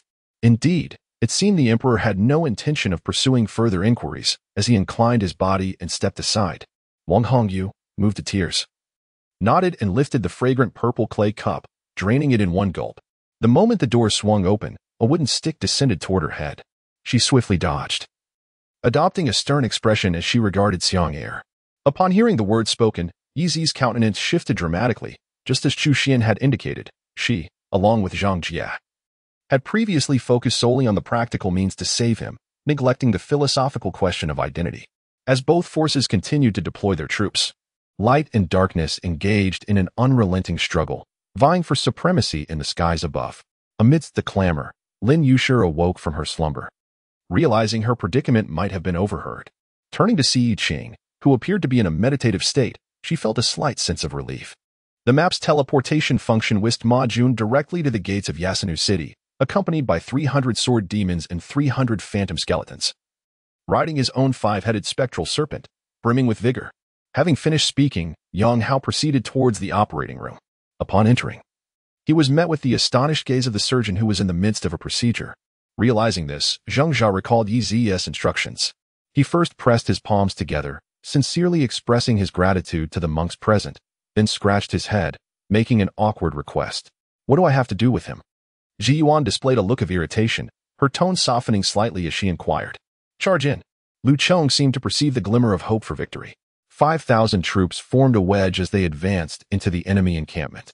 Feeling a flicker of joy, it was undeniable that anyone skilled in martial arts but holding a lowly position would naturally harbor discontent. Had it not been for Gong Sunzan's heroic feats, driving the foreign tribes to flee, he would have sought a more illustrious leader long ago. After 20 minutes, the vehicle arrived at Kanglan Dock, where Qin Tian and Ji Ling disembarked and proceeded towards the pier. "Pray tell why the governor of Lu is acting thus." Pang Tong's voice resonated, prompting Liu Bei to breathe a sigh of relief. Yet, feeling the surging qi within him and acknowledging his newfound strength, he could not help but believe that he had indeed ascended, not only advancing, but stabilizing at the pinnacle of the early ninth heaven. Lin Tian stood resolutely at the heart of the storm, the icy wind swirling around him. Suddenly, a veil of white mist enveloped him, while the biting frost lashed against his face. This new tone would undoubtedly lead to significant losses for Yuan Shao soldiers. After all, Yuzhou was Gong Sunzan's stronghold, a place where he was intimately familiar with every terrain and where his reputation garnered the support of the local populace, who would assist Gong Sun and not Yuan Shao. The earlier confrontation with Yin Yinlu had taken him by surprise, leaving him somewhat unprepared, were it not for his unique physique and bloodline. The toxins that afflicted Ling Feiyang would have been equally devastating. This time, he arrived not empty-handed, having procured numerous pieces of jewelry, 2 sets. One for Jean Deadman and the other for Princess Shanhua. The mere bond of father and son, and not even of blood, was insignificant when weighed against Long Kuei's perceived grand scheme for the Dragon Clan. Longji Pavilion? That hardly sounds like a theater's name, Lu Yanqing questioned, perplexed. As the first-generation director of the firm, his father-in-law would certainly lend a hand should any issues arise. Ultimately, Gulinga could not help but expel the contents of her stomach onto Qing Ruifan. She coughed for a long while, persistently pushing him away, wishing for him to distance himself. Yet he remained, gently patting her back while shifting slightly to allow her to breathe easier. Moreover, the 36th Division was stationed in the southeastern region of Jin, with the Western Front intertwined with the Second War Zone in Chongqing, while the Southern Front had been in close proximity to the First War Zone prior to the Battle of Zhangtiao Mountain. Following that battle, they found themselves merely separated by a yellow river from the main forces of the First War Zone. After the events that had just transpired, Ai Xiang'er, despite her previous defiance towards Wei Yanran, felt too embarrassed to voice any further complaints and simply followed behind them into the secret chamber. Bai furrowed his brow, recognizing their identities and reluctantly expending his qi to help suppress the sound waves within them. The footsteps of the opposing side slowed, becoming increasingly stealthy, likely suspecting an ambush lay in wait. Upon entering Old Master Yi's room, Shirbugu was met with the swift closure of the door behind him. At that moment, the courtyard erupted into excitement, with only Yi Mao, Yi Xiu, and Yi Tianxing remaining quiet. This sudden shift caught the already anxious and timid Bai Sheng off guard, leaving him flustered and disoriented. Duan Hongxue became increasingly frenzied and violent, akin to a rampaging beast. His fighting style was brutally reckless, fully committed. As Tom was no longer on his side, Su Yuxing pulled a tattered piece of cloth from his bosom. This scrap was the remnant of the garment he had once given to Ching He. who likely remained unaware that it had been woven with 1,000 years of his cultivation, infused with spiritual energy. It was an exquisitely crafted robe of immense spiritual power. Volume 1, Chapter 130. A gift of medicine. The Empress suppressed the tumult of emotions within her and smiled as she sent concubine Ru out of the palace. Summon the Prince of Qin to the palace, she commanded. Once concubine Ru's silhouette vanished, the smile on the Empress's face immediately tightened. Fearing that other dangers lurked beneath the water, and with the encroaching night obscuring their path, neither of them dared to venture into that aquatic realm. Mo Qingyan suddenly inquired. Curious about how the domineering Emperor Yin, who had brazenly abducted her from her wedding to Qingyan in her past life, might behave in this reincarnation. So that's how it is, Ziyu exclaimed, slapping her forehead, exhaling in relief. Although she was aware of Shou Tai's wealth as a matchmaker, one must reveal the family's assets before both parties, the extent of which would depend on their sincerity, like the myriad manifestations of existence. The Ghost General found it difficult to discern between feigned and genuine attacks.